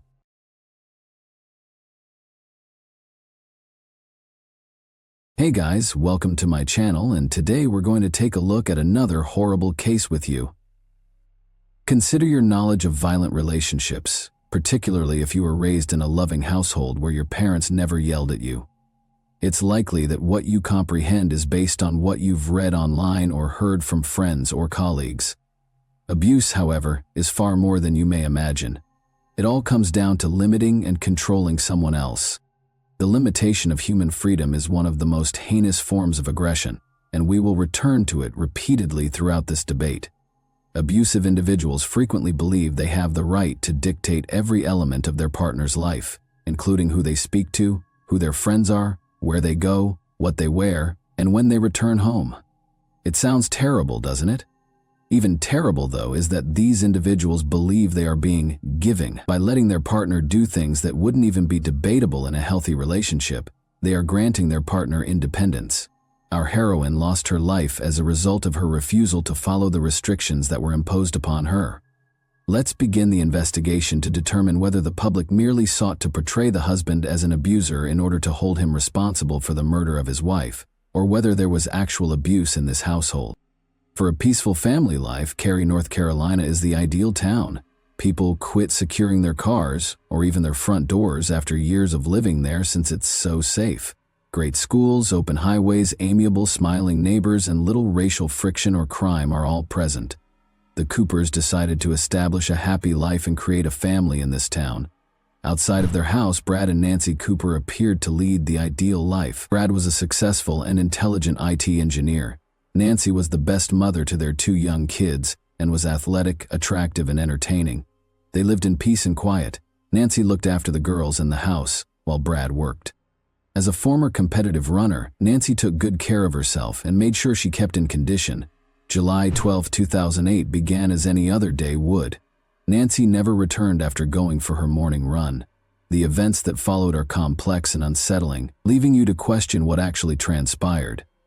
The narrative is so heartbreaking that the only things left for Nancy and Brad's family were doubts and a glimmer of hope for justice. Jessica Adam reported her close friend Nancy Cooper missing to emergency services that afternoon. Jessica told the dispatcher, her voice trembling, that Nancy had left for a run at 7 a.m. but had not come home. Nancy never showed up for the planned meeting between the two pals. Even worse, Nancy's house phone and mobile phone did not answer when Jessica tried to call her for hours. Brad didn't give his wife's disappearance much thought because he was at work.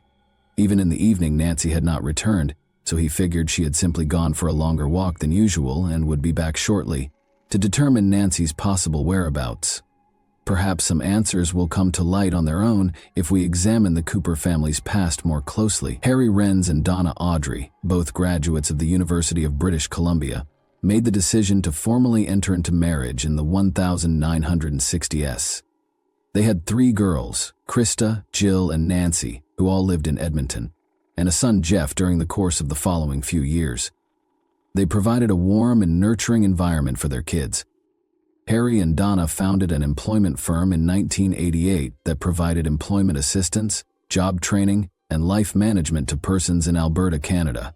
On October 25, 1973, Nancy Renz was born as her sister's identical twin. In 1998, Nancy was only 24 years old when she met Brad Cooper in Calgary. Nancy was instantly drawn to Brad's height and black hair. She was drawn to his steady, composed demeanor more than his attractive appearance. He was as dependable as a rock. Nancy fell in love. It was a reciprocal emotion. In addition to being tall, blonde, and in good shape, Nancy exuded a subtle charm that won Brad over. Their romance progressed swiftly, And when Brad received a high-profile job offer from Cisco Systems in Raleigh, North Carolina, he wanted Nancy to follow him there in order to stay together and facilitate his immigration to the U.S. The fall of 2000 saw the marriage of Brad and Nancy. The pair had previously been arranging a wedding for the fall of 2002 once they moved to North Carolina, despite the first impression that they were married for immigration purposes, so Nancy could move with Brad. Nancy was compelled to become a stay-at-home mother, while Brad began establishing his career at one of the biggest corporations. Brad's career at Cisco Systems took off. As a VoIP engineer and architect, he specialized in fusing phones with internet technology. Brad was one of only 152 networking technology professionals. The family had a comfortable home. Nancy became a prisoner in her own house, even though each of them had a BMW in the driveway, to be in the United States. You can travel as a Canadian citizen, but you need a permission to work. The couple produced 2 lovely kids over the following several years, Bella in 2004 and Katie in 2006. Nancy, according to her neighbors, was a devoted and active mother who enjoyed spending time at the playground with her children. However, she was unable to work since she lacked a work visa in the United States. Nancy aspired to have a profession and be more than just a wife and mother, even though she was still a Canadian citizen and might have found some illegal work to supplement her income. Let's now discuss Brad Bradley. Graham Cooper was born in Medicine Hat, Alberta, around the beginning of the 1970s. Following high school, he graduated from the University of Calgary with a Bachelor of Science in Computer Science. He was hired as a network engineer at TransCanada Pipelines after graduating. He met Nancy Renz in 1998, and they clicked right away. He became close to Nancy's family over time, especially her parents, and impressed them with his technological prowess by participating in all of their family gatherings and lending a hand with their computers. He soon received a job offer from Cisco Systems in Raleigh, North Carolina, thanks to his skill and knowledge. Brad started pursuing an MBA at the College of Management at North Carolina State University in 2005. After that, he finished the degree with a focus on product innovation. Nancy became Brad's shadow as his career took off and he continued to expand his skill set. She was forced to sacrifice both her work and her goals. Nancy used to be a runner who dreamed of going to the Olympics. She continued to run marathons and other races, despite having a damaged knee, which irritated the more reserved Brad, because she brought new people into the running group and made new acquaintances. Their relationship quickly began to disintegrate. Friends claimed that although there were rifts in Brad and Nancy's marriage from the start, Nancy never publicly discussed them, and instead tended to romanticize her husband. Although they still appeared to be the ideal family, Brad's manipulation and control over Nancy increased as he rose through the ranks of the company. She appeared to him to be a dull housewife who had lost her spark, spending her days taking care of the children and cleaning. When Nancy discovered in the spring of 2007 that her husband had been having an affair with her close friend Heather, things became even worse. After months of denial, Brad finally came clean on New Year's Eve, acknowledging the affair but claiming it had only occurred once, as if that somehow made it okay. So it's not a one-time thing? In order to improve their marriage, the pair began attending couples therapy, where Brad acknowledged lying to Nancy about his long-term affair with Heather. Following the revelation of that fact, they made the decision to divorce and sell the house. In retaliation, Brad canceled Nancy's credit cards and ensured she was unable to follow forward with her plans to return to Canada with the children. Brad refused to relinquish custody of the girls or allow them to move there. Nancy, her 2 small children, and no one else were left alone in a foreign country. Let's return to the disappearance of Nancy. Nancy's friends and officials accused Brad Cooper of being involved in her disappearance as soon as they heard about the couple's troubled marriage. When Nancy's parents, Harry and Donna Renz, learned that their daughter was missing, they became even more concerned and promptly organized a trip to Cary to assist in the hunt for her. When Nancy failed to appear, when police arrived at the Coopers' house in the late evening, Brad was asked about his wife. He informed them that she got up earlier than normal on Saturday morning and went for a run with a friend. Brad added that Nancy never brought her keys or cell phone with her. He added that she didn't drive to her running partner's coffee shop as she usually did. It seems that this seasoned runner, who had been preparing for a half marathon, altered her course that day and skipped one of her typical runs. When the police heard Brad's account, they were obviously taken aback. because Brad was the only one who had seen Nancy that day. Brad said that she left the house at 7 a.m., but the police needed concrete evidence to support this claim. Other than her husband, who witnessed her leaving, getting into a car, or even just strolling down the street that Saturday morning, where were the other witnesses? None existed. Nancy had been at a friend's house across the street on Friday night, and no one had seen her since. Later that day, Brad said she was going to meet up with a friend, who was actually her regular running companion. In order to locate the missing runner, a search party was created. Was it possible for her to flee her unhappy marriage? Her friends would have said not without her children. Nancy Cooper's body was discovered approximately 3 miles from her home, outside her usual running path, following many days of frantic searching. She was found face down in a drainage ditch by a man who was out walking his dog. In a storm water drain, he discovered her body. She had a single diamond earring in one ear and was simply sporting a sports bra. Her hyoid bone was shattered, and the medical examiner concluded that strangling was the cause of death. Her body showed no further wounds or evidence of sexual abuse. However, the police had to identify the motive behind every murder. Brad was the most obvious suspect and was quickly blamed by many once Nancy's body was discovered. Investigators determined that Carrie's death was a homicide shortly after she passed away. As part of their investigation, police searched the couple's house and took many items. Although Nancy Cooper's friends told the authorities that she always brought her phone and keys with her, they reported that they were discovered inside the residence. Brad Cooper had some minor red marks and scratches on the back of his neck when he was interviewed by police the day his wife vanished. Although this was mentioned in the police report, no formal justification was provided. After Nancy departed the Friday night party at a neighbor's house, which she went alone, it also became evident that no one had seen her save Brad Cooper. Around 10:30 p.m. that same evening, a friend did talk to her on the phone, but no one else had seen her. Following that, investigators continued to look for proof of Nancy Cooper's killing and moved swiftly to identify their top suspect, which they soon discovered. The investigators were interested in the couple's relationship, but more significantly, Brad was the last person to see Nancy alive.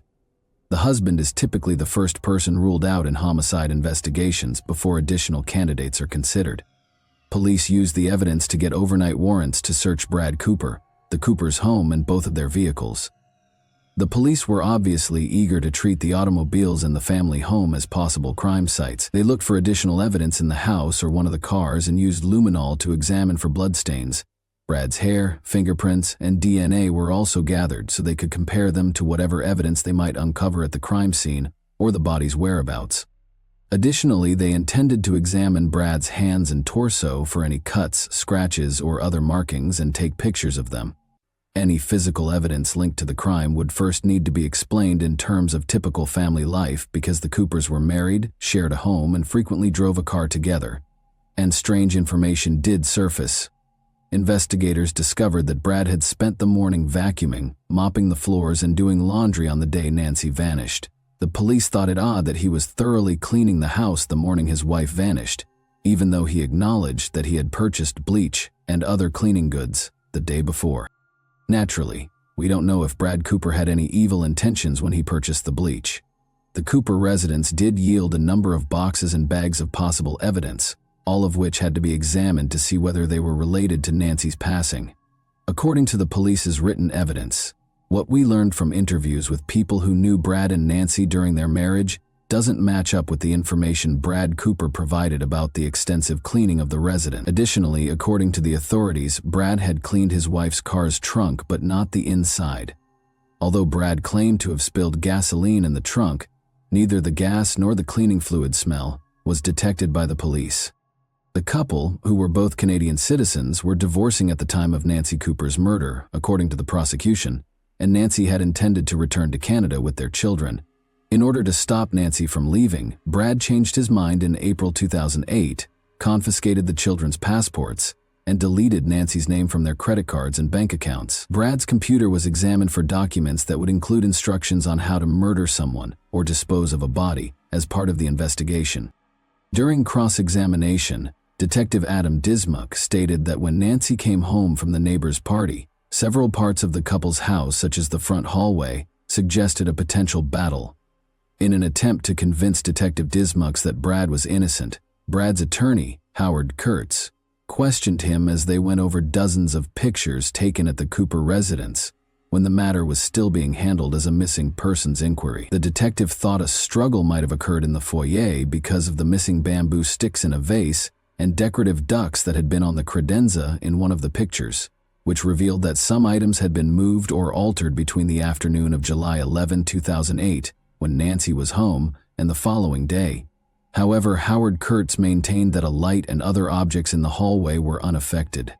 He emphasized that the cops never looked for the lost items and that the floor had no scuff marks.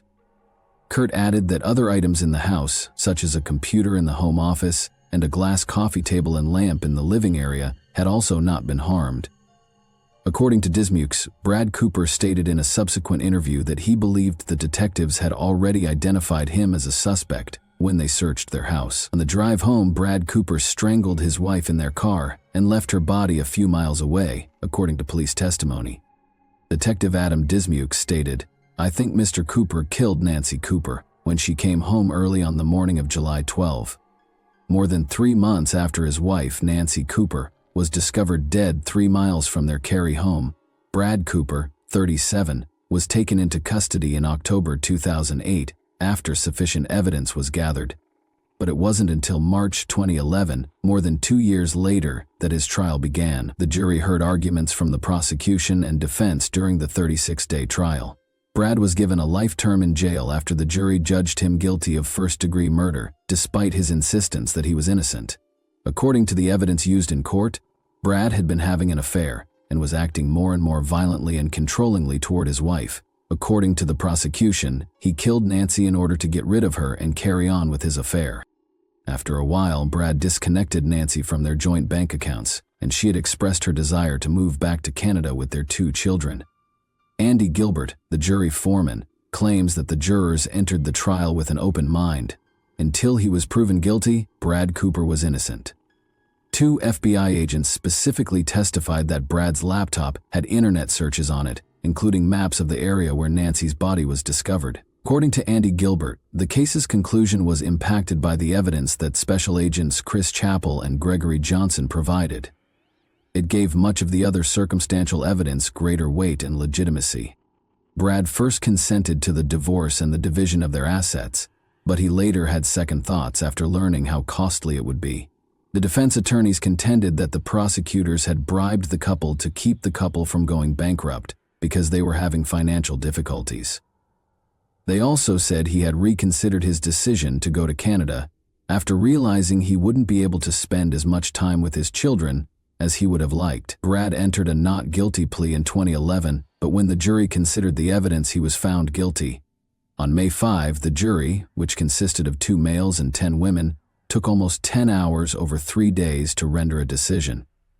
After Wake County's longest non-death penalty murder trial, he was given a life sentence without the possibility of parole. Over the course of 36 days, nearly 100 witnesses gave testimony as prosecutors attempted to establish that Brad Cooper, who was fed up with his wife, planned and executed her murder in the early hours of July 12, 2008. Nancy's parents petitioned the court after the verdict. They claimed that Brad had verbally attacked Nancy, yelled at her, and had been engaging in an affair. Additionally, they asserted that Brad was dangerous to the children and emotionally disturbed. Brad had made several attempts at suicide as a youngster and more recently the previous winter, according to court filings. He filed an appeal in 2013 to have his conviction reversed, and a retrial was considered. He entered a guilty plea to second-degree murder while awaiting trial and was sentenced to 12 to 15 years in prison, including time already served. Brad, meanwhile, persisted in battling Nancy's family for custody of their 2 daughters. Nevertheless, his guilty plea resulted in the forfeiture of his rights, so granting custody to Nancy's twin sister. Since the jury was never given access to the evidence indicating Brad's laptop had been tampered with, defense attorneys think they have a good chance of appealing the conviction. Additionally, they said that the police only looked into their assumption that Brad was the murderer of Nancy, ignoring evidence that would have pointed to the real murderer or murderers. Theory: who is Brad Cooper then? A ruthless despot or a victim of the circumstances? Although Brad Cooper's youthful suicide attempt and winter 2008 threat are well known, Suicidal thoughts and behaviors frequently indicate manipulative motivations, a means of proving something to someone, when disagreements and the will to fight are gone. Throughout the trial, Bradley insisted he was innocent, but in 2015 he admitted to killing Nancy, saying he strangled her during a fight and disposed of her body in a drainage ditch. In Wake County Superior Court, Brad Cooper, then 40, entered a guilty plea to the murder of his wife, Nancy. He was first found guilty of first-degree murder in 2008, but the North Carolina Court of Appeals reversed that decision in 2011. Cooper was subsequently given credit for the 5 years he had already spent when Judge Paul Gessner sentenced him to 12 years in jail. After successfully appealing the first-degree murder conviction in 2011, Brad Cooper pled guilty to second-degree murder and stayed in the Wake County Justice Center under an agreement that reduced his life term without parole. He was given a minimum 12-year sentence instead. Only a few years after disposing of his wife's body in a drainage ditch while only wearing a bra and reported her missing following a run, did the unfaithful husband admit to killing her. When the judge questioned Brad about whether he had murdered Nancy, the mother of their 2 children, and concealed her body at a building site in Cary, North Carolina in 2008, Brad replied in the affirmative. He has never before confessed to the crime in court. As part of the agreement, Brad, who is now in his 50s, had affairs with other women including a neighbor, while his wife attempted to dissolve the marriage and return to Canada, according to the prosecution. Cooper also relinquished his parental rights to their children, Bella, now 10, and Katie, now 8, so that Nancy's twin sister, Crystal Lister, may adopt them. When we started this process many years ago, I said I wanted the person responsible for this crime to come forward, admit guilt, and acknowledge their actions. Harry Renz, Nancy's father, said following the hearing. That has finally occurred.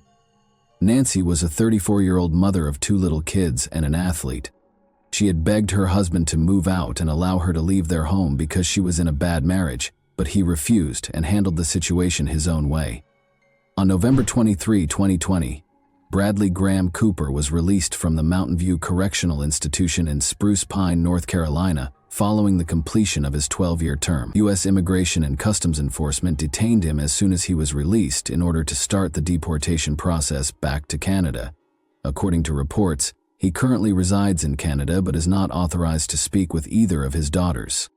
It appears that he would rather remain anonymous and out of the spotlight these days. Individuals in Brad Cooper's shoes must discover how to satisfy their wants in interpersonal connections. To be honest, kids need to learn how to listen, communicate, and compromise, as well as how to create relationships where they feel heard and understood. Although it's more difficult than using manipulation to acquire what you want, it's much more fruitful and presents a genuine opportunity for intimacy, self-awareness, and release from the crippling burden of loneliness. I strongly advise anyone in a challenging relationship at the moment to take the appropriate precautions to protect themselves, as Nancy's murder is an example of domestic abuse at its worst. And that wraps up today's chilling story. If you enjoyed this video, don't forget to like and subscribe so you never miss a new upload. Also, let me know in the comments what part of this story shocked you the most. Thank you for watching, and I'll see you in the next video.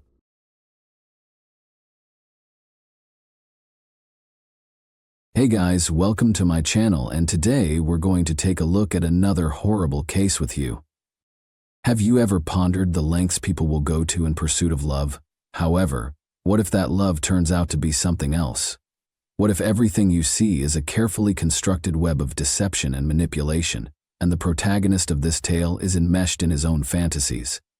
The multi-millionaire from Wales, who appeared to have it all, ended up trapped in his own delusions, which caused him to let his life descend into a nightmare and bring down those around him. There are no simple solutions in this tale, and you'll be astounded to see how deeply feelings and passions drove events to a terrible conclusion. The Welsh tycoon and multimillionaire Peter Morgan, who was once at the pinnacle of his success and had unimaginable fortune, was suddenly on the verge of catastrophe. Pay great attention to every detail, because there is significantly less truth to this story than you might imagine. His life, which appeared to be full of wealth and perfect harmony, concealed behind its facade the darkness that frequently engulfs people going through a midlife crisis. A crisis that upends routine and forces a person to grasp at the opportunities they lost in their youth, ultimately leading them down a perilous path. This tale opens on a peaceful Welsh morning, in the traditional way that it was used as a haven for those looking for comfort behind its fortified walls. One woman admitted that her lover, who had previously made her happy, had turned into nothing more than a source of annoyance as they sat on a sofa in a hut nestled in the thick forest, revealing their secrets. She was about to make a choice that would alter everything. A man, meanwhile, was sitting at his house miles away, gripping his cell phone. His trembling fingers seemed to be an attempt to cling to what little tranquility he still had. He had heard words that would change his life forever only a moment before.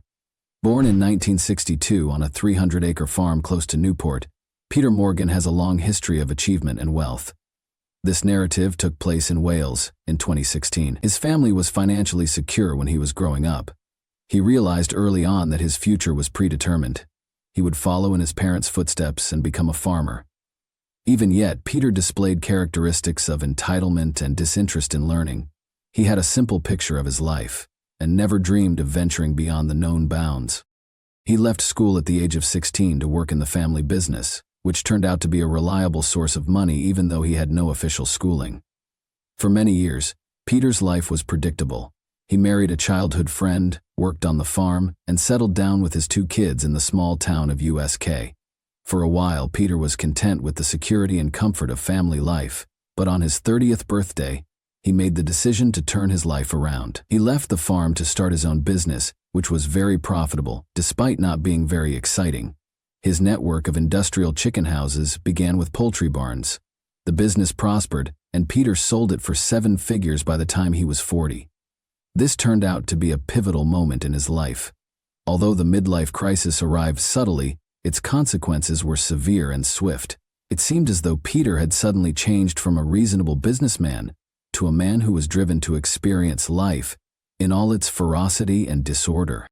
He started spending money like there was no tomorrow, purchasing expensive vehicles like Lamborghinis and Ferraris and furnishing his newly purchased estate with ostentatious accessories like a helicopter and a tank. It soon became clear that he was fascinated by weaponry. He had an AK-47 on the desk in his office, but that was just how it looked.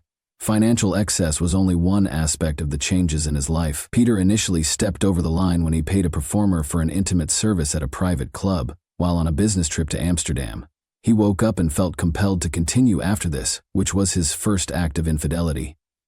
Peter lived a double life from that point on, one that was characterized by stability and family, the other by luxury and the indulgence in forbidden pleasures. At a VIP club in 2011, Peter's life changed when a friend introduced him to an app that allowed him to reserve top escorts. His demise began with this exchange of words. After returning home, Peter immersed himself in the virtual world where his dreams came true. Morgan soon made it a point to never see the same lady twice, so he spent all of his free time looking through profiles and setting up encounters with escorts all over the nation. From Newport to Cardiff, every encounter was different and special. Cleverly disguising it as work travel, it was his own escape from his family life. Helen, his wife, had no suspicions. Peter had mastered the art of hiding his activities by claiming that his trips were necessary for work, and Helen, perhaps preoccupied with her own obligations, was unaware that her husband was leading a double life. In the year 2000, everything changed. At the age of 12, Peter met a young, vivacious woman named Georgina Simmons on his 50th birthday. Georgina was born into a household of 3 boys and grew up in Newport. She was confident, headstrong, and had a strong personality.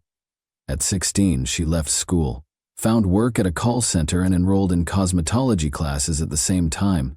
The connection between Georgina and Peter Deem, a guy 6 years her senior, school first appeared to be a dependable route to a secure future. But when she gave birth to her daughter Emily at the age of 17, her life started to change.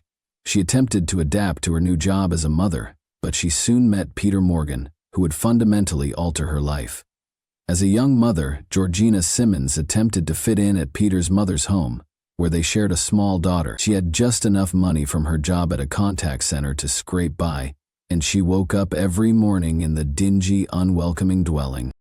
She was aware that she wanted more. She firmly believed that she was entitled to greater things, including more money, freedom, and excitement. She was tired of spending her days in a stuffy office on the phone and she yearned for something more, something that would give her life purpose and luxury. Georgina's boyfriend, Pete, was a quiet, homely man who didn't like for parties or a flamboyant lifestyle. She frequently grumbled about their meager income and how they had to make compromises on everything as a result. He was happy with routine and stability, unlike Georgina, but his longing for a peaceful, uncomplicated life made her feel stuck and unable to see a way out. Georgina made the decision to make a living by using her looks. The young lady almost developed an obsession with her appearance. She started wearing provocative clothing, playing around with cosmetics, and exploring the potential of cosmetic surgery.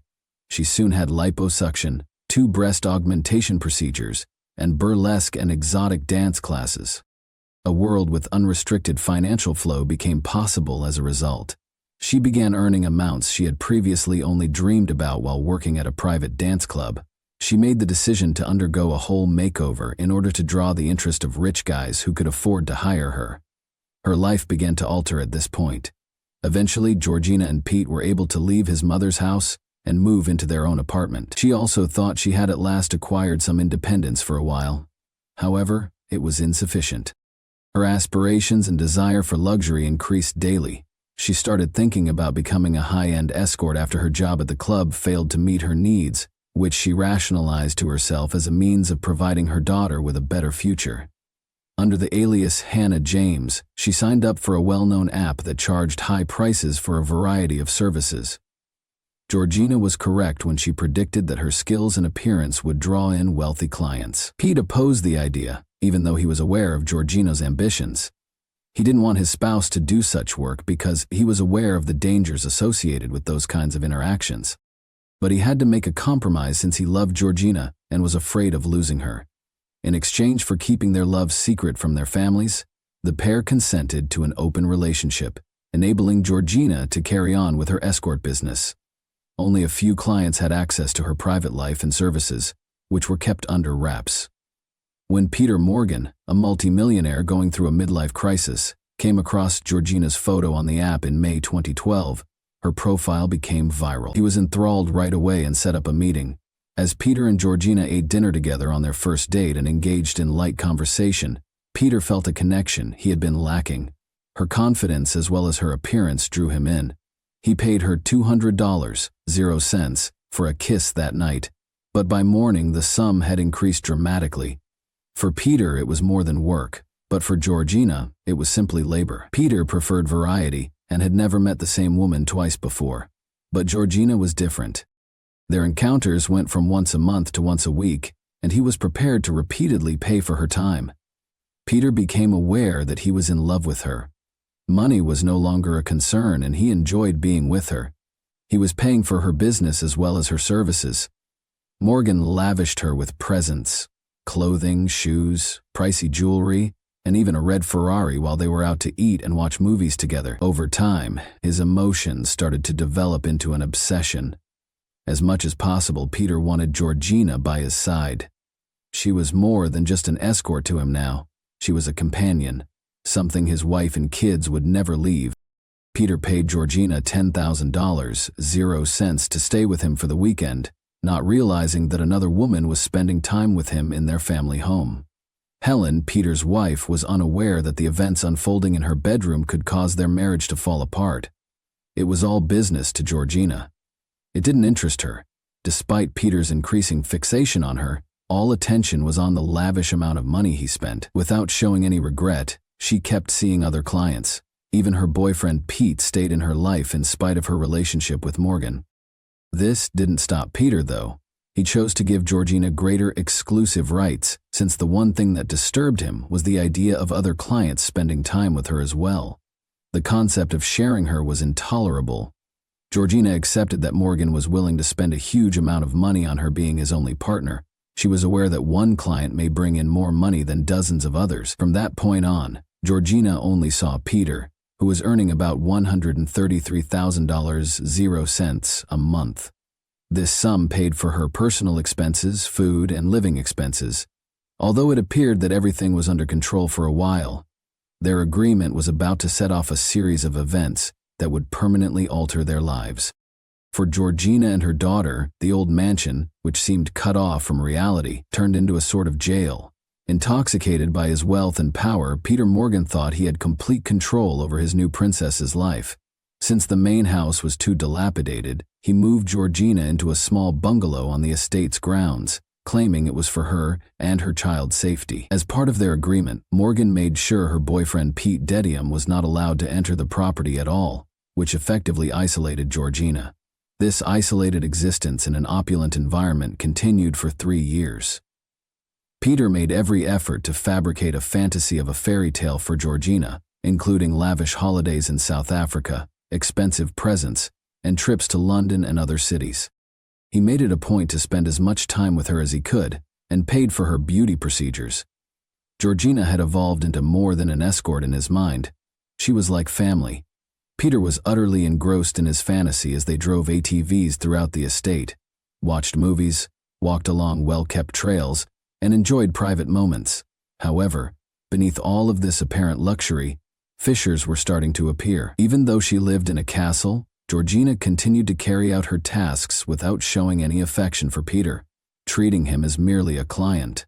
Her boyfriend, Pete Deem, was able to visit her less frequently the more time she spent with Morgan. He tried to alter the situation as he battled her absence and the widening gap between their worlds. Pete started concentrating on improving himself, working out and trying to look more attractive to Georgina. He upgraded his wardrobe with designer clothes, lost weight, and even whitened his teeth in the hopes of regaining her attention. But the truth was far harsher than he had expected. Helen, Peter's wife, meanwhile, began to suspect that anything was up. She had long disregarded her husband's dubious business travels, but when she found a receipt for flowers sent to a different woman, everything changed. She was aware that her husband had been cheating on her for a while, but rather than addressing him, she further distanced herself by going about her everyday business. She appeared to be happy with this arrangement, or maybe she just didn't want to become involved. Georgina started calling her lovers Rich Pete and Poor Pete at the same time, obviously preferring the former. Pete was humiliated by this moniker, which made him feel even less successful. Despite being surrounded by luxury, life in the castle remained detached from the outside world. While her daughter was growing up apart from her father, Georgina spent days and nights with Morgan. Her relationship with Pete disintegrated totally during this time, but Georgina remained unconcerned, seeing Morgan only as a source of money. Peter paid extra costs, totaling thousands of dollars for each session with Georgina. This made it possible for Georgina to continue living a luxury lifestyle. She began inviting other ladies into the castle to keep things interesting, and Peter enjoyed the extra thrill this brought. Though he insisted that she continue to be his primary companion, he frequently asked Georgina to meet new ladies since he enjoyed these scenarios. Peter once invited Georgina and one of her escort pals to his family home while his wife and children were on vacation. They spent the evening having a good time in the marital bedroom. Morgan, however, desired more. In order to fulfill his dream of a trio consisting of his wife Georgina and himself, he asked one of the women to wear Helen's clothing. He was aware that Helen would never consent to such a situation in practice, but it didn't stop him at the time. Peter was unaware that Georgina was recording everything as his fantasy came to life. She captured every moment of the night, from her friend changing into Peter's wife's clothes to everything that happened in the bedroom. Later on, the sequence of events would be significantly influenced by this footage. While the affair went on, Morgan's life started to fall apart. Pete Deem, Georgina's first boyfriend, had had enough. The fact that his partner was spending more time with Morgan than with him and their daughter was becoming intolerable to him. The first breach in Georgina's existence came when he made the decision to break up with her. Helen found out shortly after Peter's wife did.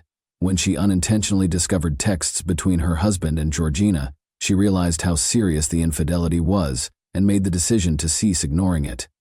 Helen would no longer listen to Peter's explanations, even if he was confessing everything. She demanded a sizable portion of their assets when she filed for divorce. In a short period of time, Georgina experienced 2 catastrophes that she was unable to recover from. The first was when her father committed suicide in the middle of 2015. She was totally devastated by the incident, and before she could move past that loss, she experienced yet another catastrophe. After their split, her ex-boyfriend Pete Deem also committed suicide because he was unable to handle living without Georgina and their daughter, and had fallen into a deep melancholy. He was discovered hanging in a wooded area in November 2015. The last straw was these incidents. Georgina, who was once powerful and self-assured, plunged into a deep sadness. Alcohol and illegal drugs became her friends. She was drawn into a darkness that seemed unbreakable as her life began to fall apart because she was unable to cope with the loss and the suffering. As time went on, Peter and Georgina's friendship soured. She ignored his efforts to maintain their relationship and started to coldly separate herself. In her heart, Georgina held him accountable for her ex-partner Pete's passing. She believed that he was the one who had destroyed her life, so she turned to another man, a longtime friend she had known for years, for solace. Their relationship began to develop as she felt liberated from pressure and control in his company. For Georgina, it was a chance to break free from Morgan's control and experience real care and support. But this new man's presence made me quite uneasy. Georgina was considered his property by Peter Morgan, who refused to let her spend time with anyone else. Over time, it became increasingly clear that Peter considered her as his property, since he was often reminding her of the money he had invested in her life, supporting her and her kid, and that, in his opinion, gave him the right to control her. She grew more rebellious the more he attempted to manipulate her. Every time they went to an event together, Georgina stopped putting up with his allegations and demands. She publicly humiliated him and made him feel unworthy without hesitation. Her fiery and unyielding nature was suddenly working against him. Her actions grew more damaging. As Georgina's use of mind-altering substances increased and Child Protective Services learned of her unhealthy lifestyle, she further plunged into a world of illegal drugs and alcohol in an effort to dull the agony of her losses and failures. Concerned about Georgina's suitability as a mother to her daughter Emily, authorities opened an investigation. Simmons' initial response upon learning of the investigation was to place the blame on Peter. She was certain that in order to exert more control over her life, he had notified social services. Even though there was no proof that Morgan was involved, Georgina would not hear any justifications. She believed that he was to blame for all of her bad luck, so she chose to speak with him directly, which led to a heated argument. This controversy turned into the pinnacle of their escalating hostility. Peter, a man accustomed to dominance, was unable to release her. In order to keep tabs on Georgina's every action, he started spying on her. Making use of his access to the estate, he placed listening devices in the cottage, where Georgina resided. Since each device had a SIM card, he was able to make calls and listen in on what was going on in the room when he was at home. Every day, Peter would connect to the gadgets and listen in on her discussions. This concern with surveillance turned into a full-fledged obsession. To find out if Georgina was cheating on him or scheming against him, he would call the devices up to 10 times a day and listen to recordings for hours. Over 2 months went by, and the majority of the talks Peter overheard were routine, including small talk with friends and conversations with her daughter. But all that changed on January 10, 2016. George had a close friend over that day, and when Peter called to listen, the conversation changed. Georgina was venting about him, and he heard it. She said that although she felt stuck because of Peter's financial support, her life with him had turned into a nightmare. She acknowledged feeling like a prisoner in the estate, and resented him for bringing child services into her life. Thankfully, Georgia was not in danger of losing custody of her daughter because the child services investigation was over. She did not, however, intend to inform Morgan of this result. She understood that she could take advantage of his emotions to further exploit him and obtain more money. Georgina was aware that the possibility of losing her daughter was a potent instrument for manipulating Peter, and she was determined to take use of it in order to obtain as much as possible. However, she had a more ambitious plan. Peter heard Georgina candidly inform her friend that she planned to deceive him into signing the bungalow to her before permanently severing their relationship. The compromising video footage of the night they spent together with her friend, who had disguised up in Peter's wife's clothes, was another weapon she had at her disposal. By threatening to show the video to Morgan's ex-wife and daughters, she intended to blackmail him. Peter heard her plan and knew that everything depended on it. He realized that Georgina's goal was to ruin his life by taking advantage of his weaknesses. His whole universe seemed to be crumbling under him at that very moment. He was aware that his acquaintances and associates would abandon him if his daughters learned about the recording and would not want to interact with him. As he listened to these revelations in the quiet of his house, Peter Morgan experienced a range of emotions from shock to wrath, realizing that all he had worked so hard to build could fall apart in an instant. The fact that the lady he trusted was planning such a betrayal astounded him. Her remarks minimized all that he had done for her, exposing their relationship as a figment of her imagination, in which he was only a puppet. After barely surviving the night on January 11, Peter started to carefully consider every stage of his revenge plan in an effort to take back control of his life. His phone's search history revealed his plans the very next day. He was researching everything he may require to carry out his scheme. Peter Morgan bought rope, rubber gloves, plastic bags, and zip ties from a hardware store on January 12. He made a beeline for the house where Georgina resided as soon as he got back to the estate. He made no effort to be polite this time. He addressed her right away and claimed to be aware of her plans. He made it plain that he would not permit things to go in that manner and accused her of blackmail. In a last-ditch effort to retain her, Peter promised her everything, including marriage and a portion of his fortune. As he tossed a stack of cash at her feet, he even proposed to get a life insurance policy, designating her as the beneficiary and guaranteeing her $1 million in the event that he passed away. However, she ruthlessly turned him down rather than accepting his offer. Peter became blindly angry after hearing her hateful and disdainful remarks. His goal was to scare her, so he grabbed the rope and looped it around her neck in an attempt to intimidate her. His intentions changed, though, when Georgina threatened to cover all costs. An act of brutality was the result of all the rage, frustration, and disappointment that were inside of him. Peter closed his eyes, tightened the rope, and kept going until her respiration ceased. Peter felt nothing but emptiness when Georgina Simon's life passed away. He wrapped her body in plastic, secured her ankles and wrists with zip ties, and put on the rubber gloves. Then, believing that no one would discover her there, he took her to an old family home where his family had resided. He concealed her in an outbuilding. However, his recklessness and haste proved to be his downfall. Every action was recorded by the security cameras he had personally placed, and authorities were able to follow Georgina's whereabouts thanks to her cell phone, which he neglected to switch off. Georgina's friends and acquaintances were worried when she failed to arrive to pick up her kid from school. When her absence became evident in the evening, the police promptly began searching. Morgan, attempting to stick to his story, emerged as the prime suspect. He stated that she had asked him to go when he saw her around noon. Peter tried to claim that he seized Georgina's phone to shield her from dangerous substances, but the police soon discovered that he was lying under pressure from detectives. He was brought to the station for more interrogation, nevertheless, because his account was not credible. A few hours later, he sobbed and admitted to Georgina's killing, saying he had been driven to the brink. He tried to defend his behavior by claiming that he had given her everything in the hopes of preserving their relationship, but all he received in return was dishonesty and threats. Peter Morgan's trial garnered a lot of media attention.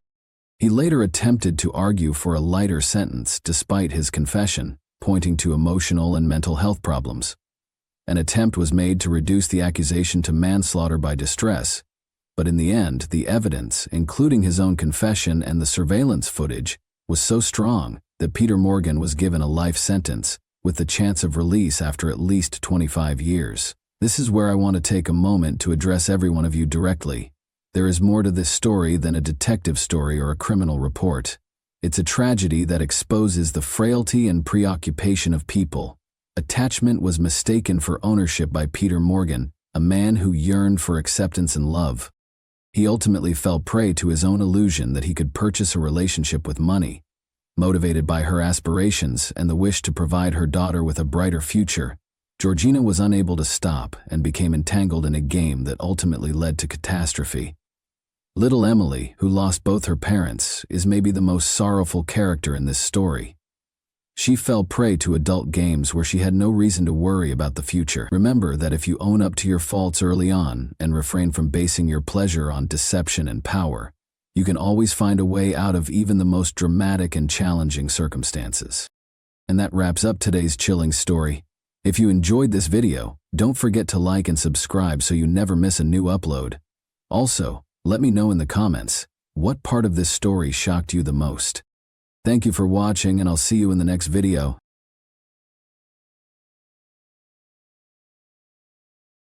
Hey guys, welcome to my channel, and today we're going to take a look at another horrible case with you. Wang Nan, a 13-year-old boy, made the horrific 911 call that you heard. The Kentwood-dwelling child had a rather startling encounter. He was casually relaxing on the basement couch on January 25, 2010, when an unthinkable incident occurred. They heard someone approaching and the horrifying sound of a gunshot. His father had been shot while using his laptop, and his lifeless body lay on the floor. No youngster should ever have to see such a terrible and painful event. What secrets and ulterior intentions drove the man to be brutally murdered in his own house? How did the police resolve the case in the end? We'll examine Wang Nan's convoluted case today. On January 25, 2010, this case brought us to Kentwood, a quiet town with a population of about 54,000 people, tucked away in a beautiful environment and renowned for its calm attitude and close-knit community. It provides a delightful fusion of natural beauty and suburban living. Kentwood offers a warm atmosphere for both families and single people, with its tree-lined lanes and amiable locals. Despite its peaceful exterior, Kentwood conceals a number of secrets that will soon be revealed. Everyone appeared to be going about their everyday lives as usual in the town of Kentwood on January 25, 2010. However, the police department was notified by an unexpected 911 call around 6 p.m. The initial caller sounded frightened, as though a horrible incident had occurred. His voice betrayed the fact that he was a scared teen in dire need of assistance. They had no idea that this upsetting call was only the start of a bizarre and startling chain of events. The police began questioning people in an effort to learn more specifics about what had happened. The police were aware that the victim might have attempted suicide despite the confusion. They thus made an effort to verify their suspicion. The cops wanted to speak with an older person to gain more specific information because the call was becoming intense, and they needed to know what had truly transpired. Given that he had previously stated that everyone was present, it seemed odd that no one was home all of a sudden. The individual began to express a troubling suspicion that he had at the time of his father's passing. When he rushed upstairs after hearing the noises of someone racing from upstairs, he discovered his father's lifeless body and a scene of bloodshed. Amidst their astonishment and perplexity, a question persisted in everyone's consciousness. If the father wasn't the one fleeing, then who was, and where had he disappeared to? The cops hurried to the 5800 block of Pine Vista Street in Kentwood as soon as the call ended. Wang Nan, a 13-year-old boy who had courageously contacted out to report his father's death, met them when they arrived. He was accompanied by his two younger siblings. One of them was 8 years old and the other 12. Fear and despair were mixed together in Wang Nan's eyes. He described to the police the horrific events that transpired, including how he heard a gunshot and hurried upstairs to discover his father, 35-year-old Jermel Stokes, dead within seconds. Blood was scattered around the room, making the crime scene a terrifying image. After quickly securing the location, the police started to investigate Jermel's body. At the rear of his skull, they discovered a bullet wound. Interestingly, his body showed no further bruises or indications of violence. This implied that the murderer's only goal was to take Jermel's life without inflicting more damage or violence. The murderer believed his mission was accomplished and departed the area as soon as he had shot him. The detectives observed something strange as they closely inspected the wound. The wound from the shooting was bigger than what they usually saw. This information implied that the murderer had discharged the weapon very close, almost at point-blank range. It became clear that Jermel was deeply engaged in his work on the laptop at the dining room counter, oblivious to the imminent threat. Since Jermel made no move to flee or protect himself, it was suspected that the murderer might have been someone he knew. Victims typically attempt to defend themselves out of reflex when faced with such closeness. This paved the way for an inquiry to reveal the facts about this heartbreaking and unsettling crime. In an effort to uncover any clues the murderer may have left behind, the police inspected the residence and the whole crime scene. They found 2 handguns when they searched Jermel's room's cabinet.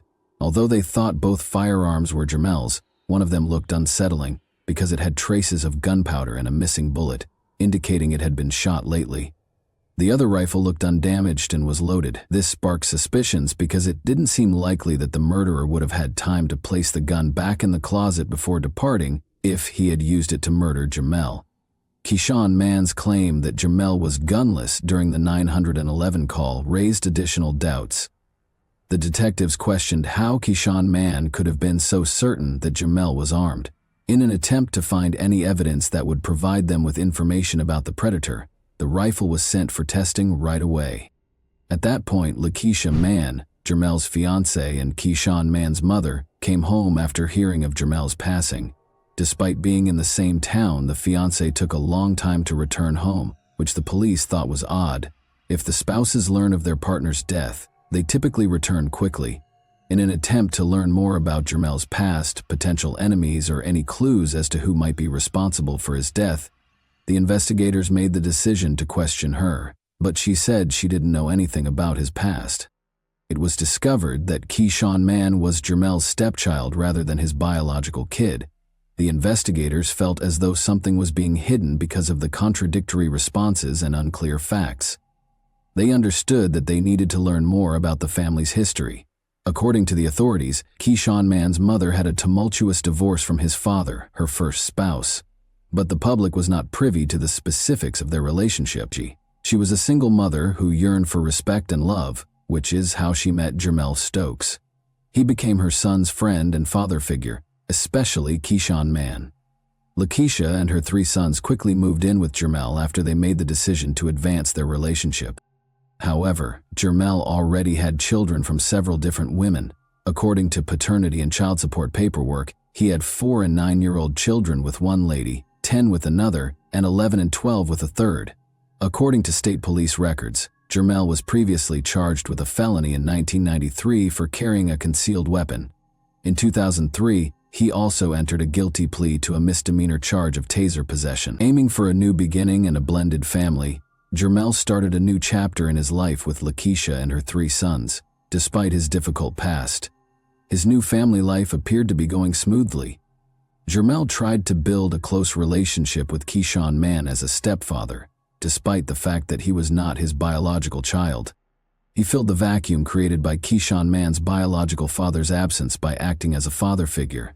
Since there had been no prior reports or information indicating any problems or conflicts, there were no signs of any troubles inside the family. At first, the police inquiry into Jamel Stokes' murder revealed no background or apparent reason that could account for the terrible incident. No suspicious information or hints regarding the family were discovered. The case was obviously mysterious because no one was a suspect. Even if it wasn't immediately apparent, Detective Mattis couldn't get rid of the idea that every murder must have a purpose. Even though the detectives first ruled out the family's involvement, they were ignorant of the harsher facts and hidden secrets that were concealed beneath the surface of their seemingly ideal family. The police turned their attention to identifying the person who might have killed Jamel out of a personal grievance or motivation. First, they asked the neighbors whether they could remember anything out of the ordinary or if they had witnessed someone fleeing the residence on the night of January 25, 2010. Still in shock after the terrible incident, the neighbors acknowledged hearing a gunshot but did not see anyone running away. In an attempt to find more leads, the police continued to question Jamel's acquaintances and family, but they were unsuccessful. It was difficult for the detectives to accuse anyone because there were no obvious hints to follow, no evidence left behind, and no signs of blood or fingerprints at the crime site. The stunning fact that left everyone startled was finally revealed by the firearms testing findings. His own stepson, Keyshawn Mann, had fingerprints on the gun that killed Jamel. Those who knew the family well were shaken by the unexpected news. Since Keyshawn Mann had been the one to phone the police in distress to report his father's shooting, this discovery provided a confusing twist to the case. The difficult challenge of figuring out the reasons behind this sudden change in circumstances now lay before them. With reference to Keyshawn Mann's 911 call, the police started to piece the puzzle together. At first, Keyshawn Mann said that everyone was seated on the couch when the murder occurred, suggesting that the family was present at the time. However, when authorities asked to talk with an elder member of the family, nobody was home, which caused suspicion. The police came at a conclusion based on these discrepancies. They thought that Wang Nan saw the ideal chance to execute his plan on January 25, 2010, just before 6 p.m. when his mother was out. Silently, he took his gun out of the cabinet, fired at his father, and put it back where it belonged. Unaware that his decision to put the gun back would be used as strong evidence against him, he called the police in a panic and fear to report the murder of his father. They had not yet learned the reason behind Jermel's murder, though. To gain a better understanding of what transpired on the night of the murder, the police went back to the residence on Pine Vista Street in Kentwood and spoke with Wang Nan in a different room. To their astonishment, Wang Nan acknowledged that he had been playing with the rifle. When they asked him directly if he had killed Jermel, he clarified that he called the police because he was so terrified after inadvertently pulling the trigger. But something wasn't quite right. Wang Nan had disputed that there was a gun in the house when the 911 call was made. However, after speaking with him, it became evident that something was off. Why would he confess to playing with a pistol after initially denying possessing one? The police didn't think it was an accident. They thought Wang Nan killed his father on purpose. However, they chose to consult a licensed psychiatrist in order to speak with him because of his youth. They recognized that he might have taken such a severe action as a child due to underlying concerns or motives. When he was questioned about why he killed his stepfather during the therapy session, the other side of the story came to light. Behind the joys and the seemingly ideal family, there was more. Wang Nan talked candidly about Jermel Stokes's torture and abuse of him and his family. He disclosed that if Jermel was upset or for the smallest of reasons, he would regularly beat him, his mother, and his brothers. Wang Nan felt stuck with no way out and wanted to shield his mother and siblings from the constant torment.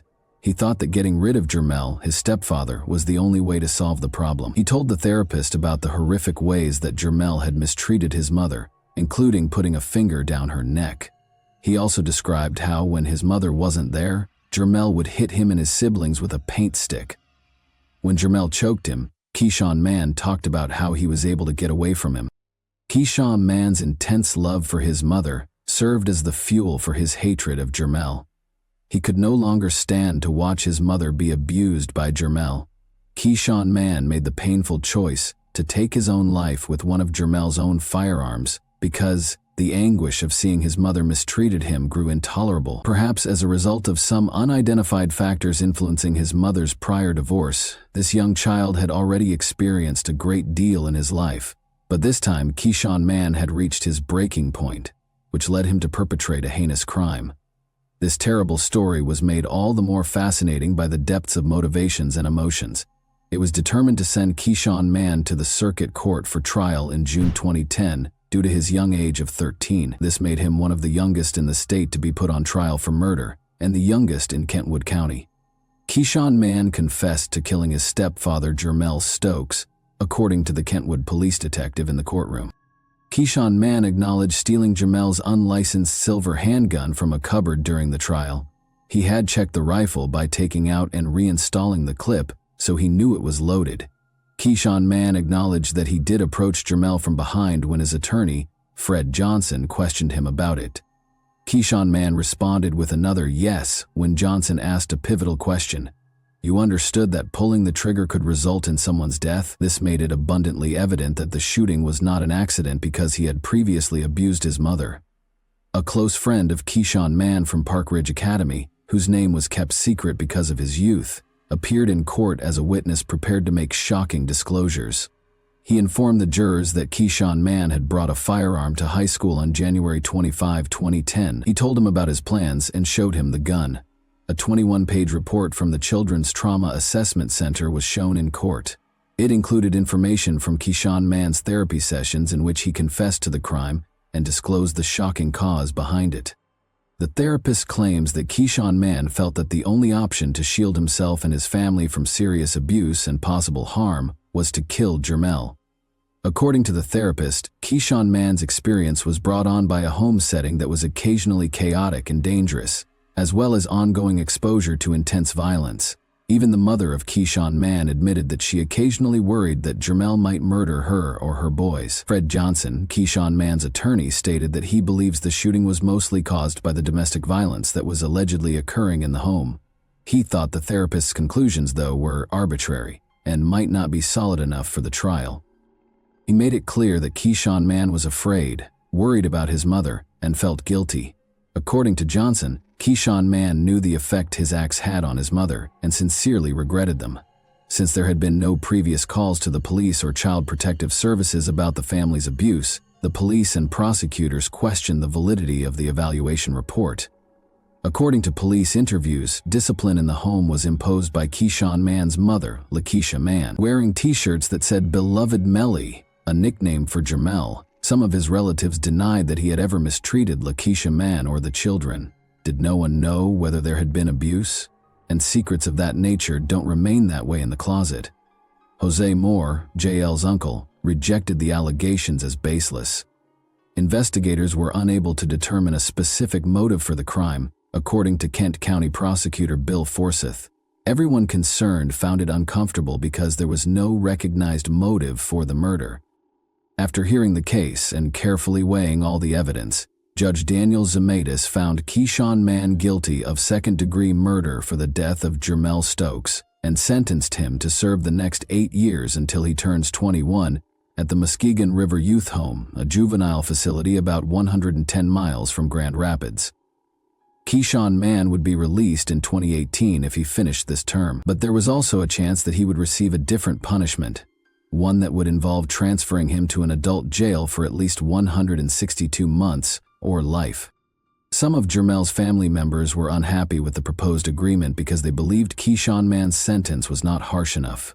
Keyshawn Stokes, Jermel's sister, said that she thought Keyshawn Mann should be sentenced to 35 years in jail because her brother was 35 years old. Justice, in her opinion, was not being done.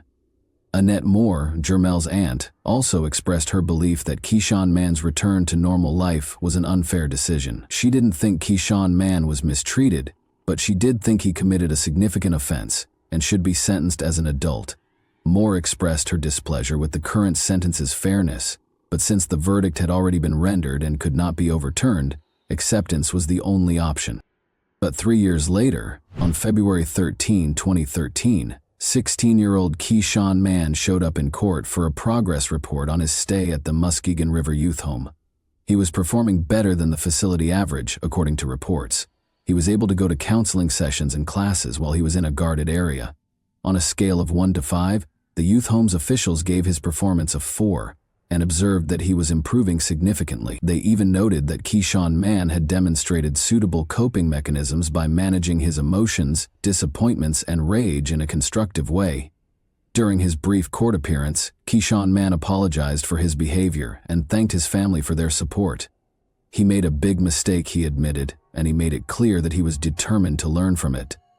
According to his lawyer Johnson, Keyshawn Mann was committed to giving it his all no matter what. Keyshawn Mann was scheduled to complete college credit classes after graduating from the youth home educational program as a junior.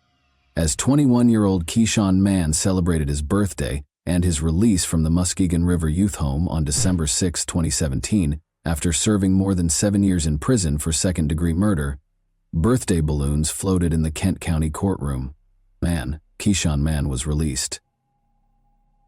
Keyshawn Mann was granted his freedom by Judge Daniel Zemaitis, who was supervising his progress at the periodic review sessions. At the final hearing, the judge spoke to Keyshawn Mann and said he was certain he was ready to start a new chapter of achievement in the community. When the judge gave the announcement, Keyshawn Mann and his mother Lakeisha exchanged heartfelt embraces as friends and family crowded the courtroom. Vicky Seidel, the assistant prosecutor for Kent County, commended Keyshawn Mann for setting a good example for other youth in the program. She claimed that he had carried out his duties and characterized him as an example for the inmates. For almost 18 months, Keyshawn Mann had been enrolled in online courses at Mid-Michigan Community College. According to his family, he had plans to continue his education, possibly attending Grand Rapids Community College in 2017. Kent County Probation Officer Dan Corey reports that Keyshawn Mann's meeting with his father, Jermel Stokes, to resolve the matter went smoothly. Mr. Stokes said he hoped Keyshawn Mann would have a fruitful life. Though it had been a tough 7 years, Keyshawn Mann agreed that his life had significantly improved.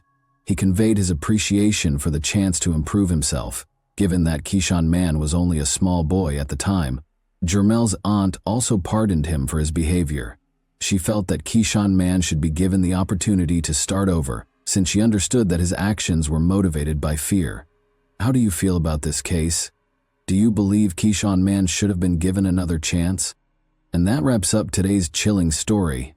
If you enjoyed this video, don't forget to like and subscribe so you never miss a new upload. Also, let me know in the comments what part of this story shocked you the most.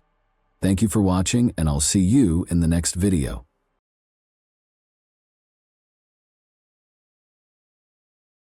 Hey guys, welcome to my channel, and today we're going to take a look at another horrible case with you. Menajay Starin, 34, a mother of 3, was reported missing by her father on May 1, 2023. Sometime in April 2023, she disappeared from her St. Paul, Ramsey County, Minnesota residence. The St. Paul Police Department's officers immediately began looking for her. They discovered disturbing information that led them to one individual, her boyfriend, 40-year-old Joseph Stephen Jorgensen. As they investigated Jorgensen's participation further, what sinister and terrifying secrets would come to light? Would we eventually learn the truth behind Manager's disappearance?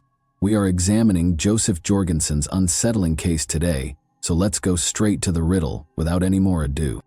More than 300,000 people live in St. Paul, a thriving city in Ramsey County, Minnesota, that is teeming with both historical and contemporary charm. It promotes a feeling of community and welcomes variety. The Cathedral of St. Paul, the James J. Hill House, and the Summit Avenue area are just a few of the historic landmarks and neighborhoods of St. Paul, one of Minnesota's oldest cities. Statistics show that you have a 1 in 124 risk of becoming a victim of violent crime and a 1 in 24 probability of becoming a victim of property crime in St. Paul. Nevertheless, despite advancements, a horrible and unimaginable crime in 2023 rocked the city to its foundation. On May 23, 1989, Menajay Starin was born. Not much is known about her early years. It is uncertain if she had any further siblings, however records show that she had a brother named Nora Starin. Menajay was 34 years old and a single mother of 3 kids by 2023. She lived in a little apartment in St. Paul, Ramsey County, Minnesota, at 1428 7th Street. Whether she had ever been married is still unknown. Reports from people who knew Menajay at the time portrayed him as a likable person. People who knew her talked about how she was kind, patient, and positive with everyone she met, no matter what their background. Nevertheless, despite these admirable traits, Menajay battled personal issues. She struggled with mental health problems and drug addiction. Her family was aware of these difficulties, which contributed to her children not living with her, since she was having difficulty overcoming her own challenges. Menajay was undoubtedly unable to give her kids a secure upbringing because of the circumstances surrounding her addiction and mental health issues. For Menajay, life went on in spite of the difficulties. Then an unforeseen event occurred. Menajay's father called the St. Paul police in panic on May 1, 2023.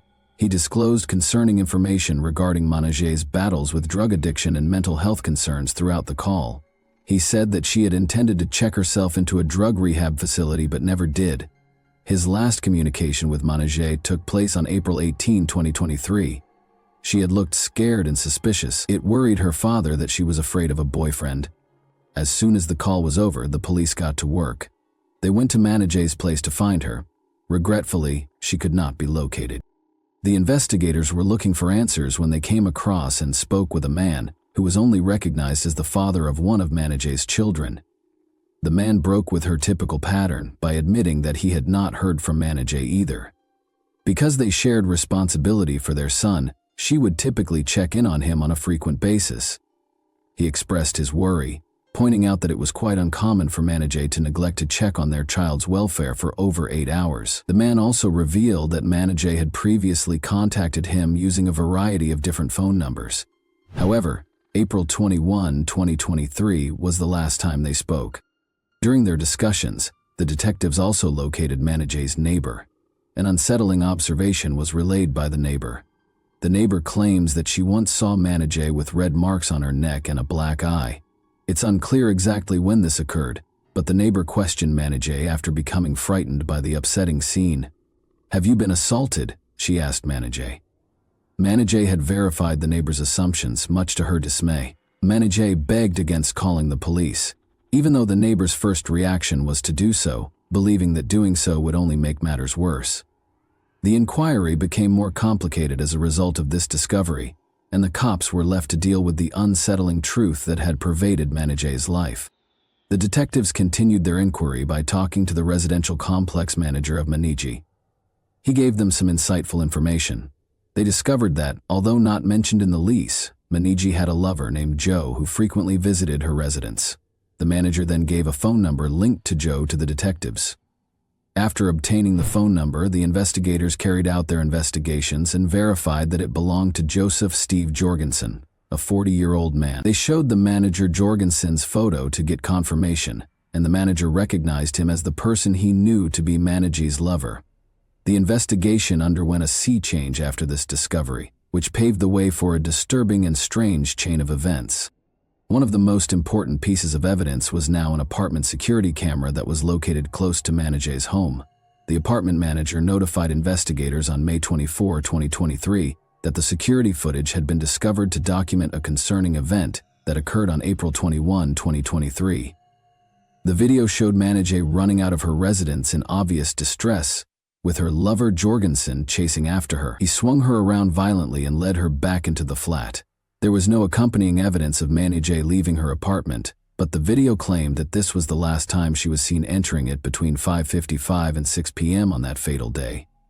Subsequent analysis of the security footage showed that between April 21, 2023 and April 28, 2023, Jorgensen entered and exited the residence several times. Remarkably, it was found that Jorgensen entered the residence 28 times in all throughout this time. Furthermore, the apartment management attested to the fact that Manai had only had one set of residence keys. According to the CCTV footage, Jorgensen used a key each time he entered the residence. The investigators were left with a number of troubling questions as all of these findings were revealed. Jorgensen frequently visited Manijay's flat. What transpired during these encounters, and most importantly, where was Manijay? Additional examination of the security tape also showed that at 4:55 p.m., Jorgensen was seen on CCTV leaving the flat on April 28, 2023, with a suitcase and 2 duffel bags. Sitting on the driver's side, he carried the suitcases into a pickup truck with the Minnesota license plate NLV 6177. Jorgensen sped off in his car. Investigators quickly learned that the pickup truck belonged to a man who lived in the Maplewood apartment complex at 89th Century Avenue. Following these events, investigators looked for a family friend who had important knowledge about Manijay's relationships and behavior. According to the family acquaintance, Manijay had never gone more than 24 hours without getting in touch with her loved ones, even if she struggled with drugs and crises. Her abrupt absence had been all the more worrisome because of this regular pattern. The family acquaintance also revealed that he had a phone discussion with Jorgensen after Manijay vanished. At the time, Jorgensen had informed him that Manijay had gone to the store but had never come back. The family acquaintance claims that Jorgensen also voiced worries that Manijay might have been harmed by a man named Cassell. This Cassell had been characterized by Jorgensen as a suspicious person. After that conversation, the family friend disclosed that he had lost communication with Jorgensen. Equipped with this fresh knowledge, the detectives realized how serious the situation was. They were unable to overlook the fact that Jorgensen had not attempted to notify the authorities that Manijay was gone. In addition, the evidence showed that after Manijay vanished, no one had entered her flat but Jorgensen. Their suspicions were heightened by this information, and they focused all of their attention on Jorgensen as a potential target. The police, assisted by a property manager, made the decision to perform a comprehensive search of Manijay's residence due to the developing concerns and evidence, and COP came in. Their focus was quickly captured by the disturbing findings as soon as they entered. The screen for one of the bedroom windows was lying discarded on the floor, as the police and property manager observed. A closer look around the living area also showed a television with several cracks in the screen. Prior to this discovery, the property manager attested that the screen was undamaged. The officers discovered a smashed glass panel on the microwave when they searched further. There were indications that it had been cleaned. They noticed that the bedsheet in Manijay's bedroom had been partially taken off, exposing a foam cushion on top of the mattress. The disturbing scene was heightened when they discovered a massive hole in the foam pad that had been purposefully cut and removed. At the foot of the bed were red smears. These discoveries heightened the already mounting anxiety about Manijay's abduction and led the detectives deeper into a maze of disturbing hints and terrifying possibilities.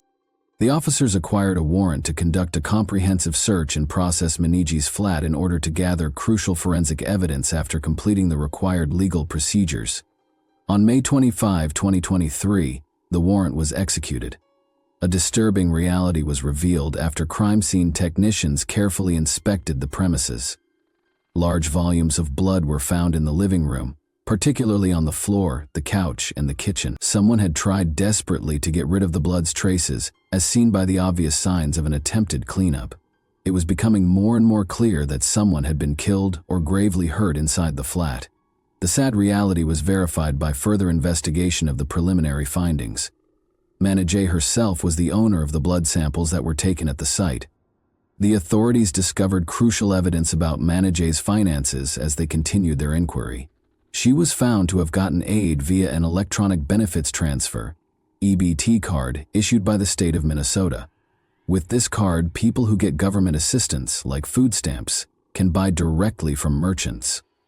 A warrant to view Manijay's EBT account information was quickly acquired in recognition of the importance of this discovery. Following her final confirmed sighting on April 21, 2023, a number of transactions were discovered throughout the investigation.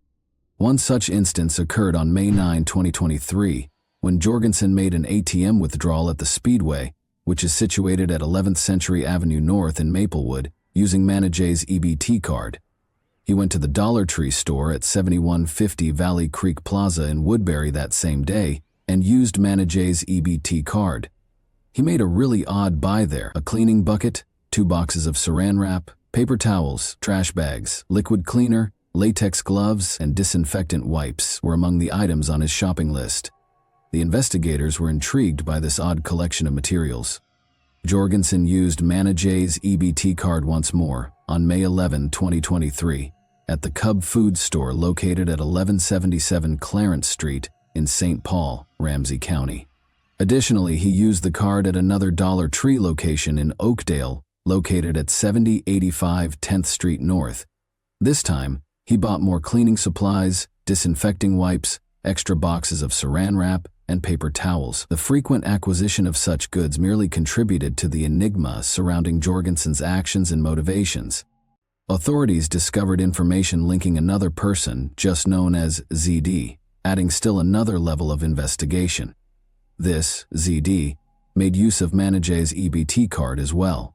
In order to access data pertaining to Jorgensen's Google and Gmail accounts, detectives then went ahead and obtained a search warrant. The investigators' worries were heightened when they discovered a string of significant Google searches Jorgensen had conducted after analyzing the data they had collected. Jorgensen had looked up the term jugular on April 21, 2023, what do police do with a missing persons report on May 1, 2023, and how to clear cookies from an Android phone on May 3, 2023. On May 27, 2023, he searched for how to remove GPS from a Lime scooter. On June 4, 2023, he searched for lime for soil. At this point, it's important to note that lime, the material Jorgensen had asked about, can be used to hasten a body's decomposition process and the smells that go along with it. This fact, which the police were well aware of, made them even more concerned about Jorgensen's possible role in Manijay's disappearance. The police took decisive action in light of the strong evidence against Jorgensen. On June 26, 2023, the apartment investigators targeted Jorgensen's apartment and secured a warrant to search it. In anticipation of a potentially explosive situation, a SWAT unit stepped in to execute the warrants. Jorgensen reacted to the police confrontation at his apartment by locking himself in his bedroom. The situation became much more dangerous and urgent when Jorgensen, to the horror of everyone around him, lit a fire. The SWAT unit moved with extreme caution. In the ensuing battle, Jorgensen resisted the officers with great vigor and even tried to take a SWAT officer's gun.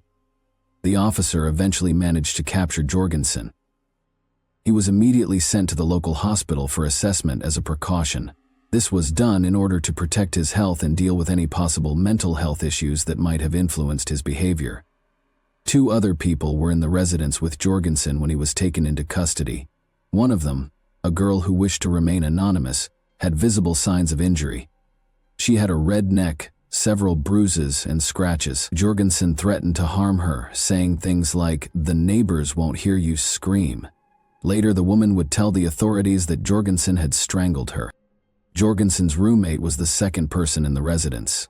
The roommate had sought shelter in his own bedroom during the police-Jorgensen confrontation. Without any opposition, the roommate was likewise hauled into custody.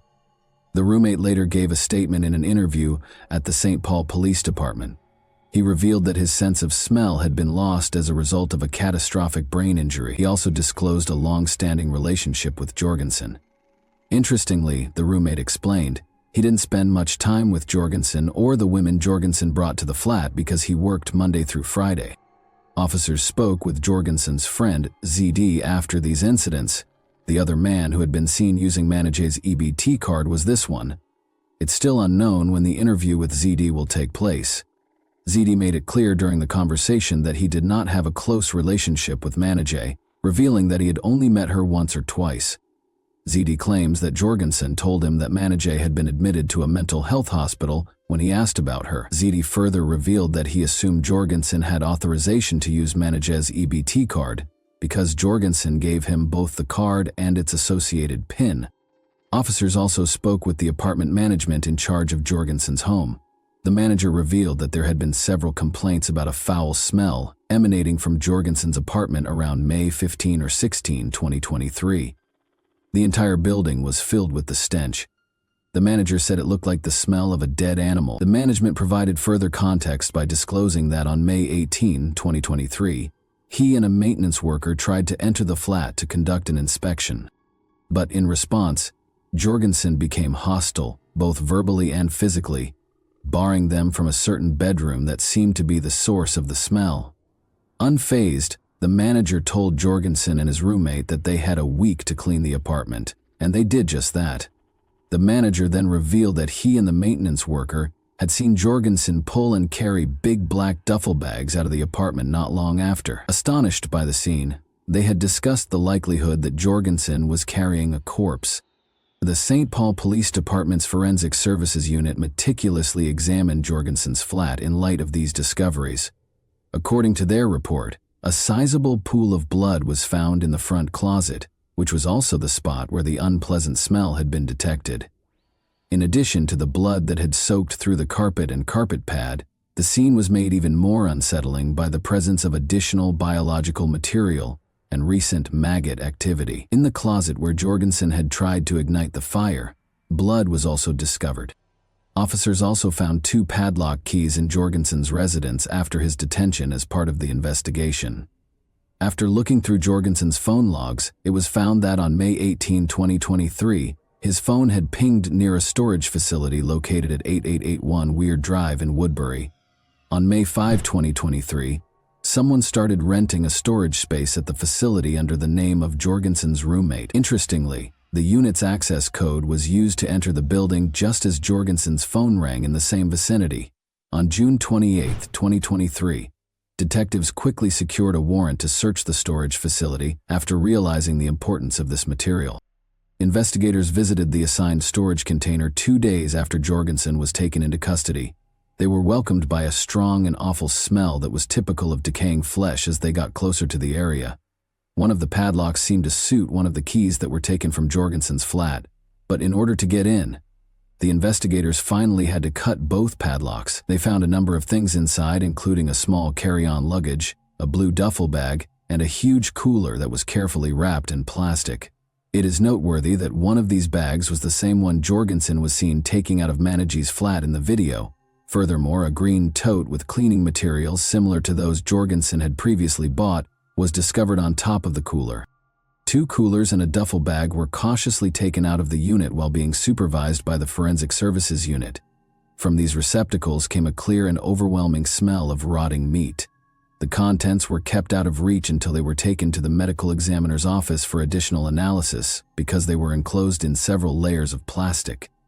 A human body was discovered inside the bag and coolers after being examined using an X-ray machine. The limbs and legs were in the larger bag, and the torso was in the larger cooler. However, there was a head in the smaller cooler. The found remains were then autopsied by the Ramsey County Medical Examiner's office.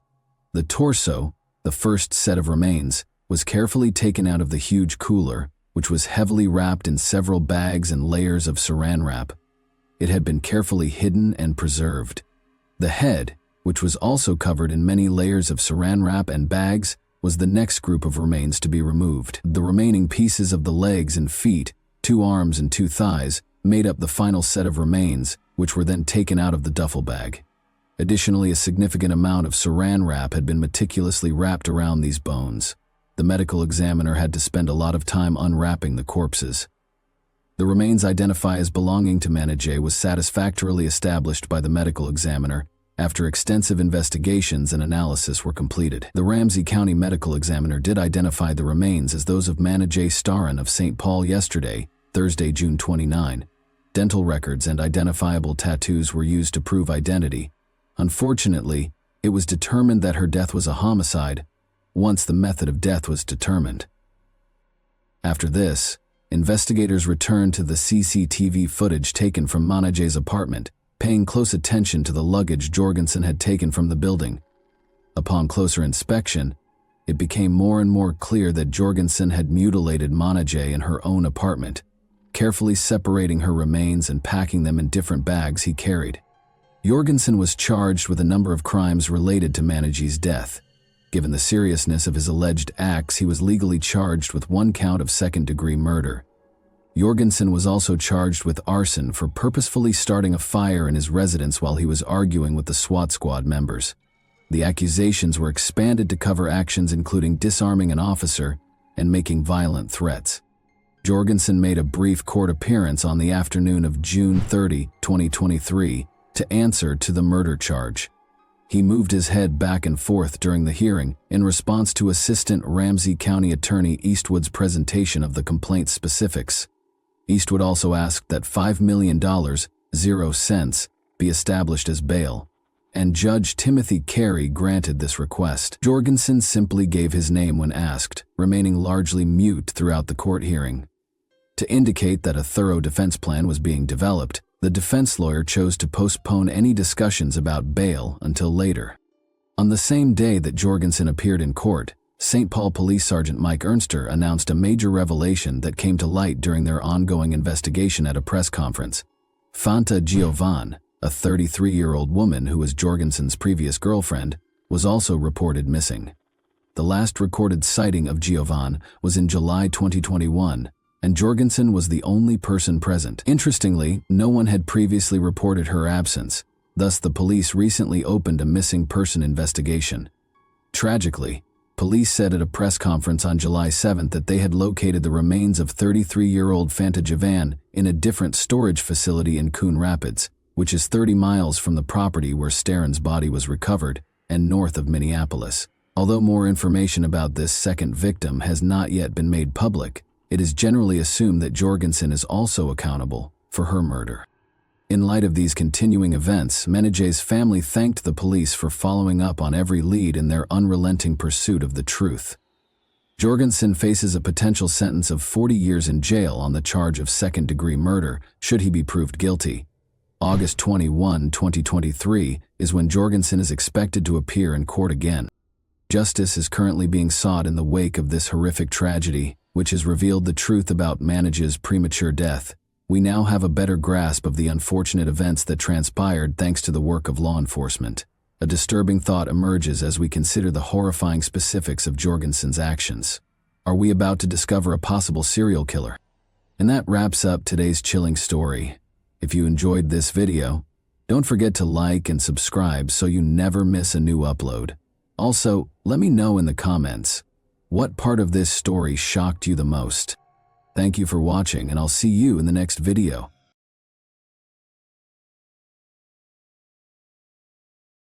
Hey guys, welcome to my channel, and today we're going to take a look at another horrible case with you. Have you ever pondered how a typical day could become a complete nightmare in a matter of minutes? Consider this. On this verdant tropical island, the sun is softly warming your skin, while the murmur of the waves assures you of tranquility. However, what if there is a darkness lurking around every peaceful corner, simply waiting for the ideal opportunity to emerge? A young German tourist named Miriam Bielt went on a walk to a temple on the island of Koh Si Chang on April 7, 2019. She hadn't returned by the evening, even though it was supposed to be just another quiet day of her vacation. She was seen smiling and unconcerned as she walked up the trail on security cameras. However, nobody could have predicted that that smile would vanish forever in a few hours. Koh Si Chang is renowned for its calm, relaxed atmosphere and is rarely disturbed. White sand beaches, deep green jungles that hold mysteries that date back millennia, turquoise oceans, and slow-moving natural beauty are all abundant on this island. Miriam Bielt, a young German woman who chose to combine a business trip with a long overdue holiday, arrived at this remote paradise in the spring of 2019. But her adventure would quickly devolve into a complex and unsettling mystery that still has a lot of unsolved questions. Initially, nothing appeared abnormal. Miriam was successful and driven. Her career as a design engineer with a big corporation had actually been advancing quickly since she graduated from the University of Hanover. Even though she was accustomed to lengthy workdays and frequent travel, this one felt unusual. Miriam finally got to witness the white dunes and pristine waters she had heard so much about when she decided to spend a few days on the remote island of Koh Si Chang after finishing her business commitments. However, when Miriam failed to appear for breakfast on the morning she was scheduled to depart, everything changed. Hotel employees were worried and attempted to call her, but her phone was inaccessible. It took hours before local officials were notified of her absence, but nobody had yet recognized how serious the situation was. Official documents indicate that Miriam had traveled to Thailand for business purposes, and her encounters with suppliers had gone well. According to her co-workers, she frequently enjoyed combining professional travel with some downtime, even if it meant traveling alone. She might have stayed on the island while the rest of her team went home because of her curiosity. Miriam enjoyed exploring the locations she went to. However, her acquaintances claimed that she had never planned on making impulsive relationships or going on dangerous trips. Nevertheless, other residents recalled that Miriam had demonstrated a strong interest in the island's less visited areas. She inquired about secluded coves and secret beaches, where one may feel completely cut off from the outside world, according to tour guides.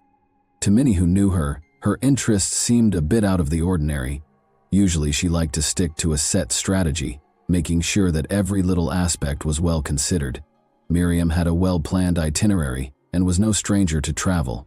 She organized a day excursion to Pattaya after concluding her work in Bangkok, and then she traveled to Koh Si Chang. Similar quick trips are taken by many tourists to take in the sights and beaches. It was different for Miriam, though. She looked for locations where she could be alone herself, with nature and her thoughts, locations that weren't listed in the typical travel guides. She started her journey by traveling to the island via ferry in the morning. In keeping with her meticulous disposition, Miriam immediately leased a motorcycle and embarked on a pre-arranged journey. One of her planned destinations was an old stone temple on a hill that only the most tenacious and resilient tourists could access. Locals regarded this shrine as a remote location for introspection, tucked away behind thick vegetation. Quietly, the day began. She saw the traditional indicators of a peaceful island morning as she drew closer to the temple. A vendor was setting up fresh bouquets of calendula and jasmine at a little flower booth nearby, and she had left her rented motorcycle parked at the foot of the slope. After greeting him and purchasing a few flowers, Miriam ascended the stone stairway. She was seen on surveillance cameras carrying a little rucksack and a bottle of water as she boldly ascended the stairs. She had a slight smile on her face, as though she was looking forward to something lovely and significant. However, time went by and she never came back. Her motorcycle remained parked next to the now closed flower stall in the evening, a silent reminder of her disappearance. The fact that no one had witnessed her return down the stairs immediately alarmed the townspeople. The first person to realize something was wrong was the flower salesman, Miriam's motorcycle. She hadn't been seen all day and was still there, unaltered. He told the police about it the following day, and what had begun as a straightforward case of a missing individual quickly turned into something far more sinister. Investigators soon discovered that Miriam would never have remained on the island for very long when they started tracking her path. She had only one day in mind: lunch, a quick excursion, a few pictures, and then a trip back to the mainland. Miriam was well organized, cautious, and always did everything according to her own rules. She kept her valuables close to hand, stayed away from strangers, and checked in with her family on a regular basis. For her loved ones, the first warning sign was when she stopped sending messages. She stopped answering by noon on April 7, and by nighttime it appeared like she had just disappeared. Miriam was traveling to a temple on a mountaintop, which isn't your average tourist attraction. Even locals seldom go there, and no official trips do. The trail is lengthy and challenging, and it is encircled by dense jungle. The climb is made more difficult by the moss-covered wet stone steps. Security footage shows that no one else was around when she was hiking alone. The police repeatedly watched the camera footage in the hopes of finding some clue, but all they saw was Miriam climbing toward the temple with a steady gait, a composed countenance, and a faint smile. This little movie, the final recorded account of her existence on the island, seemed to freeze time. Police discovered a new lead as they started questioning residents. She had been spotted with an unknown male at a cafe by the dock a few days before. Although it was impossible to identify him, he appeared to know her well enough to sit with her over coffee. No one else said they saw them together, but they might have met at her hotel or on the ferry. Following that interaction, a number of unanswered issues were raised by Miriam's disappearance. What transpired on her way to the temple? Who was the stranger she was spotted speaking to? And why did she never descend again? Koh Si Chang Island woke up to a terrifying discovery on the morning of April 8, 2019. A Thai visitor was on the verge of a nightmare while hiking to the temple in the early morning in the hopes of taking in the refreshing air and peaceful surroundings. He was enjoying the silence of the jungle as he ascended the steep, stone-covered trail when he observed something strange, close to the edge of a tiny ravine, just off the path through the dense vegetation. A whitish form attracted his attention, a sight remarkably out of place amid the deep green. It became evident to him as he approached that he had discovered a young woman's body, as though someone had attempted to hide her. She was stuck between two enormous rocks that were covered in leaves and branches. There were visible bloodstains close by, and the woman's body showed evidence of physical violence. The tourist was so shocked by what he had discovered that he alerted the local emergency services right away. Concerns swiftly spread like wildfire throughout the island, as police on Koh Si Chang attempted to comprehend the situation, and within an hour cops were navigating the convoluted route to the location. Back in Germany, Miriam Bielta's loved ones were becoming increasingly anxious. She was known to be responsible and cautious, therefore it was very unusual for her to stop answering on the evening of April 7. Miriam was always in contact, particularly when she was traveling alone abroad. When they realized they hadn't heard from her the following morning, her parents, who were accustomed to her frequent calls and texts, started to worry. They reported a missing person to the local government. Investigators on the island were beginning to piece together the specifics of this concerning case in the meanwhile. Miriam Bielti, a 20-year-old German tourist, was identified as the body discovered in the ravine. Hotel staff stated that she was expected to return from the island on the evening of April 7. However, her rented motorcycle was still parked at the foot of the hill, where she had left it before heading to the temple. Authorities first thought that Miriam might have had a terrible accident, slipped, or lost her balance on the slippery path, but they soon ruled that notion out. Her injuries were too many and too terrible to be attributed to a mere fall. She had obvious cuts and bruises on her head and face, and evidence of violence and malice indicated that her death had been violent and deliberate. Furthermore, there was evidence that she had been abused prior to her death, which further clouded the case. Reviewing surveillance footage from cameras placed along the trail in the parking lot at the foot of the hill marked the start of the inquiry. Miriam was seen on camera carrying a tiny rucksack and a bottle of water as she ascended the stairs. She seemed peaceful, but she walked with purpose. Investigators were still troubled by important details.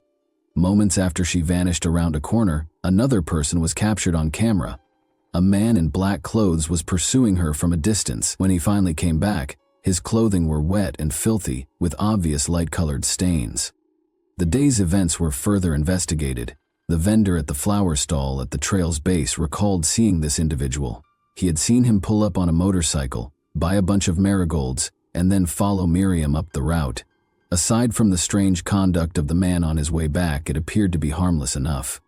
According to the merchant, he appeared anxious, constantly looking around, and dismissed the question of whether everything was all right by saying he had simply slipped. His manner struck the merchant as odd, so he made the decision to write down the motorcycle's license plate as a precaution. This enigmatic man swiftly rose to the position of top suspect once the police found Miriam's body and the first hints appeared. The authorities were able to identify the bike thanks to the recorded license plate, the vendor's description, and surveillance footage. Ronicorn was the registered owner. Ruin, a 24-year-old local, lived alone in an old house on the island's fringes and worked as a beach cleaner, cleaning the waters along the coast. Officers went to his house right away, but he was not there. They started looking in the hopes of discovering something that would reveal his possible relationship to Miriam. Underlying conflicts that had not been identified before then started to surface. Though few knew of his darker impulses, Ronicorn was regarded by the villagers as a reclusive and perhaps eccentric man. His neighbors characterized him as reserved yet inhospitable. He rarely confided in anyone and kept to himself. However, those who knew him well had noticed hints of odd, nervous conduct and unpredictable anger. Some even said that they had seen him pacing the island as if he was looking for something or was waiting for someone. What motivated him to follow Miriam that day? And who was this man who seemed to have materialized out of thin air to ruin a young traveler's vision of a tropical paradise? When Ronicorn Run woke up in his tiny house on the edge of Koh Si Chang early on April 7, 2019, the island was still shrouded in quiet. There had been little respite from the night. His mind was still whirling from visions and lingering thoughts that had been enhanced by a haze of illegal drugs. Empty bottles littered the table, and the smell of cheap alcohol filled his home. Ronicorn was aware that he needed a way out of this state, something to divert his attention, even for a brief period of time, in order to prevent him from going any deeper. He made it a habit to have a few beers and several shots of heavier alcohol, which helped him temporarily block out his thoughts, if only for a few hours. However, his typical procedure wasn't sufficient that day. He immediately entered an altered state after taking another dose of a different substance, since he was desiring something more.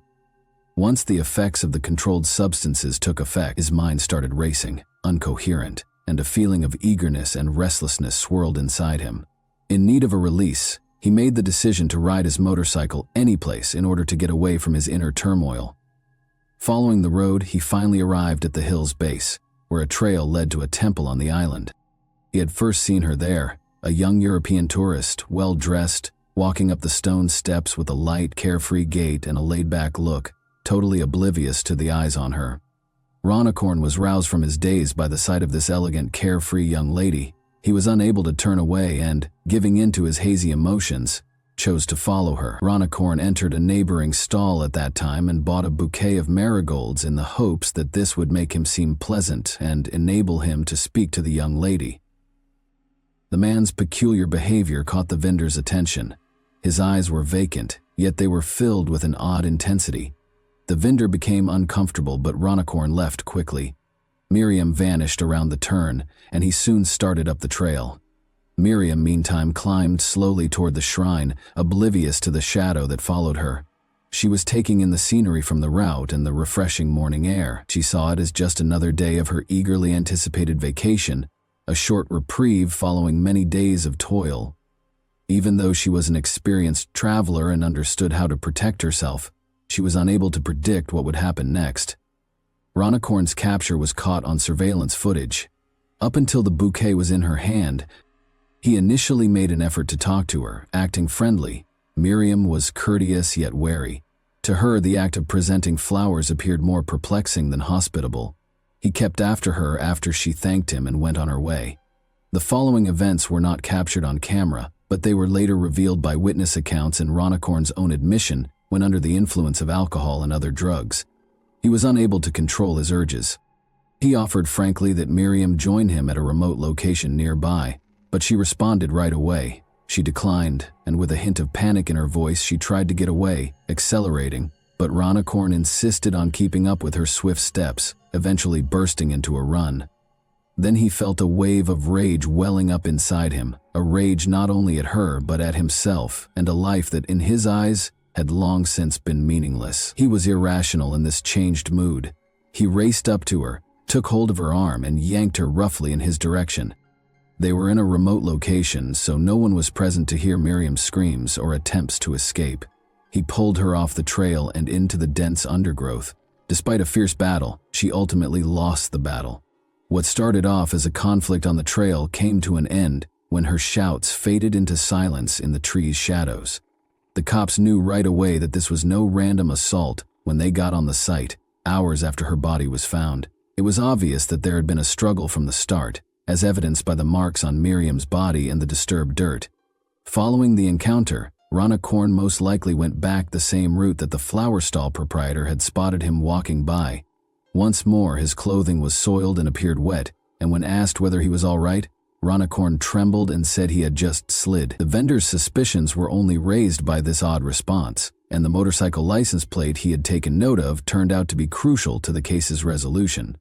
Ronicorn went home that night. Even though he washed his clothes fast, the stains remained. As if nothing had happened, he turned on the TV while lying on his couch. Maybe he believed he could move past it all by behaving normally. However, that was untrue.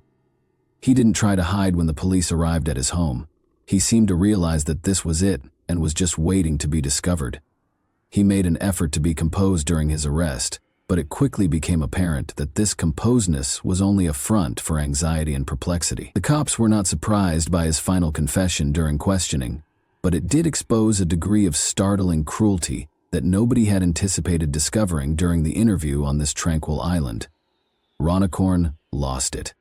He initially tried to deceive investigators, but his story unraveled, and he finally began to describe the events in great detail. Even the most experienced investigators were taken aback by his admissions. The events described played out like a bad dream, with a tropical paradise in the backdrop. However, a straightforward confession was not the end of the case. Every detail of what happened was necessary for the authorities. To learn exactly how the events transpired, they made the decision to perform a reenactment. They brought Ronicorn back to the scene. With his head shielded by a bag to keep the public at bay, he walked through his movements step by step, going back and demonstrating each motion. The officers intently watched every movement he made, looking for any information he might have left out of his confession. Ronicorn successfully reenacted his unsettling part, turning the recreation into a gruesome scene. By the end of it, investigators had a comprehensive picture of what had happened on that fateful day. Ronicorn Ruin's trial was seen as a litmus test for the Thai legal system as a whole. Both the local community and others beyond were shocked by the crime committed against young tourist Miriam Bielte. Authorities had to show that justice would be served, and concerns about foreign visitors' safety on islands like Koh Si Chang grew increasingly urgent. As the public watched every day of the trial and closely monitored recordings of the flower vendor's testimony, the court procedures attracted the attention of both domestic and foreign media, and Acorn's confession was unquestionably proof of his guilt. These pieces clearly depicted what had transpired, including how he followed Miriam, tried to talk to her, and then followed her along the trail until she reached a remote location where a horrible act was perpetrated by him. All the questions seemed to be answered by Ronicorn's confession.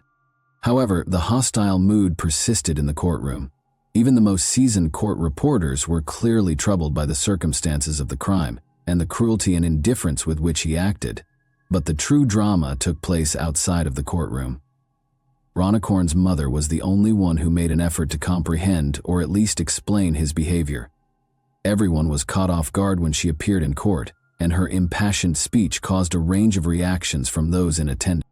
Instead of defending her son, she apologized to Miriam's family and the community and attempted to understand how something like this could have occurred. She revealed that she had not been aware of her son's difficulties with controlled substances and that they had been separated for years. Though by no means an excuse, her statement seemed to be an attempt to find some justification for his behavior. She ultimately begged the court to punish him to the fullest extent possible, admitting that her son had lost control of his life and was a threat to others as well as to himself. Ronicorn made the admission without regret. He made no effort to provide an explanation for his actions or to apologize to the victim's family. As though narrating someone else's story, he merely described the events with a chilly, distant tone. 3 months after the disaster, a verdict was rendered, and authorities acted quickly to prevent the trial from going too long. Ronicorn Ramruan received a death sentence. His lawyer's attempts to obtain leniency were unsuccessful. There was no place for clemency, given the seriousness of the crime, the graphic details, and the public outrage. His mother's speech was one of the most emotionally charged parts of the trial. Everyone in the room was profoundly affected by her sobs, desperation, and understanding that she had lost her son, both physically and morally. She acknowledged that she was afraid he might carry out such a horrible deed as her parting farewell if he were ever freed. Perhaps the most devastating moment of the trial was witnessing her kid being taken into prison. The hardest shock of all following the verdict was realizing that he had lost his humanity forever.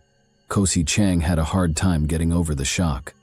It was once renowned for its quiet, peace, and scenic beauty, but it was now enmeshed in a horrifying tale that shook the whole nation. The residents, who took great pride in their hospitality and culture, were severely affected by this catastrophe. It damaged the island's reputation as a whole, and they thought that this would be a one-off event rather than a reflection of their cherished homeland. The victim's family received support from the entire community. People came to the location where Miriam was discovered, bowed their heads in silent respect and grief, and left flowers and candles.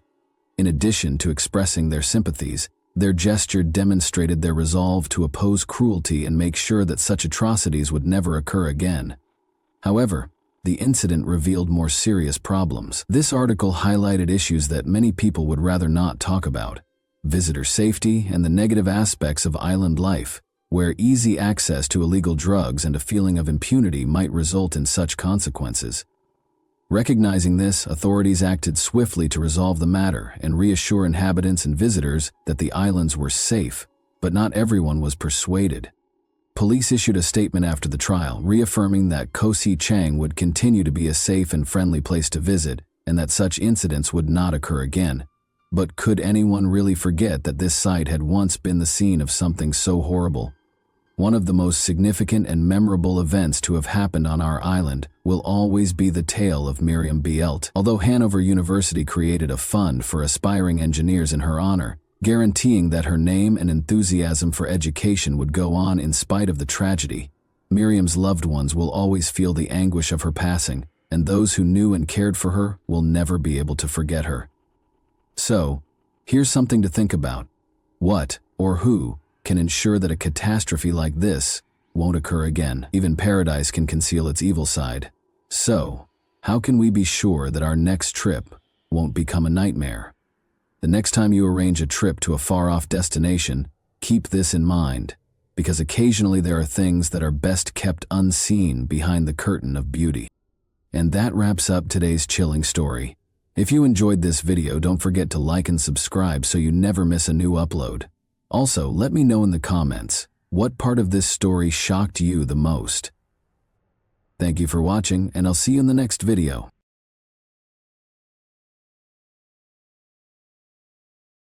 Hey guys, welcome to my channel, and today we're going to take a look at another horrible case with you.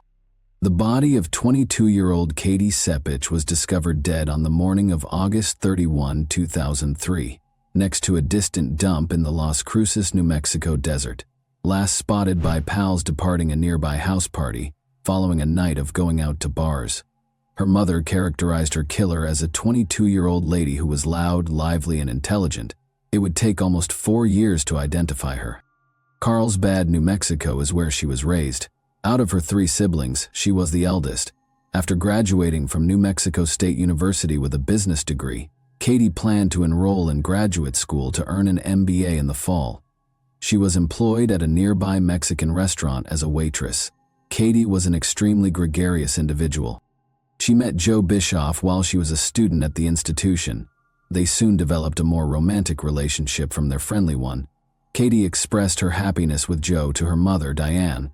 When Joe offered Katie a diamond ring a few months later, Katie understood that her dream of building a future with him could actually come true. There were issues in their relationship after Katie and Joe graduated from college in the summer of 2003. Joe went back to live with his parents in Gallup, New Mexico, a little town roughly 350 miles from Las Cruces, while Katie chose to continue her education at the university. Joe's departure caused Katie a great deal of distress. Even though their long-distance relationship was intolerable, they occasionally managed to get together. When Joe visited Las Cruces over Labor Day weekend in 2003, Katie was ecstatic. But their weekend together ended tragically. The date was August 30, 2003, a Saturday.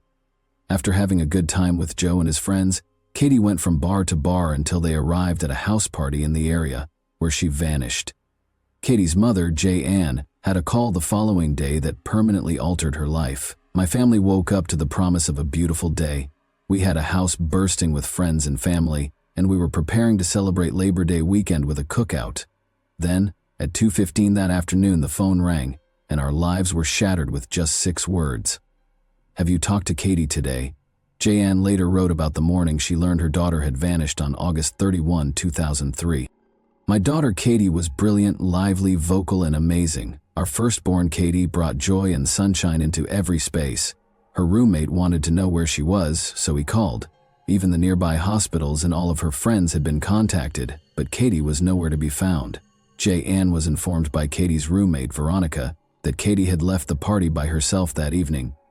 In the house where the party was being held, Veronica and Joe dozed off. Katie was nowhere to be seen in the morning, despite their belief that she had gone home. Here, relatives reported the disappearance to the police. A half-naked woman's body was found near to a desert landfill at the same time. The police officers who arrived at the scene came to the conclusion that the body had been laying there for little more than a day based on the exterior evidence, even though there were no documents close to it. Additionally, they recognized right away that the victim's death was not due to an accident. The victim looked to be between 20 and 25 years old. Since she was completely nude, the motivation behind this crime was clear. Her arms bore wounds from self-defense. She was scratching the assailant in an attempt to save her life. Under her fingernails were bits of the criminal's skin. Thus, the DNA sample of the individual who killed her was in the possession of the police. Her neck showed evidence of strangulation, which initially appeared to be the most likely cause of death. Since there were no indications of a struggle close to the body, the detectives were able to determine that the young woman passed away elsewhere. In the hopes that it would take a long time for someone to find her, the criminal apparently transferred her remains to the isolated desert landfill. The victim's back and arms had burn marks, which was another startling discovery. It suggested that the offender set the victim on fire in an attempt to get rid of the body or destroy any evidence. The police made a rapid connection between the body of a young lady they discovered and Katie's disappearance. Diane, Katie's mother, said of the body when her father visited the morgue to identify it. "A few agonizing hours later, our worst fears were realized. There are no words to describe the agony, no way to express the pain.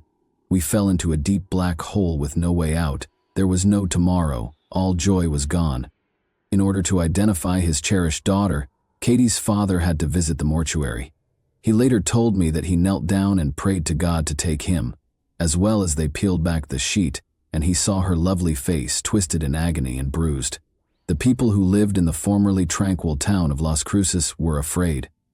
Katie's experience was horrifying. Since there was no assurance that the offender would not conduct another crime, the police made every effort to apprehend them as quickly as possible.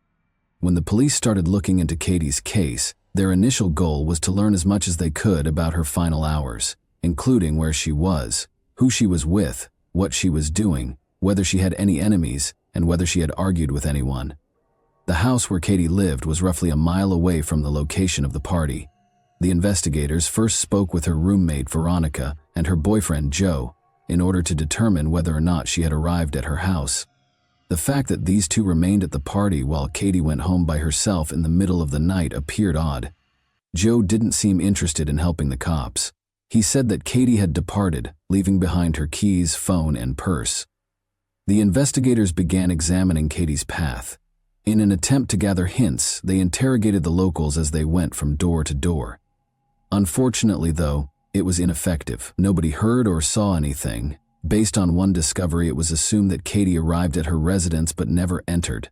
She departed without her keys, in case you forgot. After looking throughout the property, the investigator discovered Katie's shoes outside her bedroom window.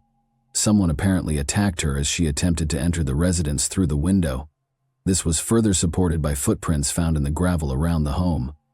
Although Katie battled for her life, the assailant ultimately proved to be more formidable. The investigators hypothesized that the offender transported Katie to the desert landfill and attempted to burn her after killing her. They began to wonder, was it someone she knew and trusted, or was it a complete stranger? There were maybe 40 people at the gathering. Perhaps Katie was attacked by someone who followed her home. Is this someone who might be her boyfriend? These were the questions the investigators sought to answer.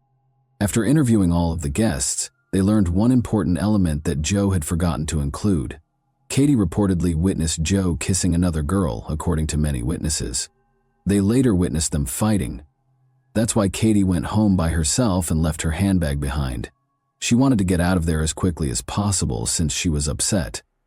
On the other hand, Joe made no mention of it during his initial police interview. Additionally, he kept it a secret from Katie's parents, who were curious as to why Katie had left that party unaccompanied. Joe was questioned once more by the investigators. Joe acknowledged that it was true when they told him that they knew he and Katie had argued because Katie had witnessed him kissing another female. He claims that he drove after Katie when she went home. Joe allegedly pulled up to her house, but he didn't enter. He thought she was already asleep when he noticed the light in her bedroom was off, so he went back to the party. As a result, Joe was not there at the party when Katie was attacked. When Joe returned, none of the people the detective spoke to could say for sure. He most likely had enough time to carry out the crime, transport Katie's corpse to the desert, and then head back to the celebration. After speaking with witnesses, the detectives learned of yet another odd detail. Joe went back to the party and began phoning Katie's cell phone, housed in her purse. When he heard Katie's phone ring, he located it. Even though Joe knew it was Katie's phone, he kept phoning her till dawn. Where did that come from? Perhaps he was attempting to give himself an excuse.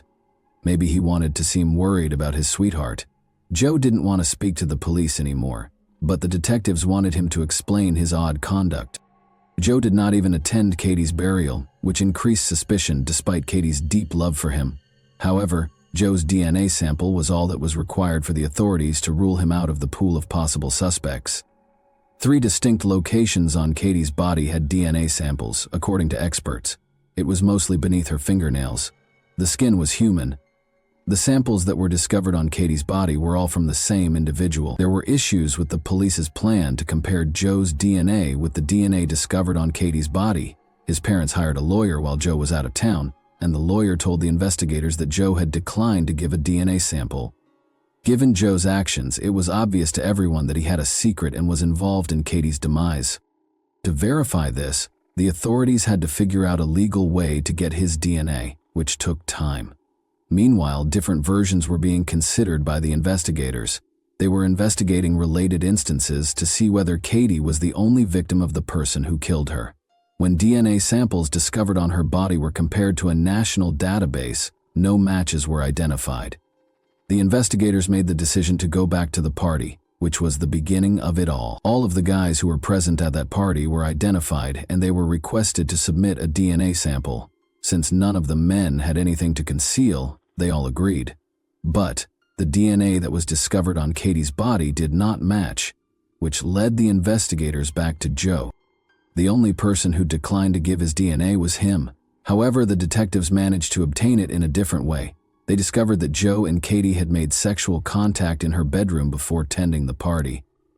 The police were correct when they went to the residence and removed the sheet from Katie's bed in the hopes of finding Joe's DNA there. Although a male DNA sample was discovered by the lab, it did not correspond to the one discovered on Katie's body. It indicated that she had not been attacked by Joe. If he had nothing to do with his girlfriend's fate, why did he refuse to assist the police? Joe's attorney received the test results from the police. Joe made the decision to speak with the police once more and give a sample of his DNA after finding out that he had been taken off the list of suspects. The first conclusion, that Joe was not involved in this crime, was validated by the new test. When asked why he wouldn't help the police, Joe explained that he was worried they might find his DNA on Katie's body because he and Katie had had sexual contact prior to the party. The police and Katie's family were still unsure of Joe's actions the night of Katie's death. The police had to search for alternative versions when Joe was removed from the suspect list. Investigators were informed by a number of partygoers that Katie was wearing rings on her fingers that evening, including the one Joe had given her, but Katie's fingers had no rings on them when her body was found. The police thought the person who killed her had taken them away. They searched every pawn shop in the neighborhood but were unable to locate Katie's jewelry. Tire traces close to where Katie's body was discovered could also be a clue. The tire's model and brand were determined by the experts. Police were told by the manufacturer that these tires were typically found on pickup trucks. Sadly, it did not advance the search for the perpetrator, and the investigation came to a standstill. A year or so later, someone in Wisconsin committed a crime that was strikingly identical to Katie's experience. In Green Bay, a girl was attacked and subjected to the same treatment as Katie. Luckily, the sufferer survived despite being set on fire as well. She said to the police that the only reason she survived was because she feigned to be dead. She extinguished the fire and went to a neighboring house for assistance after the perpetrators had fled. She claimed that 2 Hispanic men had attacked her, but all the evidence in Katie's case pointed to just one individual. To verify or disprove the link between the 2 crimes, DNA analysis was required. The Wisconsin victim gave the authorities a detailed account of how the males who attacked her looked. One of the farmers identified Gregorio Morales and Juan Nieto, his employees, in the sketches when the Green Bay police released them. One of them frequently traveled to Las Cruces to visit relatives. Both males were taken into custody. The police who were looking into Katie's case thought they had finally identified the criminal, but the DNA analysis's findings showed otherwise. The DNA on Katie's body did not match the samples. These 2 men had nothing to do with the Katie case, but they were eventually found guilty of abusing a female in Green Bay. Morales received a 50-year sentence, and Nieto received a 70-year sentence. The detectives thus came to yet another dead end. Tire tracks from the crime scene and the offender's DNA samples were the only pieces of evidence the police had. The authorities had issues identifying the individual who killed their daughter, despite Katie's family's anticipation that DNA would help them identify the culprit. Taking a DNA sample from someone who had been apprehended by the police was illegal. Diane, Katie's mom, will put it the following: "Later, we had lost our daughter to a monster and we needed justice. We needed to know who had done this and why. But most of all, we needed to know that he would be stopped from doing this again. There were no real clues. The detective in charge of Katie's case told me that the only evidence they had was DNA. You see, Katie had fought so hard for her life that the blood and skin of her killer had been found underneath her fingernails.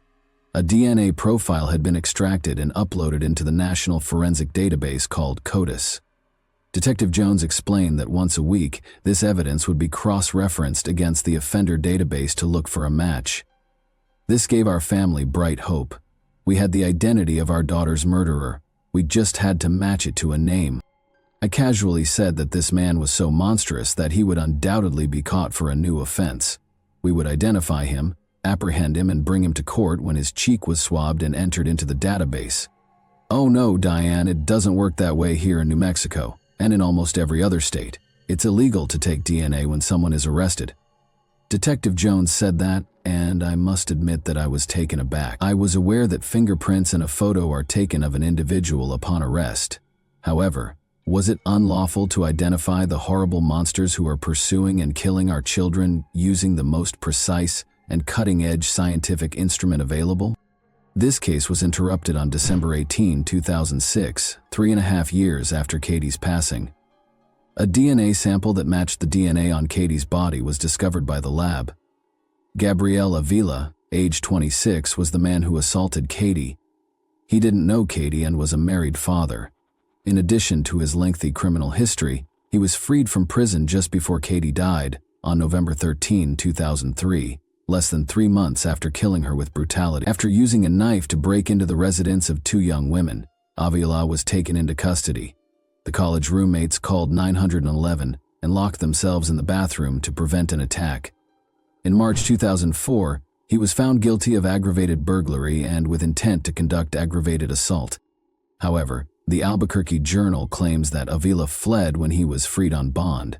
Due to a flaw in the system, Avila's involvement in Katie's death was finally discovered 3.5 years after the incident, even though he might have been arrested as soon as 3 months later.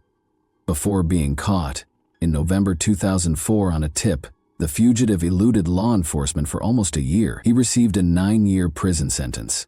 Avila's DNA sample was collected while she was incarcerated, but it wasn't tested for another 2 years.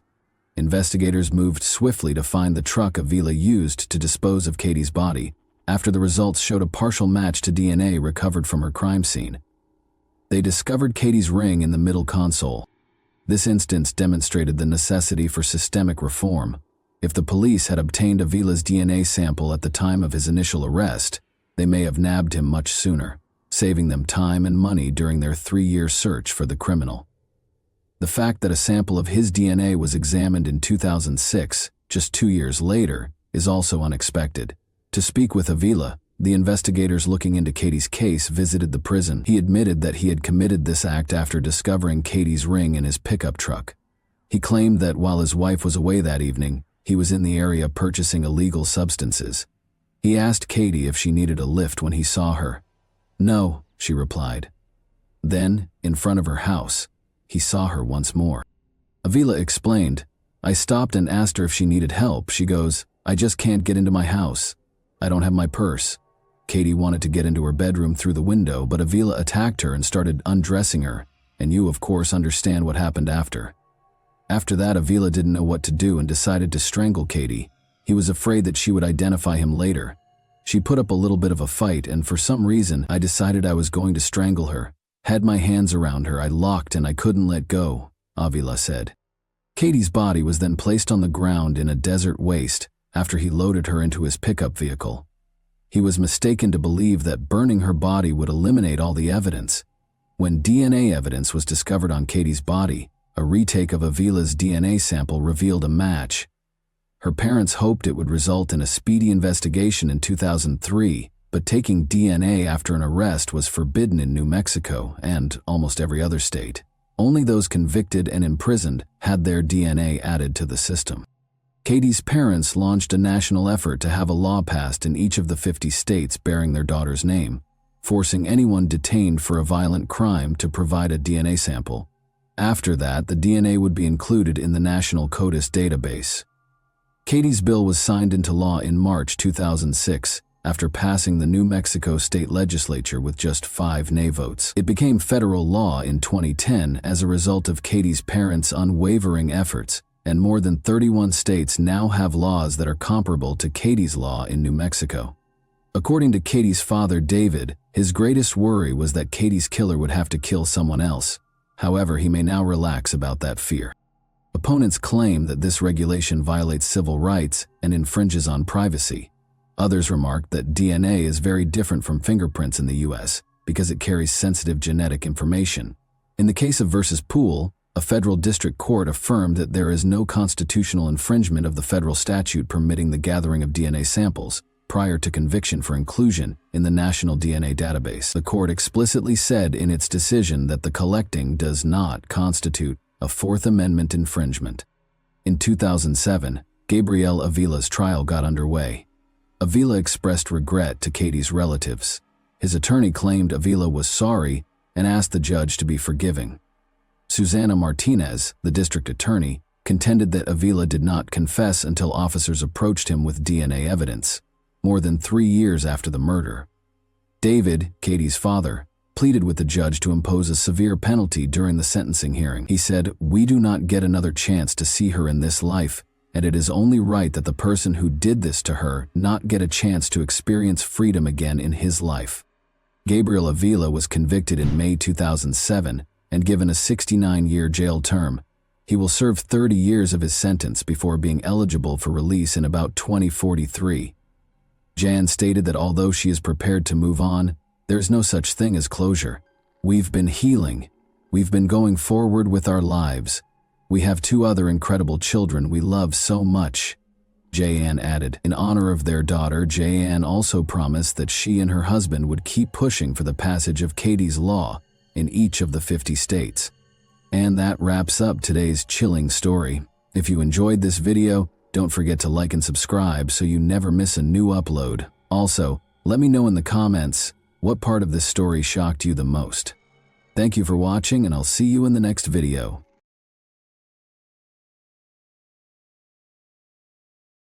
Hey guys, welcome to my channel, and today we're going to take a look at another horrible case with you. On January 24, 1991, at 4:45 p.m., 13-year-old Paula Olivera came home from school in East Harlem, New York.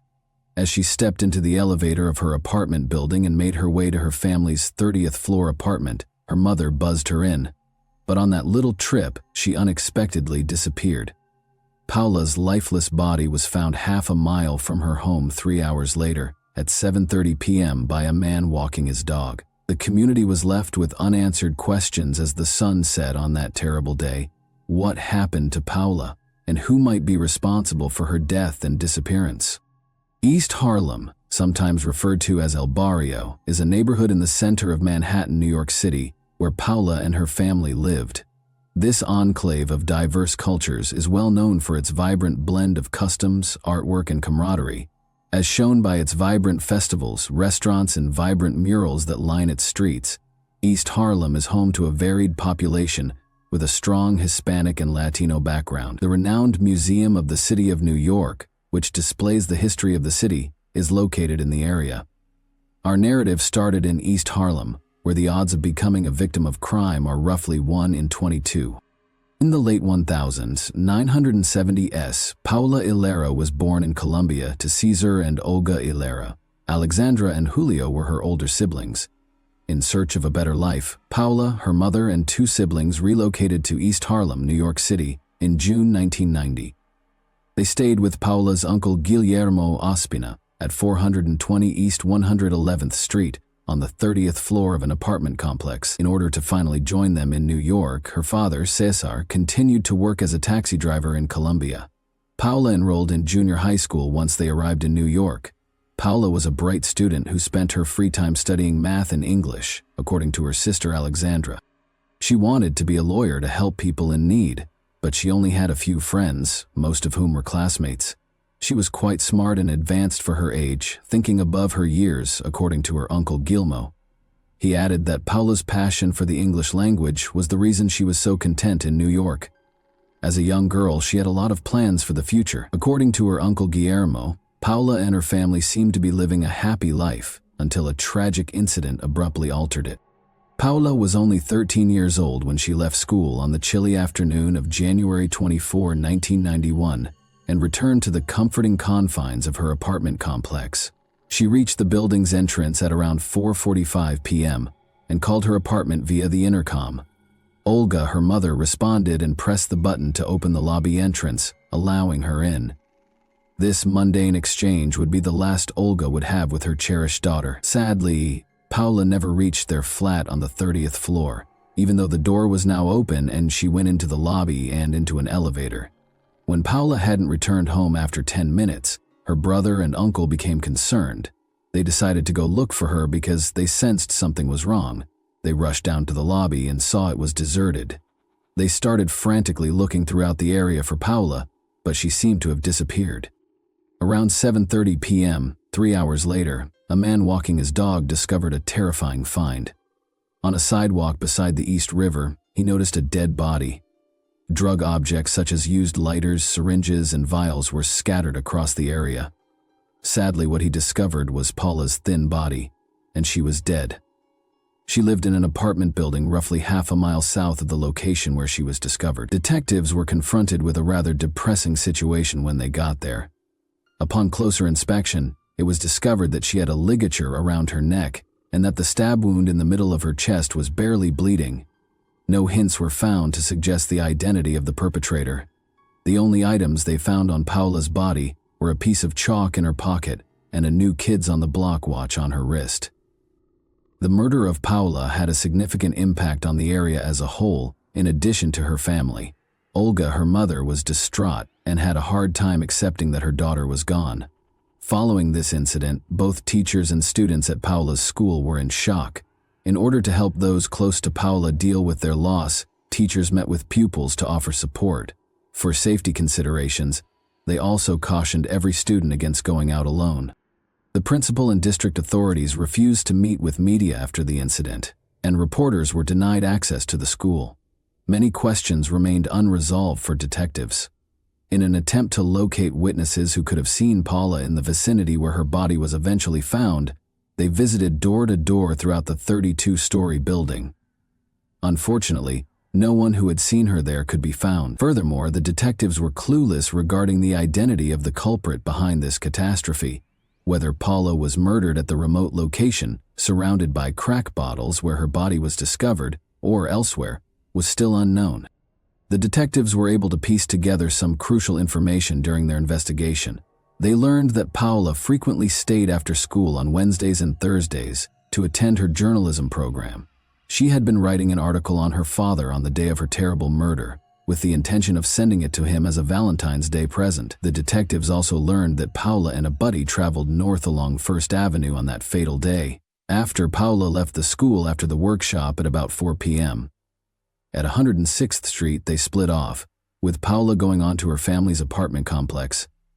The cops discovered during their investigations that Paula had entered the same elevator as another kid, Aaron Walford. When they spoke with him, though, he stated that Paula went higher while he got off at the 19th level. Consequently, the detectives stopped considering him as a suspect. The totality of Paula's horrific ordeal was made clear during the autopsy. She had been stabbed 3 times close to her heart, strangled, and molested. Her thighs also had odd, lengthy markings that the medical examiner saw. Paula had obviously fought off an attack with courage, and her assailant had yanked her legs away with such force that the bruises on their thighs resembled the curve of their fingers. Male hair was also taken from her body by the examiner. This was kept as proof. Paula's remains were interred at St. Michael's Cemetery in East Elmhurst, Queens on February 2, 1991. Victim Services, a private group that supports victims of violent crimes and their families in Flushing, New York, provided assistance to Paula's family when they moved to Flushing 4 months after her sad murder. Through counseling at Victim Services Families of Homicide Victims program, Olga found comfort. The family clung to the faith that justice would be served for Paula while they dealt with and recovered. But, as time went on, Paula's situation progressively got less interesting, and finding the solutions became more difficult. In any place at any time, the murder of a 13-year-old girl ought to have made headlines, but this horrible incident in East Harlem went mostly unreported in the violent New York of 1991. Over 2,000 murders were reported in the city annually between 1990 and 1992, with an average of 6 bodies found every day throughout New York City's 5 boroughs. Regretfully, the majority of these took place in underprivileged, primarily minority communities, including East Harlem, the South Bronx, and East New York, Brooklyn. Unfortunately, the media paid little attention to any of these situations. Instead, free from political or media pressure, the media frequently covered more affluent, white victims of more expensive crimes in gorgeous settings. A low-priority homicide was assigned to Paula's case. As a result, her murder was mostly forgotten and unsolved for the most of the 1,990s. New York City's crime rate was declining by the middle of the 990s. Nonetheless, a troubling pattern continued in East Harlem's housing buildings. Regardless of whether they were Hispanic or Black, a string of seemingly unconnected cases started to happen, all of which involved the assault and killing of young, attractive youths with thick skin. In 1994, a 15-year-old girl was attacked by a person with a knife and was the victim. This case exposed a pattern that the attacker would use again throughout the course of the following 4 years. He would come up behind the teenager and lead her to a remote spot. There, he would force her to undress, blindfold her with a piece of her own clothing, and then attack her. The 15-year-old survivor was remarkably able to describe her assailant. He was a muscular, well-groomed young man who exuded an overabundance of self-importance. Incredibly, he even informed the woman that she was lucky to have been attacked by someone as attractive as him. Firefighters responded to a rooftop fire at the George Washington houses on East 104th Street on September 10, 1997, a few years later. Following this, they found the dead corpse of a woman who had been severely abused, hit by a blunt weapon and severely burned, rendering her unrecognizable. Johalis Castro, a 19-year-old who had relocated to New York from the Dominican Republic with her family, was subsequently identified as the victim. Johalis, a young woman with a daughter, had been attending a Bronx community college to study computer science. The second victim in the same neighborhood was a 13-year-old girl in April 1998, 7 months later. Fortunately, the little victim was able to flee unharmed. Rashida Washington, 17, died tragically 2 months later on June 2, 1998. She had been robbed, beaten, and strangled when she was discovered in a stairway on the 15th floor of a housing project on East 112th Street. Like the previous victims, her dead body, with its bare chest hidden by a shirt, had been placed in a sat position against the wall. Rashida, a 100-pound fashion student who worked at a clothes boutique, was small in stature. Unfortunately, 3 days after celebrating her 18th birthday, she was slain. 2 further young teenagers were assaulted in the same region in the fall of that year. On September 21, 1998, a 15-year-old was attacked, and on November 16, a 14-year-old. Fortunately, these 2 teenagers made it out alive, probably because they were blinded before they had a chance to see the assailant. The likelihood that a serial killer was targeting teenage females in East Harlem was not openly acknowledged by the authorities, despite the growing number of similar incidents. However, the police ultimately made the decision to move quickly in response to the victims' parents' concerns. Since widespread testing of convicted felons had not yet started, the database of DNA samples on file in the 1990s was very tiny. But in the fall of 1998, there had been a major development about the East Harlem cases. Experts in forensics from the New York Police Department reviewed bodily fluid evidence from the murder of Rashida Washington, with evidence from 2 other nearby instances that were comparable. The same offender was unmistakably connected to all 3 crimes by these tests. One rape victim was first thought to be a part of a distinct pattern.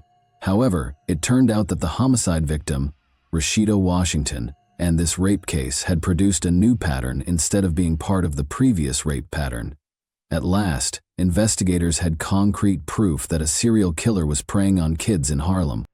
Police authorities responded by forming a specialist task force of investigators whose only goal was to capture the suspect.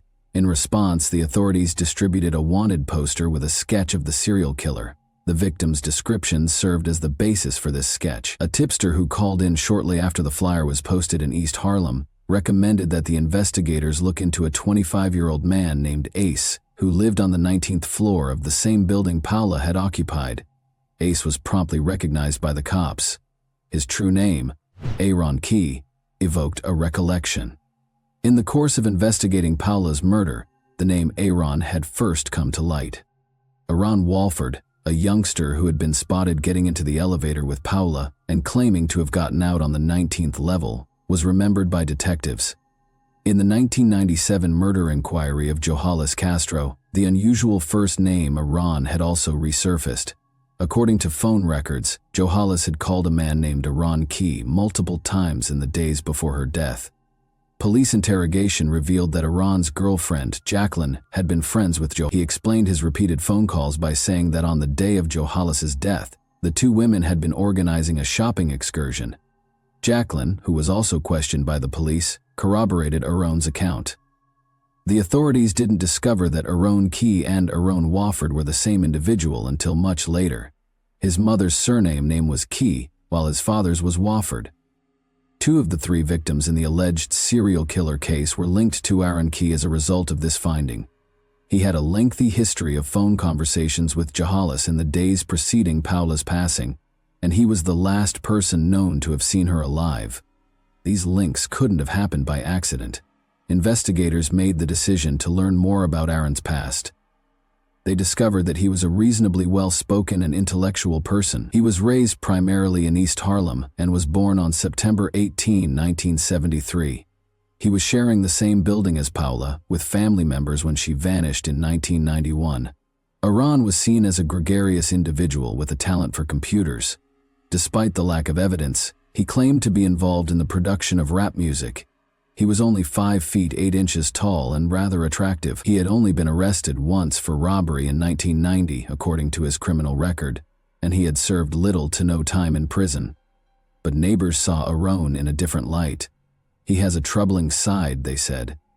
He frequently roamed around with a portable video camera, trying to get improper footage, and he had a habit of looking through the peepholes of women in his building.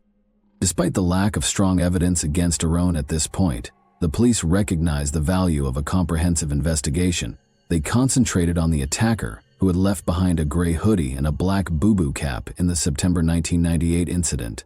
In search of leads, the investigators made the decision to examine these articles of clothing more closely. When they discovered a laundry tag on one of the clothes, their efforts were fruitful. The cops soon found a dry cleaner close to Aaron's building thanks to this tag. The fact that Aaron's mother, Cynthia, was on the dry cleaner's client list added even more significance to this revelation. Law authorities grew more certain that testing Aaron's DNA would prove his involvement in the crimes, since all the evidence seemed to point to him as a major suspect. There was a major obstacle, though. Since DNA testing for convicted felons in New York would not be required until 2000, Aaron's DNA was not on file. It wasn't as simple as bringing a suspect in and requesting a swab to get a DNA sample in the 1990s. The acquisition of a sample required judicial authority based on reasonable suspicion, and DNA tests were still seen as intrusive procedures. Detectives knew that even while there was a lot of circumstantial evidence suggesting Roan was involved, the laundry tag, phone calls, and elevator ride wouldn't be enough to convince a judge to require Roan to give a DNA sample. As a result, the cops had to come up with another strategy. Their first strategy was to follow Roan Key in the hopes that he might inadvertently leave a sample of his saliva behind, such as when he spit or disposed of chewing gum, but this strategy soon looked like a failure. Detectives finally got a break on February 8, 1999, when Aaron was taken into custody for his role in stealing a computer hard disk. In order to get a DNA sample, the police had to use some deceit, because there were no regulations in New York at the time requiring DNA testing for anyone who were arrested. They came up with a scheme in which a female detective dressed in white hospital attire and pretended to be a doctor. She went up to Aaron and requested a sample of his saliva for what she said was a standard test for tuberculosis. She hoped he would sign a release form as she handed him the documents. Aaron, on the other hand, studied the text carefully. He refused to participate when he saw a line that mentioned DNA analysis. He asserted that he was a devout Jehovah's Witness and that he was not allowed to receive any medical care because of his beliefs. Aaron knew what the cops were looking for, and he was not going to give it to them. He tore his paper cup into pieces and flushed them down the toilet when he finished his supper that night. He switched his cup with his cellmates to further perplex investigators. But the cops were ahead by one step. Aaron had been in a holding cell with a number of other inmates shortly after his detention. They had been given cups of water by attendants while they were there. These cups were found in a waste paper basket by detectives, who then sent them for DNA analysis. A sample taken from the lip of one of the cups discovered in the police holding cell matched the East Harlem criminal's DNA, according to the results, which were returned in a matter of days. Since Aaron was merely charged with a misdemeanor computer theft offense, he was already free without bail by the time the DNA test results were available on February 12, 1999. The New York Police Department, meantime, promised to pay $11,000, 0 cents, for any tip that would result in his apprehension. Aaron's parents thought they were going on a Valentine's Day date, but authorities quickly found out that he had gone to Brownsville, Brooklyn, and met up with his 16-year-old lover, Angelique. But rather than following their plans, Aaron and Angelique got on a bus from Newark, New Jersey, that was bound for Florida. Investigators began to worry that Angelique might be in danger and would end up like the other victims. Aaron called a second woman in New York twice after he got to South Florida. His notoriety as a suspected serial killer on the loose had made headlines by this point. When the second girlfriend saw what was happening, she immediately called the police and gave them a tip that Aaron was staying at the Miami Sun Hotel on Northeast 1st Avenue in downtown Miami, which is only 2 blocks from the beach. 2 detectives from New York hurried to the hotel in response to this report and started monitoring it. They summoned a Miami-Dade SWAT unit for help when they saw Aaron and Angelique moving about inside. Aaron and Angelique were found hiding beneath the bed on the 6th story of the hotel as the SWAT team attacked the building. Additionally, Aaron was captured and taken into custody on February 19, 1999. Detectives tried to question Aron about the crimes in East Harlem, but he refused to talk and gave no information. But the police had a strategy. Later, they let Angelique into the interview room while they watched and heard from behind a two-way mirror. Aron and Angelique thought they were saying their goodbyes in solitude. Angelique pushed Aron to give an explanation for his misdeeds during this exchange. Aron's answer was unclear. He claimed to have been ill and said that he had bugged out.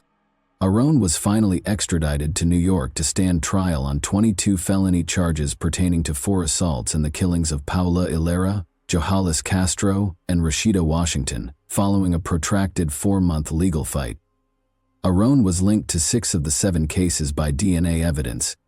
Prosecutors John Irwin and Richard Plansky made a strong case against Aron at the trial in the fall of 2000, using a flurry of witness statements and DNA evidence. 2 of Aron's victims were among the 130 prosecution witnesses they called. Aron himself demanded to testify as the first defense witness. Aron showed a variety of emotions during the 2 days of her testimony, from wailing like a baby to grinning like a schoolgirl. He also talked about how angry he was to be charged, pop culture, narcotics, rap music, jail cuisine, and his thoughts on the criminal justice system were just a few of the subjects he spoke in his monologue, which was mostly unhindered by the judge, prosecutors, or his own lawyers. Aron constructed a peculiar narrative to explain why he was charged with horrific serial assault against young women, while many of the relatives of his victims were in the courtroom. He said that a dishonest medical examiner who was involved in the harvesting and sale of human organs had arranged for the police to frame him as a participant in a cover-up. He even asserted that what he called genetic shuffling had been done to his DNA. But his long story did not convince the jury. The courtroom erupted in applause on December 16, 2000, the day the guilty verdict was given. During the sentencing, Aron swore at the family members in the crowd as he was escorted past them. In January 2001, a month later, Aron's victims' relatives had the chance to speak with him face-to-face. Paula's mother, Olga, spoke to him, wishing that he would comprehend the agony of restless nights, appetite loss, being unable to walk or breathe, and the lack of tranquility, while simultaneously reflecting on her daughter's suffering at the moment of her passing. Having brought her kid to the country to pursue the American dream, Olga talked of her ongoing pain. During the sentencing hearing, Aron broke down in tears and apologized when it was his turn to speak. Johannes Castro's male cousin became enraged at this and tried to get over the barrier to attack Aron. The sentence was then pronounced by Justice Jones Sadonic. For the 3 murders, she sentenced Aron to 3 life terms without the chance of release. He was also sentenced to 400 years in prison for 4 counts of abuse. Aron was a prisoner at Dannemora, New York's Clinton Correctional Facility. Legislators in New York and numerous other states had passed legislation mandating DNA testing for anybody detained in relation to serious crimes by the time Aron was convicted. Since then, the majority of felony arrests for both violent and nonviolent offenses are now included in this testing. Additionally, some jurisdictions have started testing people's DNA when they are detained for The pain of losing Paula is still very much there for Olga. She is all too aware that the pain caused by the unexpected and needless death of a loved one never goes away, especially when there are still so many unanswered questions. We are left with the memories of Paula and the other victims. As we get to the end of this heartbreaking trip through her awful narrative, we are left with difficult issues after considering Aron's activities and the repercussions he encountered. What motivates someone like Aron to carry out such atrocities? And how can society recognize and deal with the causes of such behavior? And that wraps up today's chilling story. If you enjoyed this video, don't forget to like and subscribe so you never miss a new upload. Also, let me know in the comments, what part of this story shocked you the most? Thank you for watching, and I'll see you in the next video.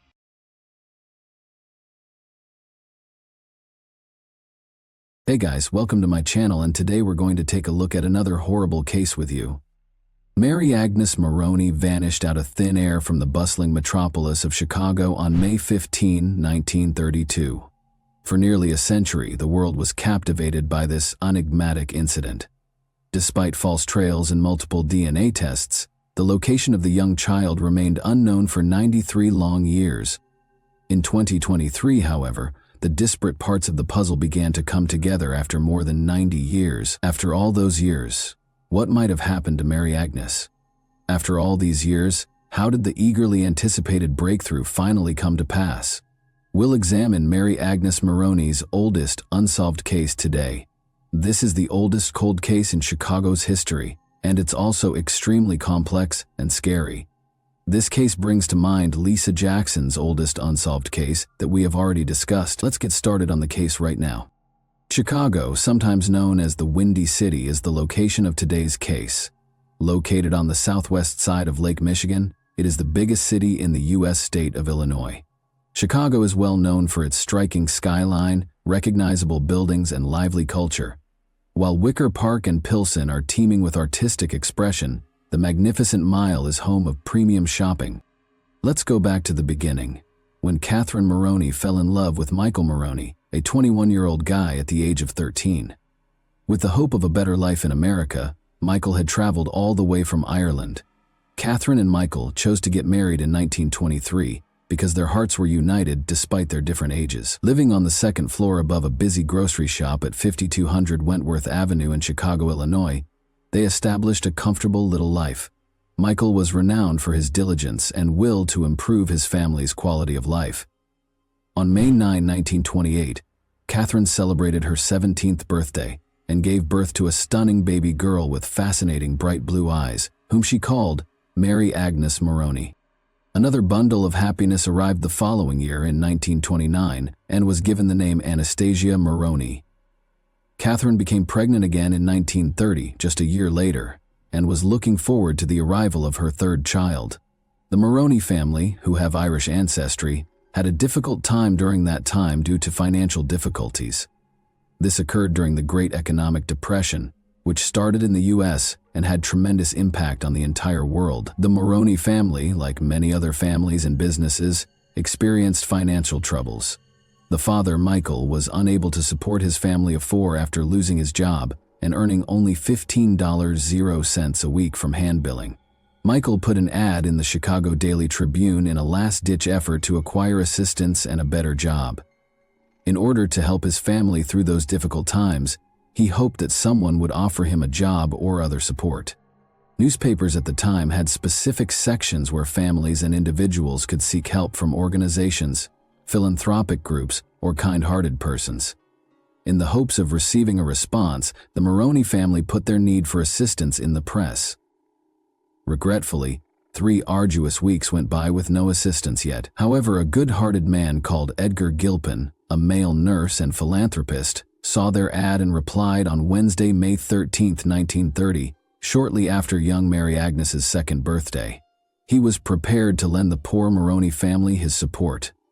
Giving Michael a suit and shoes to help him get a better job was his way of offering him some assistance. The Maroney family was ecstatic and appreciative of this modest but significant help. Their address was made public to other needy families after they accepted the offer through the organization. Unfortunately, a mystery woman ended up with the Maroney family's address, which had some unanticipated repercussions. On May 14, 1930, Catherine was at home with her children, Anastasia and Mary Agnes, washing the floor and preparing to clean the house. A tap on the door abruptly prompted her to open it. The sight of a young, well-dressed woman with gorgeous blonde hair caught her off guard. The woman's cap was decorated with gray lace, and she wore an elegant gray suit with blue trims. The woman's exquisite pearly necklace and jewelry caught Catherine's attention. Catherine had never seen this woman before. The woman informed her that Mrs. Henderson, a social worker, had sent her to assist the family with their predicament. Although Catherine had never heard of Mrs. Henderson before, she reasoned that perhaps they were reacting to their request for assistance that they had put in the newspaper. The woman was there to provide help, and Catherine sincerely thought so, so she let her inside to talk. Fresh vegetables for the Maroney family, which she had purchased at the grocery store across the street from Maroney's home, were among the many groceries the woman delivered. She commended Catherine for her ambition and her cleaning prowess. They talked for a while after Catherine offered her to sit. The woman listened intently to Catherine's story of family troubles and appeared amiable and willing to assist. Knowing that someone was at last available to assist her family brought Catherine peace and relief. The woman was sweet and compassionate, and she spoke with kindness. She appeared intelligent and educated. The woman's face instantly lit up with delight when she saw young Mary Agnes playing on the floor while they were conversing. Even though Catherine's two children, Mary Agnes and Anastasia, were at home, the woman's attention was fixed entirely on Mary Agnes, demonstrating her admiration for the charming and endearing youngster. During their conversation, the woman revealed that she had tragically lost her own daughter the previous year. Catherine felt sorry for her, but then the discussion took an odd turn. It was a strange request from the woman. She requested permission to bring young Mary Agnes to California for a brief visit. Mary Agnes will return, looking quite different, as chubby as a little butterball, she promised Catherine. Since California was a long way away and the woman was someone she didn't know at all, Catherine was uncertain. Thus, Catherine made the decision to forbid her young daughter from going with this stranger. The woman then promised to return the next day and offered Catherine a $2.00 note.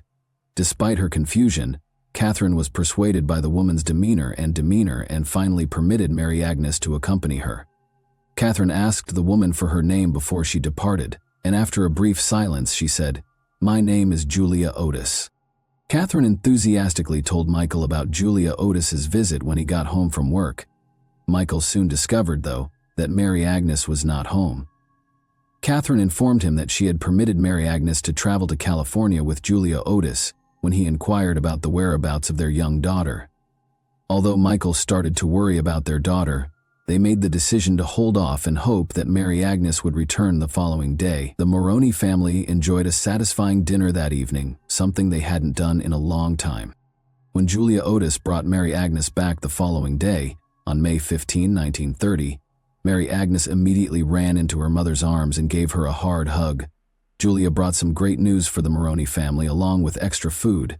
In addition to carrying a bag full of clothing for the impending baby, she disclosed that she had been able to get Michael a better job. It made Catherine very happy. They seemed to be getting the assistance they required at last. Because of Julia's generosity and seeming genuine concern for their family's welfare, Catherine began to trust her more. Julia then asked for something else. Since the small girl's clothes and shoes looked worn out, she asked Catherine if she might take Mary Agnes shopping nearby. Appreciating all of Julia's help, Catherine accepted the suggestion, considering it a considerate act, but Mary Agnes didn't seem to want to accompany Julia. Unwilling to leave her mother's side, she began to cry and clung to her. Nevertheless, Catherine trusted that things would work out and gave her daughter to Julia. The shop was only a short distance away, so they headed there. Catherine thought they would return shortly. Sadly, neither Julia nor Mary Agnes were ever seen again after they departed.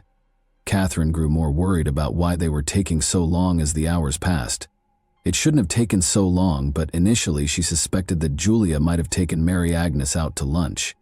As time went on, Catherine started to sense that something wasn't quite right. She began to regret allowing Julia to go with her 2-year-old daughter. When Michael got home from work later, Catherine told him everything that had happened. They looked everywhere for Julia and Mary Agnes, but they were nowhere to be found. They decided to call the Chicago Police Department and report their daughter missing because they felt powerless. Catherine was only able to give a few specifics about Julia, but the police demanded a thorough description. She said the woman weighed around 125 pounds, was about 5 feet 2 inches tall, and looked to be in her 20s. The woman's noticeable teeth were the most distinguishing characteristic Catherine could recall. Around 8:30 p.m. on May 16, 1930, the Maroney family got a letter the following day. This letter contained a notation indicating that it was sent out at 4:30 p.m. and was written on a unique paper. A $5.00 bill was enclosed in the package, which was dispatched via a special delivery service. The letter said, "Please don't be alarmed. I've taken your little girl to California with me.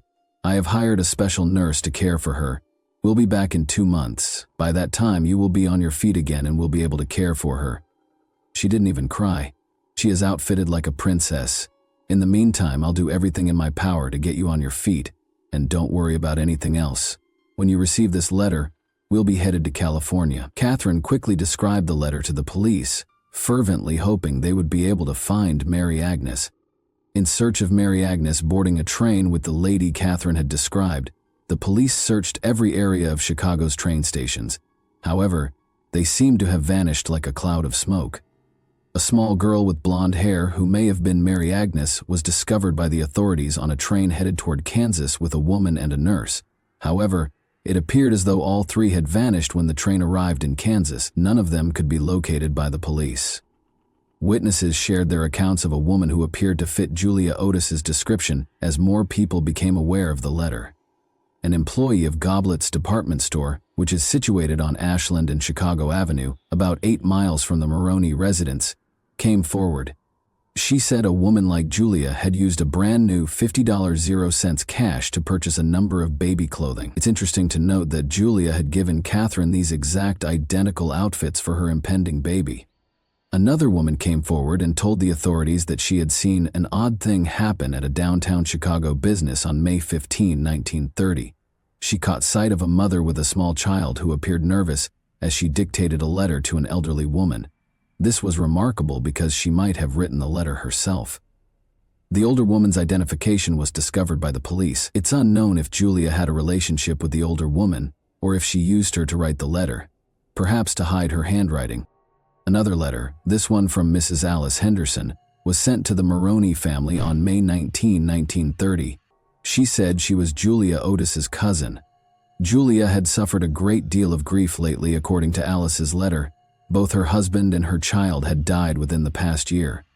Julia was emotionally straining and possibly on the edge of a breakdown, according to Alice, who also expressed how lonely she felt. To improve her mental health, her physician suggested a trip to California. Because Julia considered Mary Agnes as her lost kid, she had made the decision to bring her along. Alice believed that this would relieve Catherine of some of the child care duties so that she could concentrate on the new baby. She promised that after Julia recovered, she would return Mary Agnes safely. Additionally, Alice stated that she would keep helping the Maroney family.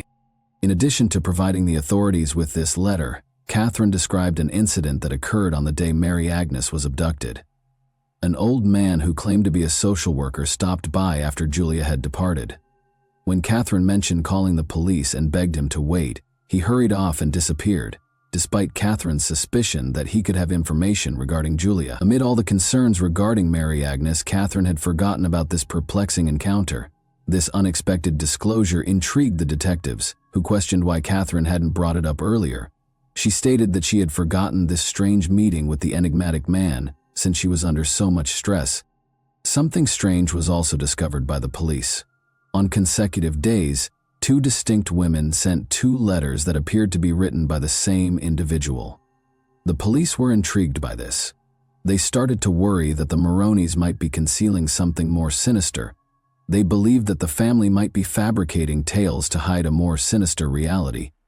They even entertained the idea that Mary Agnes's parents may have accidentally injured or even killed her. Catherine and Michael were arrested by the police on May 20, 1930, and questioned over the potential murder of Mary Agnes. But the pair never wavered from their account of their daughter's abduction. They were questioned for an hour before being permitted to return home. Mary Agnes was not found by the police, and as time passed and no fresh leads were found, the case's development slowed. But a year later, in 1931, in Rockford, Illinois, something important occurred. Just when the town could have begun to forget about Mary Agnes, the case was seen from a new angle after this finding. In Rockford, Illinois, on Thursday, July 23, 1931, approximately 14 months after the kidnapping, a girl who resembled Mary Agnes was spotted. An elderly Native American woman called Martha Thompson was seen wheeling a cart.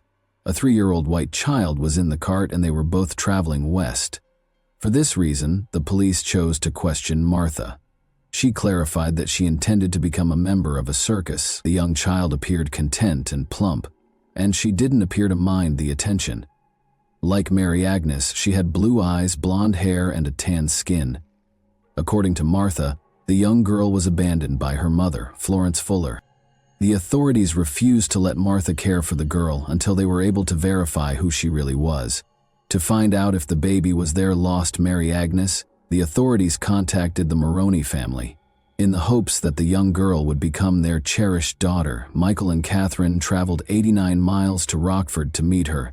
However, Catherine started to have her thoughts after seeing the young girl. Something didn't stack up when Chief looked closely at the girl's body and teeth.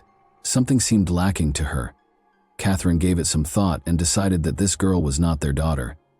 The fact that Mary Agnes had a red mark on her arm, while the girl they met in Rockford did not, was one of the identifying characteristics.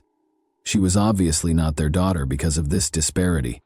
Michael and Catherine were devastated by this news once more. The police searched extensively but were unable to locate Mary Agnes. Numerous newspapers carried articles about the case over the years in the hopes of finding fresh leads, but regrettably, as time passed with no fresh information, the investigation stalled and the case cooled. Mary Agnes had been missing for 22 years. Michael and Catherine had grown a large family during this period, with 5 boys named Michael Jr., Patrick, George Harold, and William. Additionally, they had 2 daughters, Catherine and Anastasia. To preserve Mary Agnes's name in the public eye, the media would periodically report on her, particularly when other kids vanished. Edna Wright, a writer for the Chicago Daily News, was working on a routine piece about missing persons in the city in 1952. She discovered the case file pertaining to Mary Agnes's disappearance while conducting her investigation. Edna chose to visit with the Maroney family to obtain a recent photo of their kids after reviewing the paperwork. She saw something significant as she glanced at the pictures. Every member of the family looked alike. She was drawn to this resemblance. In an attempt to locate a woman who looked like the Maroney children, Edna then forwarded copies of the family photos to a California newspaper. At this point, the woman would be about 24. Edna thought that this woman might be Mary Agnes, who had gone missing. On February 24, 1952, the story appeared in the Oakland Tribune in California. Everett McClelland, a teenage auto mechanic in San Pablo, California, read the narrative and noticed something in the 7 children's photos. His attention was constantly drawn to Anastasia. He started to question how much he looked like Mary Beck McClelland, his own wife. It was interesting to note that Mary Beck, who was likewise 24 years old, had been raised in Martinez, California since she was 16.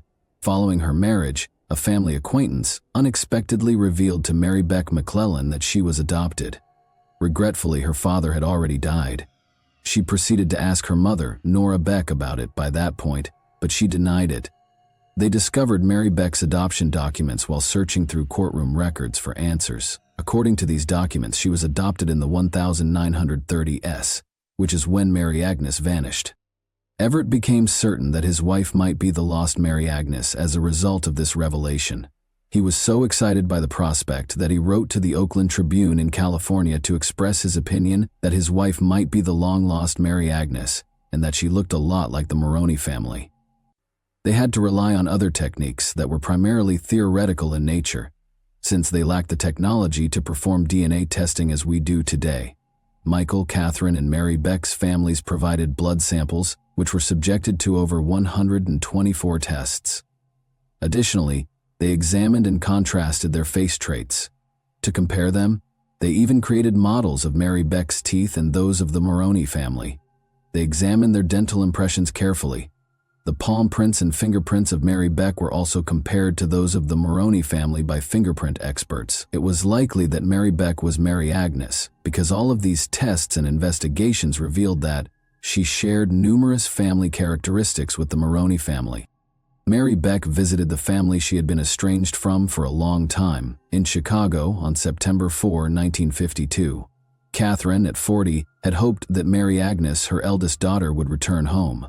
Mary Beth and Catherine's eyes welled with emotions when they met, and a photo was snapped of them giving each other a close embrace. After waiting for 22 years, it appeared that the enigma had finally been solved, but Mary Beck's adoptive mother Nora was adamant that Mary Beck was adopted rather than abducted. Nora clarified that she had known Mary Beck for a long time prior to their formal adoption, having served as a foster mother. Through a Californian physician, another individual, Dr. E.W. Mary, asserted that he had given birth to Mary Beck on November 17, 1927, and that she was adopted after spending the first 2 years in an institution. In addition, a crucial fact that had been overlooked was revealed. Mary Agnes had surgery to repair a hernia on her belly button, leaving a scar. Mary Beck did not have this scar. The Maroney family accepted Mary Beck as a member of their family in spite of all the ambiguity and misunderstanding. Because of their striking resemblance, Mary Beck and Anastasia became fast friends. They even shared the same shoe size and wore identical outfits. Although Catherine had a favorable opinion of Mary Beck, she had concerns about whether Mary Beck was actually Mary Agnes, her lost daughter. Catherine was adamant in a newspaper interview that Mary Beck was not the daughter she had been hoping for. Having never been able to accept Mary Beck as Mary Agnes, Michael died in 1957 at the age of 58, his heart heavy with the loss of his beloved daughter. Catherine also suffered from a debilitating depression that persisted for years. She tragically passed away in 1962 at the young age of 49, capping a path that was full of uncertainty and sadness. Mary Beck remained in touch with the Maroney family over the years. She lived her entire life with them until dying in 2005 at the age of 77. But in her life, she was never sure that she was actually Mary Agnes. Her family then made the decision to conduct a DNA test 3 years after her death in order to definitively resolve the issue of their relationship to the Maroney family. According to the test results, Catherine and Michael's DNA did not match Mary Beck's.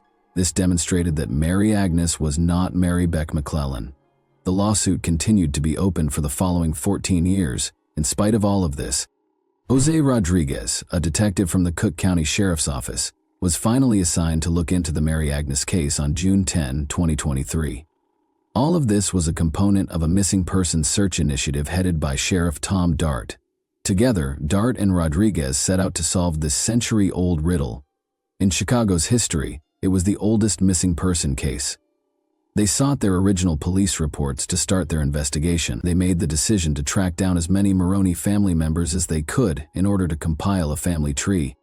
Rodriguez revealed that he began looking for Mary Agnes's relatives who weren't listed on the family tree. He soon came into an online forum where someone had described themselves as a Maroney and made contact after they conducted their search online as well.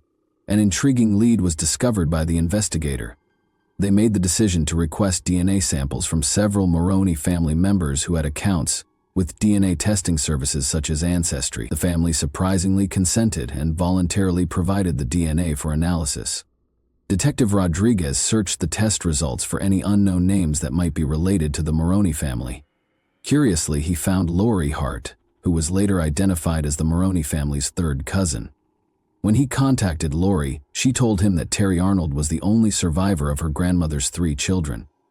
Detective Rodriguez presented Terry with the DNA findings and all of the information he had collected that demonstrated her ties to the Maroney family when they first met. Terry was incredulous. She had always believed that her grandmother's family was Polish.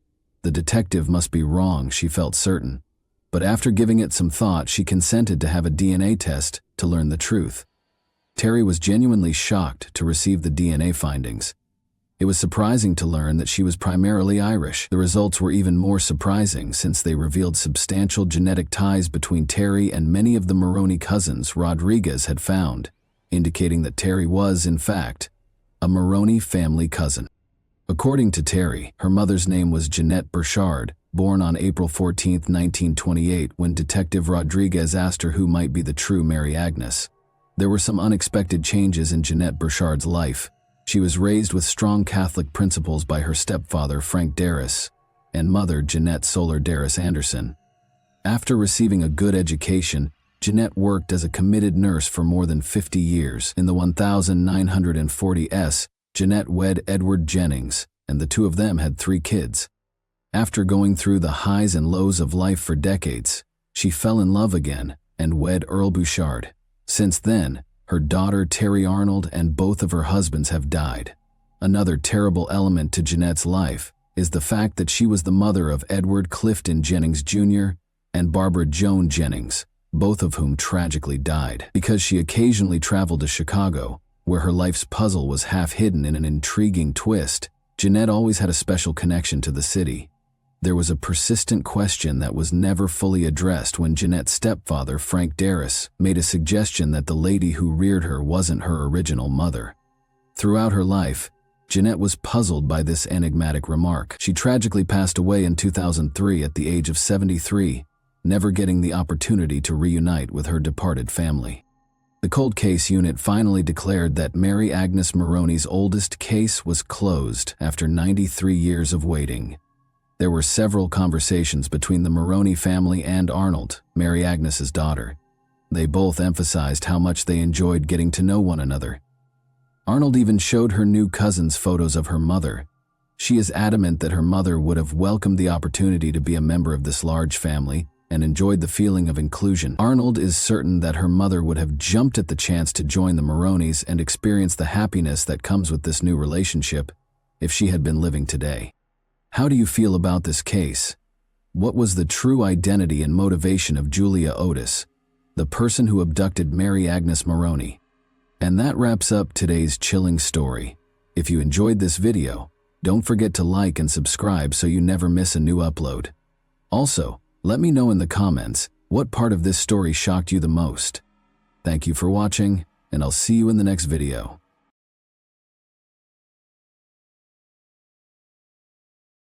Hey guys, welcome to my channel, and today we're going to take a look at another horrible case with you. Tim Hack and Kelly Drew, two 19-year-old high school sweethearts, went missing on August 9, 1980, after attending a wedding celebration at Concord House in Concord, Wisconsin. Searchers discovered a pair of pants, Tim's car with his wallet inside, some ropes, and a pair of women's undergarments strewn over Concord over the course of the following few days. A gruesome finding resulted from these hints. Tim and Kelly's bodies were discovered brutally mutilated and allowed to decay in a field 2 months later. Nearly 30 years later, the culprit, a man so modest that even his neighbors were unaware he had such sinister secrets, was identified thanks to developments in DNA technology, an unusual witness, and an investigator's unwavering pursuit of the truth. But why did it take so long to locate this individual, and who was he? The story for today transports us back to Concord, Wisconsin, a tiny community of just over 2,000 people in Jefferson County. The peaceful town is a great place for those who enjoy the outdoors because it includes a lot of parks and natural areas. Locals frequently engage in outdoor pursuits like biking, hiking, fishing, and camping. At roughly 7%, Concord's violent crime rate is 1/3 of the national average of 22.7%. Concord was the kind of community where neighbors looked out for one another, and people never locked their doors in the 1980s when the major events of today's story took place. Tim Hack and Kelly Drew, both 19-year-old high school sweethearts, thought they could marry, settle down on a farm, raise their kids, and age together in this kind of setting. Tim Hack and Kelly Drew were high school sweethearts who were 19 years old and engaged in 1980. The couple originally met while attending Fort Atkinson High School, despite the fact that Kelly lived with her family in Fort Atkinson, which is also in Jefferson County, while Tim lived with his family in Hebron, a small village in Jefferson County. Kelly was a lovely, compassionate young lady who had a strong interest in cosmetics. Tim was a tough, industrious farm lad. Because of their gentle dispositions, their friends and family adored them both. As a pair, Tim and Kelly were viewed as role models for other young people. Tim began working as a farmer after high school, and his best buddy was a tractor known as the Lonesome Loser. Kelly, meantime, attended beauty school and recently graduated in 1980 with the goal of becoming a beautician and hairstylist. Tim and Kelly went to a wedding reception at Concord House in Wisconsin on August 9, 1980. After the reception, the couple was supposed to go to a carnival with some friends, but they never did. They departed the reception on August 9, 1980 at about 11 p.m., the last time anyone saw them alive, when they were still nowhere to be found or heard from on the morning of August 10, 1980. Tim's father, David Hack, reported them as missing. David discovered Tim's brown Oldsmobile in the Concord House parking lot that same day. Tim's jacket, checkbook, and wallet with $67.00 were all locked inside the car. About 3 miles from Concord House, Kelly's pants and underwear were discovered on the side of the road on August 15th, together with male bodily fluids. By the side of the road, they also discovered some ropes that had been tied by a person who seemed to have military experience. The case took a significant turn when these garments were found. Finding a couple who might have just decided to run off and have a romantic break was suddenly no longer the goal. Instead, it was to try to find them alive, since they were probably in danger. Approximately 2 months later, a group of squirrel hunters from Milwaukee were located approximately 7 miles from Concord House in the Exoneration, Wisconsin area. They discovered Kelly Drew's severely decomposed bones while strolling through a forested area along a railroad track that ran parallel to Highway 16 east of Watertown. She had no clothes on. They discovered a fully clothed male body around 100 yards distant, which they determined to be Tim Hack's. Both of them died by homicide, and the case, which is now officially a homicide, was known as the Sweetheart Murders. Because no murder weapon was discovered at the site, police were unable to determine the cause of death right away. Nevertheless, the medical examiner discovered ligature marks on Kelly and stab wounds on Tim's body, indicating that he died from strangling and stabbing. Kelly's wrists and ankles had ligature marks that were consistent with being bound. Damage and bug activity near Kelly's throat suggests that she was strangled. Additionally, the bodily fluids discovered on Kelly's clothing pointed to assault. Because the Sweetheart Murders had all the makings of a fantastic tale, it began to garner national attention. Police were unable to identify the perpetrator or killers of two adolescent sweethearts who seemed to have been killed in a mindless act of violence. In order to determine whether someone might have despised the couple enough to murder them, they started their inquiry by speaking with everyone who knew them. Everyone who attended the wedding celebration, including the Concord House employees who were on duty that evening, was also questioned by police. Edward Wayne Edwards, a handyman employed at the Concord House, was one of the employees that was questioned. According to Edward, who lived in a campsite next to the Concord House close to Interstate 94, he had not seen the pair and was not even at the Concord House when they vanished. He said he was shooting deer in the woods around here, but when the police questioned him about it, they discovered that he had a broken nose. He said he had acquired it while hunting deer. Given that it was August and Wisconsin's deer shooting season began in November, the detectives found it strange. In September 1980, Edward left Wisconsin with his wife and 5 children after being questioned by the police. Eyewitness reports of a filthy-looking van that had been parked close to Tim's car in the Concord House parking lot meantime provided investigators with the most promising lead. Around the time Tim and Kelly were last seen, witnesses said they saw the van abruptly and suspiciously drive away. That was the case with Edward's vehicle, where he frequently kept a .357 revolver. However, authorities had limited options for investigating that lead in the absence of a license plate number or compelling evidence linking him to the crime site. The investigation's remaining leads abruptly stopped. The case fell cold once the file was put away. One of the investigators in charge of the initial investigation, Richard Lewell of the Wisconsin Department of Justice, requested that the case be revisited in 2008, 20 years after Tim Hack and Kelly Drew were murdered. Lewell had been obsessed with the case for nearly 3 decades. He wanted to settle the case as soon as possible because he was getting near to retirement. In an interview, he stated, "As I was reaching my retirement age, DNA was making drastic leaps and bounds. The scientific and technological developments over the past few decades gave him the confidence to pursue the case at this time." His vigorous approach to the matter demonstrated his newly discovered confidence. Lewell suspected that the killer's name would be on file because the police had previously interviewed him during the early phases of the investigation. He simply needed to locate it. Lewell searched through the paperwork, witness accounts, and interview tapes for 2 months before identifying Edward Wayne Edwards. In addition to having the resources and opportunity to conduct the murders, Edwards' decision to relocate his whole family out of Wisconsin soon after being examined by the police prompted suspicions. Lewell's suspicion that Edward was the murderer led him to enlist the help of a group of cold case investigators. They discovered that Edward had been a very challenging person to live with when they spoke with his neighbors during his time in Concord, Wisconsin. He was a restless, short-tempered man who frequently thrashed his wife and kids without warning. He was essentially a monster, they said. In 2008, his 37-year-old son, John Edwards, said of him, "I don't think he knew how to control his emotions. There was some type of rage there." Edwards' daughter, Belicio Edwards, called the police in April 2009 with alarming information. She claimed to have knowledge of certain details regarding the cold case murders of Tim Hack and Kelly Drew that she thought would aid police in wrapping up the case. Her father, Edward Wayne Edwards, a former Marine with a lengthy criminal past, was one of the men she was closest to. Yet this knowledge implicated him. April was an inquisitive youngster growing up, and the most intriguing mystery to her was her father's peculiar existence. She had always wondered about her father's lifestyle and the reasons behind the family's frequent moves.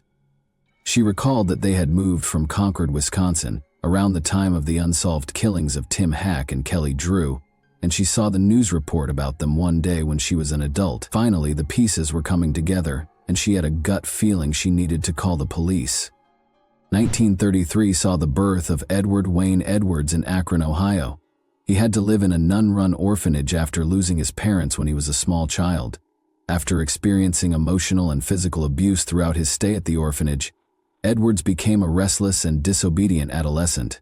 By the age of 17, he was incarcerated at a juvenile detention facility after multiple run-ins with the law for minor offenses including shoplifting and breaking and entering. Edward was released from juvenile incarceration in 1951 at the age of 18, provided that he enlisted in the United States Marines. However, Edward vanished and had to be dishonorably discharged from the Marines after only a few months of service. He wasn't prepared to abandon the life of crime, and Edward was soon imprisoned for robbery once more. At the age of 22, he broke out of Akron's jail in 1955 and proceeded to loot petrol stations around several states. For the remainder of his 20s and 30s, Edward would live as a fugitive, traveling the nation and performing odd jobs as a handyman, ship docker, and vacuum cleaner vendor. It is clear from his autobiography that Edward relished his fame at this time. He claims that because he wanted to be renowned, he never attempted to hide his name or use a pseudonym while conducting his crimes. Edward was incarcerated again in 1960 at the age of 27, this time for trying to pose as a federal officer. But after he broke out of the jail where he was being held in Portland, Oregon, the FBI listed him on its 10 most wanted list in 1961. Edward was apprehended by the authorities in 1962 and sent in the United States Penitentiary Leavenworth. Nevertheless, he was released on parole in 1967 due to his good behavior. In his autobiography, he credited a kind guard at Leavenworth with helping him grow. Following his release from prison, Edward married and started giving motivational speeches. At the age of 39, Edward made appearances on 2 television programs, To Tell the Truth and What's My Line. In 1972, he also released his autobiography, The Metamorphosis of a Criminal, the true life story of Ed Edwards, and discussed his life as a master criminal on a number of talk shows and game shows. Edwards was listed on the FBI's 10 most wanted list in the late 1000s, 960s. He was one of the suspects in 2 murders that occurred in Portland, Oregon. Although they were unable to provide proof, it was evident from looking up Edward Lane Edwards' criminal history that he had served time in jail and had been found guilty of a number of offenses, including fraud, arson, robbery, and car theft. He had accomplished a great deal. For Edward, everything appeared to be coming together at last. The system had been beaten by him. He was headed toward success. Sadly, Edward's good fortune was short-lived. He killed his first victim in 1977. Billy Loveco, age 21, and his girlfriend Judith Straub, age 18, who lived in Sterling, Ohio, were his victims. On August 7, 1977, Billy and Judith went on a date, but they never came back. Judith's shoes and pocketbook were still in her car when it was discovered later that day in Silver Creek Metro Park's parking lot. On August 8, Norton police searched for Billy and Judith with the help of family members and a National Guard helicopter. Their bodies were discovered by the search team in the dense weeds close to Metro Park. A 20-gauge shotgun had been fired at them directly. Edward got away with the killings because police at the time were unable to link him to the case of Billy and Judith. Additionally, these killings set a pattern that would be followed by Tim and Kelly's murders. At the age of 49, Edward was incarcerated again for arson in Pennsylvania in 1982. In 1993, however, he sent a letter to the FBI asking for his criminal history records for cities in 19 states, demonstrating his continued pride in his criminal achievements. The data were purportedly for a new book he was writing about criminals like Jimmy Hoffa, Charles Manson, and Tony Provenzano that he had met while incarcerated. Edward killed his 3rd person in 1996 when he was 63 years old. His victim was Danny Boy Edwards, a 25-year-old foster son who spent 7 years living with him in Burton, Ohio, before he was brutally murdered. Danny Boy served in the U.S. Army. In some way, Edwards persuaded him to leave the service and go home. Edward killed him with 2 gunshots to the face after tricking him into going into the neighboring woods when he arrived home. Danny Boy's body was left in a shallow grave by Edward. Eventually, a hunter discovered it there and informed the police. However, Edward also got away with killing Danny, just like he did with his first round of killings. In addition to the well-known Zodiac deaths, Edward may have been responsible for 15 more murders. John Cameron, a retired homicide investigator, also thought Edward was behind the Zodiac murders and other well-known unresolved cases. These statements, however, are regarded as conspiracy theories because they have not yet been validated. At the age of 77, Edward Edwards died on April 7, 2011, at the Corrections Medical Center in Columbus, Ohio. He died naturally, which was a rather kind conclusion to a heinous crime spree that left 5 people dead and many grieving. On August 31, 2011, Edward was scheduled to be executed by lethal injection, but he fled. Even though Edward was apprehended and subsequently convicted guilty of killing Tim and Kelly, their relatives have not exactly been comforted by this development. Norma Walker, Kelly's mother, stated, "Instead of getting closure, Edward's arrest ripped open old wounds. You hope this day would come, but now that it's here, it's really hard. Everything starts all over again. All the memories come back. He robbed me of my daughter. Robbed me of my Christmases, birthdays, weddings, everything families do together." Tim's family was satisfied knowing that their son and his girlfriend's killer had been apprehended. David, Tim's father, expressed gratitude for the DNA evidence that proved Edward was the murderer and stated he was simply relieved it was ended. Through her podcast The Clearing, Edward's daughter April Belicio, whose tip led to the cold case's conclusion, now dedicates her time to assisting the families of victims with unresolved cases in finding closure. She looks into unsolved homicide cases and works to have them reopened by the police. Edward Edwards, the murderer of Tim Hack and Kelly Drew, brutally ripped away their promising future. The serial killer Edward had no personal grudges against the pair. It is all the more terrible since they simply happened to be in the wrong location at the wrong time. Some people think Edward evaded justice by passing away from natural causes a few weeks before his scheduled execution, despite the fact that he was eventually captured and given a death sentence for his crime. What are your thoughts about that? Did Edward receive his just deserts? Were his victims given justice? And that wraps up today's chilling story. If you enjoyed this video, don't forget to like and subscribe so you never miss a new upload. Also, let me know in the comments, what part of this story shocked you the most? Thank you for watching, and I'll see you in the next video.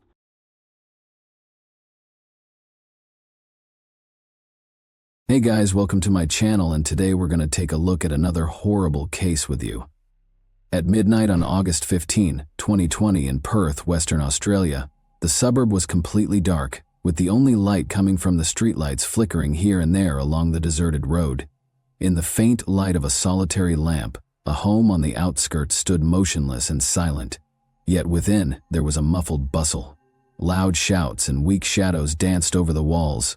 It was more than just an argument. It was something ferocious, passionate, and disturbing, even primordial. The air was broken abruptly by a loud bang that sounded like something big hitting the wall. Then there was the clear sound of a gunshot. Time seems to stop. After that, there was a terrible quiet that enveloped the area outside the home like a dense fog. Not a soul could be seen.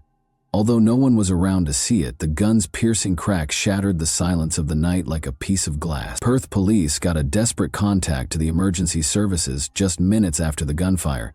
The shaky, terrified voice of a woman indicated that there had been a shooting and that someone had been hurt. "He is not moving. God, please assist." The woman's voice broke as she screamed. Officers showed up at the scene as soon as the dispatcher deployed a patrol unit. Minutes later, a woman standing on the front lawn, clearly shaken, was visible through the flashing lights. Her entire body was shaking uncontrollably. Her eyes were wide with fear and she was pale. The cops found the house in a state of turmoil. The body of 38-year-old James Watson was in the living room. His physique was contorted in an abnormal way. A black pool of blood had started to spread across the floor, and his eyes were wide open. The walls and furnishings were stained by the blood that seeped into the carpet. Signs of a scuffle were immediately observed by the cops. There were toppled chairs and obvious signs of impact on the walls and furniture. Before the gun was fired, the whole room was in a state of chaos, suggesting a violent altercation. A shotgun with its barrel aimed at the door was resting next to the body. Although there were no indications of forceful entry, it initially appeared as though someone had broken into the house. In order to gather evidence, officers roped off the scene and dispatched forensic and investigative teams. They could see that this was no ordinary crime. It was the result of something far more intricate. They identified the woman they discovered on the lawn as the wife of Catherine Watson James. The paramedics on the scene attempted to calm her down because she was in shock. When she was taken to the police station, she was too upset to talk clearly, and her hands were covered in blood. She was limited to saying, "I didn't mean to. I had no idea how it would turn out." Investigators started looking for solutions. Asking the neighbors questions was the first step. But before to the gunfire, nobody had heard anything out of the ordinary. Mark Ridley, an elderly neighbor, reported that he's seen Catherine and James coming home together that night. He didn't give it much thought, although they appeared nervous. His statement was removed by the police, although it yielded no important clues. In the meantime, forensic specialists inside the home discovered an unsealed envelope containing multiple documents and photos, adding to the mounting evidence that the conflict had begun long before the gunshot on the kitchen table. Upon closer examination, the investigators discovered that several of the photographs depicted intimate moments from the family's lives, even if they didn't initially appear to be very significant. These pictures might be the key to figuring out why the tragedy happened.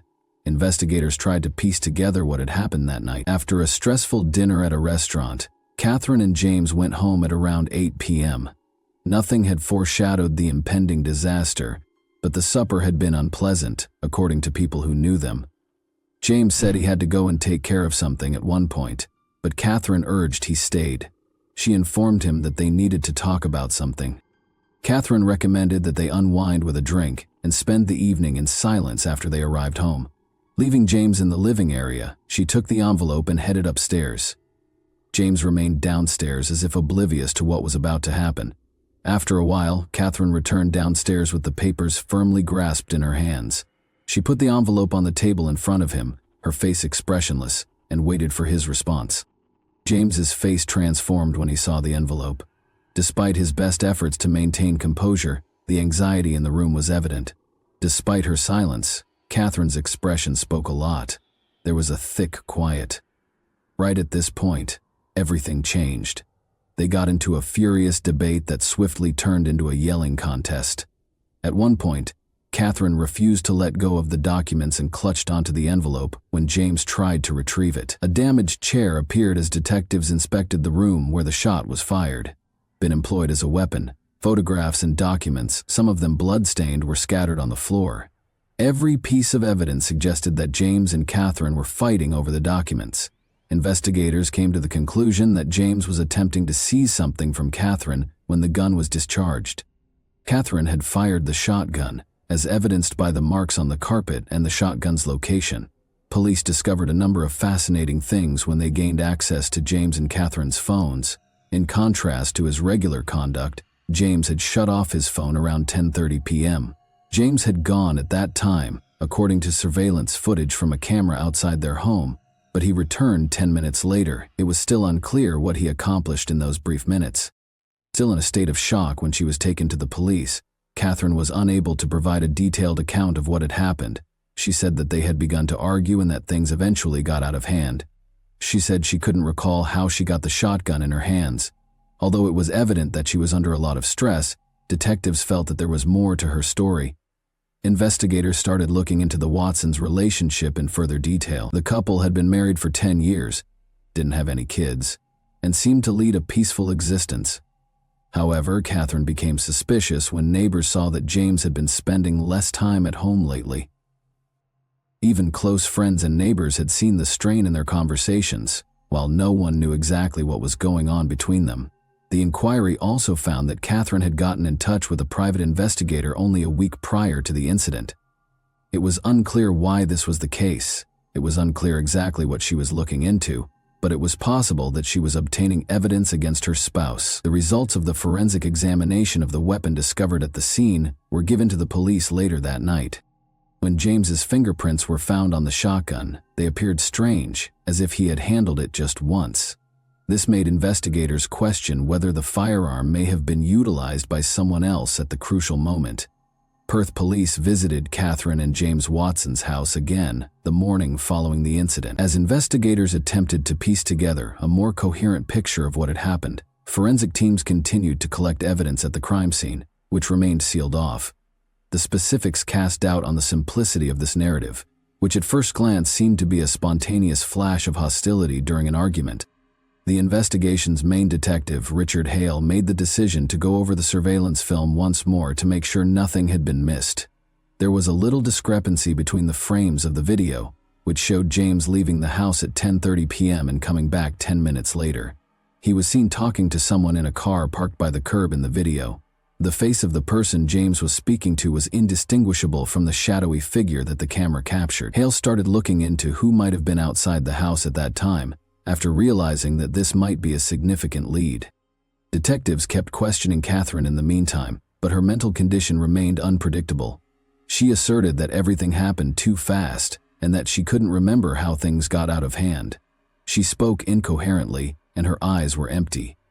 When he questioned her about the car that was captured on the surveillance camera, Detective Hale saw a momentary shift in her demeanor, as though she was trying to conceal something. The contents of the envelope discovered at the side were being carefully examined by detectives at the same time.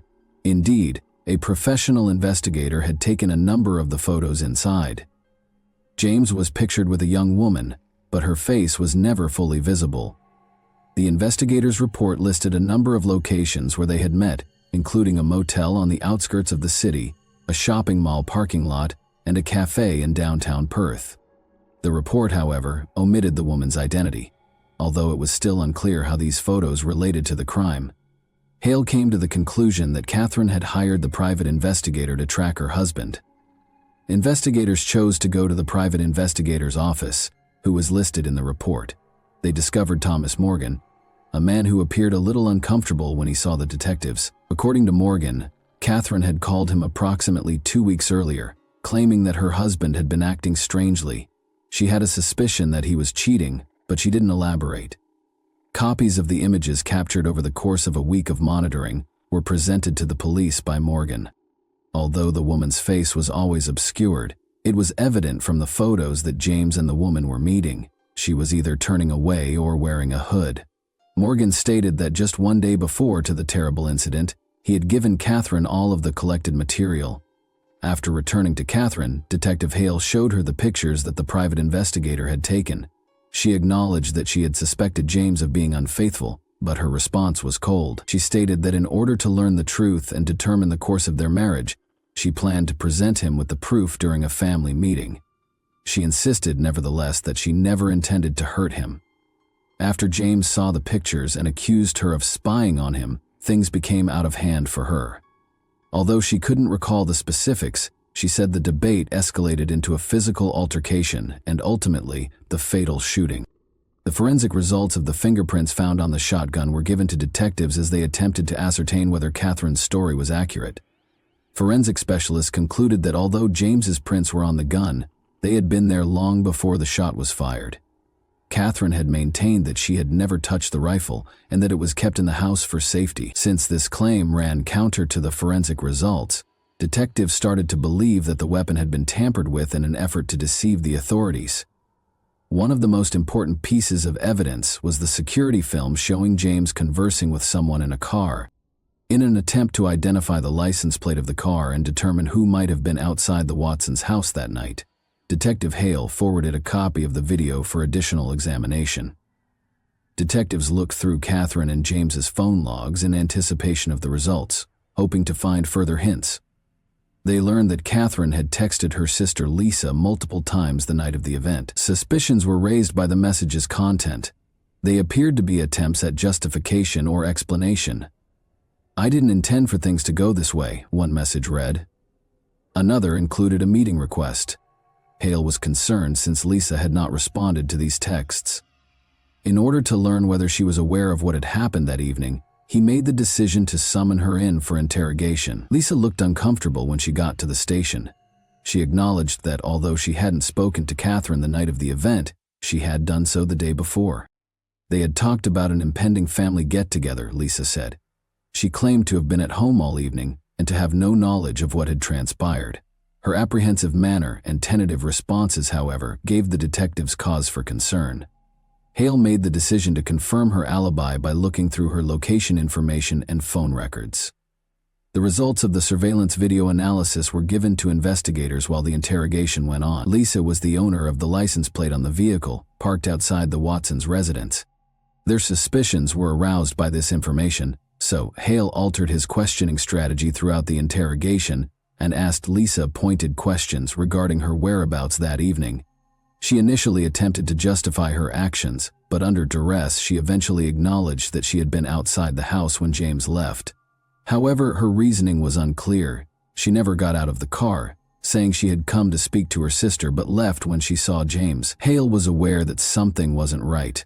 He went back to looking through Lisa's phone logs and found that the night of the event, she had gotten a message from James to come over right away. However, what could James have been talking about in private, and why would he phone Lisa when he was meant to be with Catherine? Another important piece of evidence was discovered by forensic specialists in the bedroom where Catherine claimed the argument started. Blood traces that did not belong to Catherine or James were found on the door handle.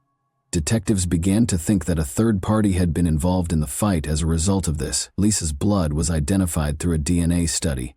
Despite Lisa's prior protestations, investigators now obtained evidence that she had been inside the residence. Lisa was presented with the fresh proof by the police. She attempted to excuse herself by saying she had simply come to keep Catherine safe, but she became alarmed and attempted to flee as James and Catherine began to argue. She maintained that she didn't know who fired the gun and had nothing to do with the crime. But as the interrogation went on, her tale became more complicated. Investigators were starting to feel that Catherine and Lisa could be concealing something. There were still too many unresolved problems, but they had a notion that James's potential affair might have led to a dispute between the sisters. Hale made the decision to temporarily release Lisa, requesting that she stay in town. He had the feeling that the mystery was almost solved, but that one crucial piece of information was still lacking to reveal the whole truth of that evening.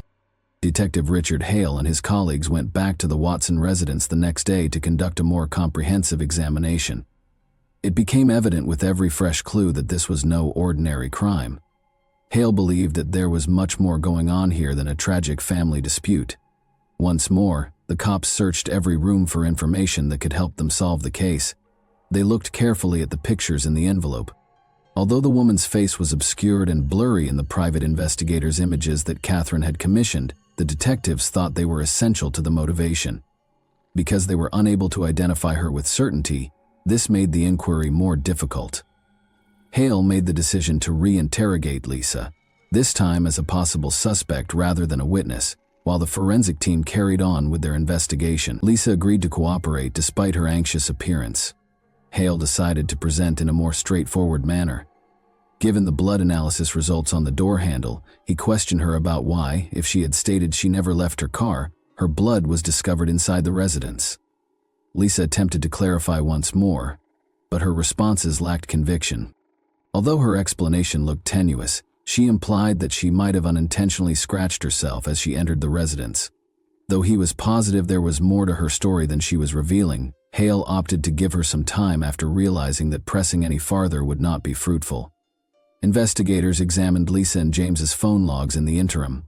James had sent Lisa a number of texts shortly before he passed away, which they discovered. One text said, "Come over immediately," while another gave the meeting place. Hale thought James had a feeling something catastrophic was going to happen because of the frantic, almost desperate tone of the communications. He gave his staff instructions to look more closely at their previous exchanges to determine whether any encounters or messages were comparable. Investigators also started looking through James's social media and email accounts, discovering a series of exchanges between James and Lisa that went back several weeks. During these conversations, James and Lisa talked about some important actions that needed to be done immediately. The messages alluded to a strategy, but they were ambiguous. Hale began to piece together that James and Lisa's relationship went beyond a simple familial tie. Catherine continued to feel stressed as the investigation progressed. In an effort to shed further light on what had happened that evening, detectives made the decision to question her again. Catherine was hesitant to talk about her sister when Hale started inquiring about her connection with Lisa. Although they had been close, she said that in recent months their relationship had soured. Although Catherine didn't elaborate, she did imply that there had been disagreements in their family, not all of which had to do with James seeing an opening. Hal put more pressure on Catherine, asking if she was aware that James had been seeing Lisa. She didn't respond when he showed her the messages on James's phone. She stated that she was unaware of these meetings, and that the only reason she had a suspicion was that James might be disloyal to Lisa, but not to another woman. Hale recognized then that either Catherine was purposefully concealing the truth, or she really didn't know anything. The detectives changed their emphasis and chose to look into Lisa's house. After obtaining a search warrant, they went to her home to collect additional evidence. They discovered a notebook including notes from phone conversations and meetings with James throughout the search. Names, dates, and places were listed, including the residence of Catherine and James. This demonstrated that Lisa might have been organizing her visits in addition to being aware of James's every move. Hale started to believe Lisa was a major contributor to what had occurred. After more investigation, a picture of Lisa and James together at the beach was found in Lisa's home. They looked really close, and the photo seemed to be fresh. This turned into a crucial lead. Hale now understood that James and Lisa were in a romantic connection, one that Catherine had purposefully disregarded or had not detected. In the meantime, forensic specialists finished examining the shotgun. Lisa's fingerprints were found on the weapon, according to the results, but they were left behind after James's. Because of this, investigators concluded that Lisa handled the shotgun after James had already suffered injuries. Hale started to worry that Lisa might have altered the scene of the crime in order to deceive the investigators. Investigators also discovered video from a hotel where James and Lisa had first met. Before Lisa departed and James remained, the footage shows them conversing and debating things. Their close-knit conduct was another evidence of a relationship that Catherine was not aware of. The idea that Lisa and James were part of something more complex and that their covert relationship had been a significant factor in the events leading up to that terrible night was reinforced by this. Hale made a snap decision. Calling Lisa back to the station, he showed her the additional evidence: photos, videos, and fingerprints. This time, Lisa made an effort to maintain her composure, but she broke under strain. Indeed, she had been seeing James behind Catherine's back, she acknowledged. She clarified that she never meant to ruin her sister's marriage, but that their affair had begun more than a year prior. Everything was kept under wraps until Catherine hired a private investigator after she started to suspect James of adultery. Hale persisted, inquiring as to what Lisa and James had talked about that evening. According to Lisa, James had requested a meeting to discuss the best way to tell Catherine the truth. However, things rapidly spiraled out of control. She acknowledged that she hadn't meant to meddle when she had entered the residence, but when she went inside after hearing the yelling, she discovered Catherine and James struggling. She claims that she attempted to stop them but was unable to do so in time. Investigators started confirming her account, but every piece of evidence suggested Lisa was inside the house when the crime was committed. Her presence was verified by fingerprints, blood analysis, and surveillance footage. Comments: it was still unclear if she was a direct participant in the altercation or just a bystander. Hale, however, was positive that she was concealing more than she was admitting. Investigators looked into James and Lisa's financial records in the interim. They learned that James had made a sizable transfer to Lisa's account just prior to the incident. The cause for it was still unknown, although it appeared to be payment for something. Hale started to believe Lisa was part of a bigger scheme, possibly even planning the crime. The forensic squad gave cops a breakthrough later that night. In the bedroom of Catherine and James, they had discovered Lisa's phone concealed beneath the mattress. The detectives' suspicions were validated when they discovered text messages on the phone. James and Lisa had been preparing to attack Catherine and set her up for it.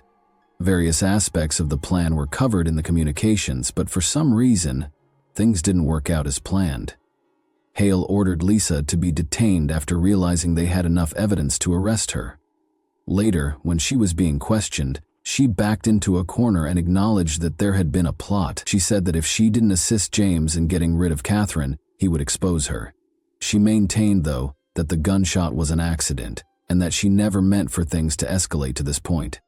Hale was aware that he was getting close to cracking the case, but there was still a crucial question. If Lisa and James had conspired to plot everything, why did it go wrong, and who actually fired the shot? Detective Richard Hale believed that the puzzle was finally coming together. But there was still a critical point that needed to be answered. Why had James and Lisa's plan failed? And who had actually pulled the trigger? Although Lisa's confession and the evidence gathered suggested a plot, the specifics were still unknown. Lisa insisted throughout the interrogation that she was not involved in the crime and never meant to hurt James. She attempted to persuade the cops that their initial strategy was only to fabricate an event to give the impression that Catherine had assaulted James. However, she claims that as things got out of hand, she was left on the sidelines, not knowing what to do when the conflict started. Even though Hale paid close attention, he could sense that Lisa was still hiding something. He made the decision to do a last examination of the case in order to piece together the whole series of events that transpired that evening. To make sure they hadn't missed anything, the detectives went back to the Watson residence and meticulously went over the surveillance tape and the crime scene. Forensic specialists discovered a little but important hint on the shotgun during the re-examination that had previously gone overlooked. Tests on a piece of hair discovered beneath the stock showed it belonged to Catherine. Hale hesitated at this revelation. Before or immediately after the shot was discharged, Catherine might have held the gun. It also clarified the confusion in her account. Perhaps she simply was unable to recall the events of those pivotal moments when emotions were running high. The cops also looked through Catherine's pre-shooting phone logs. They learned that she had booked a private investigator and set up a meeting for the following day. This demonstrated her sincere desire to address the matter and perhaps make James responsible for his adultery. But why had things turned tragic if she had such intentions? Hale made the decision to go over Catherine's remarks again. He wanted to know if she had been part of the conflict or if she had been deceived. He started asking her more pointed questions right away, but Catherine insisted she couldn't remember the specifics. She explained that she and James got into a fight and that he attempted to steal the envelope containing the pictures from her. Everything happened too quickly, and then everything simply vanished. Detectives discovered a surveillance camera in the living room that they had previously overlooked as the inquiry went forward. The case took an unexpected turn when it was discovered that James had installed the camera himself. James and Catherine were seen fighting on the video. Lisa's voice could be heard even though she wasn't on camera. She was telling James to stop and that they needed to find a peaceful solution. There was a violent altercation when Catherine pushed James aside when he attempted to take the envelope from her. Catherine lost control of the situation, as seen on the video. Lisa rushed into the room to try to break up the fight as James seized her wrists. Despite placing herself between them, she managed to hold the shotgun. She seemed to want to defuse the situation, but it didn't work out that way. The pivotal moment was caught on camera when Lisa accidentally pointed the shotgun toward James in an effort to frighten him while she was in a panic. The gun went off as James made a quick movement. Lisa stood motionless, but Catherine fell to the ground. She gazed at James, who was lying on the ground, still holding the shotgun, for a few seconds. Her expression twisted in sheer horror. She dropped the weapon slowly and sprinted out of sight. Shocked and shaking, Catherine slowly stood up and urgently called emergency services. She spoke in a scared, tremulous voice. Detective Hale instantly realized what had happened.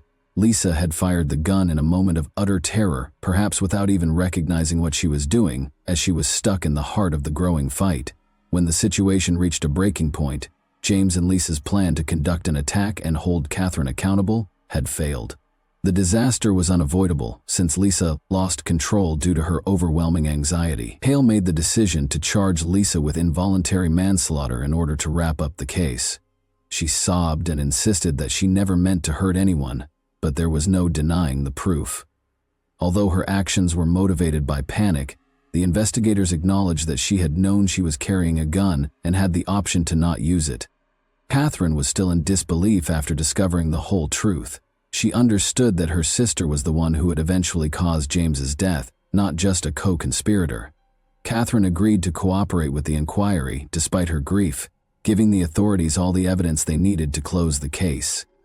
Lisa ultimately entered a guilty plea in court and received a 6-year prison sentence for conspiracy to stage a crime and involuntary manslaughter. Determined to move on from the awful events that had permanently changed her family's lives, Catherine left Perth to begin a new life. None of the players had anticipated how the narrative would conclude. Deception, manipulation, and covert activities culminated in a disaster brought on by bad choices and a loss of control. And that wraps up today's chilling story. If you enjoyed this video, don't forget to like and subscribe so you never miss a new upload. Also, let me know in the comments what part of this story shocked you the most. Thank you for watching, and I'll see you in the next video.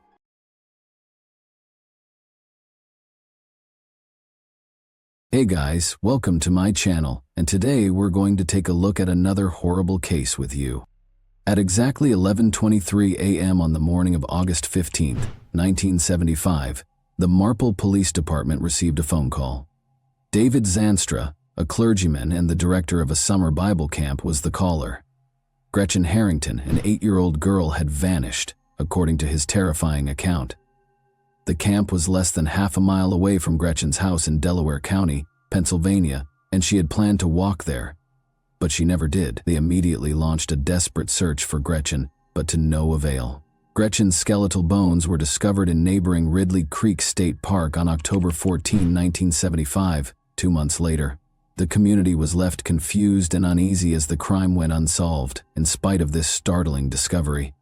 After Gretchen left for the summer Bible camp, what happened to her?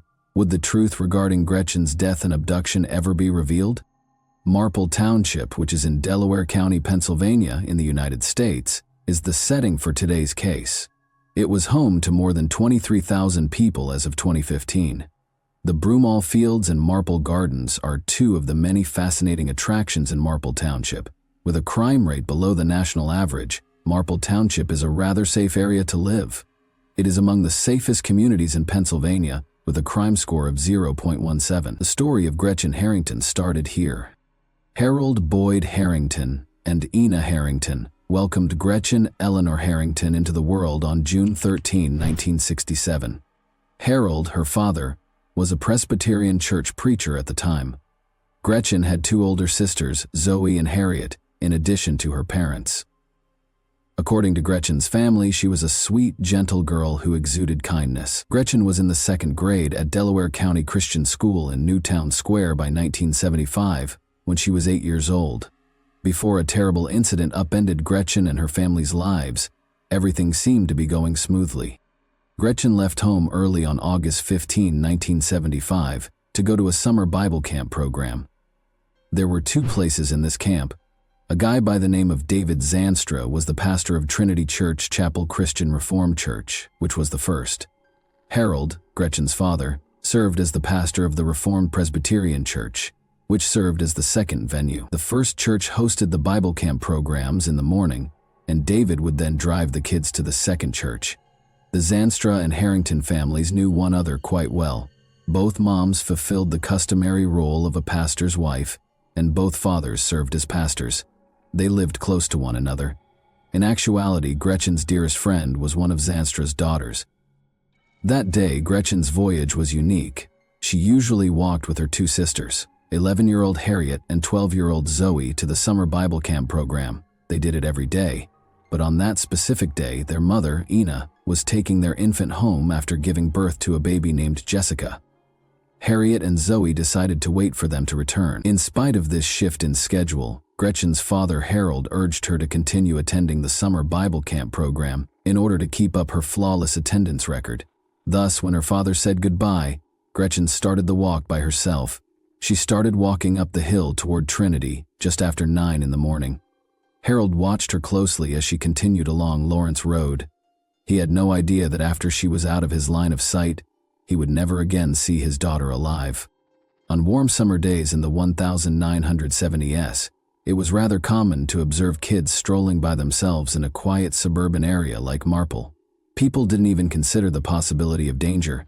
Children used to play freely into the late hours of the night. Without any concerns, they wandered the streets, went into the woods, and even took a dip in Darby Creek, which ran behind Gretchen's house, to cool off. Without the use of cell phones or GPS watches to stay in touch with their parents, kids would walk blocks to their friends' homes. Simply put, Marple was a very safe place. Many longtime Philadelphians opted to relocate there for that very reason. Gretchen was expected to appear at Trinity Chapel Christian Reformed Church by 9:30 a.m. in the 1960s, but she failed to show up on time. Harold's realization of her disappearance was the first clue that anything was wrong. At approximately 11 in the morning, Gretchen's pals arrived at the house's front door in search of her. Harold acted right away, since he was worried and couldn't see Gretchen in the classrooms or in the area. To find out where his daughter was, he called the Trinity Chapel Christian Reformed Church and talked to David's wife, Maggie Zanstra. He was informed that she hadn't been spotted, though. After this, David called the Marple Township Police Department and officially reported Gretchen missing. Ruma and Marple Township were rocked by Gretchen's disappearance. Around the next day, August 16, 1975, hundreds of individuals were involved in a massive hunt for her. This comprised volunteer firemen and dog teams that searched farms, wooded areas, and both sides of the creek. From above, a Pennsylvania State Police helicopter kept scanning the area, but with so little information available, the authorities were forced to end the extensive search on August 17, 1975, just 2 days after Gretchen vanished. Daniel Hennessy, the police chief, openly acknowledged to a local newspaper that they had no idea where she was. The entire town went into a frenzy as a result of this circumstance, completely upending the sense of security in the area. In response, family members and friends began handing out flyers to local drivers. Gretchen's most current school photo, which showed her with a missing tooth and a happy childlike smile, was used on these flyers. Due to the lack of information, there were many unsolved questions and a rise in conjecture. Did she flee? Did she drown in the creek by accident? Was it someone she knew, or could it have been a stranger? The mystery of Gretchen's disappearance left everyone puzzled and extremely worried. The police spent the days that followed Gretchen's disappearance gathering information and trying to piece together what had happened. On August 19, they conducted one of their most important interviews with David. In the course of this discussion, David revealed that on the day Gretchen vanished, he had in fact driven a group of kids to the church. He claimed, nevertheless, that he had not seen her that day. Gretchen's sisters, Harriet and Zoe Harrington, returned to Delaware County Christian School as August gave way to September. However, because they were confused of what to say, their fellow students found it difficult to approach them or have a conversation. When standard investigative techniques failed to produce any results in the face of such a heartbreaking circumstance, the police chose to take an unusual approach to find Gretchen. They sought the help of Judith Richardson Hames, a psychic. Judith was well known for helping law enforcement solve almost 100 criminal cases, especially those involving missing children, by using her psychic powers. Judith sat down with police officials in September 1975 and made a forecast that she hoped would turn out to be wrong. She thought Gretchen was dead, based on her psychic revelations. On October 14, 1975, 1 month later, a jogger in Ridley Creek State Park discovered a decomposing body concealed in the trees. When he saw a human fingernail, his initial confusion about what he had discovered was eliminated. As soon as the jogger realized how serious the situation was, he called the police. After examining the unique clothing found with the bones, Gretchen's parents were able to verify that it belonged to her. The medical examiner then used dental data to connect Gretchen's body to the body. Tragically, it was determined that Gretchen had been murdered. According to the forensic analysis, she had been severely beaten because her skull had many fractures. Despite the police's initial suspicions of mistreatment, the autopsy produced no hard proof to back up this theory. Harold, Gretchen's father, stood in the pulpit and gave a moving speech on Sunday, October 19, 1975, a few days after her body was found. He mentioned Gretchen's trust in Christ in his heartbreaking speech. He emphasized that although her murderer was no longer bound by their horrible deeds, she was now free from this world.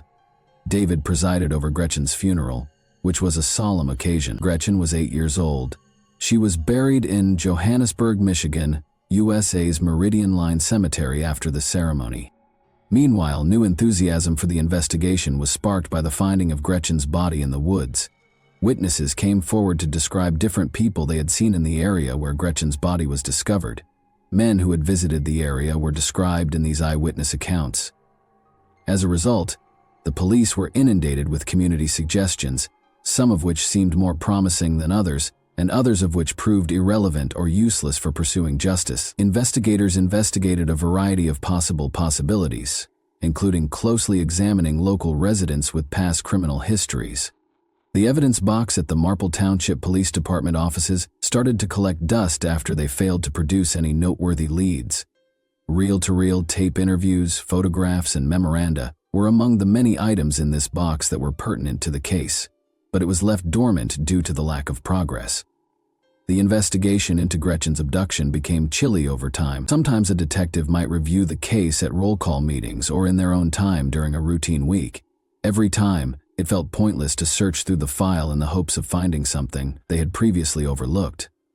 They were frustrated and unable to make any progress on the case because the leads consistently ended in dead ends. The first detectives who had been investigating Gretchen's disappearance had either retired or died, so there were no updates on the case for many years. However, things took a dramatic change in the fall of 2022. A woman, whose identity was kept secret, contacted the Marple Police Department and said she wanted to talk about Gretchen's murder and disappearance. Sergeant Nick Coffin was in charge of Gretchen's cold case at the time. Consequently, this woman's message was sent to Coffin's phone when she called the Marple police. Coffin was told by the woman that she thought she knew who might have caused Gretchen's terrible demise. Suspicions of a potential connection were raised when she also brought up an attempted kidnapping episode that had happened around the same time. The long-standing mystery surrounding Gretchen's disappearance and death was given new life by this unexpected contact. State troopers scheduled an interview with the woman, who was designated as a confidential informant and only known by her initials, SF, on January 2, 2023. This interview would turn out to be a significant turning point in a cold case that had been unsolved for almost 50 years. SF claims that Gretchen and one of her sisters, Zoe, had gone to school with her. Investigators were also informed by SF that she had been friends with David Zanstra's daughters and had often visited the Zanstra home, often spending the night there. When she was 10 years old, SF recalled waking up in the middle of the night to see David touching her inappropriately during one of these sleepovers. Terrified by this unsettling conduct, she moved and caused David to rush out of the room. This unwanted touching happened again the next night, which is shocking. When the girls woke up in the morning, SF made the decision to tell David's daughter about her father's disturbing behavior. To her surprise, the daughter said something like, "He does that sometimes." Eventually, SF found the strength to tell her parents about this upsetting event. The Zanstra family responded to the problem by moving to Plano, Texas, a Dallas suburb, shortly after Gretchen vanished. In the course of her interrogation, SF also provided state police with details of a girl named Holly, a neighboring child whom she saw as a friend. She said there had been an attempt to kidnap Holly. As the discussion progressed, SF showed the investigators a childhood journal she had kept. She had mentioned that a man had attempted to kidnap Holly twice in a particular diary entry, dated September 15, 1975. She continued to write in the diary that she suspected this man, whom she called Mr. Z, of being the one who had abducted Gretchen. David was what she referred to as Mr. Z. The investigation into Gretchen's murder and disappearance gained a crucial new dimension as a result of SF's revelation. Investigators were inspired to find 83-year-old David, who was now living in Marietta, Georgia, northwest of Atlanta, by SF's interview and her diary entries. David was interviewed by investigators at the Cobb County Police Headquarters in Marietta on July 17, 2023. Andrew Martin and Eugene Trey, two Pennsylvania troopers, conducted this interview. The tone of the conversation was rather amicable at first. At first, David denied ever seeing Gretchen on the day she vanished, but when the police told David about the assault claims made by a lady who had written about her experiences in the diary, things took a different turn. As the discussion went on, David finally lost it and admitted to something really unsettling. David told the police that he had seen Gretchen that morning as she was making her way to the church. According to him, she accepted his offer of a trip in his green AMC Rambler station wagon because she had no reason to refuse. However, David told detectives that he took Gretchen to a nearby wooded area instead of taking her to church as he had promised. He parked the car there and told Gretchen to take off her clothes, but she refused. He then punched Gretchen with his fist, causing her to bleed and sustain brain injuries. David then acknowledged that he attempted to hide Gretchen's half-bare body with sticks after learning she was dead before he left the scene. Detectives were in a state of shock as they processed the horrific contents of David's confession. Following this startling disclosure, David was taken into custody and charged with a number of grave offenses, including first-degree murder and criminal homicide, because of his confession about Gretchen. At last, 83-year-old David Zanstra is in prison. Gretchen Harrington was kidnapped and brutally murdered by him in 1975, according to the prosecution, while she was walking to the Bible camp where he served as a pastor. In any case, David's admission brought some closure to Gretchen's destiny. It also brought up an unsettling query with far-reaching consequences. Could there be more victims for this man who has publicly confessed to killing one girl and hurting others? David had spent a number of years as a pastor at a now-closed church in Flanders, New Jersey, before moving to Marple. He had been a vocal opponent of sexuality education in the local school district's curriculum while he was a student at Trinity. He relocated his family to a church in Plano, Texas, which is just outside of Dallas, little than a year after Gretchen's remains were found. He served as the congregation's leader for 7 years. David then proceeded to the Living Faith Community Church in San Diego as part of his pastoral journey. In 2005, at the age of 65, he retired from his last pastoral position in Fairfield, California. Authorities knew that this extended tenure of leadership gave him significant access to and influence over young and vulnerable people. They were thus left wondering how much he might have done during these years. Although the Marple community had finally gotten some of the answers it had been looking for decades, many locals were not at all at ease with the unexpected turn of events. It had been far more reassuring to think that this horrible thing had been done by an outsider, a troubled criminal, someone who had come into town at random, kidnapped a little girl, and then disappeared as quickly as they had appeared. However, the offender was a well-respected member of their own community rather than an outsider. It was a devout figure, a husband and father to his own young daughters. The community's sense of security was further destroyed by this. Following all of this, Gretchen's family released a statement. They conveyed their appreciation to law enforcement for their continued commitment to the matter. Additionally, they expressed their desire that the person who killed Gretchen would be held accountable. David's legal team first opposed an extradition procedure after his arrest, but prosecutors, under the leadership of Delaware County District Attorney Jack Stolsteiner, asked Governor Josh Shapiro's office for help in getting the confessed criminal back to Pennsylvania. David is currently being looked into for any abuse cases. In addition to this case, investigators also collected a DNA sample from David, which may be useful in a wider context, supporting the investigation of other missing individuals as well as assault and murder cases across the country. One cannot help but consider the intricacies and turns that have transpired over the years as we draw to a close this horrific case. What obstacles must Gretchen's family overcome in order to find healing and closure after all these years? What about the criminal, David? How should he be held accountable for his acts, in your opinion? And what effect would his arrest have on other possible abuse cases? And that wraps up today's chilling story. If you enjoyed this video, don't forget to like and subscribe so you never miss a new upload. Also, let me know in the comments, what part of this story shocked you the most? Thank you for watching, and I'll see you in the next video.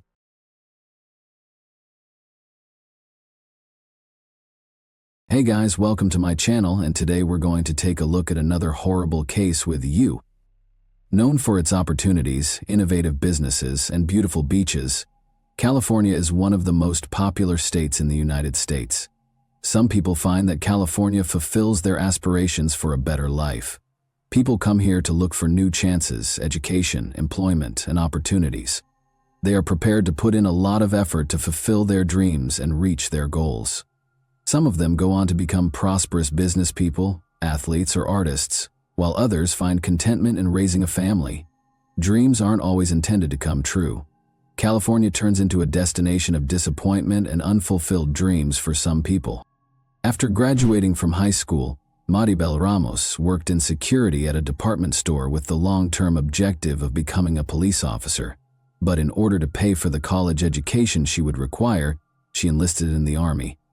Maribel was on the verge of earning a criminal justice degree from Cal State Fullerton after serving 2 combat deployments in Iraq. When Maribel Ramos failed to show up for planned events on May 3, 2013, friends filed a missing persons report in the spring of 2013. She was last captured on camera delivering her rent check. Maribel and her roommate, Kwang Choi Casey Joy, lived in an Orange, California apartment. The fact that Maribel had called 911 a week and a half prior to her disappearance added an unsettling element of mystery. In the taped call, she expressed her fear and threatened to take drastic actions to protect herself. After 8 years of service, Maribel Ramos, a 36-year-old veteran of the U.S. Army, wanted to return to civilian life. She had the will and perseverance to accomplish her goals, since she knew what she wanted to do. Maribel quickly turned her attention to other areas of life when her military career was over. Her decision to attend university was one of her major choices. Before her mother passed away in 2009, she and her mother moved into an apartment in Orange, California. Maribel asked her sister Lucy Gonzalez if she would move in, since she had the place to herself. Regretfully, Lucy declined, stating that she and her daughter were content with their current residence, and that they would move in if Maribel was unable to find a roommate. Maribel made the decision to post a Craigslist ad looking for a new roommate, and she quickly got a few responses. However, one in particular caught Maribel's attention. A man named Kwang Choi Joy contacted her to ask about the apartment. Kwang wrote in his message that he was a laid-back man seeking lodging in Huntington Beach while he looked for work. Maribel Gonzalez and Lucy Gonzalez met Kwang and found him to be a modest, polite man. In addition, he disclosed to the sisters that he was childless and had never been married. The prospect of having a calm, isolated roommate sounded too tempting to resist for Maribel, who was almost done with her degree. It became evident that Kwang had no one in his life in the weeks following his move-in with Maribel Ramos. Kwang rarely left the apartment and was always alone at home. Maribel soon began inviting Kwang to family gatherings. He became acquainted with the majority of Maribel's family as he accompanied her to various meals, games, and gatherings. Maribel Ramos and Kwang's relationship gradually developed into a friendship. The two frequently went grocery shopping together and took their dogs for walks. Maribel Ramos did not show up for a weekly softball game on May 3, 2013, which was unusual for her. Maribel's friends and relatives made multiple fruitless attempts to get in touch with her. She wasn't in her apartment when the family checked. Since they couldn't locate her, they filed a missing persons report, and the police started looking into it right away. Maribel's residence was visited by the police. Her car was parked next to the home when they got there, but no one answered the door when they knocked. According to the neighbors who were interrogated, nothing unusual had been heard or seen. From the outside, everything appeared to be completely normal. No shattered windows or other indications of a break-in were observed by the officers. They made the decision to enter and check on Maribel. Everything in the house appeared to be in its proper place. Nothing at all suggested that a crime had been committed there. But there was light in Maribel's bedroom. One of the pillows had no pillowcase, and the bed was not made. It was kind of weird. Lucy said her sister would never leave a mess like this. Upon examining the room, it became evident that Maribel had no plans to travel. She had all of her clothes on. Her wallet, ID, and cell phone were the only items gone. The investigators had specific tasks because Maribel's car was parked close to the residence. Maribel Ramos had been trained extensively in the military. She had good discipline. Everyone assumed Maribel was in trouble because she was not the kind to simply vanish without a trace. When the investigators got to the residence, Kwang Choi Joy, Maribel's neighbor, showed up out of the blue. He stated that he had not seen Maribel since approximately 10 p.m. the day before. An hour later, he had returned from his walk, but Maribel had already left. Surveillance video recorded at 8:15 p.m. Maribel was seen dropping off her rent payment the night before she vanished. That was her final public appearance. She left after dropping off the envelope. She doesn't appear to be afraid or anxious about anything in the video. She seemed perfectly at ease and was not in a rush. Maribel's family chose to use social media to solicit assistance while the detectives went through all of the accessible camera evidence. They encouraged anyone with information regarding Maribel's whereabouts to get in touch with them after sharing a photo of her online. Involving as many people as possible in the hunt was their goal. When the investigators attempted to track down Maribel's cell phone, it was unreachable. The police were investigating her personal life when they learned that she had recently been romantically involved with a man called Paul Lopez. On the day before Maribel vanished, he was the last person to call her. Naturally, he had to show up at the police station to respond to certain inquiries. Paul acted with great assurance. He said that he and Maribel were still in the early stages of their relationship and had not yet become sufficiently intimate. In addition, Paul claimed to be seeing other women. Paul claimed that he had not questioned Maribel about whether she had dated anyone besides him. Additionally, Paul attested that he had not spoken to Maribel on the phone since Thursday night. Paul stated that he was employed for the gas company and that his shift began at 4 p.m. They didn't see each other on Thursday until midnight. Although Paul was forthcoming, the detectives could not be certain that he was speaking the truth. But there was a GPS tracker in Paul's truck. All of his movements that evening were monitored by the cops. This information indicates that Paul was not in the vicinity of Maribel Ramos' residence. During his discussion with the investigators, Paul brought up Maribel's roommate, Kwang. Maribel's relationship with Kwang had recently worsened, according to Paul. In talks, she frequently brought up her roommate, lamenting his lack of funds to make the rent payments on time. Furthermore, Maribel was arguing with Kwang on Thursday when Paul spoke to her. Maribel told Kwang she wanted him to go, and Paul overheard her say it. She informed him that the following day was his move-out date. Paul threatened to evict Kwang and his belongings if he didn't move out the following day while he was on loudspeaker. Maribel said that there was no need for that and that she was going to bed when Paul offered to help and that he would drop by if needed. They didn't talk again after that. The investigators turned their whole attention to Kwang after they heard about the arguments between him and Maribel. Kwang was 54. As a teenager, he traveled from South Korea to the United States. There was nothing to suggest that he had a criminal history, and his record showed no serious transgressions. But as they dug deeper, they found a history tainted by rage. His sister claimed that Kwang was so violently angry that she had to file for a restraining order against him. An examination of his social media profiles revealed a close relationship between him and Maribel Ramos. But after talking to Maribel's relatives, the investigators discovered that her relationship with Kwang was not as ideal as it appeared in many social media pictures. Kwang and Maribel Ramos appeared to be the ideal roommates, until Kwang made the decision he wanted more. Kwang called Lucy Gonzalez during the summer of 2012. He told her that he wanted to marry Maribel and start a family with her because he was in love with her. Although Kwang deserved what he sought, Lucy Gonzalez informed him that Maribel had no interest in him in that sense. Later, Lucy informed Maribel about the phone conversation and suggested that she reject Kwang right away to avoid a heated argument.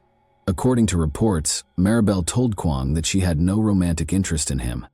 Kwang first appeared to have handled the rejection well, but as time went on, he began taking extreme steps in what appeared to be an effort to persuade Maribel Ramos to reconsider. He reportedly spent over $10,000, 0 cents on plastic surgery to look younger, purchased an entirely new wardrobe, got a tattoo, and paid to take Maribel on a cruise. It quickly became evident that Maribel Ramos and Kwang Choi-joy's connection had changed, from friendly to compulsive. A desperate phone call Maribel made to 9011 just 12 days prior to her disappearance was eventually discovered by the authorities as a graphic piece of evidence. In the call, which was recorded 12 days prior to Maribel Ramos' disappearance, Maribel stated that she felt unsafe around her roommate, saying, "I'm just calling to let you guys know that if something happens that I did it because I was trying to defend myself." Given her strong physical training, it was clear that there were reasons why Maribel was afraid of Kwang. Maribel served 2 combat tours in Iraq, as was previously mentioned. This might have contributed to her psychological issues. Military members deal with a lot of challenges, which frequently impacts their civilian lives later on. The detectives called Kwang in to question him in order to determine what transpired between Maribel and him. He appeared affable and at ease. Kwang claimed that he was deeply concerned about Maribel's disappearance because she was a close friend. Kwang claims that he had a wonderful time living with Maribel for around a year and a half. They enjoyed parties, danced in clubs, and on a trip together, the investigators requested Kwang to explain Maribel's 911 call because they knew that things were not as great as he claimed. According to Kwang, they got into a fight when they went to karaoke together that evening. According to him, Maribel was typically either very amiable or hostile when she was intoxicated. Kwang claims that she began screaming at him and claiming that she didn't like and wasn't attracted to him at some point that night. Since they were enjoying themselves, he said that he did not see the crux of the issue. And then she dialed 911. Kwang responded that he and Maribel got into a dispute on Thursday night over the rent. When asked when they had last argued or quarreled, Kwang believed the investigators ought to examine Paul more closely. Kwang claims that he last saw Maribel at approximately 9 o'clock in the evening, when, following a disagreement, he took a vehicle excursion to decompress. Maribel was gone when he got home, and since her car was still there, he assumed that Paul or someone else had taken her up. Although Kwang's account appeared credible, the investigators were concerned about one aspect of his look. The detectives noticed large scratches on his arms, which were covered by a t-shirt. They appeared pretty new. In response to a question about where the scratches came from, Kwang said he scratched himself on some bushes while strolling through the park.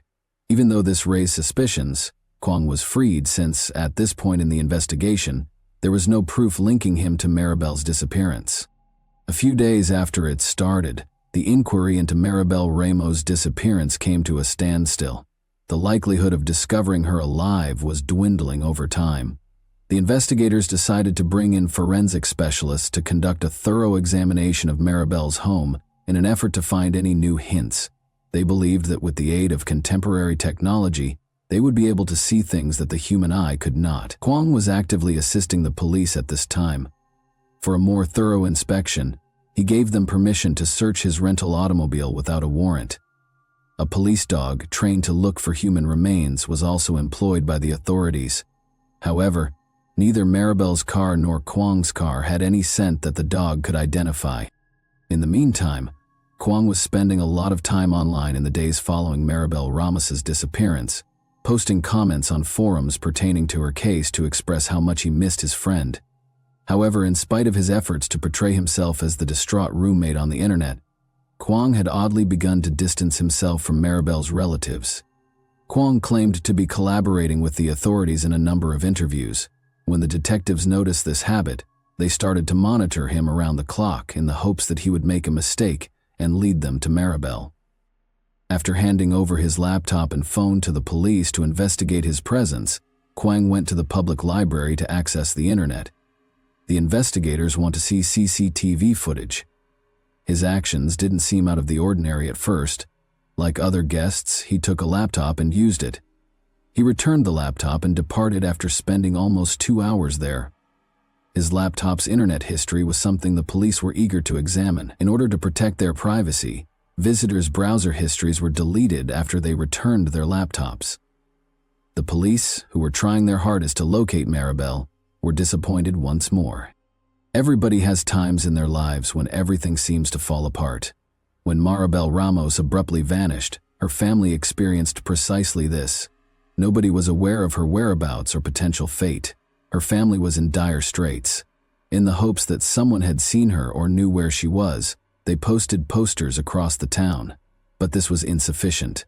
The family understood that in order to get the message out, they needed to employ contemporary technology. They set up a social media page explaining the circumstances and requesting assistance from anyone with information about Maribel. The family's social media activity quickly caused a lull in the investigation. Maribel had been missing for about 2 weeks, and the authorities were still unsure of her whereabouts.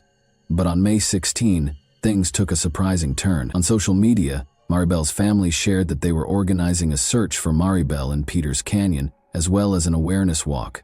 Meanwhile, the detectives discovered that Kwang had given back the rental automobile. They had previously inspected the car, but this seemed odd, so they decided to do it again. Recall that a dog trained to detect human remains did not detect any scent in Kwang's vehicle during the first search. However, a dog responded swiftly to the trunk's odor this time. The detectives realized they were on the right track even though this was insufficient to apprehend Kwang. Kwang returned to the library to use a laptop after seeing on Facebook that Maribel's family was organizing a walk and searched in Peters Canyon. He was unaware, meanwhile, that the police had secured a warrant that allowed them to remotely examine the laptop Kwang was carrying. The investigator's monitor displayed the information he was seeking. One of Kwang's search terms was, "How long does it take for a human body to decay?"